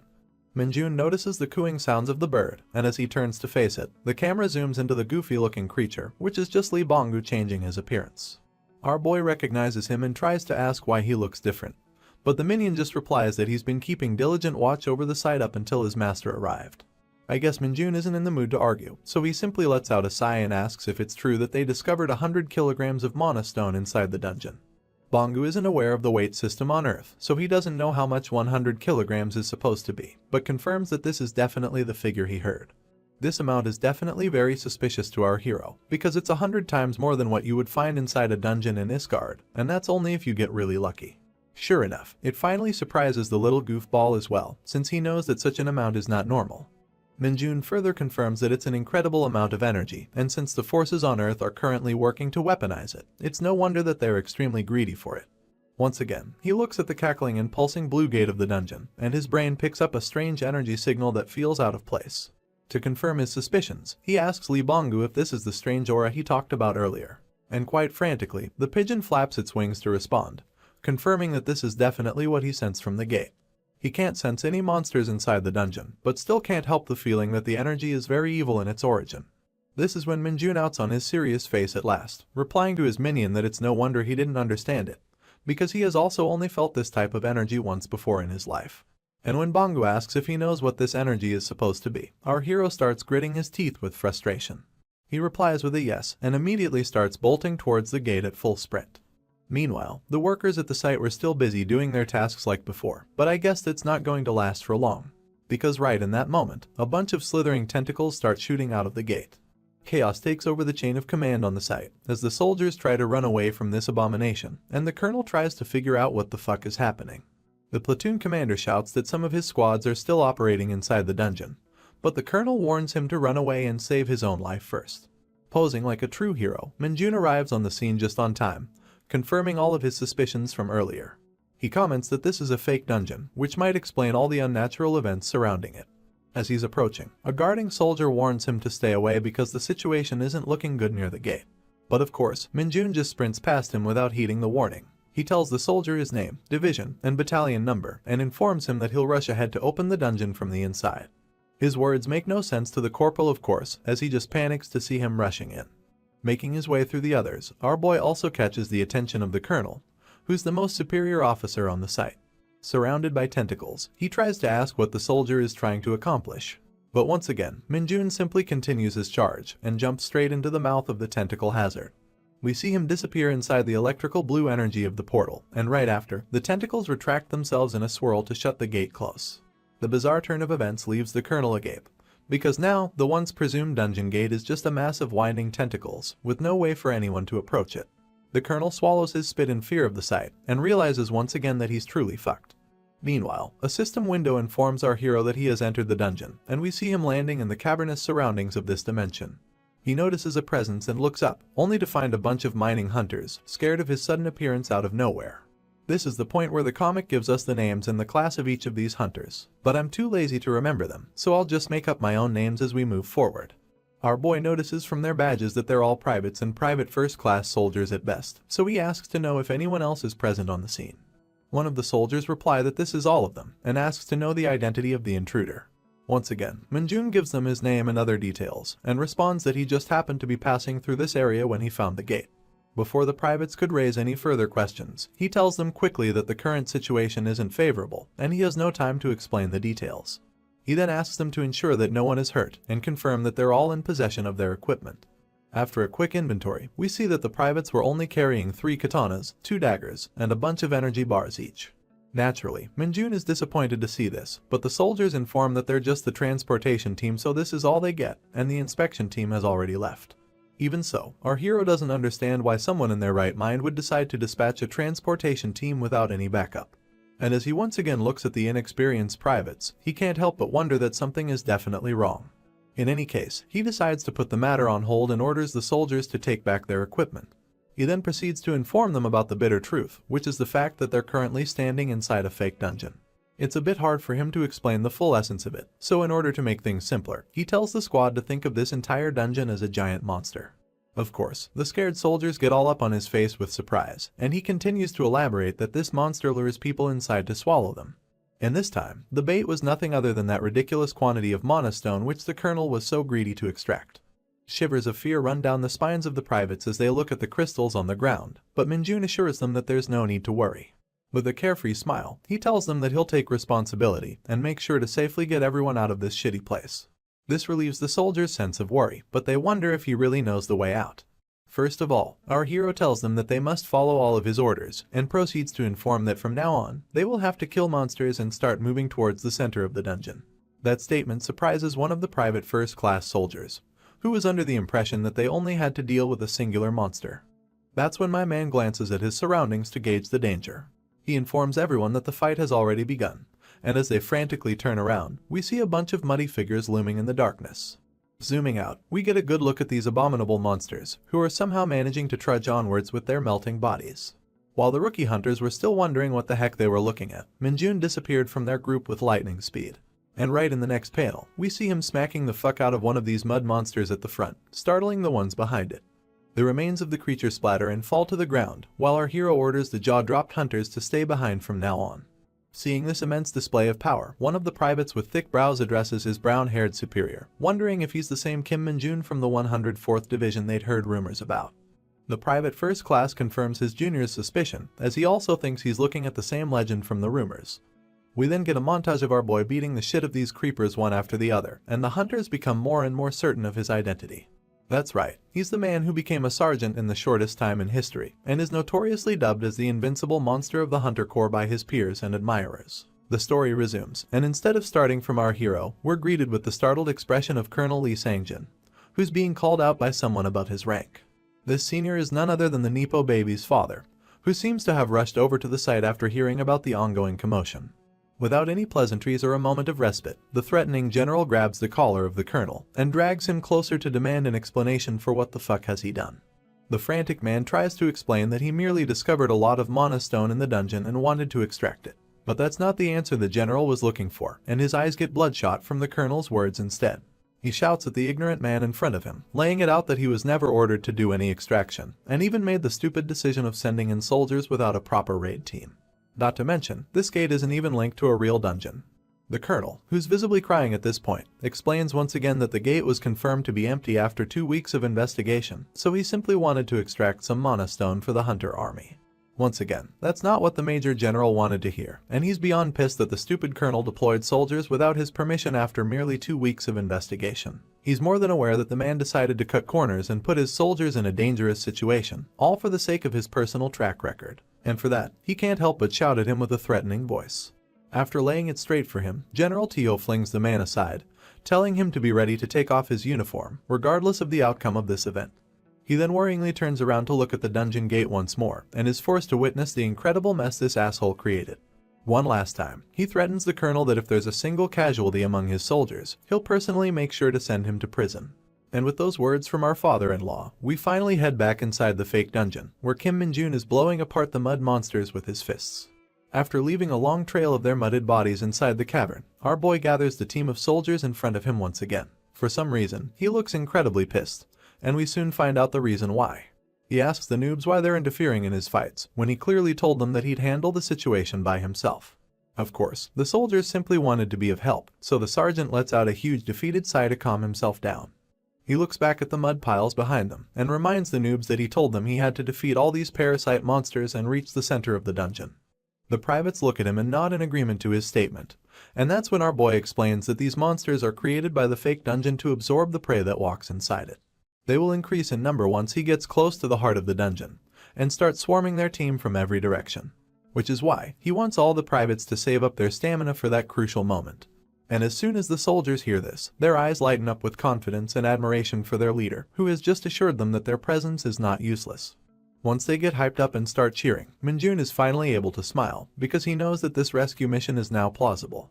Of course, his words didn't actually have a hint of concern for these fools behind them, as the fucker was simply after the extraordinary experience points he's getting from the dungeon. And by making sure that he's the only one fighting, he'll make sure to grab every single one of these points for himself. So with that greedy obsession with power, he innocently signals his squad to follow behind him and keep moving forward. And without a shred of doubt in their leader's judgment, the privates happily raised their weapons to follow his lead. With a squad of ignorant buffoons behind him, our guy was now finally heading towards the heart of the dungeon. Soon enough, he stepped into another mud pile, and we zoomed out to witness yet another mob of these creatures swarming the party from front. Their number was greater this time, and they all seemed to be guarding some sort of massive gem behind them, which was conveniently raised on a pedestal to mark its importance. Meanwhile, even though they did nothing, the soldiers were starting to get extremely exhausted and out of breath. Minjun is already aware that you start losing your stats and stamina simply by staying inside this fake dungeon, and had he allowed his men to fight from the beginning, there's a decent chance that they could have died due to exhaustion. Nevertheless, he assures them that they simply need to smash the core gem that they see ahead of them, and they would be able to escape this prison. But a ton of monsters stand on guard next to that core, making it a lot more difficult than it seems.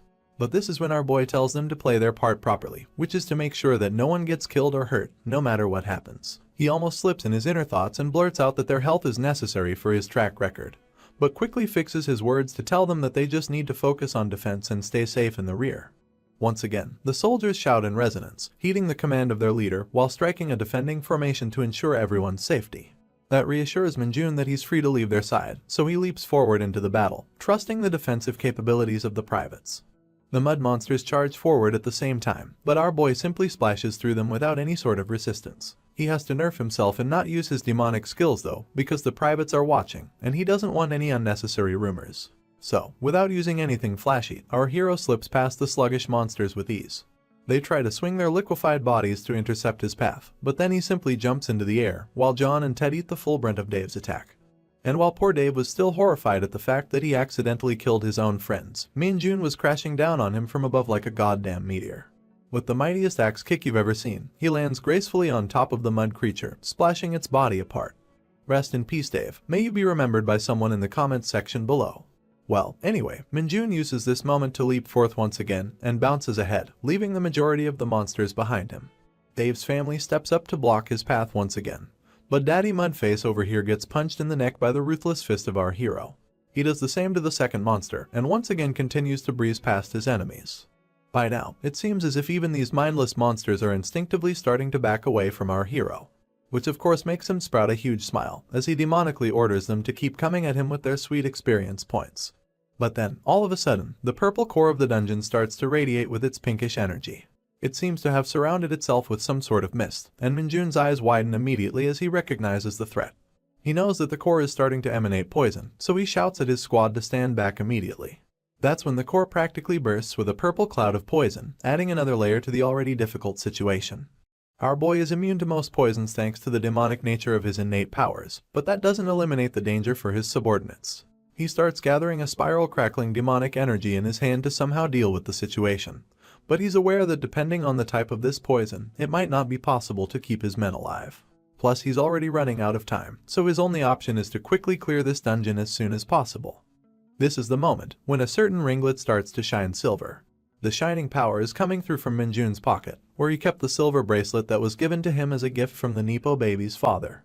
A system window informs us that the item is reacting to our hero's demonic energy, and another window confirms that the item's hidden powers have been unlocked. Our boy of course doesn't have any idea what's going on, so he takes out the bracelet to grab a quick look. He remembers the Major General's words when he received this gift, and how he explained that although the military isn't able to fully evaluate this item, it is known to increase a person's stats at random proportions. Minjun had been wanting to save this item for later when it will get harder to raise his stats manually, but he's surprised to learn that the bracelet also contains some hidden power. Right then, another window startles him as it suddenly pops up in front, and this is where we learn the full specs of this item. It's called the Bracelet of Imitation, and it allows the caster to use any skill that they know about, even if they don't own that skill personally. Also, once the skill gets used, the bracelet will lose all its property and disappear entirely. Our boy almost couldn't believe his insane luck when he read the information, because this is precisely the kind of item he needed to get out of this situation. He holds out the bracelet in his hand and recalls the perfect skill to deal with his current predicament. Since Minjun comes from another world with a plethora of experience under his belt, he knows about way more skills than he currently owns. And with his vivid imagination, he conjures up his dark powers around the item, forming a handle of some sorts in his hand. As we zoom out, we see that he's holding a massive sword of pitch dark energy, which appears extremely volatile in its element. I guess it wasn't possible to conceal such a skill from the eyes of the privates, who can do nothing but stare at the sergeant with stun-locked expressions. Almost like Guts from Berserk, the man holds out his massive blade on his shoulder with a grin of confidence. This is one of the unique skills of a monster called the Dark Knight, which gave our boy quite a run for his money when he tried to catch him. It almost looks comical when Minjun holds out this absurd-looking weapon above his head, but the skill he uses to cast it is nothing to laugh at. This skill is called Banishment, and it uses his demon sword to open up a rupture in the surrounding space, blasting all nearby enemies through a dimensional rift. With one last smirk, my guy tells the fake dungeon to get a load of his power and swings down the gargantuan sword, which almost forms a veil of dark energy in front of him. As expected, the slash opens up a dimensional rift in front of him, and although everything looks normal for a brief moment to the mud monsters, they soon start getting sucked into the void as their bodies disintegrate. The rupture is massive, and sucks in all the enemies created by the fake dungeon in a twirling motion around it, along with all of its purple poison. The dungeon core itself wasn't an exception either, as it soon began to crack and crumble under the pressure. Not being able to hold onto its form, it got sucked into the rift along with the rest of its measly creations. By now, Minjun's energy sword has exhausted its usage, so it started to melt away its shape and disappear into the air as well. And in a matter of seconds, it completely disappeared from the hands of our hero. Not that it matters, because the satisfied look on his face is already enough to confirm that he got what he wanted. That's when his lackey in the outside world contacts him via telepathy, telling him that there's been some trouble. Apparently, the Hunter military soldiers are sticking some sort of strange device to the entrance of the dungeon, and he doesn't really know its purpose. As we zoom in further towards the strange contraption, we hear the soldiers confirming that they have successfully installed the mana bomb. The commanders shout for only the necessary personnel to remain on the scene, and orders the rest to immediately vacate the site. The man in charge of this operation seems to be Major General Sun Tiho, and after hearing the word bomb, the lackey starts to get worried. He informs his master of the same, who currently seems to be reaching towards the dungeon core without a care in the world. The destroyed core lays in front of him in pieces, as he replies to his lackey that there's nothing to worry about. He then quickly proceeds to further smash whatever remained of that purple ball, claiming that he's about to exit this place in a matter of moments. Going back outside, it almost seems as if the time is running out for our hero. The bomb has already been installed, and an officer is standing next to General Tiho with the trigger to detonate it on his command. The division commander holds the switch in his hand, wondering if he has no option but to press it. It would be nice if they could open the gate through the bomb, but there's always a chance that it might trigger another unexpected reaction from the dungeon. That's when we get into a brief flashback where the general was shocked to learn about Kim Minjun being present on the scene earlier. The commanding officer confirms this, and informs that Sergeant is currently inside the dungeon along with their own personnel. That of course doesn't make any sense to Sun Tiho, as our boy had no reason to be present at this site, when it's not even his station of duty. Heck, this isn't even his division. But the information is true, and the commanding officer confirms once again that he rushed into the gate after stating his affiliation. The Major General asks if Minjun's division has been contacted regarding this incident, and the subordinate replies with a yes, further informing that his battalion commander is currently en route to the site. With an almost uncharacteristically panicked look, the Nepo baby's father looks at the dungeon gate once again. He's worried about our boy's safety, and the dangers that he might face inside the unpredictable environment of such a strange dimension. But the portal is already closed shut by a mass of tentacles, which brings us back to the present, where the mana bomb has been planted to deal with that exact same issue. Sun Tiho holds the bomb's trigger in his hand, but he's rather unsure of this decision. That's when the subordinate from the flashback comes rushing in, informing at once that all troops have been safely evacuated to a safe distance. Once again, with a worried expression, the Major General looks at the trigger and faces reality. Although he wants to put his faith in our boy, he knows that they have already spent 4 hours in the dungeon without proper equipment, which makes their chances of survival very slim. However, just as he had resolved himself to finally push the button, the massive portal suddenly started to quake and tremble. Such an event was unexpected, and it left the two officers at the scene to become unsure of what was happening. Miraculously, the enclosure of tentacles started turning to brittle stone and crumbling before their very eyes. Tiho's subordinate was still lost in the sauce, but the general was sharp enough to take action immediately. He ordered him to quickly call the medics to come to the aid of any survivors, and then bring the officers to come fully armed to the field for any unexpected dangers.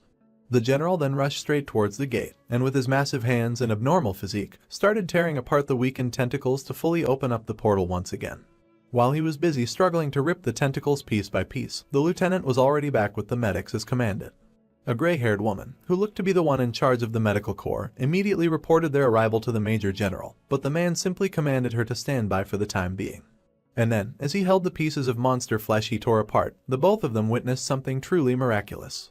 Human figures started to emerge from the portal, and it only took a moment more to see that these were the privates who were sent inside for mana stone extraction. From the look on their faces, they almost can't believe that they actually made it out alive. I shit you not, this is actually the first time we've ever seen Nepo Baby's father with such a genuine face of happiness. I guess he really cares about his people. He pats the private first class at the front and starts asking them if everyone is safe and if there's anyone who got injured. I guess the reality finally set in for the redhead, so he starts crying with joyful tears, telling the division commander that everyone is safe. The remaining soldiers soon began to come out of the portal in numbers, and it became clear that their raid was successful. At the end of the line is our boy, heroically standing tall with an exhausted private on his shoulder to help him through. One of the medics rushes over to help the private instead, and our boy slowly leaves the man in his care. He then turns his gaze and meets the eyes of the major general standing a short distance away from him.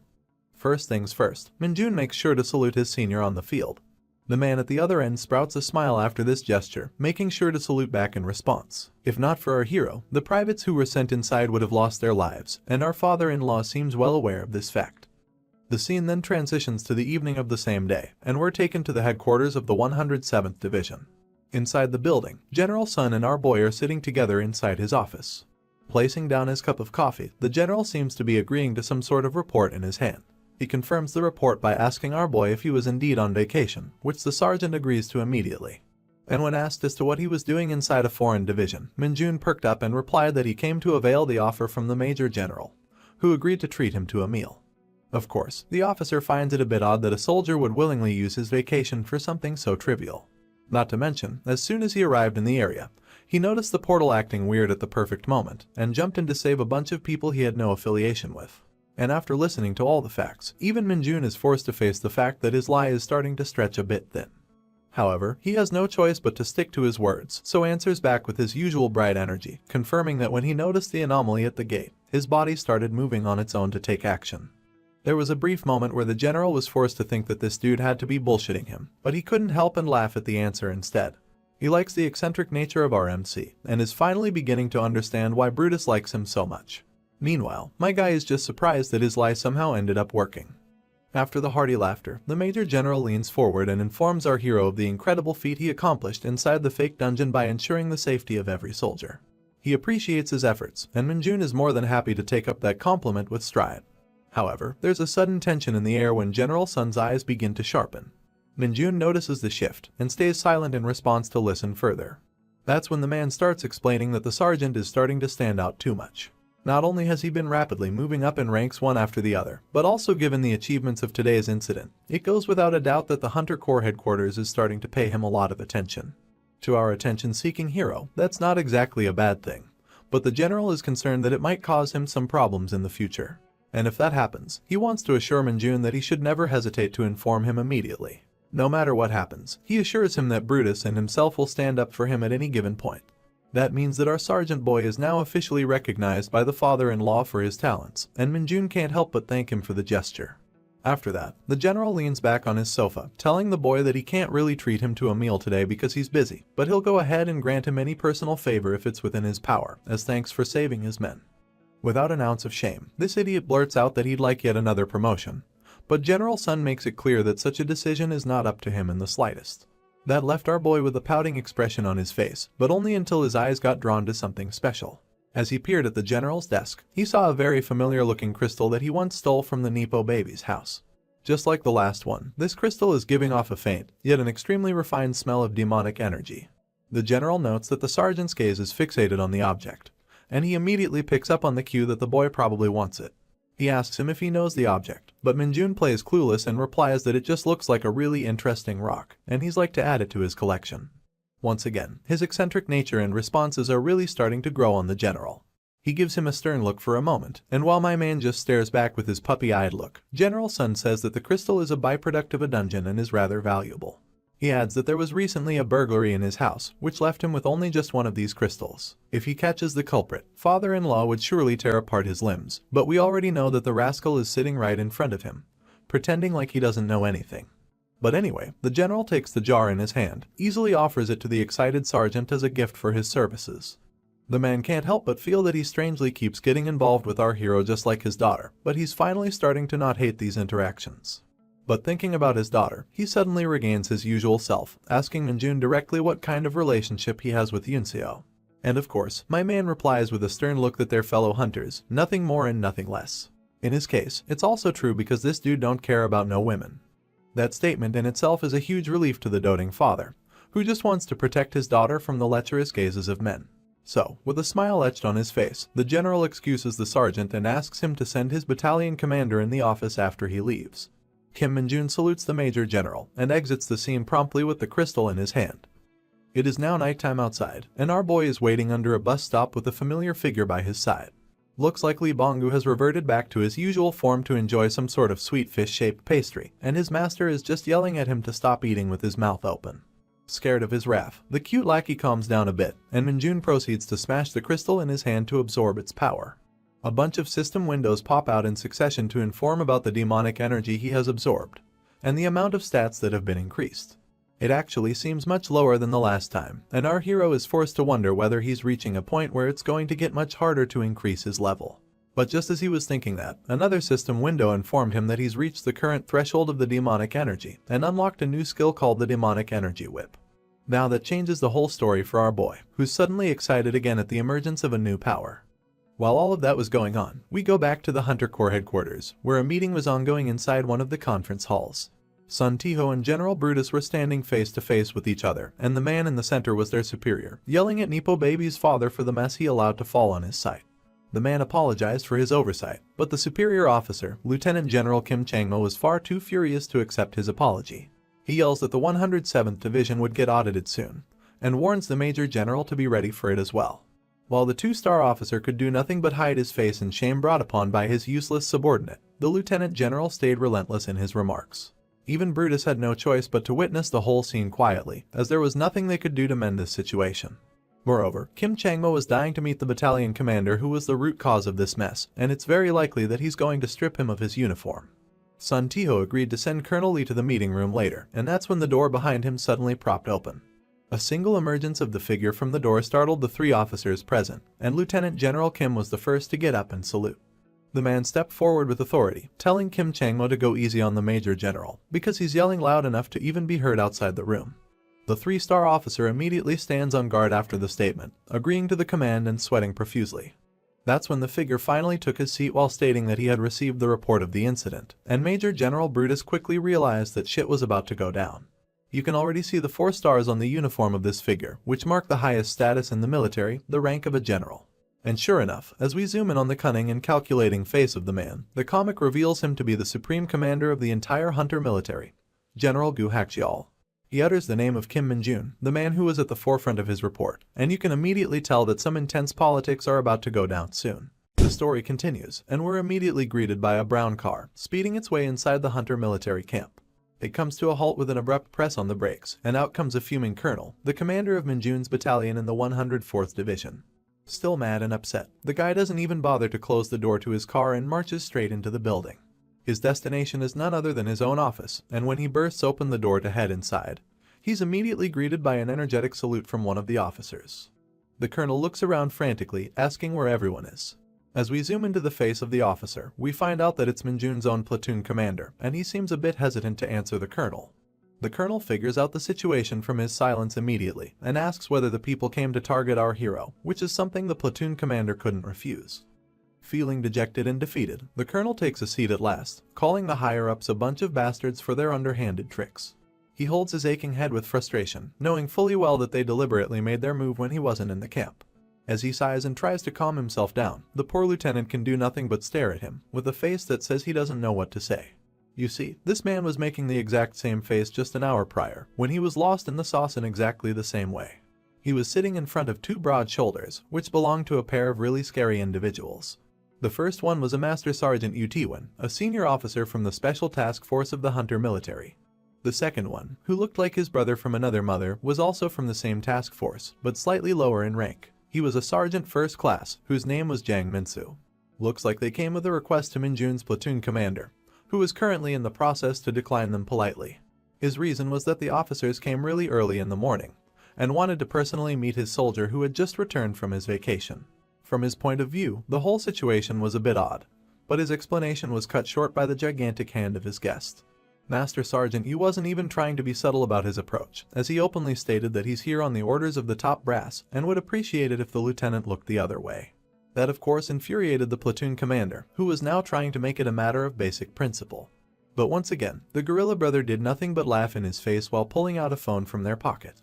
Master Sergeant Yu claimed that they weren't breaking any rules, as a formal notice from the very general of the military could be arranged by a single phone call if they deemed it necessary. And sure enough, the mustache gorilla was ready with his flip phone to make that call on a moment's notice. This definitely put the pressure on the poor platoon commander, who knew that he couldn't possibly refuse orders from the general.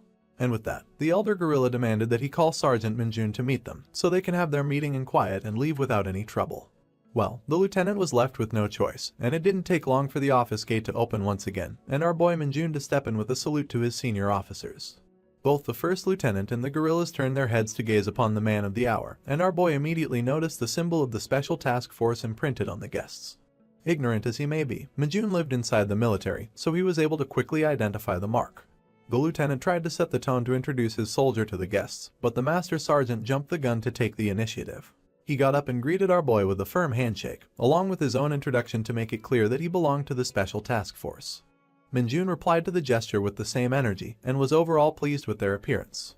By now, the Master Sergeant seemed to have gained complete control of the conversation by sucking up to Minjun's achievements, and asking him to sit down for a chat. Our boy thanked the officer and took his seat next to his platoon commander, who was currently very worried with how things were progressing. The elder gorilla didn't waste any time getting to his point, and straight up stated the Special Task Force, or the STF, was in need of competent personnel like our hero. From that one line alone, it became pretty clear to Minjun that this was a scouting offer. Master Sergeant made the duties of the task force more clear from thereafter, stating that they're only deployed for special cases unlike the regular hunters. These tasks include raids inside high-risk dungeons, protection of VIPs, overseas missions for the military, and much more. It was a lot of gibberish that our boy simply didn't care a damn about, but his eyes were glittering in a way that worried the lieutenant. After all, as long as he was promised a huge promotion, this dude wouldn't really hesitate to switch sides. Master Gorilla even mentions that they often deal with the crimes of civilian hunters who aren't affiliated with the military, so high combat skill is an immense requirement for their unit. After stating all the work that they do, this dude claims that our boy's incredible performance in his division hasn't gone unnoticed by the headquarters, so they would like to offer him a place that he actually deserves, along with a special promotion. Yep, those were the words that tipped the scales completely. As soon as our boy heard about the special promotion, his eyes perked up with excitement, very much in contrast to what his commander was feeling. The Master Sergeant is just layering the cream on top of this delicious cake of an offer at this point, and confirms once again that if our boy indeed joins their task force, he would be promoted to the position of a staff sergeant immediately.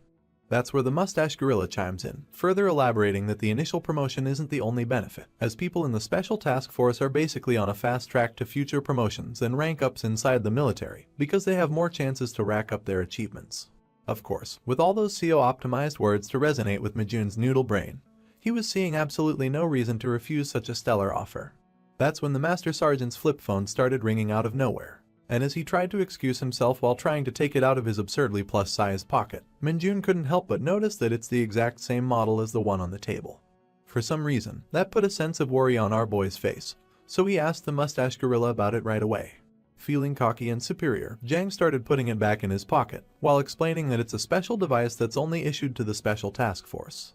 It should not be confused with a regular smartphone, as this thing is specially designed for security and confidentiality. As much as he was being cocky in his explanation, it was starting to have the opposite effect on our boy, who was picking up signs of rigidness in the Special Task Force's way of operations. He surprises the Gorilla Brothers when he asks them whether he'd be allowed to use the internet and computers as much as he wants if he joins their unit, and as expected, the response wasn't to his liking. The officers explain that they deal with top-secret information regularly and have to control their environment to prevent leakage. In other words, not only are they not allowed to use the internet during duty, but also actively encourage not using it during your vacation as well. Well, that was it folks, our boy has lost all interest in their offer. Even his platoon commander is able to tell what's happening, because he now knows that these task force buffoons don't know shit about our hero. In any case, the Master Sergeant was about to close the meeting by handing over his card and saying how such an offer is extremely rare to come by, but Minjun straight up cut him off and told him that he'd just stay in his current division. Not surprisingly, that immediately broke the previously calm facade of these idiots, who couldn't wrap their head around his answer. Getting slightly annoyed already, the Master Sergeant demanded our boy to reveal his reason for rejecting the offer. Of course, Minjun isn't known for his shy nature, so he immediately starts explaining that he can't join a squad where he can't even play his favorite game, Dungeon Power Fighter. Now clearly, that was an answer that sent the mustache gorilla in almost a justifiable rage. I mean, how could this dude reject such an incredible offer over some stupid outdated game? But that's just who our boy is, and he makes it clear to his guests that he's not joking. For him, this game is a vital source of energy, and he's not really willing to substitute it for anything else. Heck, this guy crossed over a whole separate dimension just to play this game. That doesn't mean that the Master Sergeant would simply accept his reasoning, however, but he's got no other choice. Realizing that the person's will matters the most anyway, he decides to take a calm stance unlike his angry junior, and says that they will take their leave. Seeing them leave, the platoon commander jumped up with a giant-ass spring in his steps and beamed ahead to open the door for them, showing them the way out so they can never come back. My guy was literally snickering behind their backs, as the officers of the Special Task Force could do nothing but exit the office with their defeated expressions. But as a one last fuck you, the mustache gorilla turned around and accused Minjun for having his accomplishments overly blown out of the proportion, as he never believed that someone of his caliber was fit to join the task force in the first place, and he's sure that he couldn't even pass their entrance test if he tried. I don't know what to say, but we all know that our hero doesn't like backing down from a challenge quietly. He unfortunately took the bait and asked Zhang how he could be so sure that he'd fail their test. The two guests' pride was already crushed, and now this idiot was clearly taunting them by claiming to be better than what they think, so it's no wonder that the poor platoon commander was starting to lose his shit once again. Minjun was already in battle mode in his head, so he provoked them once again, asking them how they could deduce that he would fail their entrance test. That made the mustache gorilla walk back up to him in retaliation, and as showed his teeth behind that bushy mustache, he confidently looked down on our hero, stating that he could prove his point at any moment. Right now, this asshole is clearly itching for a fight, and the platoon commander knows that nothing good will come out of such a mess, so he tries to stop the two from taking things further. But he immediately gets cut off and tapped on his soldier by the Master Sergeant, whose snickering face tells us that he's enjoying the direction this whole commotion is headed. Now that they've failed the mission anyway, he wants to take down our boy a peg, and requests the platoon commander to let them use their training center for a duel. In the next scene, we head directly towards the mentioned training facility, where the mustache gorilla and our hero are holding their respective weapons to face off against each other. The observers are the Master Sergeant, and the ever-so-confused platoon commander, who still doesn't know how to sweep up this mess. We finally get to see the incredibly buffed-up body of the gorilla from a front view, who's explaining to Minjun that the Special Task Force's entrance exam is a freestyle duel against a senior member, so he should get ready to get schooled. Minjun makes it clear once again that he has no intention of joining the task force. So, if he comes out as the winner in this duel, he wants the mustached asshole to apologize before taking his leave. That of course sends the man boiling once again, who just can't seem to understand why our hero is still so confident. He mocks Minjun's choice to pick up a whip against him in a duel, and taunts him by claiming to fix his attitude for good by the time their duel is over. The Master Sergeant announces that the battle will be held over 3 rounds of 3 minutes each, and commences the fighters to begin their duel right away. Upon his signal, our boy starts cracking his whip, and the mustache dude takes up an offensive stance with his sword. The bell rings, and the gorilla is the first one to make the move, by instantly getting closer to Minjun to break his balance. Our boy manages to duck under the sword just in the nick of time, but the gorilla is now blocking his vision with his massive hand, while also bringing back his weapon for another attack. This catches our boy off guard, and sends him flying to the other end of the hall by a single thrust from the training sword of the gorilla. My man skids past his platoon commander and lands violently on the ground, leaving his enemy with an expression of satisfaction and victory. The platoon commander is quite shocked at such a scene, because this was probably the first he ever saw Minjun take any kind of attack from his opponent. On the other hand, our boy was lying rather silently on the floor with his arms spread. But as soon as we zoom in, we see that he's now actually grinning from ear to ear, absolutely thrilled at the prospect of this fight. The commander looks at the excited face of his soldier with worry, and this is where we enter a little flashback to see what happened earlier. You see, when Minjun was getting ready with his weapon of choice, the platoon commander called out to him. He wanted to ask what our boy's plan for the fight was, and of course, the up-and-coming sergeant was only planning to win overwhelmingly by thoroughly crushing his opponent. Now here's the thing that worries the platoon commander the most. He's not worried that Minjun won't win, but instead afraid that he'll beat up his opponent so badly that there might be consequences for them to pay afterwards.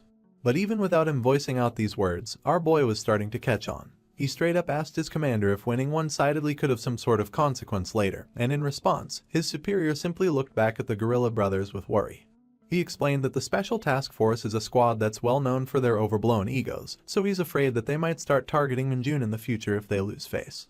Our hero gave it some thought, and eventually came to a very simple and effective solution that caught the first lieutenant's attention. He said that he'll just let the opponent hit him just once during the battle, which should be enough for them to save some face. Holy fuck, now it makes sense why he got hit like that in the first place, and why he was laughing like a maniac afterwards. Well, that brings us back to the present where our hero is down on the floor. And as expected, the mustache gorilla is definitely on his high horse after that single blow. Master Sergeant tried to end the spar right there and asked the platoon commander to take his soldier to the medics, but this duel was far from over. Heck, even the commander himself knew that these gorillas had no idea who the fuck they were messing with. The Master Sergeant was now getting overly condescending, telling our boy that he should be glad that he at least managed to dodge the first hit. But from the perspective of their unit, he's far from ideal. But you see, the man had no choice but to cut his words short and look surprised, because our boy immediately got up as if nothing had happened. With a confident smile on his face, my man deemed that the duel wasn't over and wanted to continue the fight.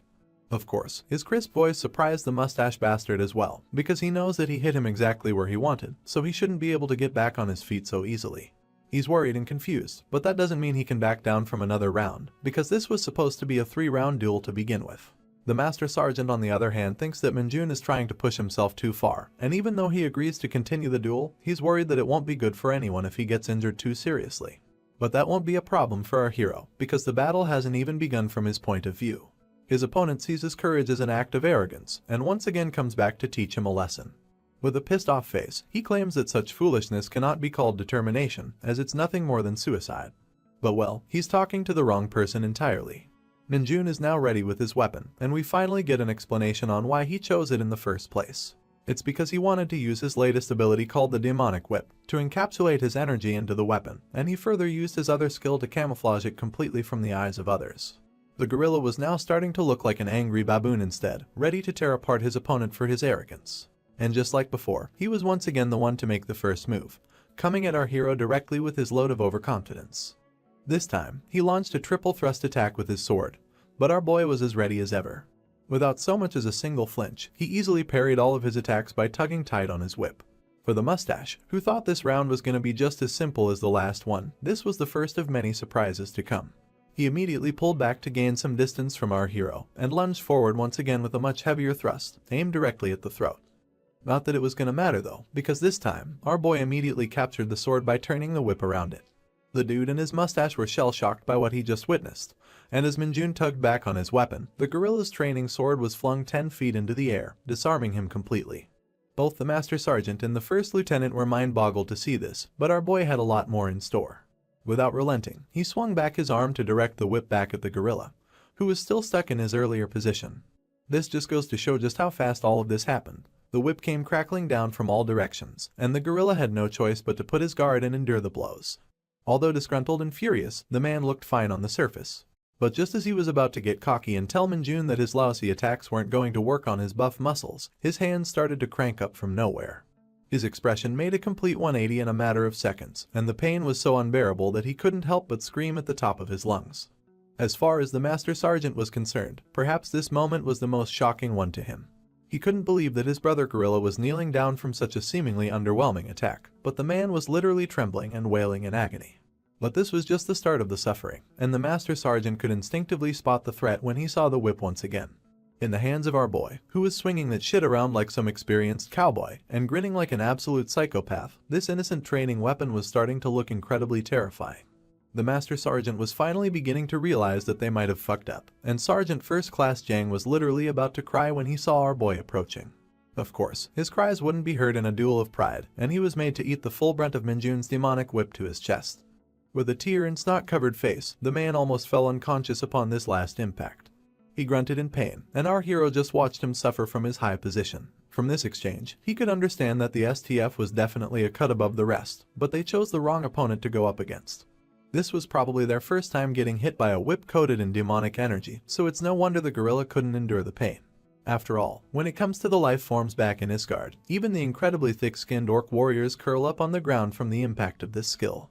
So, when the whip wails and cracks in the air, cutting through everything as our hero gets closer and closer to his opponent, the fear sensors in the gorilla clock up to the max, and he literally starts fearing for his life. My boy's demonic expression isn't helping the Sergeant First Class either, who's having a lot of fun thoroughly breaking down the egotistical nature of his opponent. Seeing him wind up another attack, the gorilla screams as loud as he can, and the Master Sergeant jumps in immediately to stop the fight and save his junior's ass.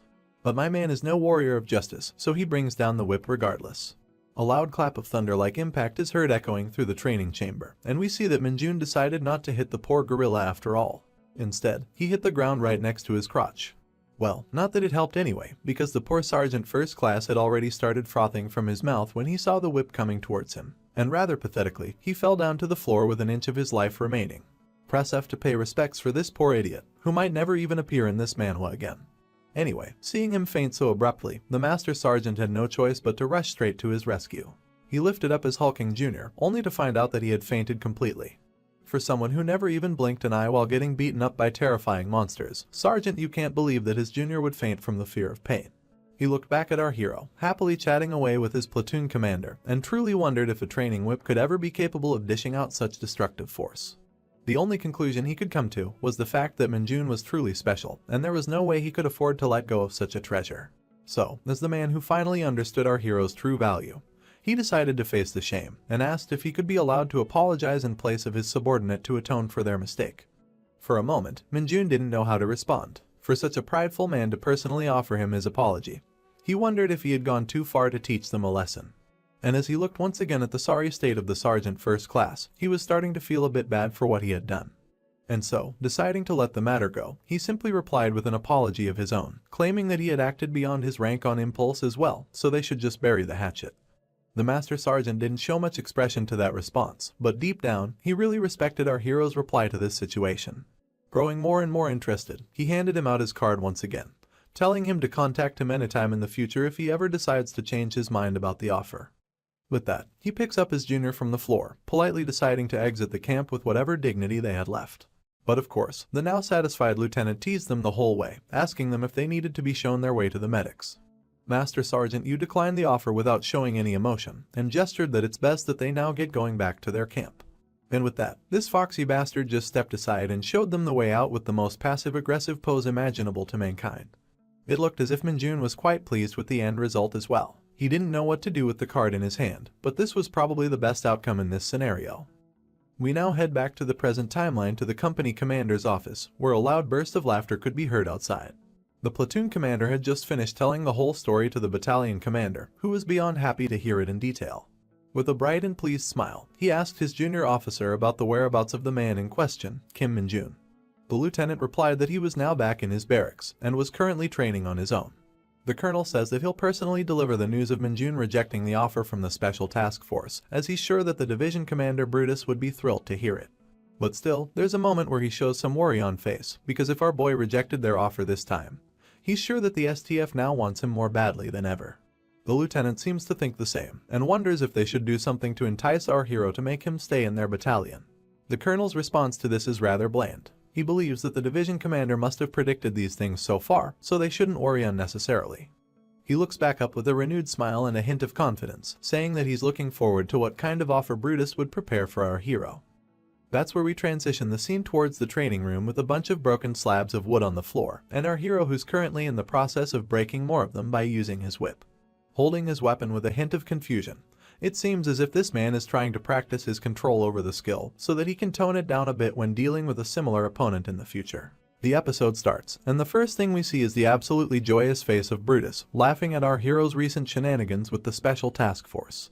He's getting the news from Minjun's battalion commander, and is overall quite pleased with the result. He speculates that the STF guys must be quite upset right now, to which the colonel fully agrees. You see, Brutus was previously quite worried because he knew he couldn't stop our boy from leaving if he decided to join the STF, but now, that situation has resolved itself rather beautifully. The colonel agrees and suggests that it's probably the best time for them to step up their game. Since the Major General agrees with this statement, he wastes no time and gets up to express his proper appreciation to the right party. My man picks up the tiny handle of the phone receiver with his gigantic hand and casually proceeds to talk in abstract words to the person on the other end, confusing the colonel behind him. With almost a vicious smile, he orders the other person to meet him right away and bring all the relevant files along with him. We'll get back to this mysterious development later, but for now, let us go back to the military camp of our hero. The corporals are all gathering in front of their sergeants, looking a bit anxious. The reason seems to be the newly lined shoulder traps of our hero, which seem to represent yet another promotion. Guangxik and the rest look confused to see this, and nervously ask Sergeant Lee what seems to be happening. Sergeant Lee responds without a change in expression, letting everyone know that he's no longer the leader of their squad, and the position has now been passed on to Minjun. The ponytail inquires if this means that Sergeant Lee is getting a promotion, but the man replies with a negative. However, he elaborates that he will soon be applying for the position of a staff sergeant rank, so he's now passing on his current position to Sergeant Kim Minjun. All of these guys have been through every dangerous situation imaginable, so it's not like anyone has a complaint regarding this decision. In fact, all the corporals agree in unison that no one else is more qualified than our boy to receive such a position. Still, Minjun's disciple raises his hand to ask a question, and the sergeant allows him to speak. Looks like the student is curious if his master was the one responsible for solo clearing the fake dungeon from a different division, because that's quite the hot topic inside the division. His inquiry hypes up Guangxik and the ponytail as well, who claim that the entire hunter community is in an uproar because of that incident. I guess he couldn't deflect the rumors at this point, so my boy keeps it casual and calmly admits that he's the one responsible for clearing that dungeon. However, he makes sure to add that he was passing through that location by mere coincidence. After confirming the rumors from the man himself, it's to no one's surprise that the entire squad was dumbfounded. They knew it was possible, but getting the confirmation still left them surprised. Dong Jin expresses his shock and asks right away if the sergeant suffered any injuries. But as you can see, this f***er is in perfect condition. Now the others get extra chummy, wondering if this achievement has something to do with his promotion to the squad leader and whether he's going to receive any other rewards. Getting tired of their persistent questions, our boy pushes them away while agreeing to have received some other rewards, but it doesn't look like these people have any intention of leaving without getting their answers. A few days passed after that, and we now find ourselves inside a goblin colony dungeon, where our boys are slaying the monsters left and right. One of the goblins gets sliced in half with his tongue sticking out, and the dialogue between the corporals begins. Guangxik seems to be asking if Minjun really got a scouting offer from the STF after only joining the military recently, and the ponytail confirms it immediately. Not only that, while hacking away at his target, the ponytail corporal even confirms that our boy straight up rejected the offer and brutally beat up one of their sergeants. Guangxik knows that all of this must be true, but given how unbelievable it all sounds, he can't help but comment that no one outside the military would believe such bullshit. But it remains a fact that the division commander made Minjun their squad leader, and even Guangxik knows that he has already been promised the position of a staff sergeant within a year. Anyway, while they were discussing such matters, the two corporals heard an unbelievable roar coming from the forest. A massive green hand emerged from the shadows, crushing a tree bark with its bare grip. Its glowing yellow eyes and its shiny white tusk became visible, making it clear that the Goblin Lord had made its appearance. My guy was built like John Cena, and creepily inched towards the corporals to avenge its fallen comrades. Once again, it roared with all of its might, but somehow, it got absolutely zero reaction from our guys. Even while the Lord was charging towards them with its massive club, the hunters didn't bat a single eye, and kept staring at the creature with deadpan eyes. That's when a whip slithered past Guangxik with unimaginable speed, and hit the overgrown goblin right in its eyes. The poor creature let go of its weapon while wincing in pain, and we finally realize why the corporals didn't even consider it a threat. More lashes of whip kept coming out in succession. The monster cried in pain and agony, while the hunters did nothing but watch the show from the sidelines. At this point, the Goblin Lord was looking more like a beaten-up slave, cowering before its master to beg for mercy. That's when we finally see the face of the perpetrator, who's of course no one other than our boy, Minjun. He holds a rather sturdy-looking whip in his hand with his signature smirking smile, ready to crack a bastard's skull. Just from the conversation of the corporals, it would seem that the new whip in our hero's hand is personal equipment. That was granted to him by the division commander himself. And given the fact that even the platoon commander doesn't have his personal equipment yet, this is definitely an amazing privilege. But privileges be damned, our boy out here just wants to have fun being merciless to a bunch of monsters while swinging around his new fancy weapon. The whip cracks like thunder on the poor creature, blasting him away to bits and pieces. At this point, Guangxik can't help but wonder why he was given a whip out of all possible weapons. The ponytail corporal replies, saying that this is something their sergeant picked for himself. And now that they see the effects of such rewards in live action, they're somewhat starting to understand why Minjun would reject a direct scouting offer from the STF.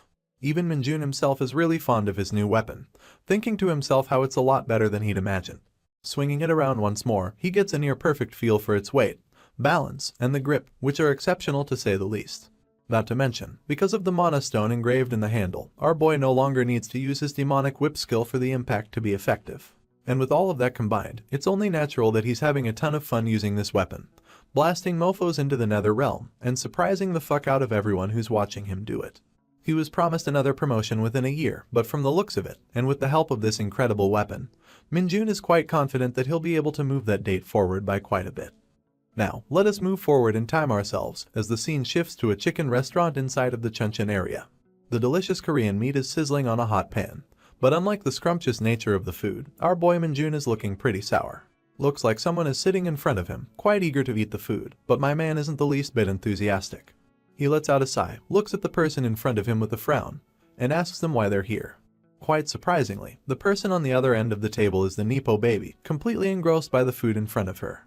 The waitress swoops in to mix up the ingredients one last time, and earns one of the most beautiful smiles this world had ever seen from Sun Yunseo. And right away, without wasting a single moment, the girl starts chomping down at the delicious treat, completely ignoring Minjun's question from earlier. This puts our boy in a bad mood, as he stares at the girl with a mix of annoyance and puzzlement. At last, Yunseo finally notices his hostile gaze, and stops the next bite to observe further. She innocently asks her if he's not going to eat as well, and offers to cover the bill by herself. But of course, that's not the issue at hand. Our boy is just curious how the Nepo baby knew that he was taking a day off, and also the fact that he was coming to this area. Heck, she even knew the exact restaurant he was going to dine at. While piecing all of these things together, a thought suddenly pops up in our hero's mind. He remembers how he shared his plans with Corporal Guangshik, and immediately figures that he must be the bastard who leaked the information to Yunseo. As soon as he asks the girl to confirm this, she starts averting her eyes as expected. It looks like his guess was on the mark. Yunseo claims it to be just a coincidence, but the scary looks from our hero sets her straight that she's already been caught. So, she decides to own up to it, and apologizes to the hero while admitting to the fact that she was the one who requested the information. But the corporal's punishment is now up to the sergeant to decide, so he just cuts to the chase and asks the female hunter what she's planning by coming here. In fact, he straight up makes the assumption that maybe she likes him, which is a remark that the lady waitresses of the establishment are trained to overhear. Of course, our girl gets flustered and calls his comment nonsense. She blushes innocently and asks why the sergeant is suddenly talking to her so casually. Minjun doesn't see the problem with that, of course, since they're both of similar age, and he'd actually prefer it if the Nepo baby would use the same casual tone. In any case, the girl rejects the notion that she likes her, but her reply only makes the old ladies in the distance smile with joy, almost making it seem like they know her true feelings better than herself.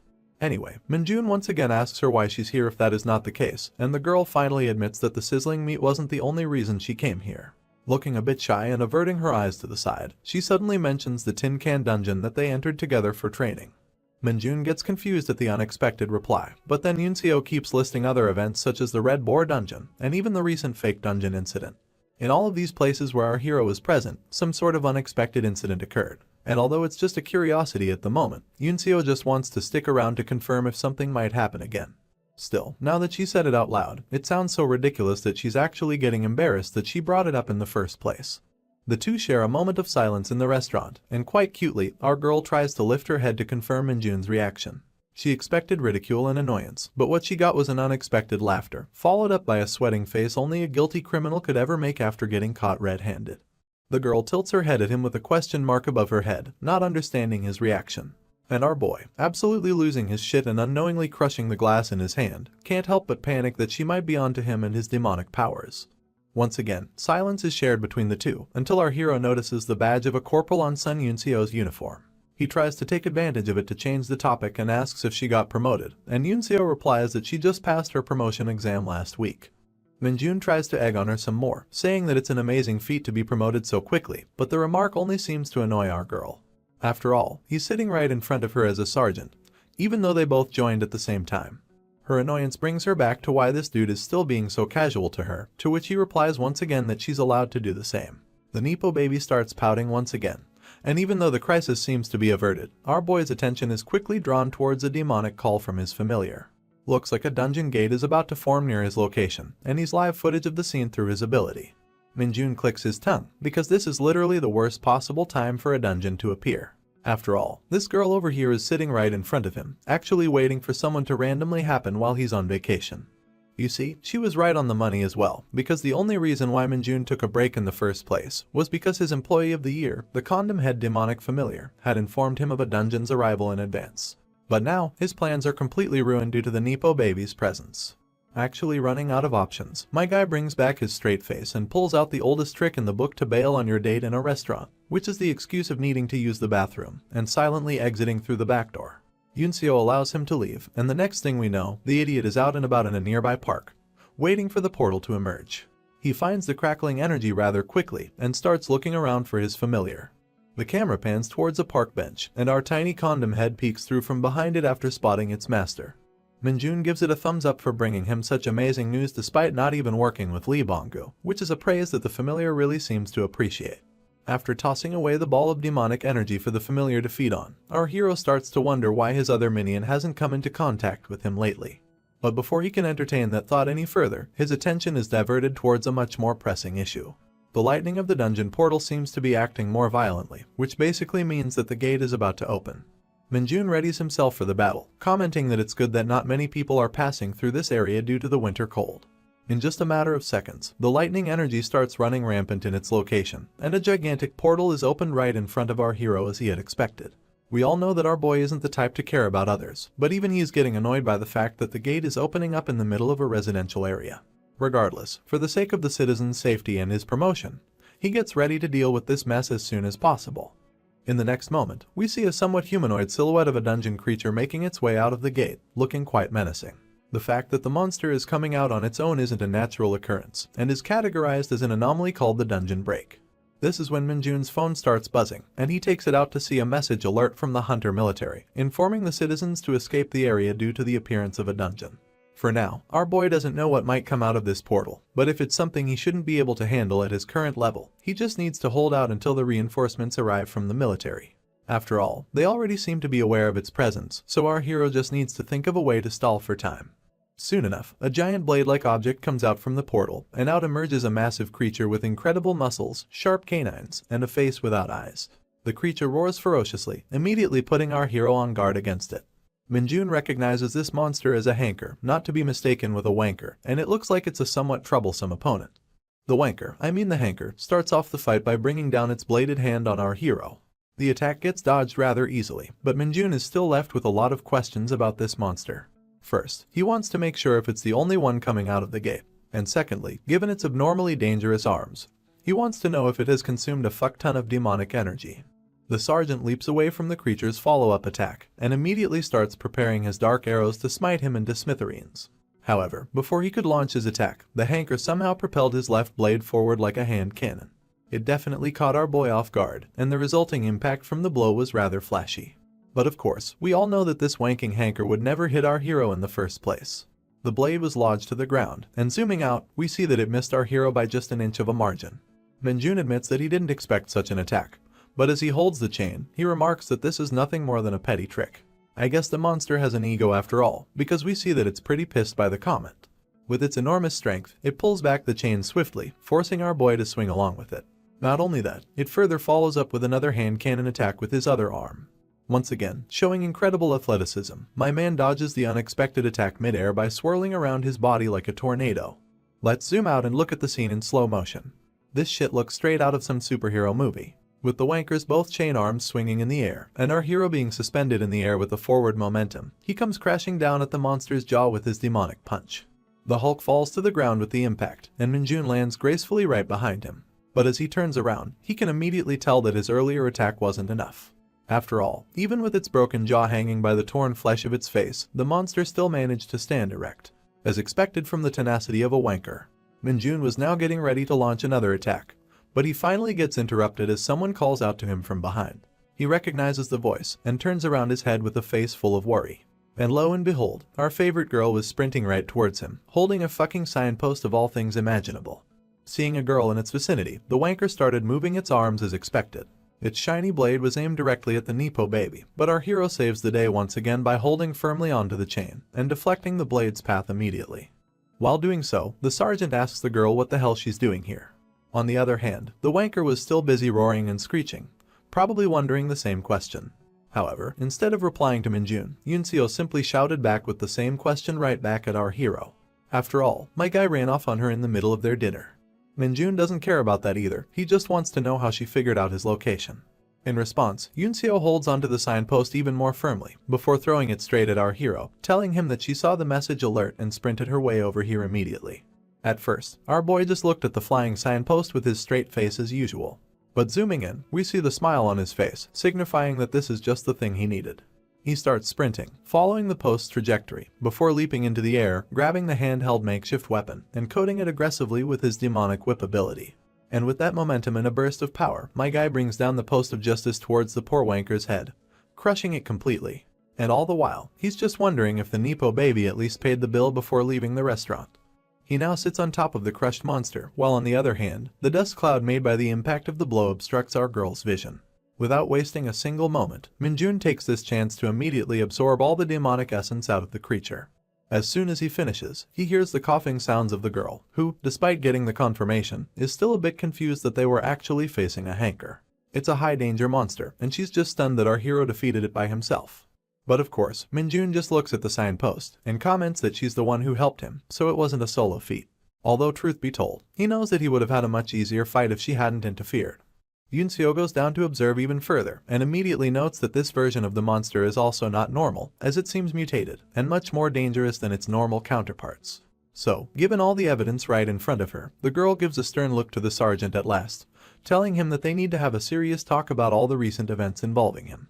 But before such a conversation could be initiated, another silhouette starts to emerge out of the dungeon portal. The hunters both sense its presence and look back to confirm their suspicions, and we immediately see a total of 5 wankers, casually marching their way out of the dungeon.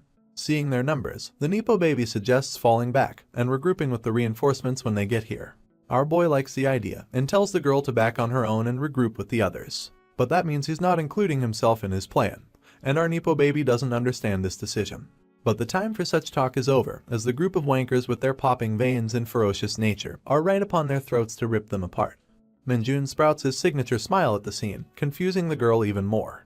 Immediately in the next scene, we see him make a battle-ready pose, coating himself in the signpost with a layer of demonic energy, and then quickly leaping forth in battle while leaving the girl behind. My man is happier than ever, already sure of himself that his next accomplishment will land him the position of a staff sergeant. We then move away from the fight, to a faraway location in Isgard, with 2 full moons in the starry night sky. A hooded figure makes their way into the depths of a thick forest, treading ever so lightly with their leathered boots. They stand in front of a rather peculiar-looking rock, and start chanting in a language that's unknown to us. Upon their chant, the rock splits in half, and slowly starts crumbling into little pieces, revealing a mysterious staircase leading to the underground. After revealing the hidden entrance, the figure starts descending the stairs slowly. We see their cloaked face, walking inside a fairly long and well-designed hallway. Soon, they reach a certain gate at the end of a hallway, and head inside into an open hall, very similar to the summoning room used by the Saintess in the central cathedral of Isgard. The figure stops in front of a shrine, pays their respect to the deity, and slowly reveals their crimson hair by unveiling the cloak. From a distance, we can tell that this person is a woman, wearing an outfit that's very common among the dark mages of Isgard. And zooming in, we also see that she's quite the beauty. To me, her slightly ruffled hair shows the character of a hard worker who doesn't care for her appearance, and her soft gaze gives off a vibe of intelligence. Zooming out, we see that she's standing in front of the shrine of Luminuna, the video game character that Minjun adores, and the figure around which the Minjun's entire church of fanatics was found in Isgard. And standing right there, the girl mutters a single sentence, asking Lord Minold, also known as Kim Minjun, to wait for her to join him. I guess this girl was a member of Minjun's fan club, and is also trying to find a way back to him, just like Lee Bonggu. Hello! After a long time of waiting, we are happy to welcome you back to the amazing adventures of our favorite dark mage, Minjun Kim. To kickstart this new season, we are taken to a deserted island at the sea near Nagasaki, where there are already 2 soldiers on the shore waiting for the helicopter to land. The aircraft slowly descends onto the shore, creating a torrent of gust and dust. Despite that, the 2 soldiers stood firm as if the sand ain't getting into their eyes. From the helicopter comes out a buff, bearded dude who carries an aura of authority around him. The white-haired soldier shakes his hand and thanks the man for coming. He introduces himself as Endu Masaru from the Japanese Hunter Association. The big buff dude states that he is General Du Seokyeong from the Korean Hunter Corps. He praises Endu for being fluent in Korean language. Endu thanks him from the compliment. After greeting each other, The Japanese man comes straight to the point and invites General Du to their camp, where a massive portal is visibly near it. The Korean meticulously reads the report that he's given while sipping a cup of coffee. He then informs Ndu that there doesn't seem to be any problems with the plan. Everything seems to be really great. He states that the plan is very thorough, despite the lack of preparation time, while Ndu states that it is only possible because they were provided with good soldiers from General Du's team, so he thanks the Korean once again for that. The buff dude comments that he is sure that the Japanese Hunter Association is worried about the ever-increasing abnormal dungeons. He states that the dungeon near their cap right now appeared in a deserted island, making it hard to discover. From the looks of it, it is clear that this dungeon is a pretty difficult one, even when considering the fact that it is an abnormal dungeon. However, General Du does not assume that the Japanese and the Koreans work together just because Enda's people doesn't have enough forces. With his unchanging expression and the dark circles beneath his eyes, General Du stares at the Japanese and asks for their true intentions. Mr. Ndu fell silent for a moment. Clearly, he knew this question was coming, but it is still a bit hard for him to tell the buff dude the truth. While he opens his mouth and shares that it is a common knowledge that Japan has been dealing with the dungeons through the Hunter Association, which is run by the government, and the Hunter Guild system, which is run by the civilians. With these two groups, Japan is not having an issue with the number of forces yet, but because of the quick increase in frequency of the abnormal dungeons in the last few years, they have been feeling a need for a more organized hunter education system. His words catch the buff dude's interest, making his eyes widen for a bit as he stares intently to the man talking. While Ndu states that they are interested in Korea's Hunter Corps training system, he was hoping that they could establish a close connection through this cooperative plan. General Du smiles upon hearing this. It goes without saying that he is happy and proud that the Japanese Hunter Association thinks highly of their system. Now he knows why General Gu Hakchiol sent him for this mission. The Hakchiol even included the bastard in the dispatch list, a slimeman that General Du thinks highly of. He understands that General Gu Hakchiol wants to make a big impression to the Japanese people. As the conversation goes, a hunter on the list piques Enda's interest. He states that this kind of evaluation, despite having only recently, is incredible. It seems like General Du already knows who Ndu is talking about even without mentioning the man's name. The Japanese comments that the speed at which the man is getting promoted is astounding. The man is also mentioned a lot in the Korean Hunter Corps community. He states that compared to the resume that General Du sent him, the rumors in the community must be true. Ndu asks how was the man able to grow that strong so fast. It is indeed very shocking. General Du sweats nervously as he confirms who is the man that Ndu is talking about. He doesn't know how to describe the man or explain everything to Ndu. On the other hand, the Japanese is really mesmerized by the reports about the man, even stating that he is very excited to see how the man will perform in this raid.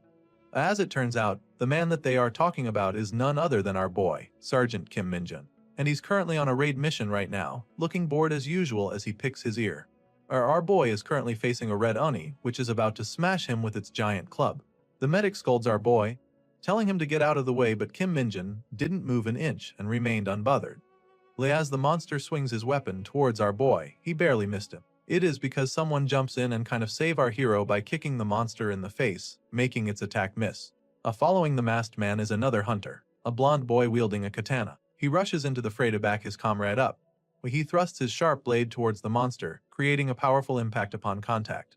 However, despite the strong attack, the red Oni was able to block the attack with its arm. Even though it was stuck with a sharp and pointy blade, the monster remained unscathed except from a single bruise. The masked man comments that the monster is one sturdy dude. As the two think of a plan to eliminate it, a female hunter steps in from behind, saying that she will deal with it.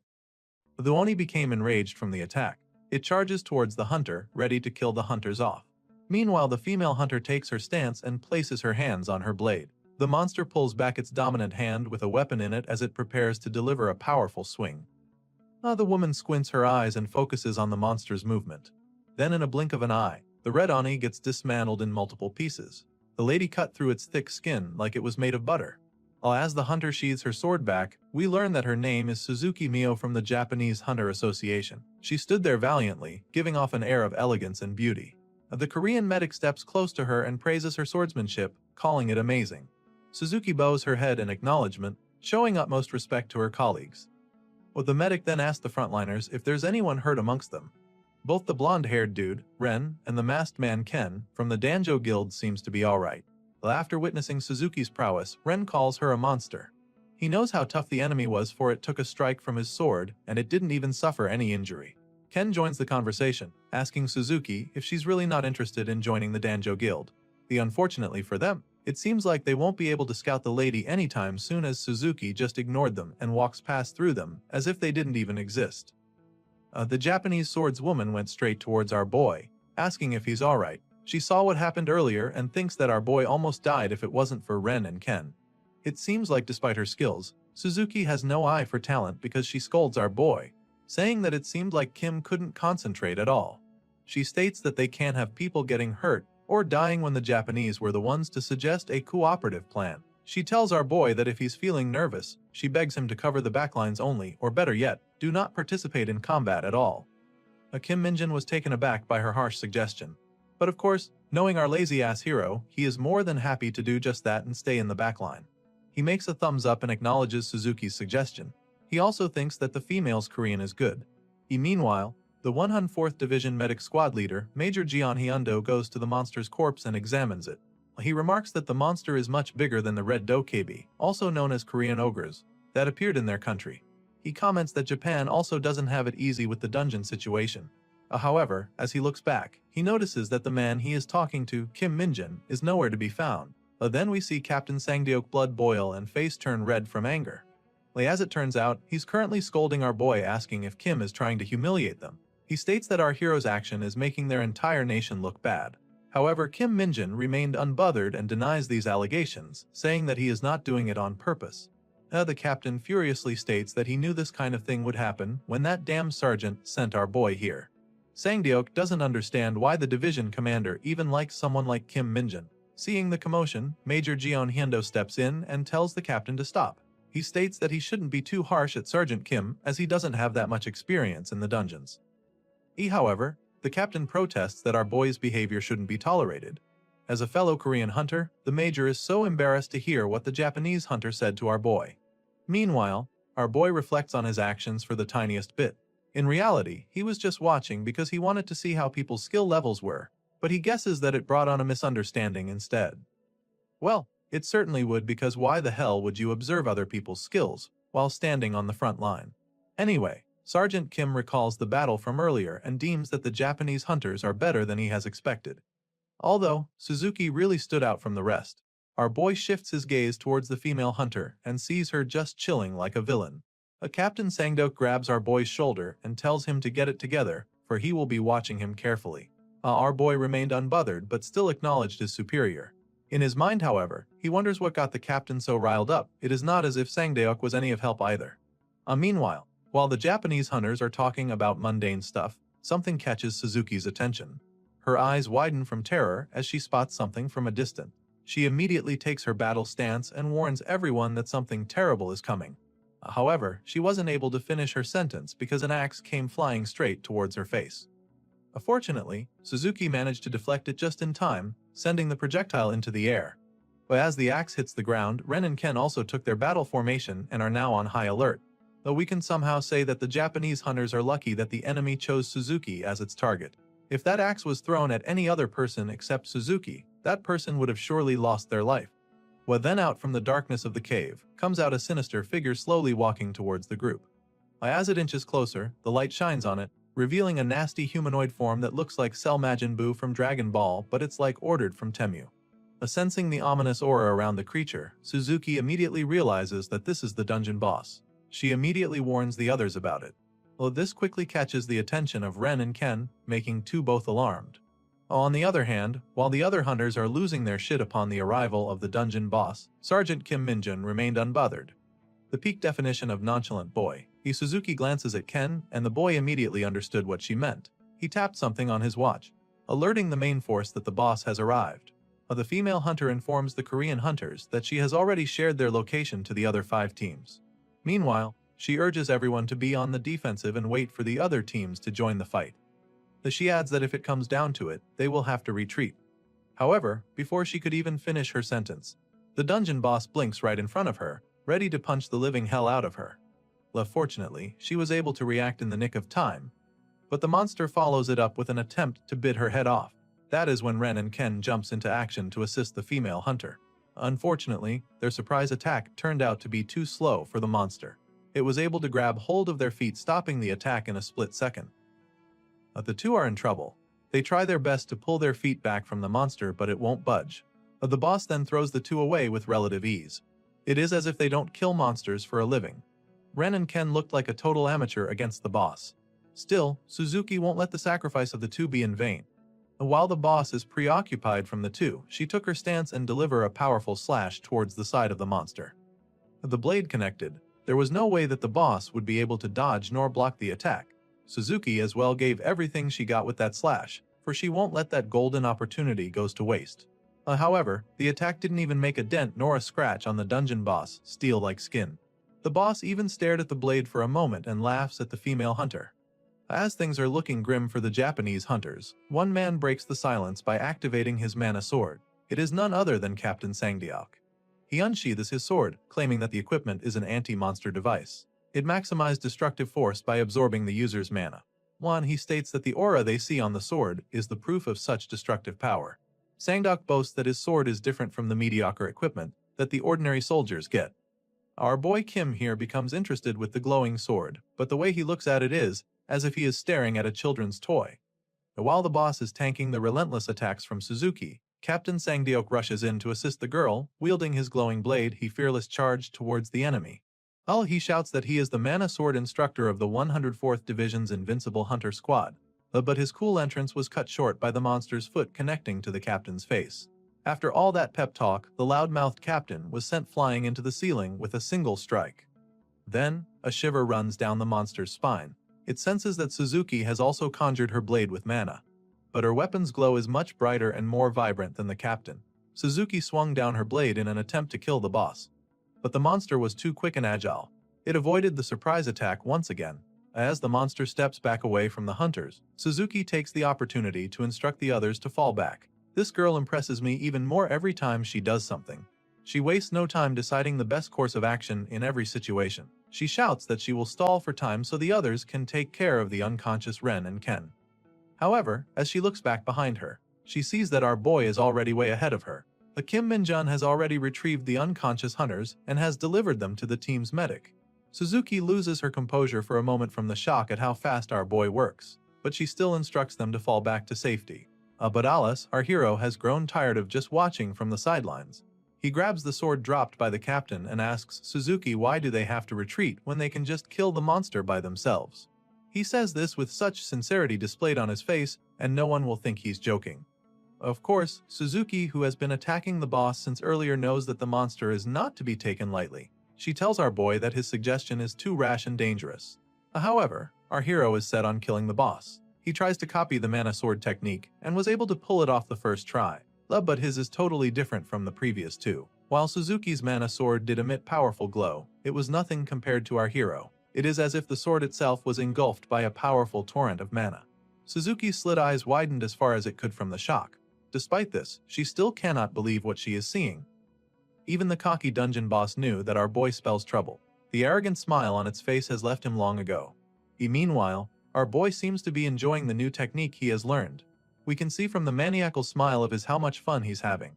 As it turns out, the initial size of the mana flame was not even its final form. It kept on growing and growing, becoming even more powerful. But the boss knew that it just can't let our hero charge his mana sword to its maximum power. So, it reaches for its axe and rushes towards our boy. However, Kim Min-jun has already finished setting his sword up. He condensed the mana to the sword, making it sharper and powerful. The monster tries to hack our boy with its axe, but Kim just stared at him with his usual uninterested and dead eyes. As the axe was about to reach our hero's face, he counters the monster attack with a swing from his sword. Our boy sent the dungeon boss flying straight toward cave ceiling. Even Sergeant Kim was shocked by the sheer power of the sword. He didn't even try putting much effort in that attack, but it sure was devastating. Still, we have to acknowledge the durability of this monster. Despite getting launched by our hero, it seems like it didn't suffer any major injury. Then our hero's sword started shaking, and the mana enveloping the sword became unstable. Suzuki notices this as well, and she shifts her gaze towards our hero with great interest in her eyes. Then the aura around Kim's blade went out of control and shoots indiscriminately. It was so powerful that it prompted Suzuki to take a step back and protect herself from our boy's mana. Some of the mana shot towards her, and she was left with no choice but to deflect them. However, thanks to that incident, we get to see a glorious angle of Suzuki's obs. Major Gion's jaw almost dropped to the floor after witnessing the incomprehensible sight right in front of him. On the other hand, Kim Minjun acts like it was just a minor thing. He smiles politely and apologizes half-heartedly, like saying oopsie my mana got a bit out of control type of shit. He then closes his eyes and gathers his focus. He began concentrating his mana into the sword, condensing it until the flow of mana became stable. However, the mana became so dense that it glowed on a darker color now. The dungeon boss shivers at the sight of our hero's weapon. It instinctively knew that it would be the end of him if he gets hit by it. Our crazy protagonist then charges towards the monster with an evil look on his face as he swings his blade towards the purple dude. At this point, it's a bit hard to distinguish who's the real monster. The boss gritted its teeth, braced for impact, and used its weapon as a shield to block our boy's attack. Kim Minjun's blade made contact with the monster's weapon, creating a powerful explosion and an overwhelming surge of mana into the surroundings. Unfortunately, the strike was so strong that the special sword of Captain Songdeok shatters into millions of pieces. But the sword is not the only victim of our boy's attack. Despite being able to block Kim's strike, the boss still suffered massive damage. Every finger of its hands and bones from its arms were destroyed as the monster screams in agony. The cold sweat drips down from Suzuki's face as she watches what's happening from a safe distance.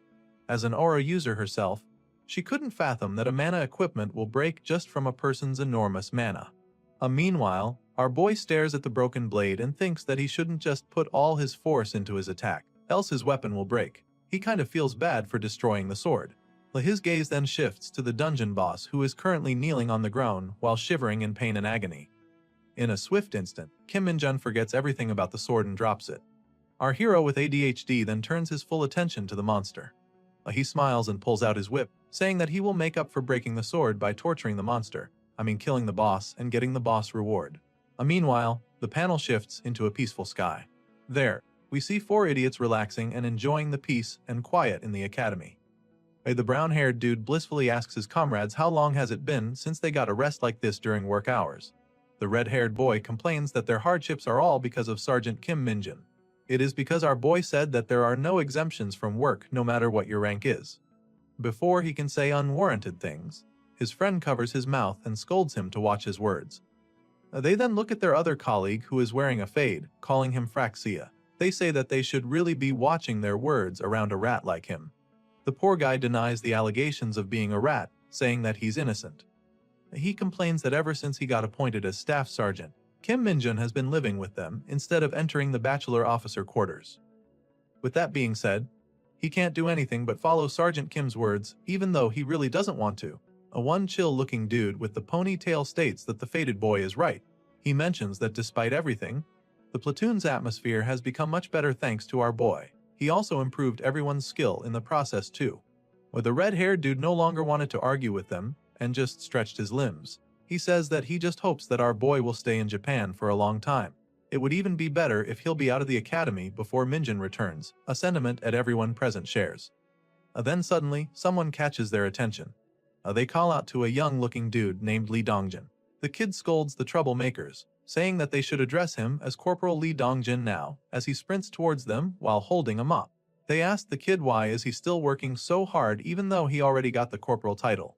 The man has no response. He just chuckled and laughed it off. While the red-haired dude then asked Dongjin about any news on our hero, saying that Lee Dongjin is Kim Minjun's #1 Fraxia, also known as Kim's dogs. Lee Dongjin denies being our boy's lackey, but he shares that he did get some news earlier about the sergeant. Apparently, the team finished the raid yesterday with Sergeant Kim Minjun killing the boss. He doesn't really know the specifics, but it was confirmed that our boy soloed the monster. The 4 fell on their knees from the shocked, asking if it's really true that he killed the boss on his own. Also, the most pressing issue is that if they have completed the raid already, does this mean that Minjun will be coming back today? Dongjin reveals that because the raid ended much earlier than expected, everyone sent to Japan was given a vacation. Our boy will be resting in Japan for a day and come back tomorrow. A ponytail guy gets envious of our hero being able to take a vacation in Japan, while the red-haired dude is angry that our boy will just be away from them for a day. He suggests that they should give Sergeant Kim a whole year worth of vacation. The brown-haired dude comments that it must be fun to have a vacation in Japan, especially that the weather is nice today. However, Ponytail remarks that they can't really assume that our boy will really be enjoying his vacation right now. Knowing Kim Minjin, he's probably training somewhere doing strength exercises and gaming. He also speculates that our boy might be raiding dungeons as of this moment. All 5 of them laughed upon hearing his words, saying that they can totally picture Minjin doing just that. They then realize how much of a strength addict the sergeant is, so he's probably clearing dungeons for real. Speaking of the devil, we see our boy walking the streets of what seems to be an abandoned city in Japan. The air around the place looks ominous, and there is no signs of life to be found. Despite these, our boy merrily walked the streets like he's walking in a park. Then his familiar appears in the form of a crow. It lands on our boy's arm, and Kim questions if the thing he's looking for is here in Japan. The crow states that it is indeed here. He has found the closest place with the demonic energy as our boy ordered, and Kim smiles and praises the crow for the great work. He states that he can't waste time when he came all the way to this place. Anyway, the familiar is a bit troubled by the previous actions of our hero. It saw our boy raging, saying that he can't do shit because of lag. The crow thought that the lag she was referring to was a person. While the crow states that he will teach that lag bastard a lesson for pissing our boy off. But Kim tells her that it's alright, and that there's nothing they can do about the lag. This surprises the familiar. Even the great Kim Minjin is not able to do anything about the guy named Lag, making him think that Lag is a powerful being. But suddenly, the air around our boy turns serious. He tells the crow to shut up for a second as he senses someone's presence coming close to them. We then see a motorcycle roaring towards our boy. The driver seems to be a female rider. She brakes and stops right in front of our hero, as if she specifically went out of her way just for the sergeant. While the rider slowly takes off her helmet, we can see the confusion building up on our boy's face. As it turns out, the rider is none other than the Japanese hunter, Suzuki Mio. She confronts our hero and asks what is he doing in this place. Light confusion is written all over our boy's face, wondering if this black-haired chick was stalking her. Suzuki sighs and states that this region is uninhabited because of a dungeon break in the past. She reveals that going here is not restricted, but the place is being monitored by the association 24/7. She then points at something above, which made our hero look. As it turns out, she was pointing at a CCTV on the post.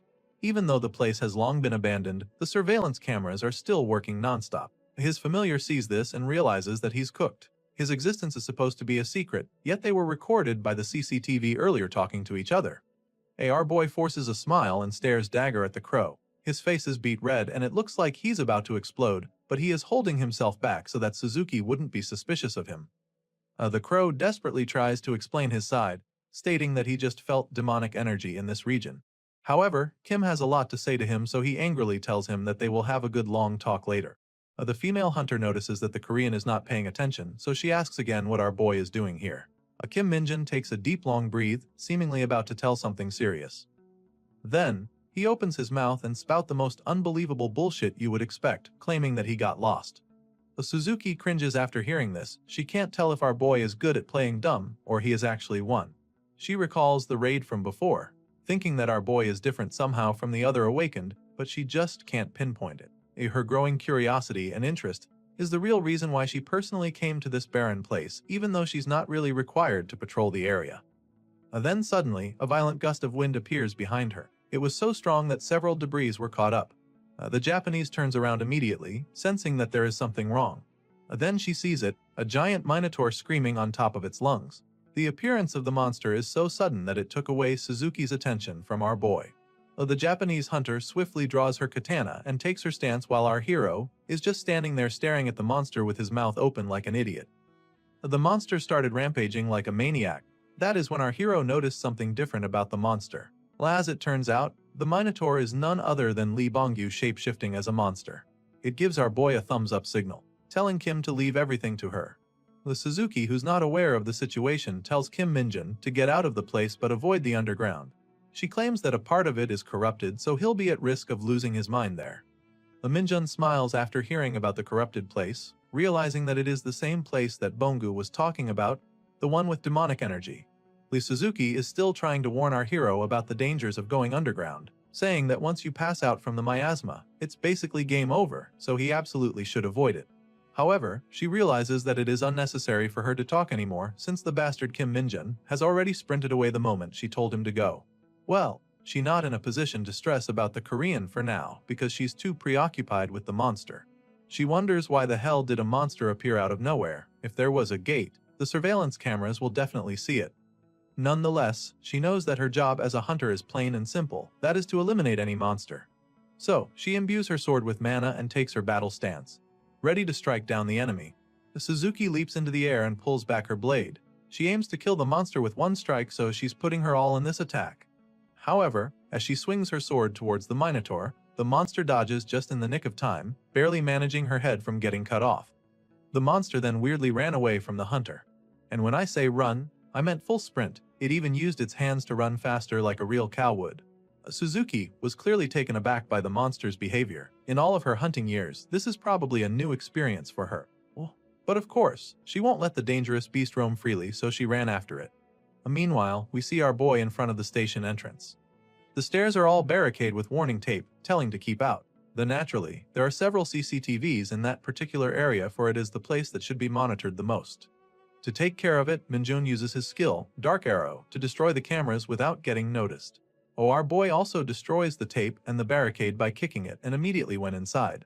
While the demonic energy instantly gathered around him and Kim Minjun inhaled it like a fresh spring breeze. He's then notified that his demonic energy stats has increased multiple times. As he goes in deeper, he absorbs more demonic energy, enhancing his skills and even learning new one like Reign of Corruption. Our boy excited checks his status, and sure enough, going to this place is totally worth it. The numbers don't lie. And after concluding his business, he thinks about his familiar, hoping that the decoy managed to get away from the hunter, knowing that she'll probably die if she gets caught. Back to Suzuki, she's still wandering around, looking for the monster. She suddenly stabs a nearby concrete after sensing someone's presence behind it. But we can really say how experienced and keen the female hunter is, because if she only moved her sword for a few more inches, Lee Bongu's head would have a hole by now. The poor familiar is shaking violently. He stares at the clean hole that the sword left. Then, as he is peeking from behind the wall, Suzuki cuts it into multiple pieces, revealing the other side of the area. However, she didn't see the human form of Lee Bungo, nor the Minotaur that she was chasing after. All that greeted her is a fragile-looking cat meowing at her. Suzuki was captivated by the cat's cuteness, making her drop her guard. She goes on her knees to try and pet the cat, which we obviously know as Lee Bongu. The cat hisses at her and even scratches her before running away, leaving the poor Japanese hunter heartbroken. She gets back up and picks up her phone, notifying her superiors that she is still tracking down the monster, focusing on the areas without cameras. However, the other end informs her that even the monitoring team has lost track of the monster, but that's not the most important thing to discuss. The man behind the phone informs her that the monster crystal color that is used to monitor the corruption level of the underground has changed. Typically, the darker it is means that the underground is still corrupted. Everyone are understandably confused. They are thinking that this might just be an equipment issue, because there is no way that all of that corrupted energy will just disappear out of nowhere. Suzuki also reports that there is nothing out of the ordinary in the field either, so no external force is at play. The man then states that he will just report an equipment issue to the ITV and send in a team to take care of it, saying that no one can clear that much miasma in an instant. After the phone hangs up, Suzuki thinks of a wild possibility. She looks behind her where our hero disappeared, wondering of the chances that Kim Minjun is associated with this weird phenomenon. The next day, we are taken to the airport where the Koran hunters are gathered, ready to be debriefed and sent back to their country. Endu shakes the general's hand, thanking him for the assistance they have given them. Meanwhile, Captain Songdeok is visibly angry at our hero, but Kim Minjun just looks away, pretending not to sense him. Then, she spots a familiar figure coming from a distance. This made him think as to why Suzuki is here. The female hunter didn't even try to hide her agenda. She walked straight towards our hero and stared at him. While still glaring daggers at our boy, she asks him if he enjoyed his walk yesterday. Sergeant Kim nervously laughs and says yes, stating that it was all thanks to her. Then Suzuki went straight to the point, asking if by any chance, Kim knows why the entrances to the underground being destroyed. She adds that all the nearby surveillance equipment was damaged as well, so the headquarters have no idea what happened in the area. She presses Kim for any info, wondering if he noticed anything suspicious on his way. Our boy looks away and claims that he saw nothing, stating that he was too focused on his walk. Hearing this, Suzuki chuckles and gives up. She accepts our boy's answer and just says that she's glad that our boy returned safely. She bid Kim farewell, smiles, and takes her leave. Sangdeok became curious as to what was that, but our boy is too exhausted to even entertain the useless captain. As she walks farther away, Suzuki once again calls out for our boy Kim Minjun and tells him that she'll be seeing him again next time. The panel then shifts to nighttime where we see Lee Bonggu and the mini-demon lying on the ground. It would seem that the two fought someone or something based on the blood and injury that Lee Bonggu has. We then see Sergeant Kim Minjin holding someone in his arms, looking visibly upset about the situation. But before we see what happened to our boy's familiar, we are taken to earlier that night. The moon is shining brightly, providing light to the dark academy. Albeit being late in the night, there are several groans of pain and coughs coming from the training room. Inside it, we see Jinho, Taekyun, Jongchul, and Sungchan all lying on the floor, groaning in pain. On the other hand, Kim Minjin is standing in the middle holding a sword. Irritated, our hero scolds the men on the ground, saying that they have completely lost their touch while he was away on a mission. He asks if the bastards are out of their damn minds. Kim Minjin specifically told them to train hard on their own while he was gone. Even though they went 4 versus 1 with our boy, they didn't even last 30 seconds. The sergeant complains that they are not improving at all, asking how would they be useful to the corps at this rate. However, they all protest that it hasn't even been a week since the demon went to the Japan. How would they improve drastically in just a short span of time? He scorns at a particularly buff dude and states that he had high expectations of him, but even he disappointed our boy. Dang, that's one tough scolding. We can really understand why a big buff man is sulking. Unfortunately for them, lying on the ground helpless would not save them from the demon known Kim Minjung. He commands the losers to get up, saying that he won't go any easier to them, just because they all pout and look sad. The 4 struggles to stand up, shaking as they force their legs to support their beat-up bodies. This pisses our boy even more. To someone like him, the 4 are just not taking it seriously, that's why they are like this. He clenches his fist and declares that he's going to fix them all. However, before he could proceed with the training, Kim Minjung's spider sense tingles, causing him to stop mid-sentence and assess the situation. This feeling seemed familiar to him. His angry persona dissipates in an instant and was replaced by a seriously concerned expression on his face. The 4 all looked at him with confusion written on their faces. They know that it is unusual for our boy to instantly be calm like that.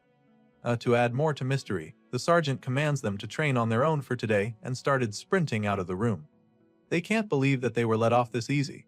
The 4 were able to breathe a sigh of relief while still puzzled by the sudden turn of events. Our hero sprints outside, running as fast as he can. He tries contacting Lee Bonggu for the man's location, asking if he was the one who caused the sudden demonic energy explosion that Kim felt earlier. However, Bonggu did not answer immediately, adding more worry to our boy. He tries to contact him once again, and this time the man did answer. Unfortunately, our hero can't get any reliable information from Bonggu as the man is obviously struggling to even speak. He informs our hero about the shock from crossing dimensions. But before he could even elaborate, the communication stops, making our boy even more concerned. He stops in the middle of the forest and closes his eyes to focus on detecting Lee Bonggu's demonic energy. He senses that the man's energy is growing alarmingly faint, but he was still able to find his location nonetheless.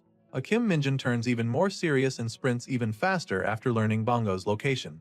While he travels, he tries to assess the only information he got from Bonggu. He correlates the shock from crossing dimension to Isgard. Our hero disappears into the darkness of the forest. On another note, we see gladiator-type monsters chasing after a person on a cloak. One of them was able to catch up to the intruder and was about to slice them in half. As the sword inches closer to the cloaked woman, it was dodged with an astonishing move. The woman jumps into the air and in an elegant manner, avoiding the strike. She then kicks the buff monster's shoulder as she lands, neutralizing him effectively. However, she has no time to relax right now, for another enemy closes in at her. She also dodges the second enemy's attack and delivers a powerful counterattack. The pursuers fell down to the ground unconscious. Just when the lady in the cloak thinks that it's safe, another one appears right behind her. She stops for a moment and stares at the enemy. It is another muscular naked dude wielding a sword, however. This one emits a powerful aura around him. The scar on his body also indicates that he is not to be messed with. Then, we see a rundown door on a hallway. That said door then suddenly burst open, or more like, it was destroyed from a powerful impact. We then see the lady flying through the wrecked door, into a huge chamber. Despite that, she still managed to land on her feet and retain her consciousness. But we are given an idea how powerful this new enemy is. The buff dude calmly enters the room where the lady was sent flying into. The person in the cloak clicks her tongue and grits her teeth. She knows that she's in trouble right now. Then, we hear someone talk from behind of the buff dude, saying that stealing from the temple of the goddess is a grave crime. We then see that it is a blonde and elegant lady, telling the intruder to surrender now. If she does so, she will not take her life. It is then revealed that the lady making the threat is none other than the saint. The intruder's eyes glow from the darkness of her hood, emitting a red brilliance. As she draws her dagger up, she thinks that the odds are against her and begun to wonder if this is it for her. Then, she notices that she is standing on a particular mechanism. After seeing the platform, she smiles and states that she won't surrender, as she chants using the demon language as she pulls out something from her chest. As it turns out, the person with the cloak is none other than Seo Hyeon Kim Minjung's familiar. The insignia on her hand started to emit enormous demonic energy. She asks the saint what she thinks about it. The saint stares at Seo Hyeon blankly, saying that she doesn't know, but she gets the intruder's intention. She assumes that the rat is trying to use the divine relic to escape because she doesn't have enough power to cross dimensions. However, the saint states that she won't be able to that because Seo Hyeon couldn't possibly know the coordinates. Despite this, Seo Hyeon's smile didn't disappear. She states that she is certain now that she has activated a dimension teleportation circle. As for the coordinates far beyond this dimension, she got them from that troublemaking parasite, also known as Baal or Lee Bongu as our boy calls him. The saint then realizes that the enemy has indeed a plan up her sleeve. She hurriedly commands her soldier to stop Seo Hyeon. The buff dude immediately leaps into action and charges towards our girl. As the dude is running, the cross insignia glows while Seo Hyeon grips it tightly. It then sends an overwhelmingly powerful burst of energy, strong enough to repel and send the buff dude flying away. Then, the image of the intruder visibly distorts, suggesting that the teleportation is successful. Before she disappears into thin air, Seo Hyeon gives the saint the bird and a mocking smile. However, before she gets transported, she sees a glimpse of the saint's face. Naturally, she would expect that the saint would wear a dissatisfied expression or even an angry one. But even though the feint and her guard failed to prevent her from escaping, the blonde lady is visibly not upset. No, rather, she's smiling as she stares dagger at Seo Hyeon. We are then taken to the forest near our boys' academy. There we see Bongu and Chibi Seo Hyeon playing with each other. Lee Bongu or ball shows a ball made from demonic energy to the chibi. The round demon was surprised at the sight of it. Bongu then gives it to the chibi and the demon started munching on it. Bongu asks if it was good, saying that it came from faraway land. He tells the chibi to be grateful that he's even sharing it with him. However, the chibi didn't show any gratitude towards Bongu. Rather, he scorns at him while eating. Bongu then admits that he indeed got it from their master, Kim Minjung, but he insists that the chibi should still be grateful because he is still willing to share it with him. Despite this, the chibi even went far as to smirk at the guy after consuming all of the demonic energy snacks. This draws the line for Bongu. His face turns red from anger and demands the chibi to return the snacks. The game of tag between the two starts as they chase around the forest. While they are at it, the space around them began cracking and an enormous demonic energy started gathering near them. Then, a powerful beam of light drops from the heavens, causing a devastating explosion. The impact sent Bongu and Chibi Seo Hyeon flying and crashing down into the ground. As Bongu's consciousness is about to fade from the damage he received, Kim Minjun contacts him. There, Bongu sees the silhouette of a person wearing a cloak.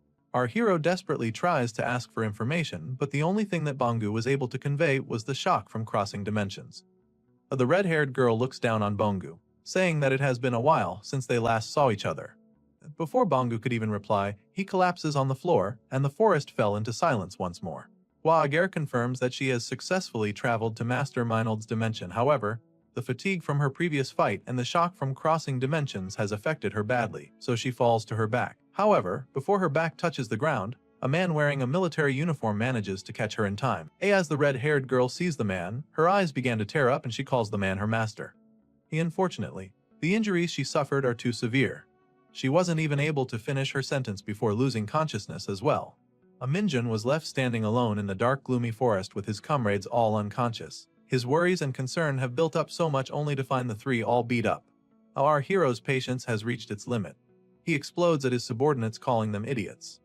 First it was Bongu, then it's Seo Hyeon. Both of them are all beat up, leaving our boy to clean up after their mess. While lashing out, he activates his skill, Demonic Energy's Grasp. A malevolent energy sprouts from our hero and went to his subordinates, enveloping them with the power of darkness. Looking absolutely pissed off and at the verge of exploding, our hero vows that he will make sure that they survive so he can personally beat the living hell from them. Thanks to Kim Minjung's effort, Seo Hyeon was able to regain her consciousness even for a slight bit. The first view that welcomes her is the face of our hero burning in rage. Despite this, the woman is still in Cloud 9 for she's able to see her beloved master Meinhold. She expresses her joy that this wasn't just a dream. She tries to say that she really missed our hero, but then she realizes that her master is personally carrying her useless self. The woman leaps off of him and prostrates herself, saying that his loyal subject, Kim Seo-hyun, greets her master. She apologizes to our hero for causing him to use his precious demonic energy on her lowly self. She vows that she will repay him with her life someday. But before she could even finish her sentence, Kim Min-jung cuts her off and screams that she always blabber nonsense like she will repay him with her life but ends up getting saved. He tells her to make sure to stay alive first before making such promises. Lee Seo-hyun apologizes profusely for her slip-up. Our boy calms himself down and asks what happened. He states that Seo-hyun is supposed to be different from Lee Bong-gu, that she is supposed to be the brain and pride of their cult. He expresses his disappointment, saying that he expected so much from Seo-hyun that he even put effort into her name, unlike what he did with Bong-gu. Anyway, Minjun went straight to the point and asked her for her business. Seo-hyun replies that unlike Bong-gu, she is here for a different reason. This flips our hero off, saying that Bong-gu doesn't even have a legitimate reason to be here in the first place. He then asks the woman if she has seen something. Seo-hyun affirms our hero's speculation as she looks up to him. Her right eye began to glow in a bluish light. As it turns out, that eye is known as the fickle demonic eye, a super rare item that our hero got for Kim Seo-hyun because she lost her eye during battle. As for the artifact's ability, it is known as the imperfect prophecy. Curious, he asks his subordinate for her prophecy. Lee Seo-hyun becomes serious and states that she has seen the fall of Earth. We then get to see the Earth all scorched up by the fire with our hero standing alone. However, her claim is too extreme that our boy is having trouble believing her. Despite the gates appearing on random locations, it's still a bit hard to imagine the Earth falling. But Seo-hyun insists that it is what the fickle demonic eyes showed her. Although it didn't show when it would happen, but she definitely got a glimpse of our hero on what remained of Earth alongside Bong-gu. Our boy then walks towards her asking if she came all the way here to tell him that by using the tracking spell that he had on the troublemaker Lee Bong-gu supervision purposes. Pissed, he inquires how Seo-hyun was able to come here, knowing that she doesn't have the power to travel across dimensions. He sarcastically asks if she stole a divine relic from the temple or something. However, before our boy could even finish his sarcasm, he catches a glimpse of the pendant hanging on Seo-hyun's neck. It is indeed a holy relic from the temple. Seeing this, our boy switched his attitude in complete 180 degrees. He fixed his hair and acts all dignified and in a calm manner. He inquires more about Seo-hyun's vision. She replies that she thinks it was because of a war. She felt a collision of great hatred like in Isgard right now. This shocks our boy, making him ask Seo-hyun to repeat her words. Then he explodes, exclaiming that he tediously resolved that damned war, yet they are all back at it again already. He then asks against whom are they fighting this time. Kim Seo-hyun stood straight, and with a serious expression on her face, she reveals that the Nova Empire is back. We then get to see a glimpse of what happened in the past. In a dark castle, one day before Kim Min-jun returns to the Earth, we are taken to the Nova Empire, northern region. Several corpses of demonkin lies around the castle interior. It is very evident that they all died from the injuries they suffered from a horrifying battle. At the throne room, we see a mysterious man walk towards the throne where a huge monster and a noble person is waiting. The man stood before the giant warrior. As we observe warrior, we can all see that it is all stitched up like the Frankenstein monster. Behind it is a blond man looking undisturbed despite the chaos. He calls out to the intruder, telling Minold not to be all overjoyed because he took down a few minions. Why, he states that they were all just testing subjects to create the giant creature with them. Hearing his name, the man curiously asks if the blond man knows about him. The nobleman reveals that he is the Duke of the Nova Empire. It is only natural that he has intel. Anyway, he says that it is a shame that someone as skilled as Minold is being used as a mere hound to do the biddings of the higher-ups. He tries to invite the intruder to their side, saying that the Nova Empire would have him do much more important things. However, our boy didn't even consider his offer. He outright refused, saying that they are not friends to begin with to be having this friendly and calm conversation. He wants to end all the chatter already and just get this shit over with. But the Duke did not get discouraged. He continues saying that with the knowledge that the Nova Empire have, they could help Minold shine even brighter. Unfortunately for him, his tenacity only pissed the intruder even more. Minold claims that he has no time to spare, and if the Duke has something to say, he can tell it to the full-time employees of Isgard, who is waiting on standby outside. The noble sighs, realizing that he can't scout the talented intruder. He expresses how much of a shame it is that someone like our boy would just be crushed by their monstrous creation. As Frankenstein inches closer to our boy, Minold just stood there, waiting for the last possible moment to make his move. He then pulls back his fist in preparation for his attack. Our hero smiles as he simultaneously activates multiple skills and imbues it with his fist. He then repeats the Duke's word, saying that it is indeed a shame. Moments later, We see the intruder walking away calmly from the throne room with a sack on his shoulder. Needless to say, he made light work from the enemy. His dead-ass eyes then spots someone noticeable as he makes his way out, making him stop on his tracks. On the opposite end of the hallway stands an old man in a white robe, and in just one glance we can assume that this person is an important figure to the Isgard faction. Minold casually asks the old man if he grew so impatient that he came here himself, on his own even. He thinks that the leader of the full-time employees, as he calls them, is really ambitious. He also questions if walking towards the throne is the old man's real business here, or did he come here because he has business with him? Minold asks Archmage Isaac. The serious Gandalf? Isaac smiles politely at our boy, saying that the soldiers are busy taking over the castle. He asks our boy if he's hurt anywhere. Minold casually presents himself, saying that he's totally fine as no speck of dust is to be found on him. Isaac then questions if the Duke is still alive, to which our boy says yes, saying that he made the man sleep and that the Archmage can go ahead and get him. This curious old bastard's questions just kept on coming, inquiring how strong the Nova Empire's creation is this time. The confident Dark Mage just shrugs the question off, saying that it was lame.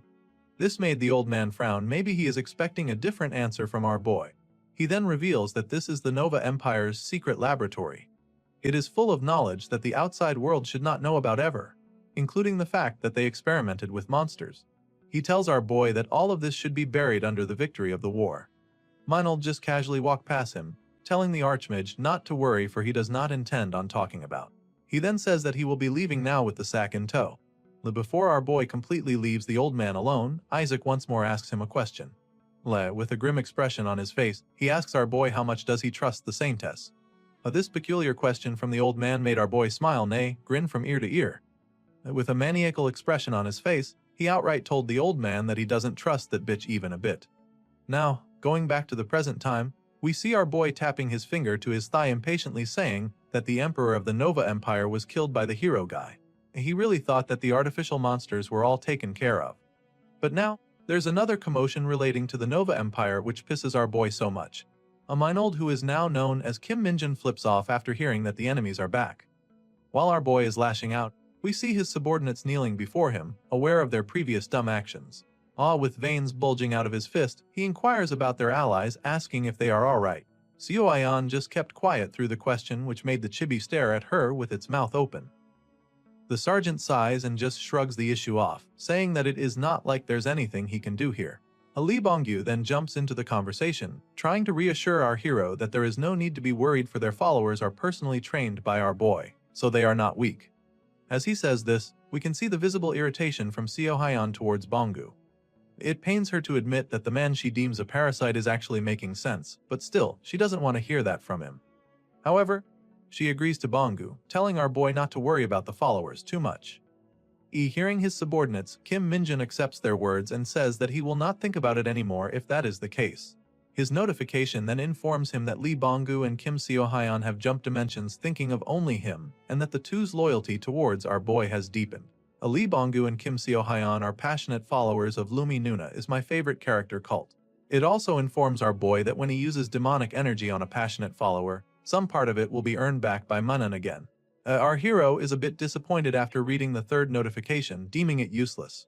He wonders if it's some kind of party effect. But then again, even if these two are complete idiots, they are still loyal subjects to our boy, even deeming him as their masters. We can really see the look of admiration from their eyes as they look up to our hero. Kim Minjin gives up, concluding that who else will look after them if not him. As he stands up, he declares that the prophecy is not going to change anything. If it says that the world will end because of war, then he will just regain his powers from the past and become even stronger. Kim Minjin stands up and states that regaining his power will solve everything. All his three subjects rejoice after seeing their confident master make a declaration. They could not agree more that it even brought the grown-ass man Lee Bongyu to tears. The Kim Minjin then smiles and states that if that is the case, the thing he has to do right now is, but he doesn't get to finish his sentence as we are taken to a few days later in his complex. The inside, we see our boy in crossed arms while in front of a boatload of cash. On the floor sits Seo Hyun and Lee Bongyu on his crow form. The two are mesmerized by the amount of money in front of them, especially Bongyu. The stupid crow's mouth waters at the sight of the cash, and it even mindlessly tries to get some using his wing.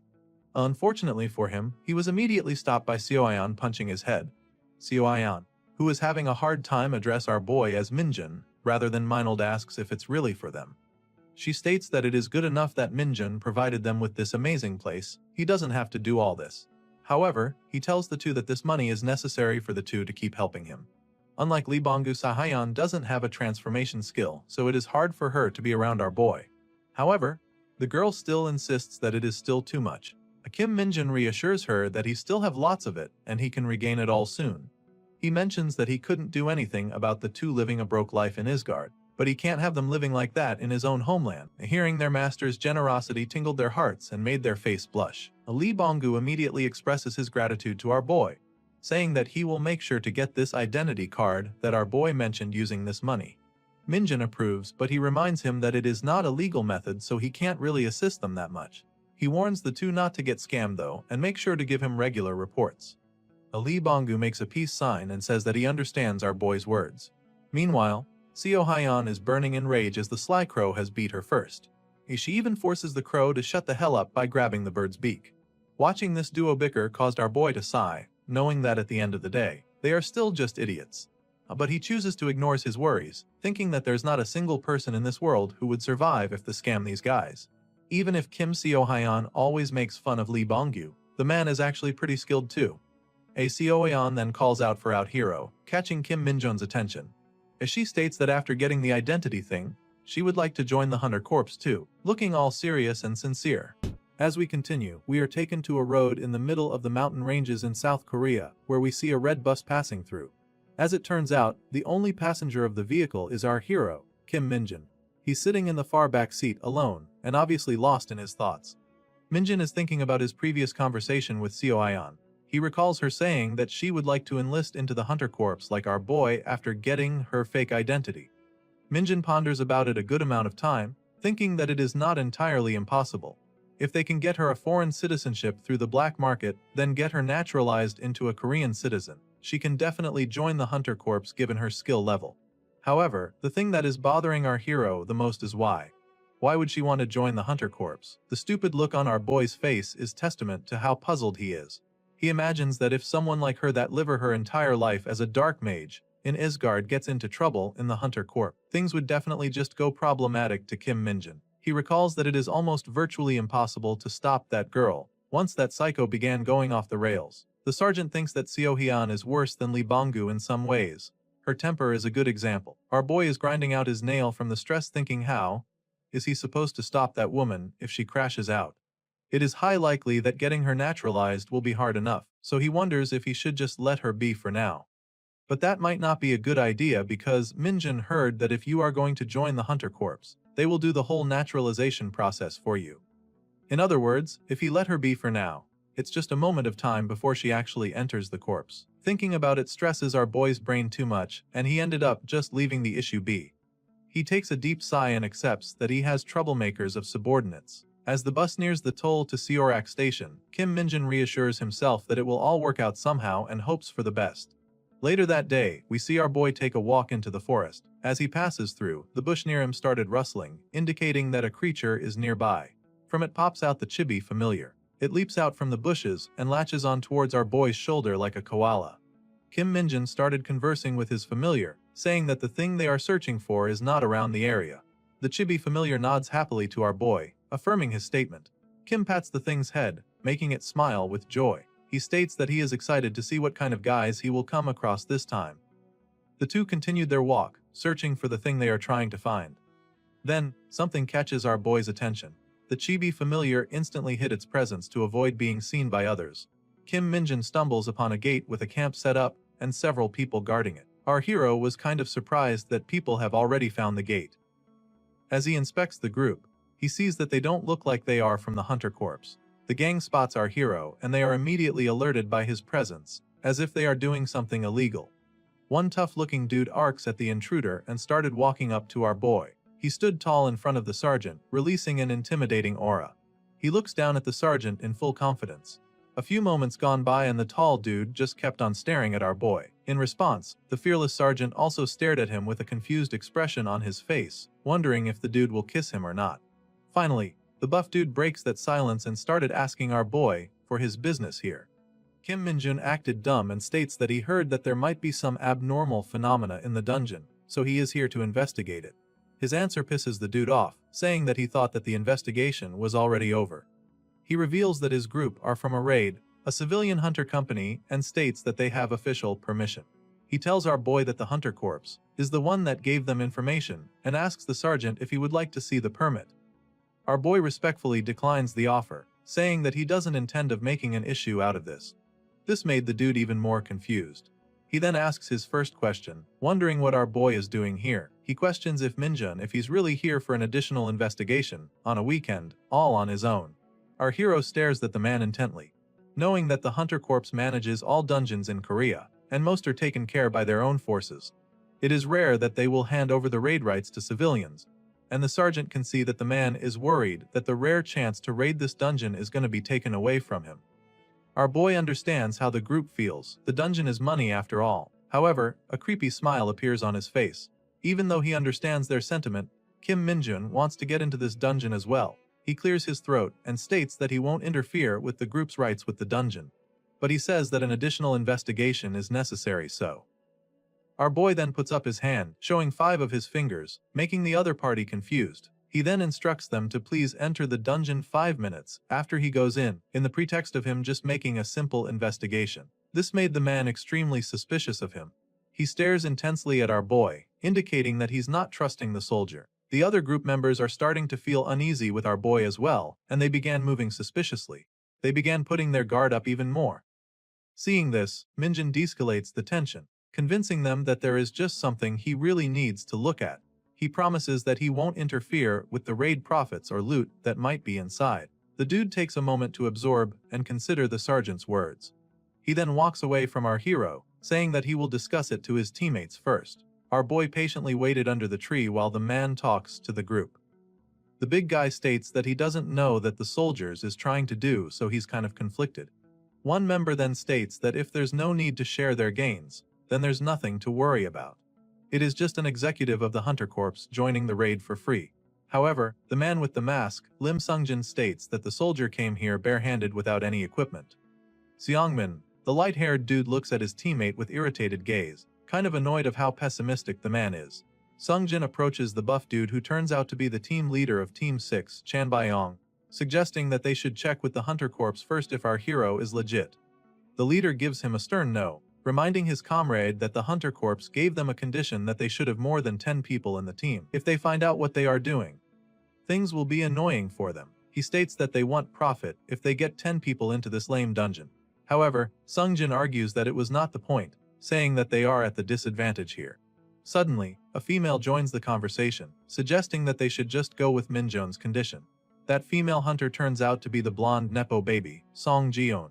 She states that there should be no problem following our boy. Now that the Nepo baby has voiced out her opinion, everyone was left with no choice but to agree with her. The 3 men then went on talking to themselves while Jiyoon stares at our hero at the distance. Meanwhile, we see Kim Minjun patiently waiting while the team discusses their decision. He expresses his sleepiness by yawning. The panel then shifts into Jiyoon still staring at our boy. Her suspicious smile indicates that she's thinking something sly involving our boy. Later on, the team captain informed the sergeant of their decision, and they both walked towards the dungeon gate while chatting. As our boy nears the gate, he was halted by the Nepo baby, asking if he's Sergeant Kim Minjun. This surprises our boy for a bit, causing him to look towards the girl. He gives a good long stare at the Nepo baby, but it was not from adoration, rather from trying to figure out if he knows her. Jiyoon gives him a wide smile and states that she is a fan of his. In response, the sergeant kept on walking along his way and gives a dry response to her. Our boy continued his talk with the team leader while the Nepo baby is still resting her gaze at him. The timer on the watch starts. Just as our boy said, they will give him 5 minutes before they enter the gate. As they agreed upon, Chain Byong reminds our hero that they will enter after 5 minutes, to which our boy affirms. Before he goes through, he talks to the team leader one last time, taking the man's attention. Kim Minjung smirks, declaring that while he's doing the investigation, he will kill whatever gets in his way. And that is not up for debate. Our hero enters the dungeon and the panel shifts into the Hunter Corps headquarters. Inside, we see 2 officers discussing something. Special Task Force Commander Major General Song Byamji is seen wearing a weary facial expression as he looks at his superior. General Gyu Hakyul, the Hunter Corps commander, is reading through a report in his hand. After a while, he asks Major General Song Byamji if there's really nothing they can do about the situation. In a meek yet uncertain tone of voice, Byamji tells the commander that he will try to get in touch once again. Suddenly, the report portfolio slams into the table, creating a deafening noise followed by a chilling silence in the room. In a stern and commanding voice, the corps commander asks the Major General what exactly is the problem. Haxiel stares directly at Byamji's soul, asking if it is Major General Du who is giving them trouble. Byamji states that it is true that Major General Du is very expressive about his disapproval of their plan. However, the main issue is that their target himself is very much against it too. This pisses the commander even more, but he knows that lashing out at the poor Special Task Force commander. He leans back to his chair, saying that there is nothing they can about it then. He then tells Byamji to see himself out of his office. Suddenly, Byamji was overcome with determination. He exclaims that he will try again. He will duke it out with Colonel Lee Junbeam himself. Unfortunately, all he achieved was pissing the already upset commander. Haxiel once again repeats himself in a calm and chilling tone of voice, telling the general to see himself out. Byamji leaves the room with a visible disappointment written on his face. His phone then suddenly rings in his pocket. His voice and mood suddenly made a full 180 turn. As it turns out, the one calling is his beloved daughter. They talk about a man, saying that the general was actually scolded by the commander because of that person. His daughter then tells him something that catches his attention, prompting him to stop walking. The life on his face returns as he tells his daughter to tell him more about the topic. Back at the entrance of the dungeon in the forest, we see Jiyeon talking on a phone. She tells her dad that she has just met Sergeant Kim Minjin. As she says that, a creepy smile forms in her face. We are then taken to the inside of the dungeon. It is a dark, gloomy, and eerie place. Something like a deserted street in the medieval period. The place is so quiet that you can hear the drips of water to the ground. Suddenly, a limb splats the puddle of water. It was from a lizard-type monster that resembles a Komodo dragon. Something from a distance then catches the attention of the monster, prompting it to look at the direction. We then hear footsteps getting closer and closer at a fast pace, as if someone is running towards the monster. The lizard gets alerted and becomes aggressive as the footsteps get closer. Suddenly, the terrifying monster flies into the air as our boy rams through it. Several more lizards tried to get a piece of our hero, but they all failed miserably. Kim Minjin just casually continued his sprint, not giving a single damn about the monsters. While dodging the monsters with ease, our boy thinks to himself that his target sure is hiding itself pretty well, and that the demonic energy he feels is so faint. While giving two monsters a palm to the chin, our boy states that this must be the reason why the civilian hunters were allowed to raid the dungeon. He's reducing the number of monsters as he searches for the thing he's looking for, knowing that it would have been bad for the civilian hunters if it weren't for him. Another batch of those lizards leap onto our boy, but he skillfully dodges them, saying that he doesn't have time to deal with them weaklings. As our boy fades into the darkness, the lizards were left alone in confusion, wondering why that intruder didn't fight them. While running full speed, the sergeant notices something odd with one of the brick walls. He promptly stops, skidding his feet while locking his gaze to that particular area. He twists his head left and right, saying that this seems like the place he's looking for. He taps the wall and realizes that the thing he's looking for is behind it. But there is no way in. In that case, the dark mage has his own method of getting through. He pulls his leg as far as he can and swings it violently. It crashes against the wall, effectively destroying it with ease. Leave it to our hero to create his own path in a pre-made dungeon. As the dust clears from the destruction of the wall, Kim Minjin takes his fighting stance for good measure. But there was nothing that jump on him as he enters, so he calmly walks in the area with his hands in his pocket. In the darkest spot of the room, we see a sleeping lizard. However, this one is definitely different from the ones that our boy ignored earlier. The monster emits dark purple aura, undeniably demonic energy. As our boy inches towards it, the monster senses the intruder's presence, prompting it to wake up from its slumber. The monster stood up, revealing its towering stature, forcing our boy to stretch his neck to even look at its eyes. The lizard stares dagger at our boy. It is very evident that it is confident in its power, for it didn't even got alarmed from our boy entering its lair. A sinister smile forms on the sergeant's face. As he told the civilian hunters earlier, he will kill anyone who gets in his way, and this big-ass monster is one of them. The one to strike first is the lizard. It violently whips and thrusts its tail towards our hero, aiming to neutralize the enemy. However, its attack is too slow for it to hit our boy, who is just casually dodging each and every one of them. After a while, Kim Minjun got bored of dodging, so he chooses to stand still. But this doesn't mean that the lizard will halt its onslaught. It whips its gigantic tail towards where our boy is standing. Too bad for the reptile though. No matter how big its tail is, it is no match against the dark mage. Kim Minjun easily stopped the attack with his hand. His feet didn't even move an inch from the impact, testament to how powerful our boy really is. He lets out a smirk, saying that there is a sick skill he learned just recently, and he wants to try it out with the monster. While still holding the lizard's tail with his left hand, he extends his right arm and points above the monster. As the lizard shifts its gaze above, it sees a gigantic cloud of purple smoke forming just right above its head. Kim Minjin activates the skill he obtained in Japan, Reign of Corruption. He smiles mockingly at the monster, asking if it wants to try out the skill. As the name states, Reign of Corruption pours down demonic energy in a certain area. The rain of demonic energy corrupts any wounds, preventing it from healing and causing extra damage. Our boy then points his finger downwards, signaling the start of the rain. As he does so, the cloud of demonic energy started pouring down corrupted liquid towards the target. The lizard senses this and immediately sprints out of the way.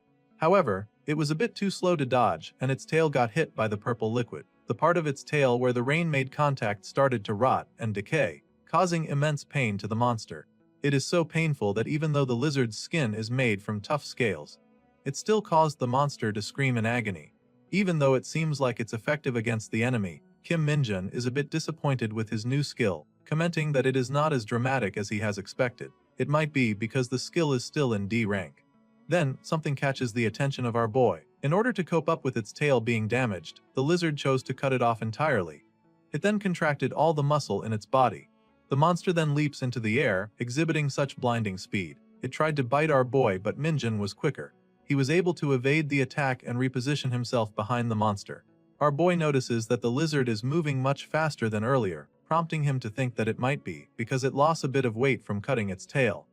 Suddenly, the monster regrows its tail in an instant and uses it to thrust our boy. It was so fast that our boy didn't have the time to avoid the attack. Fortunately, he was still able to cross his hands to block it. While our hero's hands are still crossed and is still on the defensive, the monster took this as an opportunity to follow up its attack. It spits out a toxic green substance towards our boy. With no time to even react, the attack connected, covering our boy with the monster's disgusted stomach acid. It then walks up towards our hero. Minjun's upper body is all covered up with goo, blocking his vision. The monster then stretches its mouth as wide as possible, preparing to devour our hero and deal the final blow. As its tongue approaches the stunned intruder, the lizard was taken aback when our boy suddenly grabbed its tongue. The gigantic reptile tried pulling its tongue back from our hero, but it won't budge a single inch. Minjun then started to get a bit serious and released his demonic energy while still holding the monster's tongue. As he activates his skill, Demonic Grasp, he tells the lizard that this much poison will not do anything to an advanced dark mage. The unseen hands from our hero's skill grab hold of the monster's mouth, forcing it open and leaving the lizard stunned. The dark mage then points his finger towards the monster's wide open mouth, asking how sturdy is the inside of the lizard's stomach. He once again uses Reign of Corruption, but this time, he unleashes it in the monster's mouth. The cloud of demonic energy causes the inside of the monster to explode, effectively killing it. We are then left with the glorious panel of our hero showcasing his 8-pack abs and well-defined muscles. A little fan service for us. Just kidding. The corpse of the lizard lies flat on the ground, and our boy began absorbing its demonic energy. As a result, his stats ramped up once again. His demonic energy and stamina have increased by 1 point. Also, since Minjun's demonic energy has reached the threshold, he has unlocked the skill Vicious Charge. Our boy smiles as he sees the notification window. Vicious Charge lowers our boy's defense and stamina while it is in use, and in return, he gains bonus speed. He can also deal damage to any enemy upon colliding with them. Minjun states that most dark mages aren't physically strong, so they don't use this skill. But it is a different case with our ripped daddy. After looking at his stats, it is time for our hero to clean up after his mess. He activates his skill, Corruption, and uses it on the monster's corpse. His demonic energy then started to eat away the remains of the boss, leaving no trace of the gigantic lizard behind. Our boy smiles, commenting that Corruption skill is the best for cleaning things up. The only problem with it is that it is hard to hit moving targets. The sergeant then turns towards where he came from and walks away from the crime scene, wondering if his 5 minutes is up now. On the other hand, the civilian hunters are patiently waiting for the time to run out. Sungjin comments that it has already been more than 5 minutes, yet the group are still on standby. Chainbyong looks at his watch. It is indeed more than 5 minutes. But he's still not giving the command for the group to enter the dungeon. His members ask him if they aren't going in now, but he states that something feels a bit off. The leader didn't say anything about it because our boy is from the Hunter Corps, but he wonders what kind of investigation is the sergeant supposed to do in just 5 minutes. assuming that the soldier was really telling them the truth. In that case, this dungeon might actually end up being dangerous. If that's so, the sergeant going in alone will be his death sentence. Sungjin and Seongmin realizes that they are screwed if the sergeant dies alone in there. Chainbayan tells them that they will just inform the hunter corps that they were there to set up camp, and that they are waiting for the rest of their team to come. If something does happens to the sergeant, he states that they should not be involved. His subordinates ask him what is he talking about exactly, to which Chanbayan states that if the sergeant dies or something. He didn't even finish his sentence when the Nepo baby interrupts him, saying that the sergeant won't die inside. Chainbayang then inquires more about our hero to Ji-yoon. He mentions that the Nepo baby said earlier that she is his fan or something. In return, the Nepo baby states that Kim Minjun was the one who cleared the fake dungeon a few months ago in Daejeon. This rings a bell to the team leader. He cannot believe that it was our hero who did that. He thought that was a regular sergeant from the 104th Division, not a sergeant first class. Sungjin seconds his leader's statement, saying that the news was talking about how it wasn't an executive that cleared it. He asks Ji-yoon if Minjun got promoted. Seongmin is still a bit skeptical with Ji-yoon's claim, so he asks how does she knows that it was the same sergeant. He knows that the Hunter Corps didn't publicize faces and names. Ji-yoon just sighs and comments that she has her ways. She then tells them to just get their equipment so that they can go in. However, Chan Byong doesn't like that idea. He is still adamant on not getting involved if there is really something wrong with the dungeon. He states that Kim Minjun can't possibly fend off anything. Ji-yoon once again sighs and asks the team leader if he really believes the sergeant's words earlier, claiming that she don't, not a single bit. She states that they have waited for 5 minutes. So, as per the agreement, she would like to check for herself why the sergeant went into the dungeon. She adds that they might find something they can use to blackmail Kim Minjun. However, before she could convince everyone to start entering the dungeon, her female colleague points towards the gate. Both Sungjin and Seongmin were surprised when they shifted their gaze to the gate. From the portal appears the shirtless sergeant, brushing his messy hair with his hand.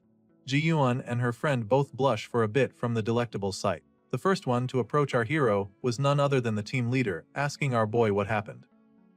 Kim Minjun tells him that there are no issues in the dungeon, and that they can now enter it, but before they do so, he has just one request from them. This made the group stare at him in confusion. What could he possibly ask from them? With a huge smile on his face, Kim Minjun requests them if they can spare him some clothes. As we continue, we are taken to the apartment complex that our hero, Kim Minjun, gave his 2 subordinates. The inside, we see the red-haired Seo Hyeon busy typing something on her computer. Wow. There are also several books on her table on how to learn the Korean language. I guess she's crash coursing the Korean culture. It's very apparent that this girl is locked in and has been like that for a while since her eyes are decorated with dark circles around it. While she's busy grinding, Raven form Lee Bonggu arrives from the window with a plastic bag in tow. But as he enters the room, he transforms back to his human form while still looking at the goods he's holding, seemingly excited to open it up. Well, he sticks his tongue out of anticipation as he opens the bag that contains a pack of instant noodles. Sensing his presence, Seo Hyeon interrogates him about his whereabouts without saying anything to her. He reveals that he went to the convenience store in front because they were out of instant noodles, and he gleefully answers that tired and exhausted Seo Hyeon while reaching for a pot to cook his noodles. As he happily looks at the pot, he senses Seo Hyeon slowly creeping up to him, catching his attention. While he turns around with a huge grin on his face and proceeds to ask the girl if she would like some as well. But before he could even finish his sentence, Seo Hyeon's raging fist makes contact with his chest, taking the poor dude by surprise. Lee Bonggu collapsed to the floor as his soul leaves his body from the powerful punch. Seo Hyeon scolds the idiot for transforming into his crow form. She tells him that he could have just walked to places that are close. There's no need risking their identity for something so trivial. While struggling to catch his breath, Lee Bonggu protests that Seo Hyeon is too quick to use violence as a mode of communication. He says that she can just use her words first before resorting to using her fist. This pisses the already exhausted Seo Hyeon even more. She asks why is the dude flying around transformed when he doesn't even do anything but eat all day. She questions if he thinks that their master Kim Minjun is giving them demonic energy just so Bonggu can take a leisure walk. Lee Bonggu pouts and argues that he managed to find a lot of dungeons for our hero, so he's not basically a freeloader.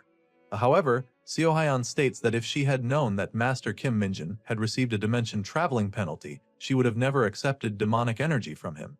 To that, Lee Bonggu smiles and states that there is no need for them to worry. He reveals that Minjin will definitely be increasing his demonic energy stat faster than anyone, and Bongu will make sure to play a core role with that. This pisses Seo Hyeon so much that it made her grab the man's collar and lift him up. She tells him how dare a dark mage say that kind of bullshit. She states that increasing the stat can only raise the total amount of demonic energy that can be saved. It will still run out as they use it. On top of that, she adds that it is more difficult to collect demonic energy here compared to Isgard, yet this stupid Bongu is using it for his convenience. She comments that it makes her doubt if Bongu is really Minjin's follower. Despite Seo Hyeon getting all worked up, the idiot man still has the audacity to laugh and say that their master Kim Minjin always has a plan, and him giving them demonic energy is a part of it. This does it for Seo Hyeon. She always had been irritated by Bongu in the first place, but this nonchalant attitude of his has pushed her to the edge. She pulls her fist back in preparation of giving the man a good, well-deserved beating. However, unlike earlier, Bongu managed to casually block Seo Hyeon's punch with his hand. Things are getting too heated up between the two. Even the usually unserious Bongu is now staring defiantly against the hot-headed girl. Naturally, Seo Hyeon is also about to take it more seriously. She gazes at the man's eyes with killing intent. However, the intense atmosphere did not last long because Lee Bongu reverts back to his usual obnoxious persona. He laughingly states that he won't do it anymore. But still, Seo Hyeon won't let it pass just like that. She was about to have another go with the idiot, but someone opens their door and interrupts her. It was none other than our boy Kim Minjin. While holding some takeout food in his hand, he exhaustingly questions the two if they are at it again. Seo Hyeon let go of Bongu's collar and proceeds to meekly bows to our hero, saying that they are not fighting. On the other hand, the childish man raises his hands into the air, celebrating Minjun's arrival. Our boy tosses the food to Bongu and asks them how are their preparations going. The girl reveals that in 3 days, the black market seller will secretly meet up with Lee Bongu. Our hero advises them to not get some nonsensical identity again and don't leave everything to Bongu. He tells Kim Seo Hyeon to watch carefully. The idiotic follower is already happily munching on the food that our hero brought while saying that there is no need to worry because he will do his best. Kim Minjin then notices the books scattered on the table and he immediately knew what it meant. He picks one up and asks Seo Hyeon if she's really planning on joining the Hunter Corps. The red-haired girl vigorously says that it hasn't been that much time, but she can already write basic Korean. She proudly claims that she will prepare perfectly and enlist. However, our boy tries to recall if there were even written questions in joining the ranks. If it's just skill, Seo Hyeon will be more than qualified. The Seo Hyeon would be more than happy to continue bragging about her efforts when suddenly, a ding is heard from the computer, signaling that there's a notification which catches the two's attention. The girl's joy was instantly replaced with bloodlust. She tells our hero to wait for a bit. She immediately went to the computer and released her inner keyboard warrior persona. As it turns out, some internet losers are slandering the Hunter Corps, saying that they are just waste of tax money. They even mention that one sergeant who soloed the dungeon by himself, saying that if one person can solo a dungeon, then there's no need to pay an entire army. The Kim Seo Hyeon, who named herself Kim Minjin fan in the internet, wholeheartedly went to the defense of the Hunter Corps, especially to the said sergeant, who is naturally our hero. They went back and forth throwing insults with each other. Minjun, who is watching from the sideline, then realizes that Seo Hyeon has gotten better in Korean, for she is now able to keep up with the trash talk in the internet. Well, while the girl is busy smashing her keyboard, our hero turns to Lee Bongu, revealing they starting tomorrow, they won't be able to contact our hero for the whole week. He reminds them to be mindful of their actions and not cause any commotions. Lee, with his mouth still full, Lee Bongu asks if their master is going somewhere. Our boy states that he is entering the 5 standby for a week starting tomorrow. You see, the 5-minute standby squad is a quick response squad that operates 24 hours a day to be the first to react to emergency situation within its jurisdiction. It is commonly referred to as 5 standby, and in the Hunter Corps, one squad is operated on a rotational basis on a battalion level. But even if they are the Hunter Corps, although emergency situations that require the deployment of the Hunter Corps, 5 standby do not occur frequently. Service there is still notorious, and the reason for that is a custom of endlessly having mock situations because even 5 standby is considered part of training. Our hero, who was chosen as the Sungtan platoon vice commander, Kim Minjin, barges into the room saying that there is a situation and they are to head to the military training ground. His comrades complains that they've been busy all day, wondering if it is a mock situation again. Our boy shifts his gaze and says that he doesn't know the details, but they will figure it out once they get there. As expected, Our training-obsessed boy will not hear any complaints. He tells them to shut up and follow him. As he leaves the room, the soldiers left inside started crashing out, ranting that the fake situations are too much, even saying that 9 out of 10 situations of the 5 standby are fake. Another one states that it makes no sense that they have to do a fake situation every hour since this is just the first day. The ranting of the two was halted by a calm-looking soldier, telling them to just let it go and follow the sergeant. He, however, despite the calm tone of voice that he's projecting, his face is telling a whole different story. It is very apparent that he's getting pissed at the vice commander as well. And so, left without any options, the gang went outside and hopped onto the army truck. Our boy receives a call, telling the 5 standby unit to the given location quickly. The Kim Minjin looks at the mirror to see if all of his comrades have boarded the vehicle. He sees one soldier giving the thumbs up, signaling that they are all good now. The platoon vice commander then orders the driver to start moving. As soon as he says the command, the truck went jolting full speed, showing that they are quick to respond even if this situation might just be another drill. However, our boy senses something a bit different this time. He thinks that the headquarters are being a bit more extreme than normal, making him think that this might be a real crisis.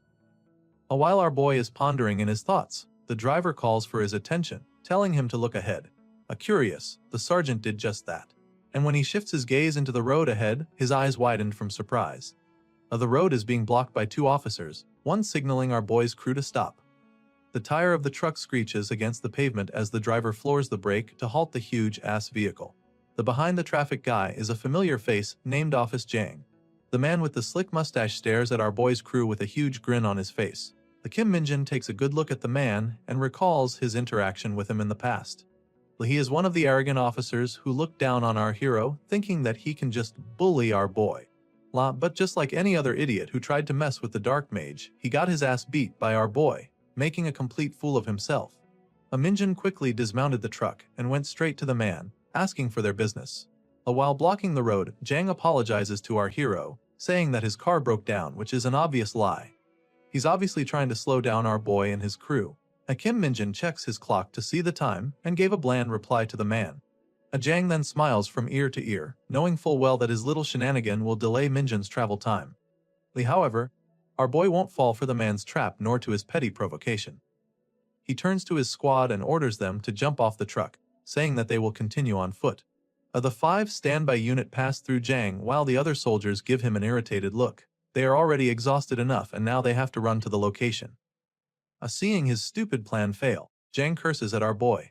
The squad sprints through the dense forest, hastily running towards the given coordinates.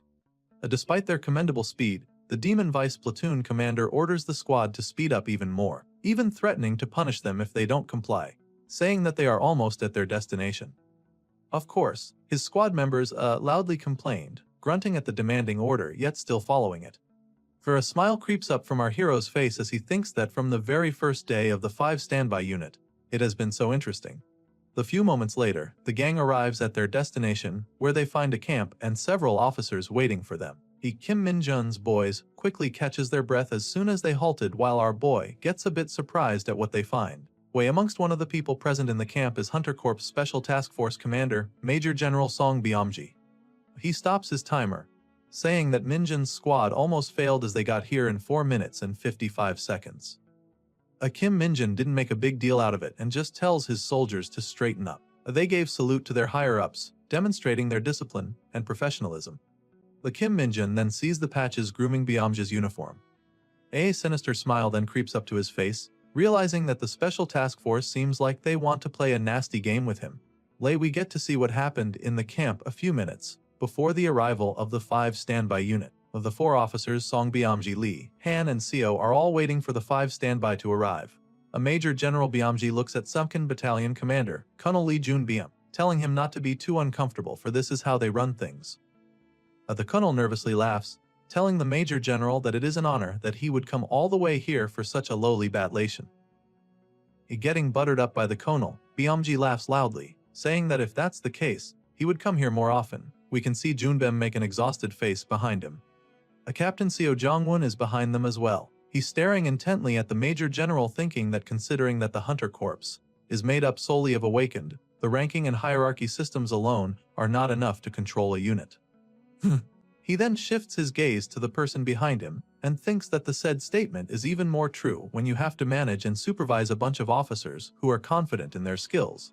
While the confident-looking dude is Hunter Special Task Force, Major Han Boram. The captain thinks that because of that, only the Hunter Special Task Force can take on the military police roles. He thinks that the Special Task Force being here makes sense. It is a group made up of only 10 elites after all. However, it's a bit confusing to him why they will stay that long just to keep an eye on 5 standby unit. What's more confusing is that the commander of the Special Task Force himself is here as well. Though while the Major General is still trying to loosen up the colonel, he hears footsteps nearing them. He then spots our hero and his squad smiling widely as he informs the others of their arrival. Well, the next day, we are taken back to the quarters of the 5 standby. The team is visibly exhausted from the tiring drills and fake situations they had to attend yesterday. One soldier comments that he wishes they would stop getting picked for mock situations. They've been up all night, and this is definitely more than usual. Another dude mentions that the commander of the Special Task Force was there as well, making him think that the general came here with vengeance in mind or something. The other soldiers agrees with him, saying that he thinks so too. He assumes that the Major General Byumji is probably after Sergeant Kim Minjin. The Corporal Lee questions if they are talking about the trouble there was with the Special Task Force Sergeant First Class. Corporal Hanyoung states that it is the only logical explanation. Corporal Guangshik then comments why would such a big shot come here just to do that. He states that the Special Task Force must have a lot of free time, saying that they are so petty. While the team are busy ranting their opinions with each other, their commander, Sergeant Lee Seong-ho, calls for their attention. Lee, with a serious expression on his face, he tells the team that if the Special Task Force is really being petty towards them, then they absolutely must not lose. With those few words, the exhausted team members all regain their vigor back, saying that they only have to tough it up for a week. They even state that even if the Special Task Force bullies them, it won't be harsher than Sergeant Kim Minjin's hardcore training. Recalling the training of our boy, the room fell into complete silence and awkward atmosphere. They immediately got drained once again after remembering the hellish exercises of the demonic sergeant. One even suggests that they should just intentionally fail the 5 standby test. Guangshik then remarks that if they do that, it's only going to make Kim Minjun's training exercises worse. This motivated Hanyoung to try harder even for a bit. They then proceed to complaining about Minjun's training routine. I guess complaining is their specialty. However, despite all these, they are still working hard and pushing through any challenges. This made their commander smile, realizing that Minjun's hellish exercises are bearing positive effects.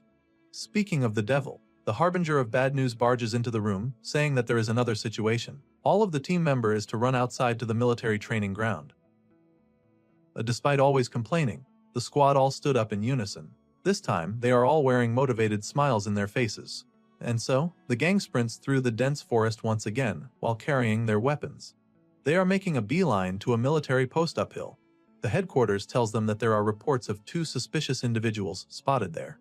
Lee Minjun reports back, saying that they have arrived at the vicinity 20 seconds ago, but they don't see anything out of the ordinary. A private Jin asks Corporal Lee if this is still a mock situation as well, saying that he has never dealt with suspicious individuals. Lee states that the post they are going to has been unused for years, so there should be nothing to report even if there are suspicious individuals. In there, a private Jin's eyes glimmers with joy, thinking that this would be another walk in the park. Corporal Lee also thinks that this must also be a mock situation from the Central Command Center. However, our boy notices something up ahead. He immediately stops at his tracks and signals the others to halt as well. A silence filled the atmosphere as the squad assesses the situation. Then, the gang takes up their stances, ready to react to whatever occurs. From the shadowy part of the post appears a huge buff dude wearing a mask, who is obviously Major Han Boram from the Special Task Force. He is accompanied by another masked man with blue hair. The 5 standby unit points their gun towards the unidentified persons. Our boy then pulls out his radio. He already knows what's going on, but he decides to play with the headquarters. He reports that they have located 2 suspicious individuals lurking the post, and they will go ahead and arrest them. The HQ then commands the squad to capture the 2 alive. While hearing that instruction, tells his members to put their guns down for they are going to beat the intruders up. While blood boiling and ready to go, the team sprints into action. However, despite the high morale, it became quickly apparent that this will not be an easy task. Guangshik's attack was easily deflected by the buff dude, but Hanyoung got his back. The long-haired dude delivers a double flying kick as follow-up to Guangshik's attack. However, it was effortlessly blocked by the buff dude with just one hand. Meanwhile, Sergeant Lee Sungo is skillfully trading blows against the blue-haired man. They are going back and forth, and it seems like the two are evenly matched. The newbies, Corporal Lee and Private Jin, are at the back, ready to provide support. Sergeant Sungyu launches a powerful punch aimed at his enemy, but the blue-haired dude skillfully deflects it. The man then follows it up with a counterpunch of his own, and it seems like the sergeant has no room to evade it. Fortunately, Minjun is there to pull him back, away from the line of fire. Sungo thanks our boy, knowing how close it was. Sergeant Kim Minjun then tells him that he will take care of this dude while Sungo help the other guys, else they will die. Sure enough, Guangshik and Hanyang are getting their ass handed by the buff dude. This pisses Sergeant Singo off. He quickly gets back up and proceeds to assist the two. Meanwhile, our boy confidently walks towards the blue-haired dude, telling him that he's not going to go easy on Mr. Suspicious Individual number 1. The confident man even taunts our hero to give it his all. As our boy inches towards the man, the blue-haired dude sends a barrage of punches at our boy. Unfortunately, none of them is landing. Kim Minjun is easily dodging the relentless attack with a dead expression on his face. Minjun then delivers a perfectly timed counter kick to the man's legs, causing him to fall out of balance. As he falls to the ground, the terrifying sergeant follows it up with a devastating vertical straight punch to the abdomen. Lay with that. The poor dude got immobilized while our hero brushes off the dirt on his clothes. He then turns around towards Private Jin and Corporal Lee, and a creepy smile forms on our hero's face. He points to the downed opponent and instructs the two to trample him. The corporal and the private grinned in unison. They sure love to hear that pleasing command. The two did just that, trampling and beating down the already down opponent, using him to release all the pent-up stress that have been building up on them in this 5 standby test. Meanwhile, Guangshik, Hanyang, and even Sergeant Sungo are seen struggling to fight the big dude. Despite it being 3 against 1, they can't lay a finger on the man. While suspicious intruder number 2's hands are full. Holding the 2 corporal, Sungo used the opportunity to deliver powerful punches to the man. However, despite the attack making direct contact, the intruder did not even flinch. He even sent a devastating counter to the sergeant, kneeing him to the abdomen. Fortunately, the Singo was able to block it with his arms, but he still sustained some damage from the impact.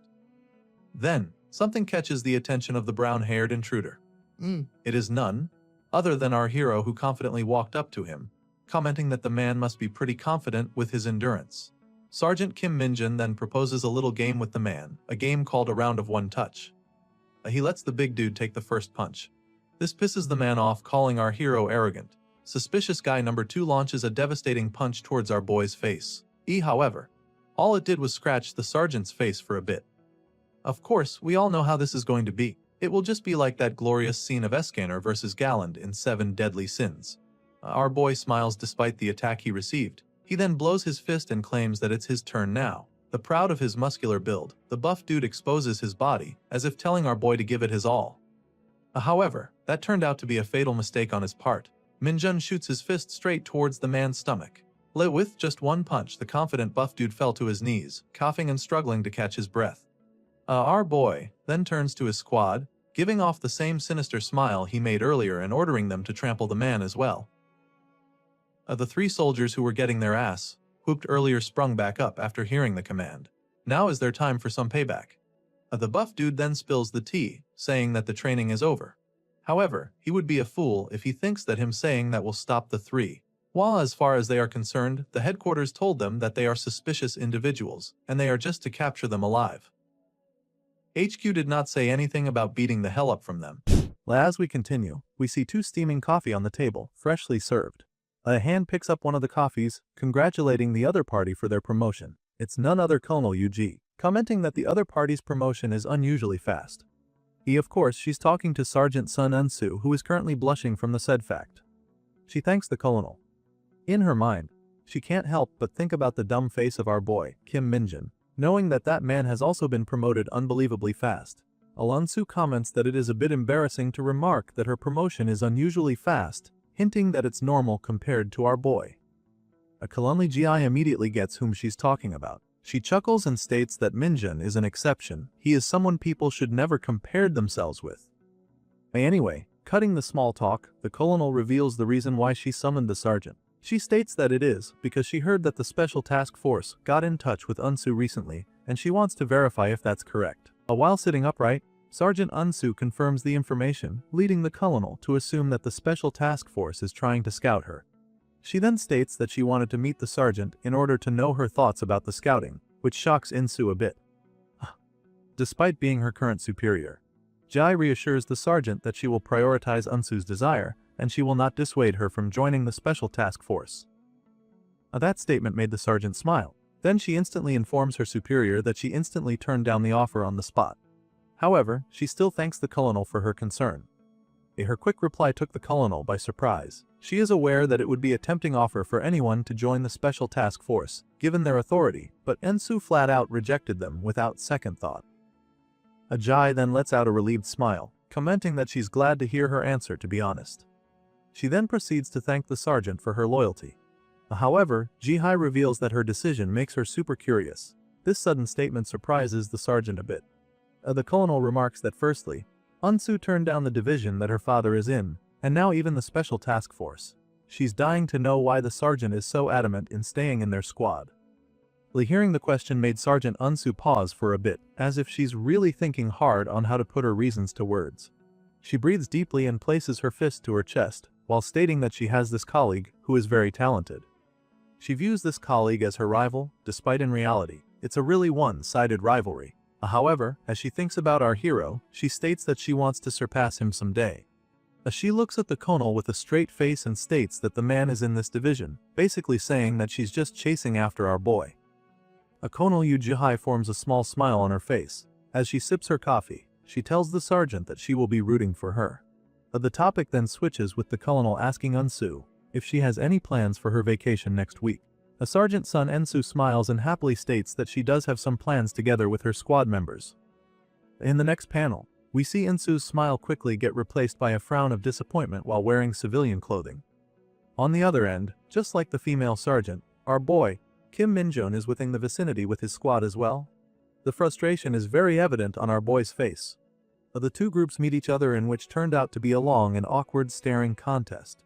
The first one to break the silence is none other than Sergeant Unsu, asking our boy specifically why is he here as well. This question made our boy jolt, knowing that he didn't plan for this to happen. He angrily replies to Insu that he wants to know the reason for this rather strange coincidence as well. Gritting his teeth so hard, he asks the sergeant why today of all days they would bump to each other. Suddenly, a voice catches our boy's attention, sending shiver to his spine. A man stumps heavily as he walks towards the two group as he asks what brings them busy people here. Today of all days nonetheless.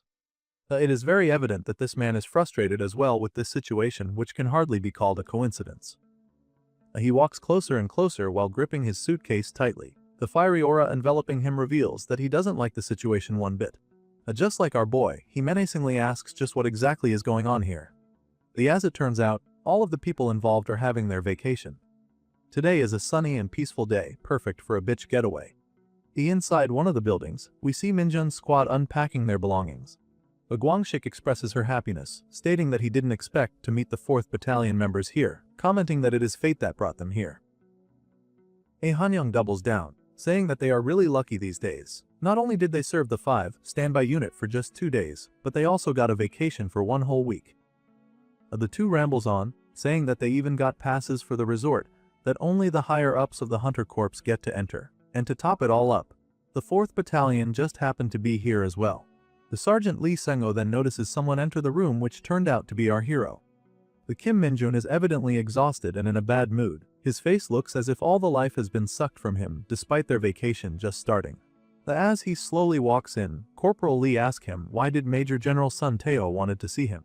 Our boy falls down to his bed face first, saying that he doesn't know as well. He reveals that Sun Taeho interrogated him, asking how Minjun knew his daughter, Unsu, would be in this trip as well. Taeho kept on insisting that this can't be just a mere coincidence, insinuating that our boy is following Unsu. The poor sergeant mumbles angrily in his bed, saying that he had a bad feeling about this place right from the get-go. Lee comments that the Major General seems like he's misunderstanding the situation really bad. Kim Minjun then says that the good thing is that Taeho just left without getting a real answer from our boy. Continuing his rant, our boy comments that he thought that the division commanders are supposed to be busy. How did Taeho manage to drop them off every single time? In an attempt to console the poor sergeant, Corporal Lee tells him to just let it go. reminding him that they are in a vacation after all. He states that they should just enjoy the beach. Suddenly, a person creeps up behind the corporal and agrees with his words, spooking the poor dude. We then see the two troublemakers, Guangxik and Hanyang, all dressed up as if they are about to attend a ball, saying that they should enjoy the summer to their heart's content. The two teases our boy, asking him how long he is planning on sulking in his bed. However, before Hanyang could even finish his sentence, Kim Minjin clotheslines the two out of nowhere. While the two dumbasses lie down on the floor, our boy tells them to change their clothes if they don't want Major General Sun killing them. Though while he walks around the room, trying to mitigate his anger, a hand pats him on his shoulder, taking him by surprise. As he looks back his shoulder, he sees Sergeant Sinko smiling at him with a thumbs-up signal. The our boy stared at him for a while, but the man refuses to talk. Confused, Minjin wonders what the sergeant is trying to say, but he can see that even the usually calm Singo is motivated for today as well. This prompted our boy to look at the window. As he catches a glimpse of the sea, he smiles, as if seeing the waves of the ocean is enough to wash away all his worries. It's decided then, Minjun is finally in the fun. I guess this would be another filler episode where the main characters spend their time in the beach to have fun before disaster comes. Just kidding. The next thing we see is our boy and his crew all dressed up for the ocean. On the other hand, Insu's squad are up for the occasion as well. They each wear their respective beach outfit, showcasing their own and unique charms. Well, of course, since we're in the beach, this particular ball game will never be absent. It's beach volleyball time. We see Guangxik giving his all with his strike as his squad goes up against the 4th Battalion. The black-haired girl managed to save the ball and set it to Unsu. The girls' team decided to give Guangxik a payback, and Unsu spikes the ball as hard as she could directly to Guangxik's face. Meanwhile, the pink-haired chick, who is clearly into our boy, is seen chasing the sergeant holding a bottle of sunscreen, as if telling Minjin to put some on her. The fun continues. They proceeded to fight a one-legged battle while soaking their feet in the ocean. Our boy, who's not really that extroverted, finds himself getting dragged by the two troublemakers. They tried throwing Minjun into the ocean, but it backfired severely on them. Guangxik finds himself flying into the sky as our boy retaliates, while Hanyang gets his neck squeezes. While a small chuckle is heard from the group, then the next thing we see is the whole squad laughing their asses off. The Hunter Corps soldiers whose lives are in constant battlefield can finally relax and unwind for a bit. Unsu especially is seen smiling to her heart's content.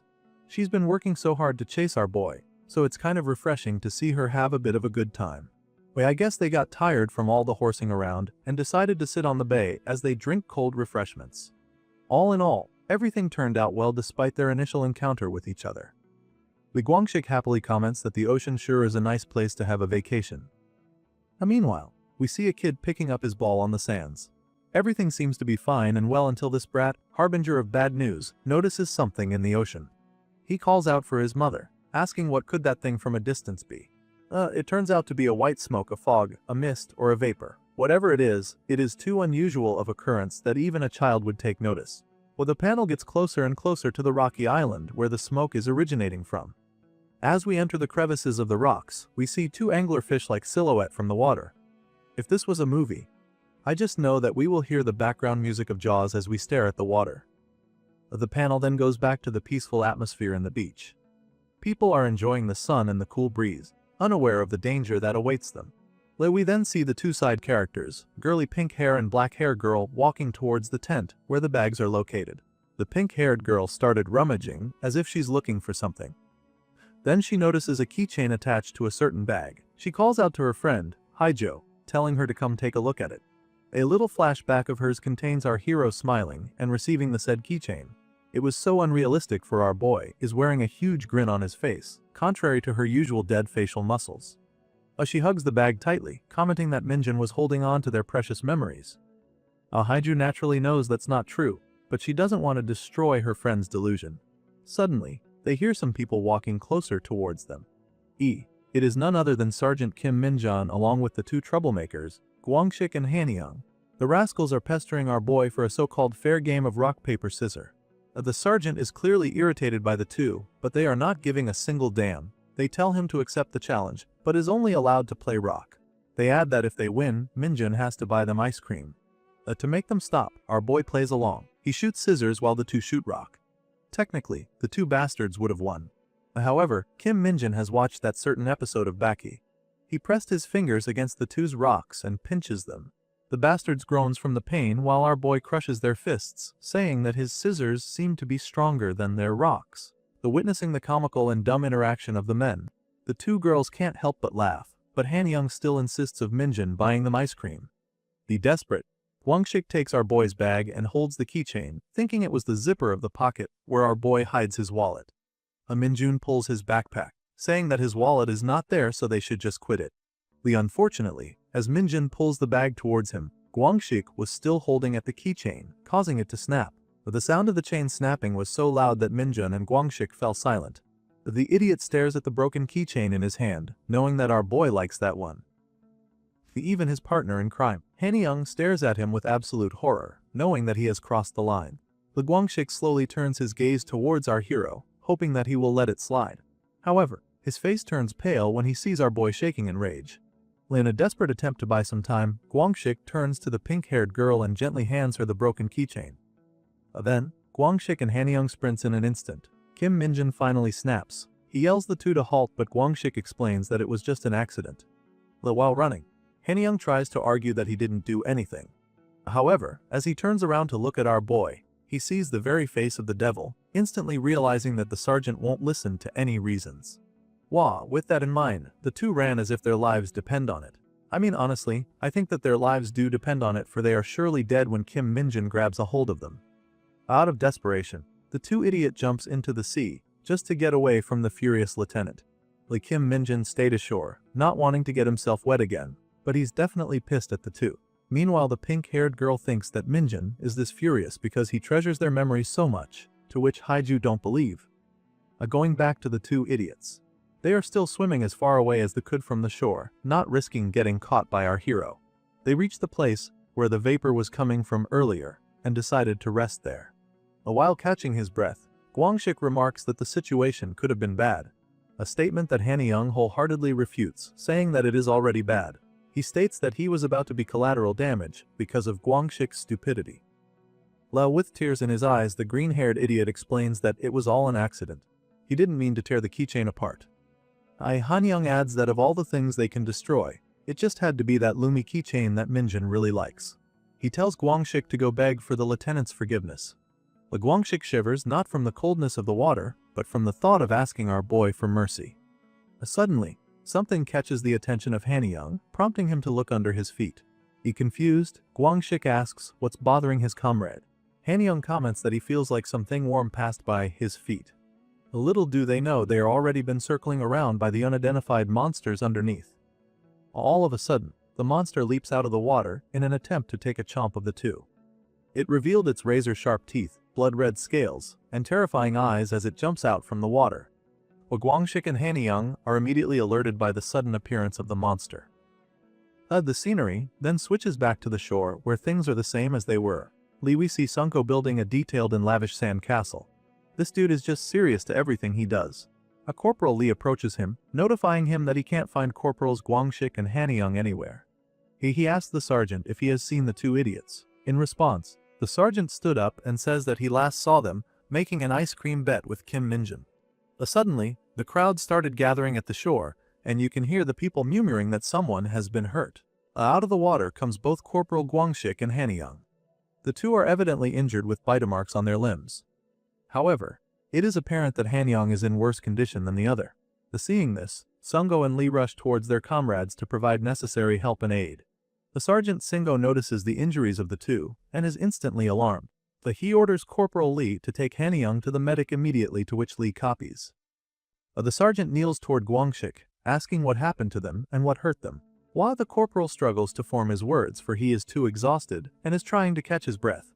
However, all the pain from the injury and the exhaustion of being out of breath were all washed away and replaced by fear by the sudden appearance of our hero.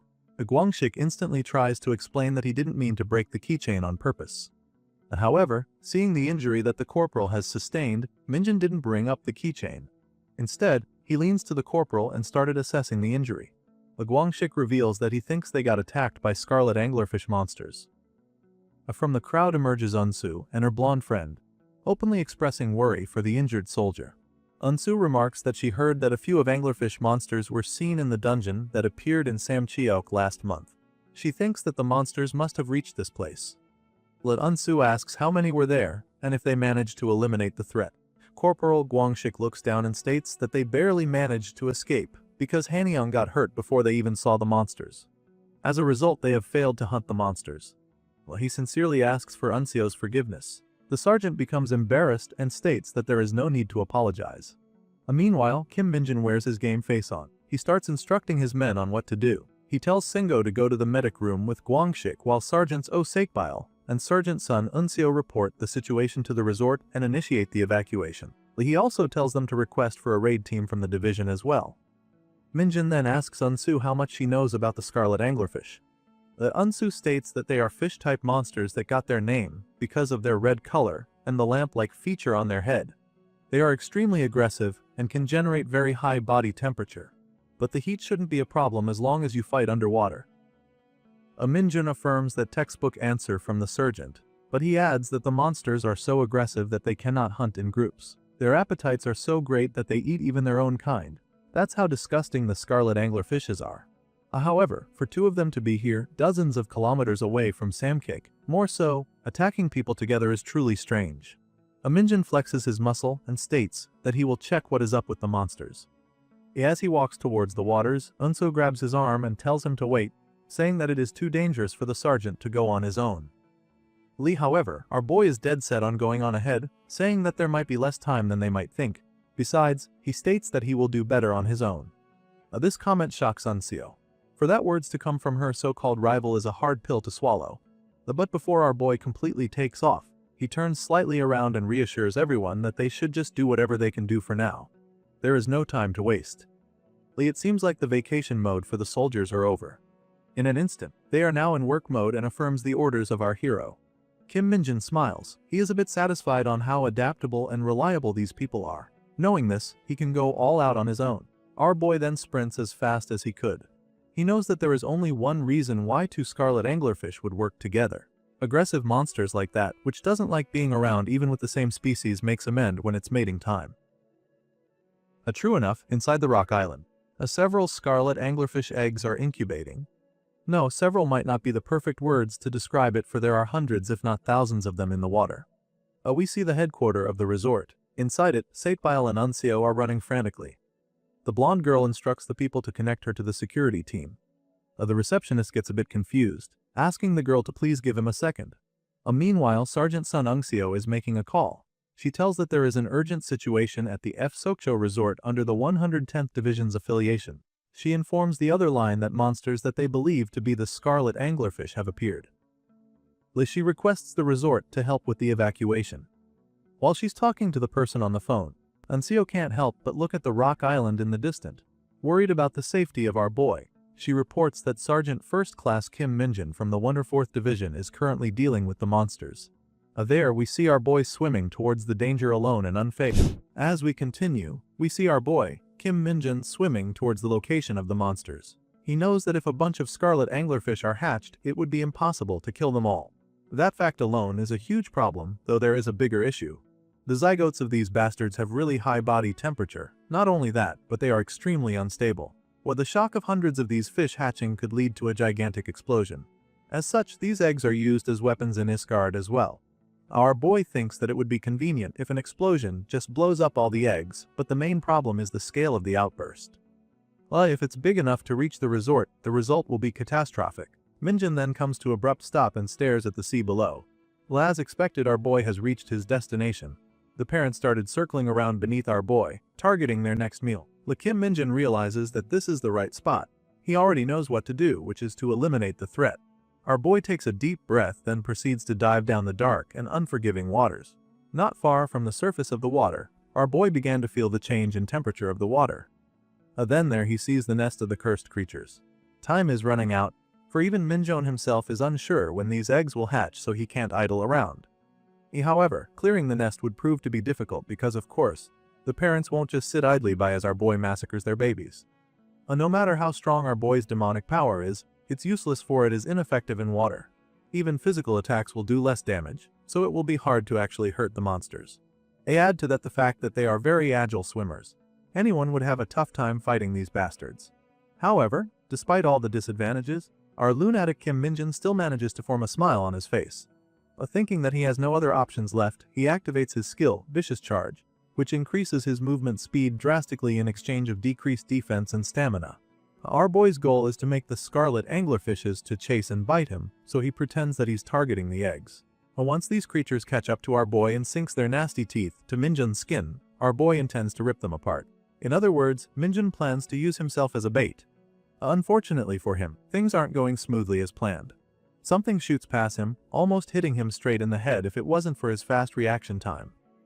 Our boy gets confused. He's familiar with these monsters because he has encountered them already, but even Minjin himself is unsure of what just happened. A then answer to that is revealed on the next panel, where we see a sharp harpoon-like object coming out of the fish's mouth. They use these as projectiles aimed at our hero. As it turns out, they can actually shoot multiple of these continuously, forcing our boy into the defensive. All while curled up to defend himself, Kim Minjin thinks to himself, where the hell these fuckers learned such a trick? Well, the monsters are relentless, they just keep shooting at our boy, not giving him a chance to think. To add to his dilemma, our boy is running low on air.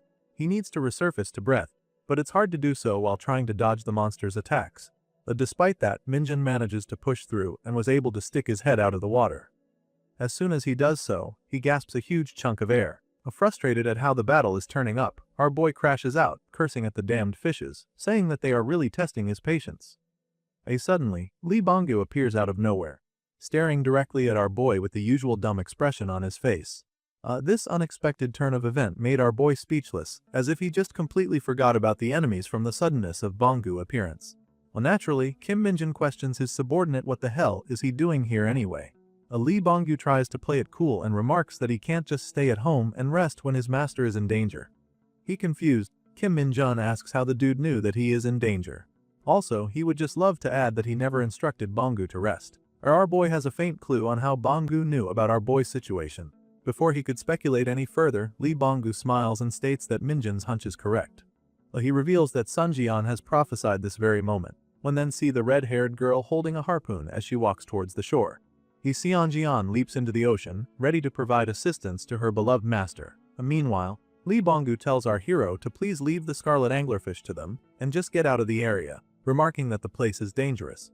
Our boy agrees with the man, saying that it will really be dangerous with Lee Banggu's abilities activated. The white-haired man jumps into the ocean and states that he knows exactly what the monsters want. He curls up and started emitting his demonic energy. On the other hand, Kim Minjin swims away from Lee Banggu. He remarks how nostalgic this situation is, saying that this is how they hunted them in Isgard too. Our boy knows that these guys cannot escape Lee Banggu. We then see the man transform into an adorable Isgard special, scarlet-eared squid. In an instant, the scarlet anglerfish turn crazy as they lay their eyes on the squid. They tend to lose their minds when they see food that they like. Lee Banggu starts luring away the monsters. Those dumb fishes forgot that they were there to defend their offspring. Meanwhile, our boy jumps out of the water and climbs the rocky island. He thinks to himself that seeing as Xiang Yayan and Lee Banggu rushed all the way here, he guesses that something huge was going to happen to him. He knows that it would be big enough to change the future where I stand on the battlefield when the earth falls. Our boy wonders if Xiang Yayan saw that he was to die here. If that's the case, our boy is now 100% sure that the explosion of the eggs would really happen. As he peeks to the crevice of the rocks, our boy confirms his theory. He states that the amount of eggs in there is too dangerous. He even admits that he might actually die if he doesn't run away right now. Our boy laments the fact that it has been a while since he last came to the beach only for this disaster to ruin all the fun. While brushing his hair off the water, he affirms that Seo Hyeon's prophecy is legit. She states that if she hadn't shown up, he wouldn't have blackmailed the Special Task Force commander and wouldn't even be here. He thinks that a single variable changed the future. In other words, our boy, Kim Minjin, has the power to change the prophesied future too.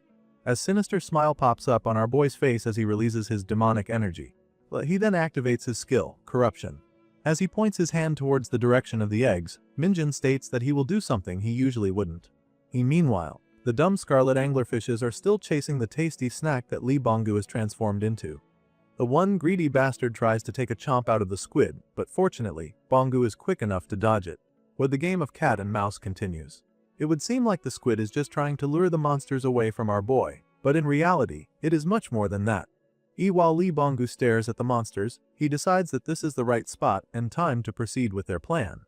He leaps into the air, leaving the waters, and as expected, the dumb fishes followed him. As one of them was about to sink its teeth to the tasty snack, it notices something from the distance. Soong emerges out from the water as well, ready to throw her sharp projectile at the monsters. She gathers all her strength and releases the harpoon aimed at the fishes. Since they are out of the water and into the air, the monsters are basically sitting ducks. The projectile pierces through the monsters like butter. The teamwork between these two are superb, despite the fact that they hate each other. Seeing the tough monsters get obliterated into pieces from the impact of the throw, Lee Bonggu's eyes widened from the shock and fear. He knows that he would share the same fate if Seo Hyun's throw was off just for a bit. Then, the red-haired girl falls back down to the water and catches her breath as she strides to stay afloat. As soon as she was able to catch a fresh air, she instantly worries about our hero. She turns around with a visible concerned look on her face, shouting no as she fears for the worst. At the distance, the rock island is being overloaded with demonic energy of our boy. Seohyun knows that if this continues, the eggs will explode with our boy still in there. In a panic, she dashes towards the island, screaming for our boy to get out of there due to the fact that it is dangerous.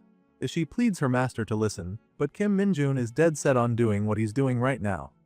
Then it happens. The countless of scarlet anglerfish eggs which store unstable high temperature explode with our boy still in the vicinity. The explosion was so strong that a fire of mushroom forms into the sky and releases vicious waves of water. On the other hand, panic ensues in the shore. We see several people running towards the beach. As it turns out, they are our hero's friends. While they are sprinting, Unsu's phone rings. Her father is calling her. Let's take a moment to appreciate the icon used by Insu's stoic father. We can really tell that he loves his daughter so much. As Unsu answers the phone, her father immediately asks if she's okay, saying that he has heard about the situation. The blue-haired girl reports that 2 of the 2nd Battalion were injured, but she reassures him that they will be fine. She also states that most of the guests at the resort are civilians, so they don't have enough people to help with the evacuation. Fortunately, none of the civilians have been hurt yet. She tries to give him more report about the 110th Division team, but her father cuts her off. He states that he didn't call her to get a report. The man with the scar on his face tells Unseo to listen to him carefully and to get everyone, including themselves, to evacuate. Overhearing this, Seonko and the yellow-haired girl gets confused. The man explains that he just called the 110th Division commander. The scarlet anglerfish this time are different. He remarks that they did not announce it to the public, but last month, during the 110th Division's raid, people died. Hearing this, Unsu felt like heaven came dropping on her. Her father elaborates that there was a large number of their eggs found in the dungeon. While their people were eliminating them, a huge explosion happened. He states that if there are eggs there as well, it would be dangerous to stay on the beach. However, before he could even finish his warning, a huge explosion where our boy went occurs. It was so strong that even from far away, they can clearly see the giant cloud of fire from the rock island. The 3 were stunned by the sudden explosion. It is as if time has stopped briefly for them. As realization of what just happened starts to sink into Unsu's mind, her facial expression turns to that of anxiety. She recalls her previous conversation with our hero, Kim Minjun, telling them that scarlet anglerfish are so aggressive that they do not hunt in groups, and that their appetite are so great that they even eat their own kind. He also adds that it is really strange for 2 of them to be here, dozens of kilometers away from Samcheok where the monsters originated. All the words of our hero telling her that he will go alone to check what's happening burns into Unsu's mind. She's starting to piece everything together. From the sheer shock and concern, Unsu drops her phone while still on call with her father and starts sprinting towards the waters. We can really see on her face the concern and worry that she has for our hero. She keeps replaying how heroic and cool Kim Minjun was when he was giving them orders to stay calm and do what they can for now. However, given the strength of the explosion, she fears the worst outcome possible. That her rival, Kim Minjun, might have caught up in the explosion and died.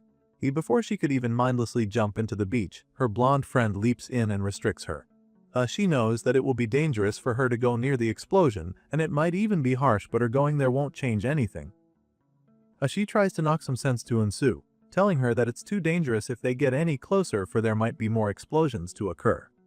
Although we can't really blame her for acting like she did, because Kim Minjun is just that important to her. Seonko shares the same sentiment. If he's to choose, he would have jumped into the water and go to our boy, but he's doing his best to restrain himself from acting carelessly. While a painful expression is drawn upon Unsu's face.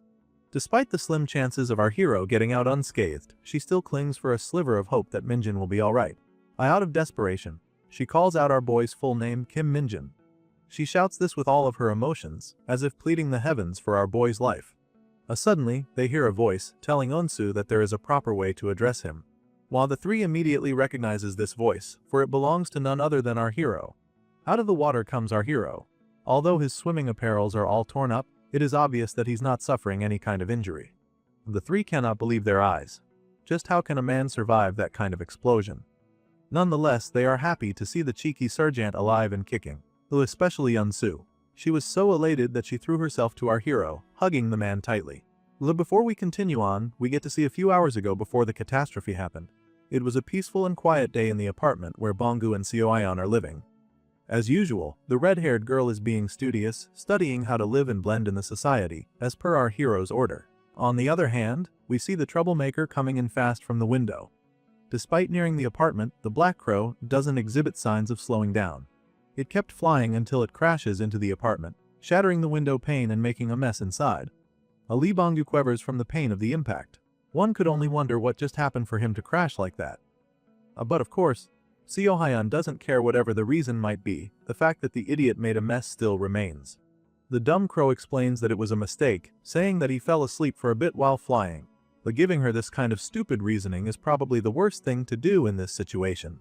Naturally, the red-haired girl is more than happy to deliver fitting punishment to the idiot. While he's getting all beat up, Lee Bongu transforms back to his human form and pleads her to stop, saying that he has procured their passports. He shows her the passport, which immediately and ever so slightly quenches the anger of Seoyeon. The feeling accomplished, Lee Bongu declares that from now on, she is to call him Donald, which is the name he chose for his ID.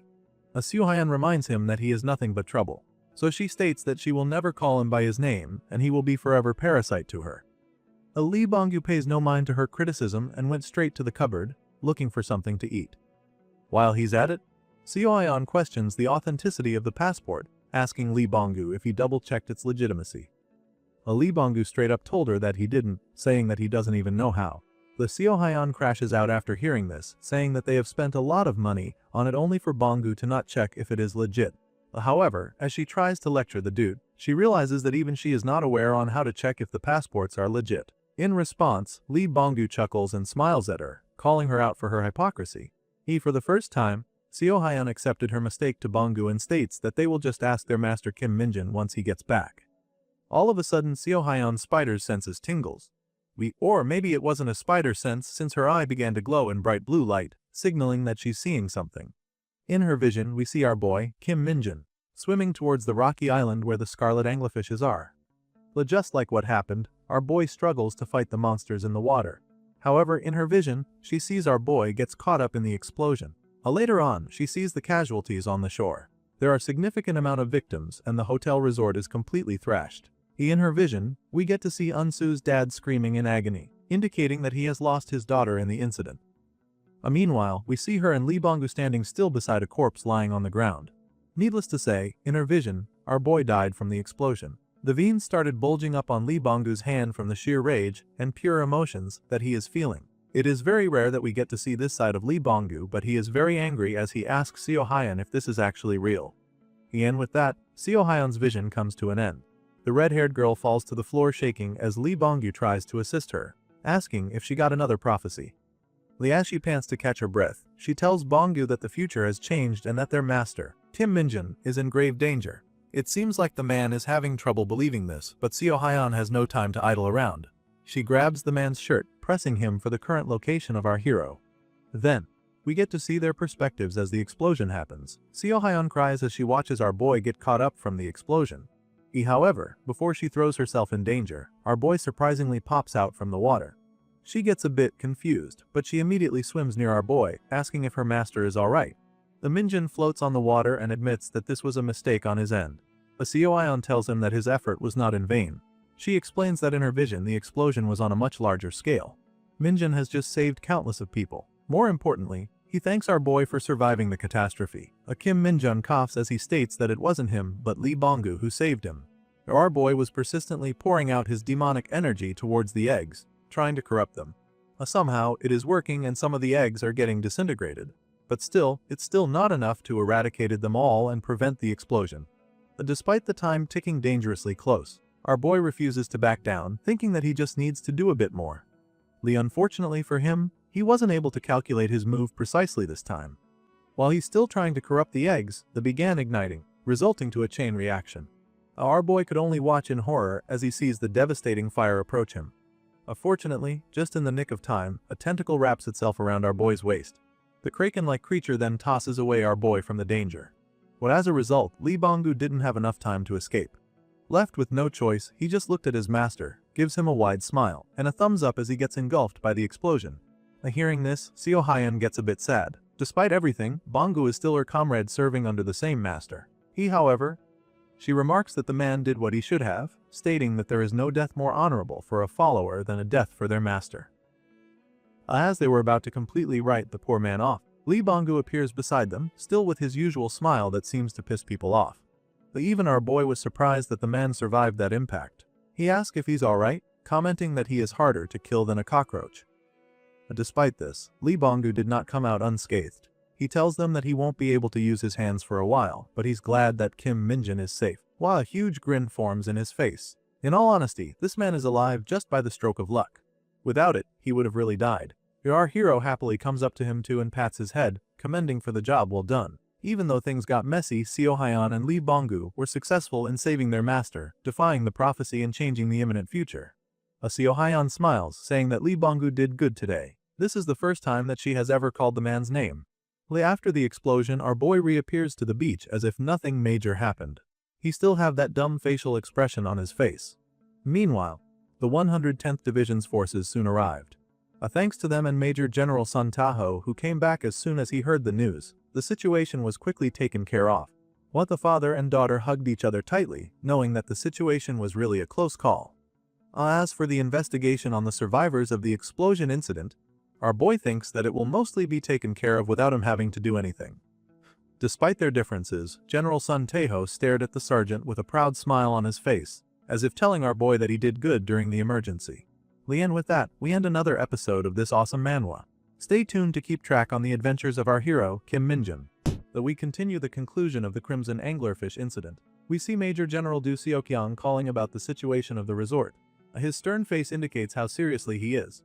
Meanwhile, our hero is standing valiantly while staring at his comrades who are delighted to see him alive. Guanchik and Hanyang are also doing well and are already having fun in the hospital. Our hero, Kim Minjin, smiles, knowing that all the credit in resolving this incident is going to be none other than him. The dawn arrives and the sunset paints the sky with a beautiful golden orange hue. The Corporal Lee Sungjo and Co are seen packing their things from the condo.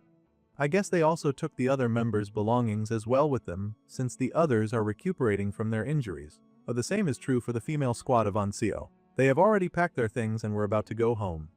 General Sun Taho is also helping them. The pink-haired girl cries, saying that it has been so long since they went on a vacation, and it had just to end the way it did. Her friend consoles her, saying that there's nothing they could have done.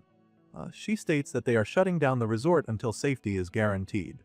And with this kind of major incident, who knows when that will be.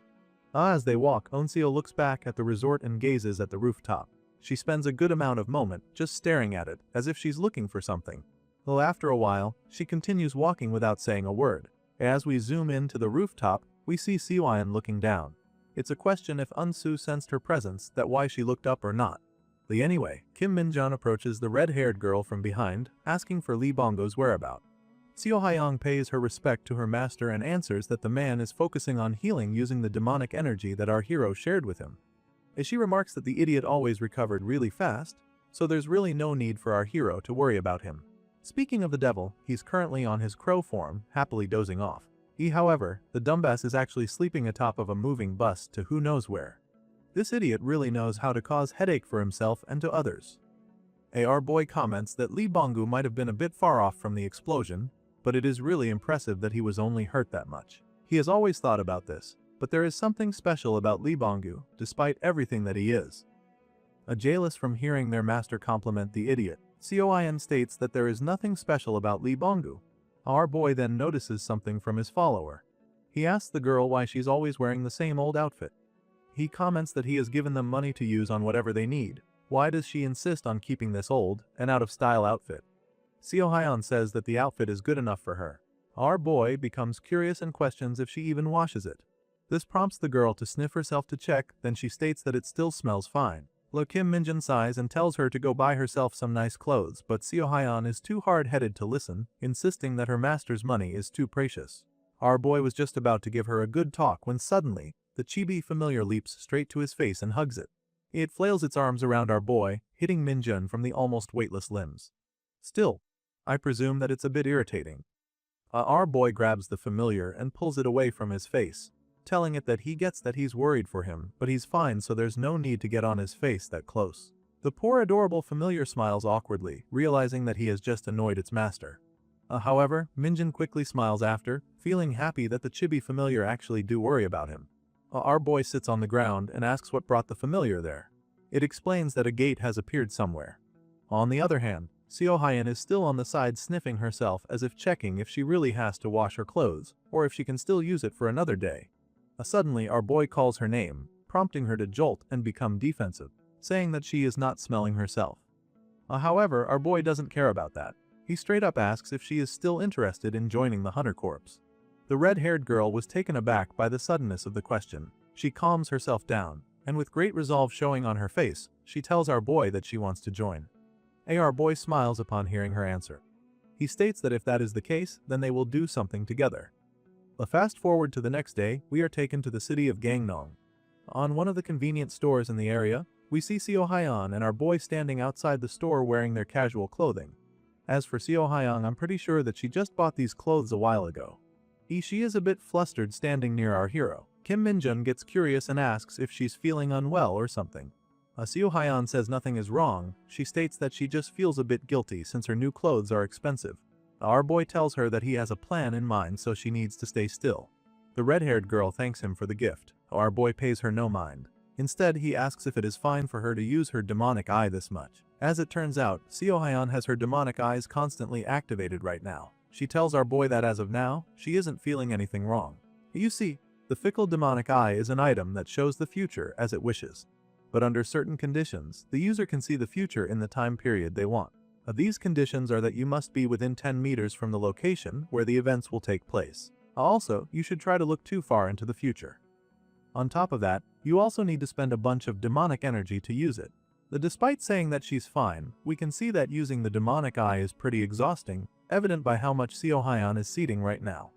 Precisely because of the consumption of demonic energy when using the eye is the reason why it cannot be used very often.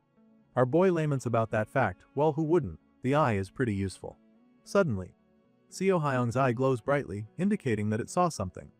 She immediately informs our boy that she saw it, telling our boy that the gate will appear in a minute. He asks for the monsters inside the gate. She tells our boy that they are bipedal wolves type. Our boy acknowledges it and comments that they are lycanthropes. He then asks how many monsters are there, and if they will come out from the gate. Seo Hyun concentrates hard to see further. She states that one type that looks like the monster's leader will come out from the gate. The Kim Minjin can't help but make face in secret, thinking of how absurdly overpowered the demonic eye skill is. I mean, yeah, no shit, Sherlock, having the ability to see the future gives you the best advantage in any situation. Anyway, the space and time begins to form a crack in the middle of the city. In just mere moment, the small crack in space turns into a fully formed dimensional gate. Naturally, the people around the area panics for a bit. Even though these occurrences not uncommon, it is still terrifying to think the possibility of monsters coming out in the middle of the city. However, the opposite is true for our hero. He seems happy that the gate that the chibi familiar told him yesterday is now in front of them. He tells Seo Hyun that he thinks they can now go with their prepared plan. He asks his follower if she can manage to do the instruction that he has given her. With the dedicated looks in her eyes, Seo Hyun firmly tells our hero that it is no problem. Kim Minjin wears a face mask as he asks Seo Hyun if she still remembers what he told her. The red-haired girl calmly walks towards the gate and reiterates our boy's instructions. First, she needs to make sure that no civilians are hurt. Second, she must not let others see the dark mage skills. Those are the two strict orders that our boy gave her. She glances at our boy and smiles, saying that she will keep those orders in mind and remember them even in death. Her dramatic statement made her master cringe for a bit. Then, the foot of the monster passes through the gate. It has long sharp black claws, and just like what Seo Hyun saw in her vision, it is indeed a bipedal type monster. Before anything starts, Our boy casually reminds his follower that he will be sure to step in if anything goes wrong, so there is no need for So-Ayan to push herself too much. Lian, of course, the most important thing of all. Our boy tells her to not get hurt in this fight. The monster finally comes out of the gate, revealing a figure resembling that of a Mr. Olympia contestant wearing a wolf mask, except this one really has a head of a wolf. So-Ayan confidently walks towards the monster and tells our boy not to worry and leave everything to her. She unsheathes her weapon, a baseball bat. It's just an ordinary baseball bat, but So-Ayan coats it with her skilled demonic energy whip. The pitch-black demonic energy started to cover the whole blunt weapon, and just from a glance, we can really tell that it deals huge damage. The monster growls and gnashes at the girl in an attempt to intimidate her. It showcases its razor-sharp teeth and ferocious gaze. However, So-Ayan remains calm. More like she's not even feeling a bit concerned about the monster. Kim Minjin, who is watching on the sidelines, thinks that after what happened in Sokcho yesterday, he can't really do something like that in Gangnam today. It would be too suspicious if he single-handedly resolve another major case once again. That's why he came up with a plan B. To be honest, this plan is only possible because it is Kim So-Ayan he's entrusting it to. Well, that is because after all, she is one of the few combat-type dark mage. And so, the fight between the red-haired follower and the leader of the lycanthrope gate starts. So-Ayan rushes forward while winding up her weapon. In response, the werewolf tries to slash her with its blade-like claws, but it missed. For some reason, the panel shifts back to our hero, so we kinda missed what happened after that. Just kidding. So-Ayan is relentless. She kept on swinging her weapon at the monster. Each blow has the intent to kill. However, the monster is proving to be a tough customer as well. It is doing well in matching our girl's aggressiveness. The two trade blow per blow, attack per attack, and strike per strike. At the moment, it would seem like the two are equally matched, and it seems like the outcome of the battle is a bit hard to predict. Meanwhile, our boy comments something, saying that his expectation was correct. The werewolf then crosses its arm and started contracting all muscle in its body. Its fur began to raise, as if it is a warning that something big is coming. It then swings its arm towards So-Ayan. The slash was so powerful that it generated blade-like projectiles made from wind aimed at its enemy. The lethal slash didn't deter the red-haired girl from her pursuit. She slides down to dodge the attack while still keeping the momentum. She was too quick that the monster was not able to recover from dishing out a powerful move. Our boy locks his gaze at the dark mage, thinking to himself that So-Ayan is really talented.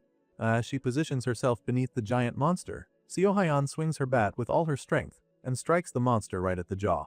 The blood spurts out of the wolf's mouth and nose, testament on how strong that strike was. However, So-Ayan suddenly notices something wrong, causing her eyes to widen. The attack was not strong enough to eliminate the monster boss. It managed to recover instantly from the blow and deliver a counterattack. Fortunately, our girl's reflexes is too fast that she was able to dodge it in time. So-Ayan backs away from the monster in order to collect herself. Her eyes are fixed on the monster, not letting a single movement slip past her. On the other hand, the werewolf growls angrily as it realigns its broken jaw. It slowly walks towards its enemy. While still bleeding from the attack, the monster gnashes at our girl, as if telling her that he will make her pay. In response, So-Ayan provokes the monster even more. She places her bat on her should and signals for the monster to come at her using her hand. The werewolf howls and roars, signaling that he will give everything he got to win this fight. The two leaps off the ground and toward each other, prepared to finish off their respective adversary. The first to attack was the monster. It swings its lethal claws at the girl. Fortunately, So-Ayan was able to duck in time to avoid it. She then launches a devastating counterattack, managing to blow half of the monster's upper body. Now, this werewolf and Toji from Jujutsu Kaisen belong on the same club. The monster falls into the ground, lifeless, while So-Ayan stands victorious. Our boy who witnessed everything talks to himself, saying that he didn't even have to do anything. It's now clear to him that there's no need to worry about So-Ayan. As of right now, the awakened with skills who killed the monster have yet to be reported. In other words, all there is a superhuman physical capabilities. If people find out that someone has skills, the entire world will pay attention to that person.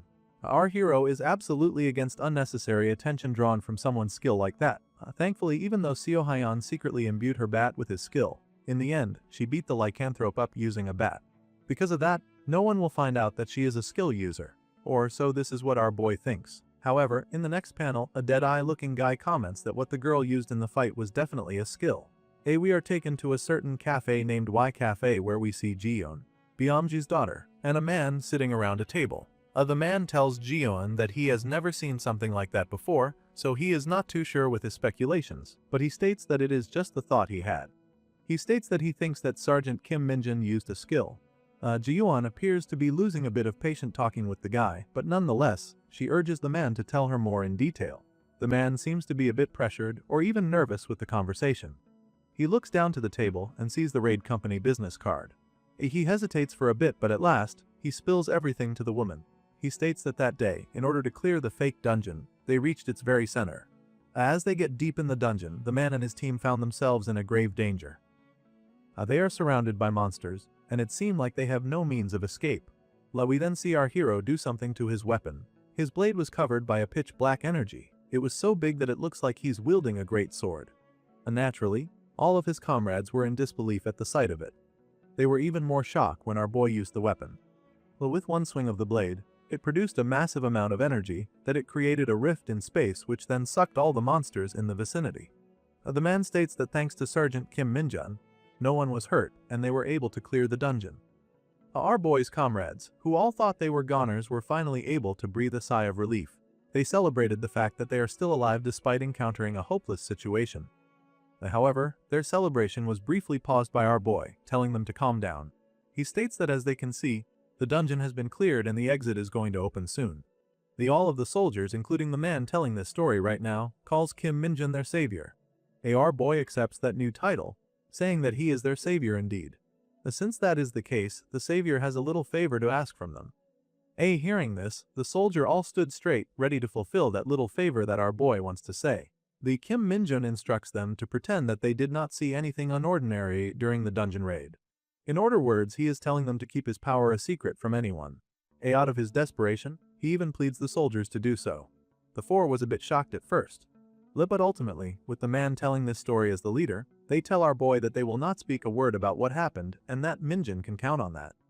Yet, here we are now, with the man spilling everything to Ji-yeon. Back at the present, Ji-yeon slams her hand down to the table, saying that the skill power is ridiculous. I guess the soldier who sold our boy out still has a bit of conscience left in him, for he asks Ji-yeon if this confession will put our boy in a difficult situation. However, Ji-yeon did not answer the question. Instead, she comments that our boy is now a sergeant first class. The snitch states that he is aware of our boy's rank right now. Ji-yeon then asks him if he has told anyone else about this story. The snitch meekly bows and says no, saying that even in the investigation that happened after that incident, none of them said anything. Everyone wants to protect this secret of Minjun, so those four soldiers don't even talk about it among themselves. Ji-yeon stands up and tells him that he better not tell anyone else about this, including the fact that they have met today, which the soldier agrees. Ji-yeon then turns around, briefly thanking Tae-man for giving her his time during his vacation. She then bids the snitch farewell. But before she could head out, the man asks her about the promise she made. Ji-yeon then stares at him menacingly and states that this is definitely important information like the man said. She then instructs the snitch to contact her once he gets discharged from the corpse. As it turns out, this sly nepo baby has promised the stupid snitch a position in the raid company once he leaves the hunter corpse. She thinks that giving the man a position is nothing, but the main problem is that she is not even sure if the raid company is still standing by then. At that faithful day, all of the dangerous and sensitive papers they had in the offices were stolen. The security server went down as well, so they don't even know when it happened exactly. Actually, Ji-yeon is being suspected, and she has no way to defend herself because she have lost her memory from that day. If you can still remember, she is talking about the time when Lee Bong-gu and Seo Hyun infiltrated the raid company. All those misfortunate happened as soon as she got involved with that person pertaining to our hero. As she walks the street, she tries to call her father, General Byamji, but the man wasn't answering. We can see how much of a spoiled daughter this idiot is, because she instantly throws a fit just because her father was not able to answer her call. She states that it has been days since she last got a hold of him. Ji-yeon grips her phone tightly. She swallows her saliva from the sheer terror that came across her mind. She thinks that they might have messed with the wrong person. Damn right, bitch. A few days later, we are taken to the headquarters administration office. There we see our boy, Sergeant First Class Kim Minjun, reporting for duty. He is received by the 2nd Company 2nd Platoon Commander, 1st Lieutenant Kim Keelman. He pats our boy in the shoulders, telling him that he has done well. He also expresses his regret on all that happened during Minjun's vacation. Our boy then reassures him that he is fine. Keelman informs our boy that the Divisional Ordnance Office wants them to investigate too. He states that it will be just a mere formality thing, but Kim Minjun is gonna have to do some work again. Their conversation was then interrupted by a loud voice screaming at the corridor, calling for our boy's name. We then see a buff-looking dude, asking our boy if he's alright. This man is the second company, Administration and Supply Officer, First Sergeant Kim Minji. Our boy jolts away from seeing this certain officer. With a terrified expression on Minjun's face, he tells Minji that he is fine while desperately trying to back away from the officer. Minji then tries to bear hug him in an attempt to show his concern. Fortunately, our boy was able to dodge it, for it seemed like all of his bone would be crushed if he got caught with that attack disguised as a hug. While the two are busy with their shenanigans, Cheolman adds that there is another document from the Divisional Ordnance Office. This new information catches the attention of the two sergeants.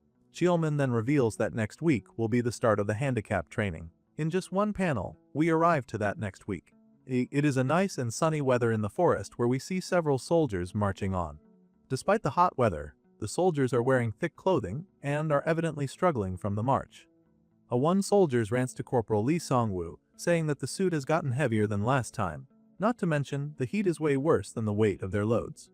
Corporal Lee Songwoo then asks the soldier about the name of the training again.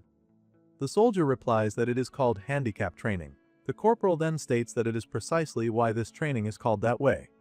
It is because this suit really does make them feel handicapped. He adds that it is trying to destroy their peaceful daily lives. Suddenly, the soldier in front shouts, saying that he sees their destination.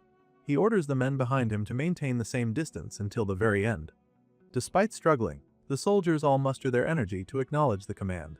Meanwhile, we see our hero at the back all quiet. This power suit that they have to wear during the handicap training actually weighs dozens of kilograms despite how it looks, but it is not that bad for an awakened. The real reason this suit is the worst is because there is no airflow. When that is combined with a weather like this, and the fact that stamina is depleted from the long road, the suit that felt like nothing in the beginning starts to feel like tons. In short, the real enemy of this training is the environment itself. This is especially true when the environment is unfamiliar and unpredictable. As we continue, we see the hunter forces each carrying crates, unloading their equipment and supplies near the gate. From the looks of it, they are about to camp. The Unseo and her girls are having a girls' talk after completing their task. Suddenly, the pink-haired girl shifts her gaze and notices something from a distance. As it turns out, the 2nd Battalion where Kim Minjun belongs arrives. It is very obvious that these poor soldiers are exhausted and are already at their limits. The three ladies irk, knowing that the handicap training has already begun. The pink-haired girl is in awe, realizing that the squad all marched up all the way here wearing those heavy and hot suits. As they step foot to the camp, they are greeted by the 1st Lieutenant Ji Yeon from the 4th Battalion. From a glance, we can see that this brown-haired girl trains a lot, judging from her well-rounded muscles. The greetings is returned by the 2nd Battalion 1st Lieutenant Kim Cheolman. In the background, we see our hero, Kim Minjun and Corporal Lee Sengo having a conversation. Our boy is instructing the corporal to check their comrades and see if anyone is showing signs of dehydration. Seeing our boy, the pink-haired girl immediately blushes. She tried to walk up to him, but her friend stops her, telling her to do it later. As our boy walks around to survey the area, he spots Yun looking at him. The two shook hands with the 1st Lieutenant, happily greeting our boy for seeing him after a long time. Kim Minjun recalls her contributions in Hwachin and thanks her for that.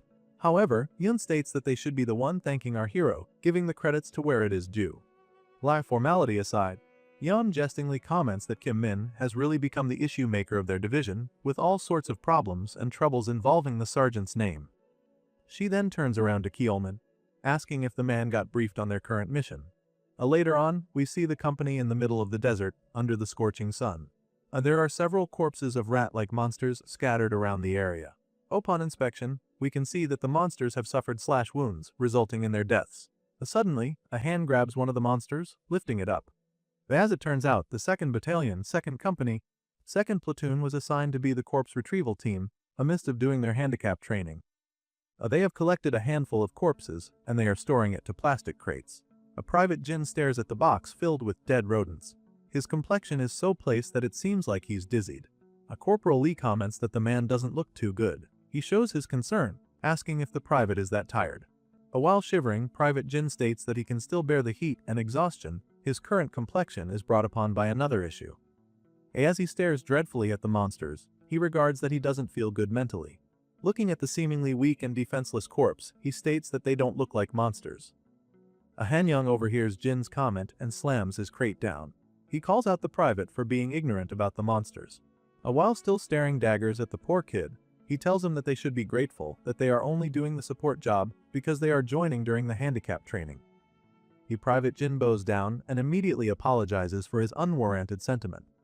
Hanyang chose to get over it and just walked away. Corporal Lee then tells the private that he is sure that the 4th Battalion is struggling quite a bit since they are the ones hunting. These guys are small, but they are always in groups, making them hard to deal with. Plus, they are really aggressive when they see food, most probably because they live in the desert. That aggression is the main reason why the Hunter Corps has to deal with them before they come out of the dungeon. Still pitying the monster for a little bit, Private Jin asks what kind of food do these monsters eat. Corporal Lee glances at one of the corpses and states that these seemingly harmless creatures are full-fledged carnivores. Private Jin then took a closer look at the creatures. He finds out that these monsters are not as defenseless as he thought, for they have long incisors that could penetrate flesh with ease. Realizing this, the already distraught private became even more anxious. On the other hand, we see our boy, Kim Minjun and Chulman patrolling the area. They find themselves atop of a hill. While looking at the distance, Cheolman comments that the 4th Battalion is moving faster than planned. Because of that, they are falling behind for a bit. Our boy then looks down and stares at his platoon. His comrades are still finishing up clearing the area. Considering the number of remaining corpses at each point, Kim Minjun comments that the 4th Battalion is only dealing with the smaller scale groups, that is why they are so fast. He adds that if they think about the habits of these red-eyed desert rats, it is not really normal. Cheolman ponders our hero's words for a bit, and states that if there is a main habitat and there is a bunch of them in that area, the difficulty level of this raid might change a whole lot. The sandstorms are pretty severe, so the dungeon raid team can't use firearms. If they come across a giant group in such a situation, it will be really bad. The scene then changes to a couple of red-eyed desert rats leaping into the air, seemingly charging at someone. In a blink of an eye, the monsters were all cut in half while still in the air, testament to the superb skill of the hunter. The one doing the hunting is Unseo. Her impressive swordsmanship combined with her quick reflexes enabled her to fend off multiple monsters at once. She swings her blade violently in order to remove the blood from the monsters. She does this for extra aura effect, just kidding. It is revealed that her team 4th Battalion, 4th Company, 4th Platoon was assigned to be the dungeon raid team. While the others are busy finishing up the monsters, Yoon is seen talking to the radio, thanking the other line for their input. As she reads the current situation, she tells the other line that they will check the thing that was ordered to them out. Curious, Unseo asks her what the other line was talking about. Judging from the expression of the first lieutenant, it seems like the situation is a bit serious. She shares that the guys from the 2nd Battalion are saying that the numbers of the red-eyed desert rats are unusual. The muscular yellow-haired girl gets a bit confused and asks for clarification what the 2nd Battalion means. Unseo shares the same confusion, saying that it contradicts what they are experiencing right now since there are too few monsters in each group. She then speculates that there might be a chance that there is a much larger group somewhere. Yeon commented that it will be ugly if that is the case. So she triple-checks her map to see if they detect such anomaly. Suddenly, one of their comrades screams out saying that there is a group of desert rats ahead of them. She adds that she is unable to estimate their number. The reason being is there are lots of them and they are approaching fast. The gang is immediately alarmed by the sudden report. They just finished fending off one group, now a huge wave is already in their way. Going back to our hero, Cheolman shares that the 4th Battalion said that they will look into it, so for now, the 2nd Battalion is to wait for any news. Cheolman states that they might have to join the 2nd Battalion to help, so maybe they should prepare for battle as well. However, the conclusion of having a giant colony of rats doesn't sit well with our hero. He suggests that there might be some other reason why there are multiple appearances of red-eyed desert rats in the area. The panel shifts back to Yun, already commanding her troops to prepare for battle. Multiple tiny little yet dangerous paws are heading towards the Hunter Corps.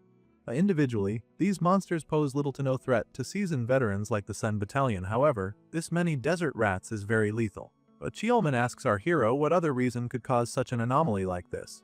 Kim Minjun hints that the behavior of the monsters indicates that there might be a natural enemy monsters that is forcing the rats to go haywire. As soon as he says this, a large serpent-type monster emerges out from the sands. No wonder why there are a lot of mice running around. They are trying to escape a predator. The giant worm growls, revealing its enormous circular mouth laced with huge set of fangs. Anseo cannot believe her eyes. She did not expect a death crawler will appear in this dungeon. While everyone is panicking by the sudden appearance of the huge enemy, Yoon tries her best to collect her composure and issues the most practical order. In full authority, she commands her crew to fall back and retreat immediately. She instructs them not to try and fight the monster and run as if their lives were depending on it, cause it actually is. Several rats fell victim to the monster. They fell helplessly to its humongous mouth opening. They didn't even had the chance to fight back. It's apparent that the death crawler is not satisfied with a few rodents. It needs more. In just the perfect stroke of luck, the monster senses the soldiers, so it instantly went after them. While sprinting away, Yoon reports to the radio that the raid team has encountered a death crawler in the mission region. She states that they will be retreating to the assembly area with all of the 4th platoon immediately. Yoon attempted to repeat the mayday, but the monster is coming in fast. With its sheer size and terrain advantage, it's basically impossible for the hunters to outrun the death crawler. With it charges towards the crew, and it seems like it has Anseo as its target. We are then taken to the Hunter Corps headquarters, the great conference room, where we see several high-ranking officials gathered around the table. While the one leading the meeting, Q, addresses the 110th Division commander. Instantly, Commander Choi lets his presence known. Q revealed that incidents have occurred in Sakcho then in Gangneung, which are both under Choi's watch, but his division did nothing other than cleanups afterwards. The commander has no words of defense. He apologizes to the general, but in reality, he can't do anything about it since when they arrived, the issues have already been resolved. However, General Ku is not letting this one slip. He comments that it is a good thing that none of the civilians were hurt, but he commands Choi to do better. He wants all divisions to respond instantaneously when such scenarios occur. Choi meekly accepted the reprimand, promising to do better next time. The commander sneakily tries to hide his huge physique with his chair from the sheer embarrassment. Moving on to their next topic, the general scrolls through his tablet and finds another report amusing. His mouth and non-existent eyes formed a smile upon reading a certain report. He learns that it was a civilian who protected the people of Gangneung. In the tablet we see a censored image of Seo Ayeon defeating the werewolf. She was nicknamed K, and she revealed that her grandmother is Korean and that she wishes to enter the Hunter Corps after naturalization. There are even video footages of the fight where K was recorded clashing head-on with the monster. They even labeled here as Gangneung Gate's Wonder Woman. General Ku is amused by what K said about getting naturalized as a Korean. He instantly ordered his subordinates to have the Hunter Special Task Force check this one out. General Moon receives the tablet from General Ku and acknowledges the order with a smile on his face. And with that, General Ku states that their meeting is adjourned. However, there is just one thing he has to tell everyone present here. He reveals that a few days ago, Major General Song Byomji was arrested by the Special Task Force commander.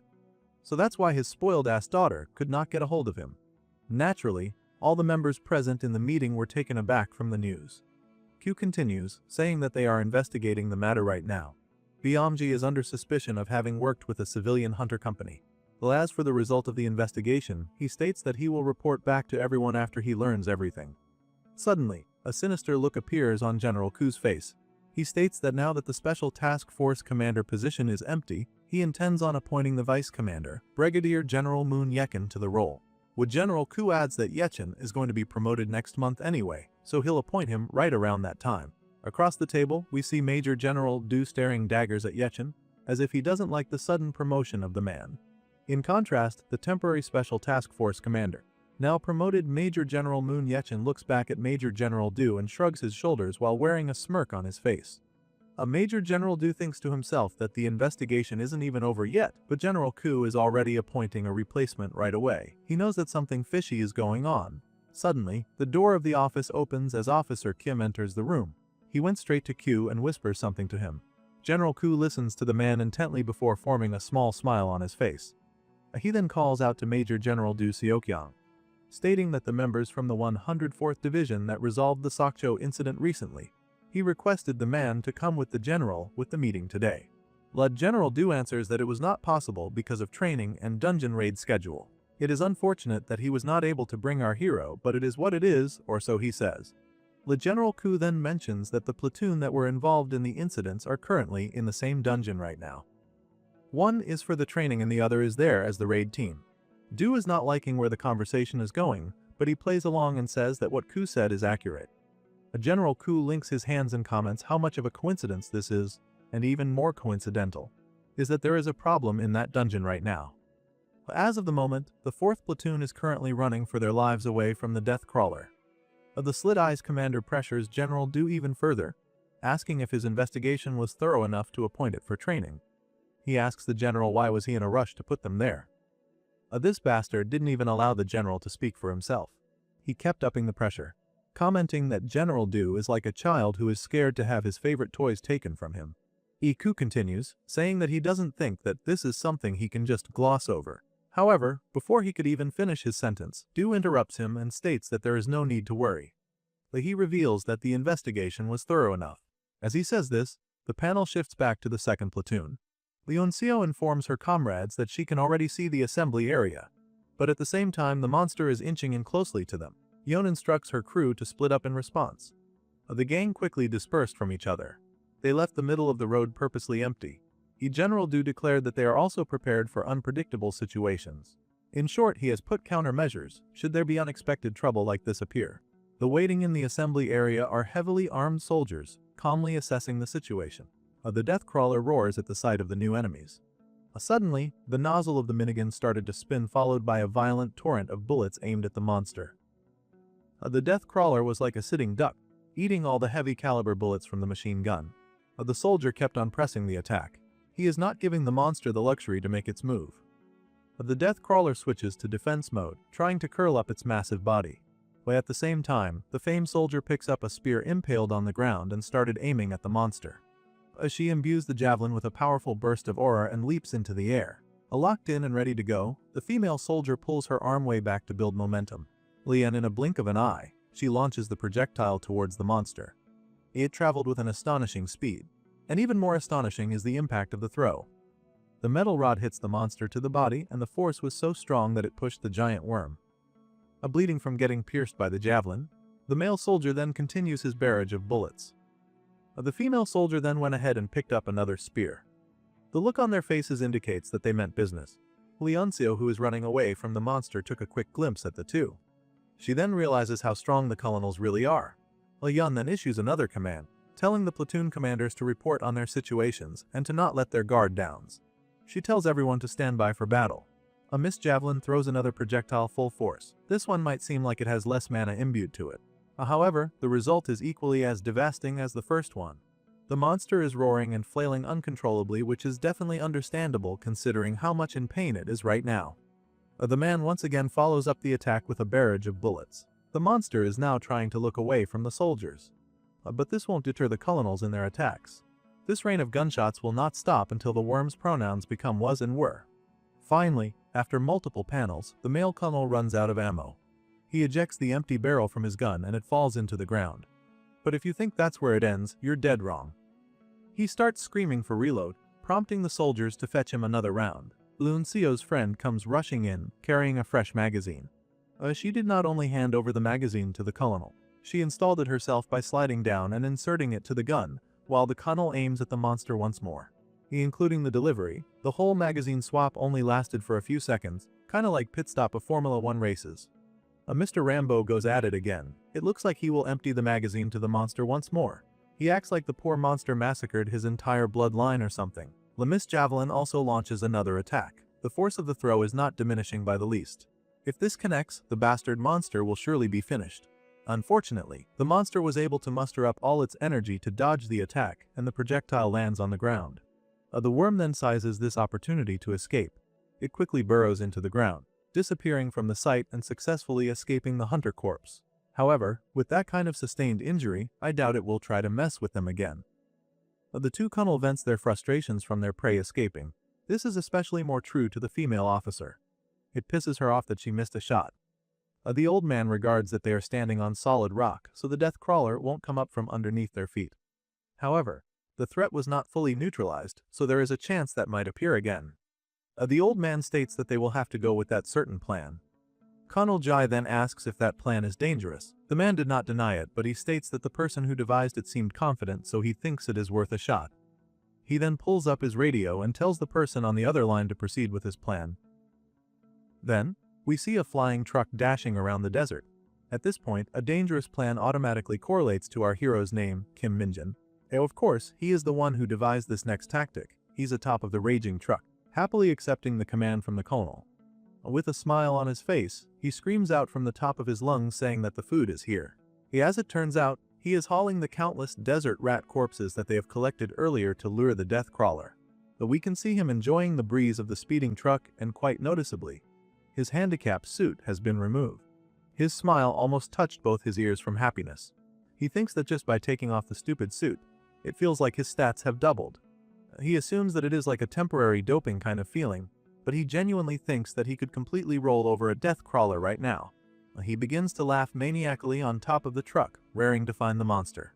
He's more willing to go 1 versus 1 with a powerful monster rather than wear that stupid handicapped suit. Chulman, who's manning the wheels, can't help but feel amazed by our hero's nonchalant attitude, wondering if the sergeant doesn't feel nervous at all. He focuses his eyes on the road and recalls his previous conversation with our hero. Earlier, he mentioned that the one that might be causing the unusual occurrence with the desert rat is the presence of their natural enemies. Chulman doubted him at first, saying that the possibility of a giant predator being around the area wasn't in the report. It is at that impeccable time that the 2nd platoon radioed that they have confirmed a death crawler within the dungeon. The lieutenant feels a bit embarrassed for not considering our boy's opinion immediately. Learning about the presence of the death crawler, Kim Minjin asks his superior if he can voice out his opinion. The leader reluctantly hands over the radio to our boy, still confused on what he is trying to achieve. With a sadistic and suspicious smile on his face, Kim Minjin tells Chulman to not worry about it and just trust him this time as well. And with that, we end another episode of this series. Keep supporting our channel as we uncover the adventures of this crazy dark magician. Until next time, thank you.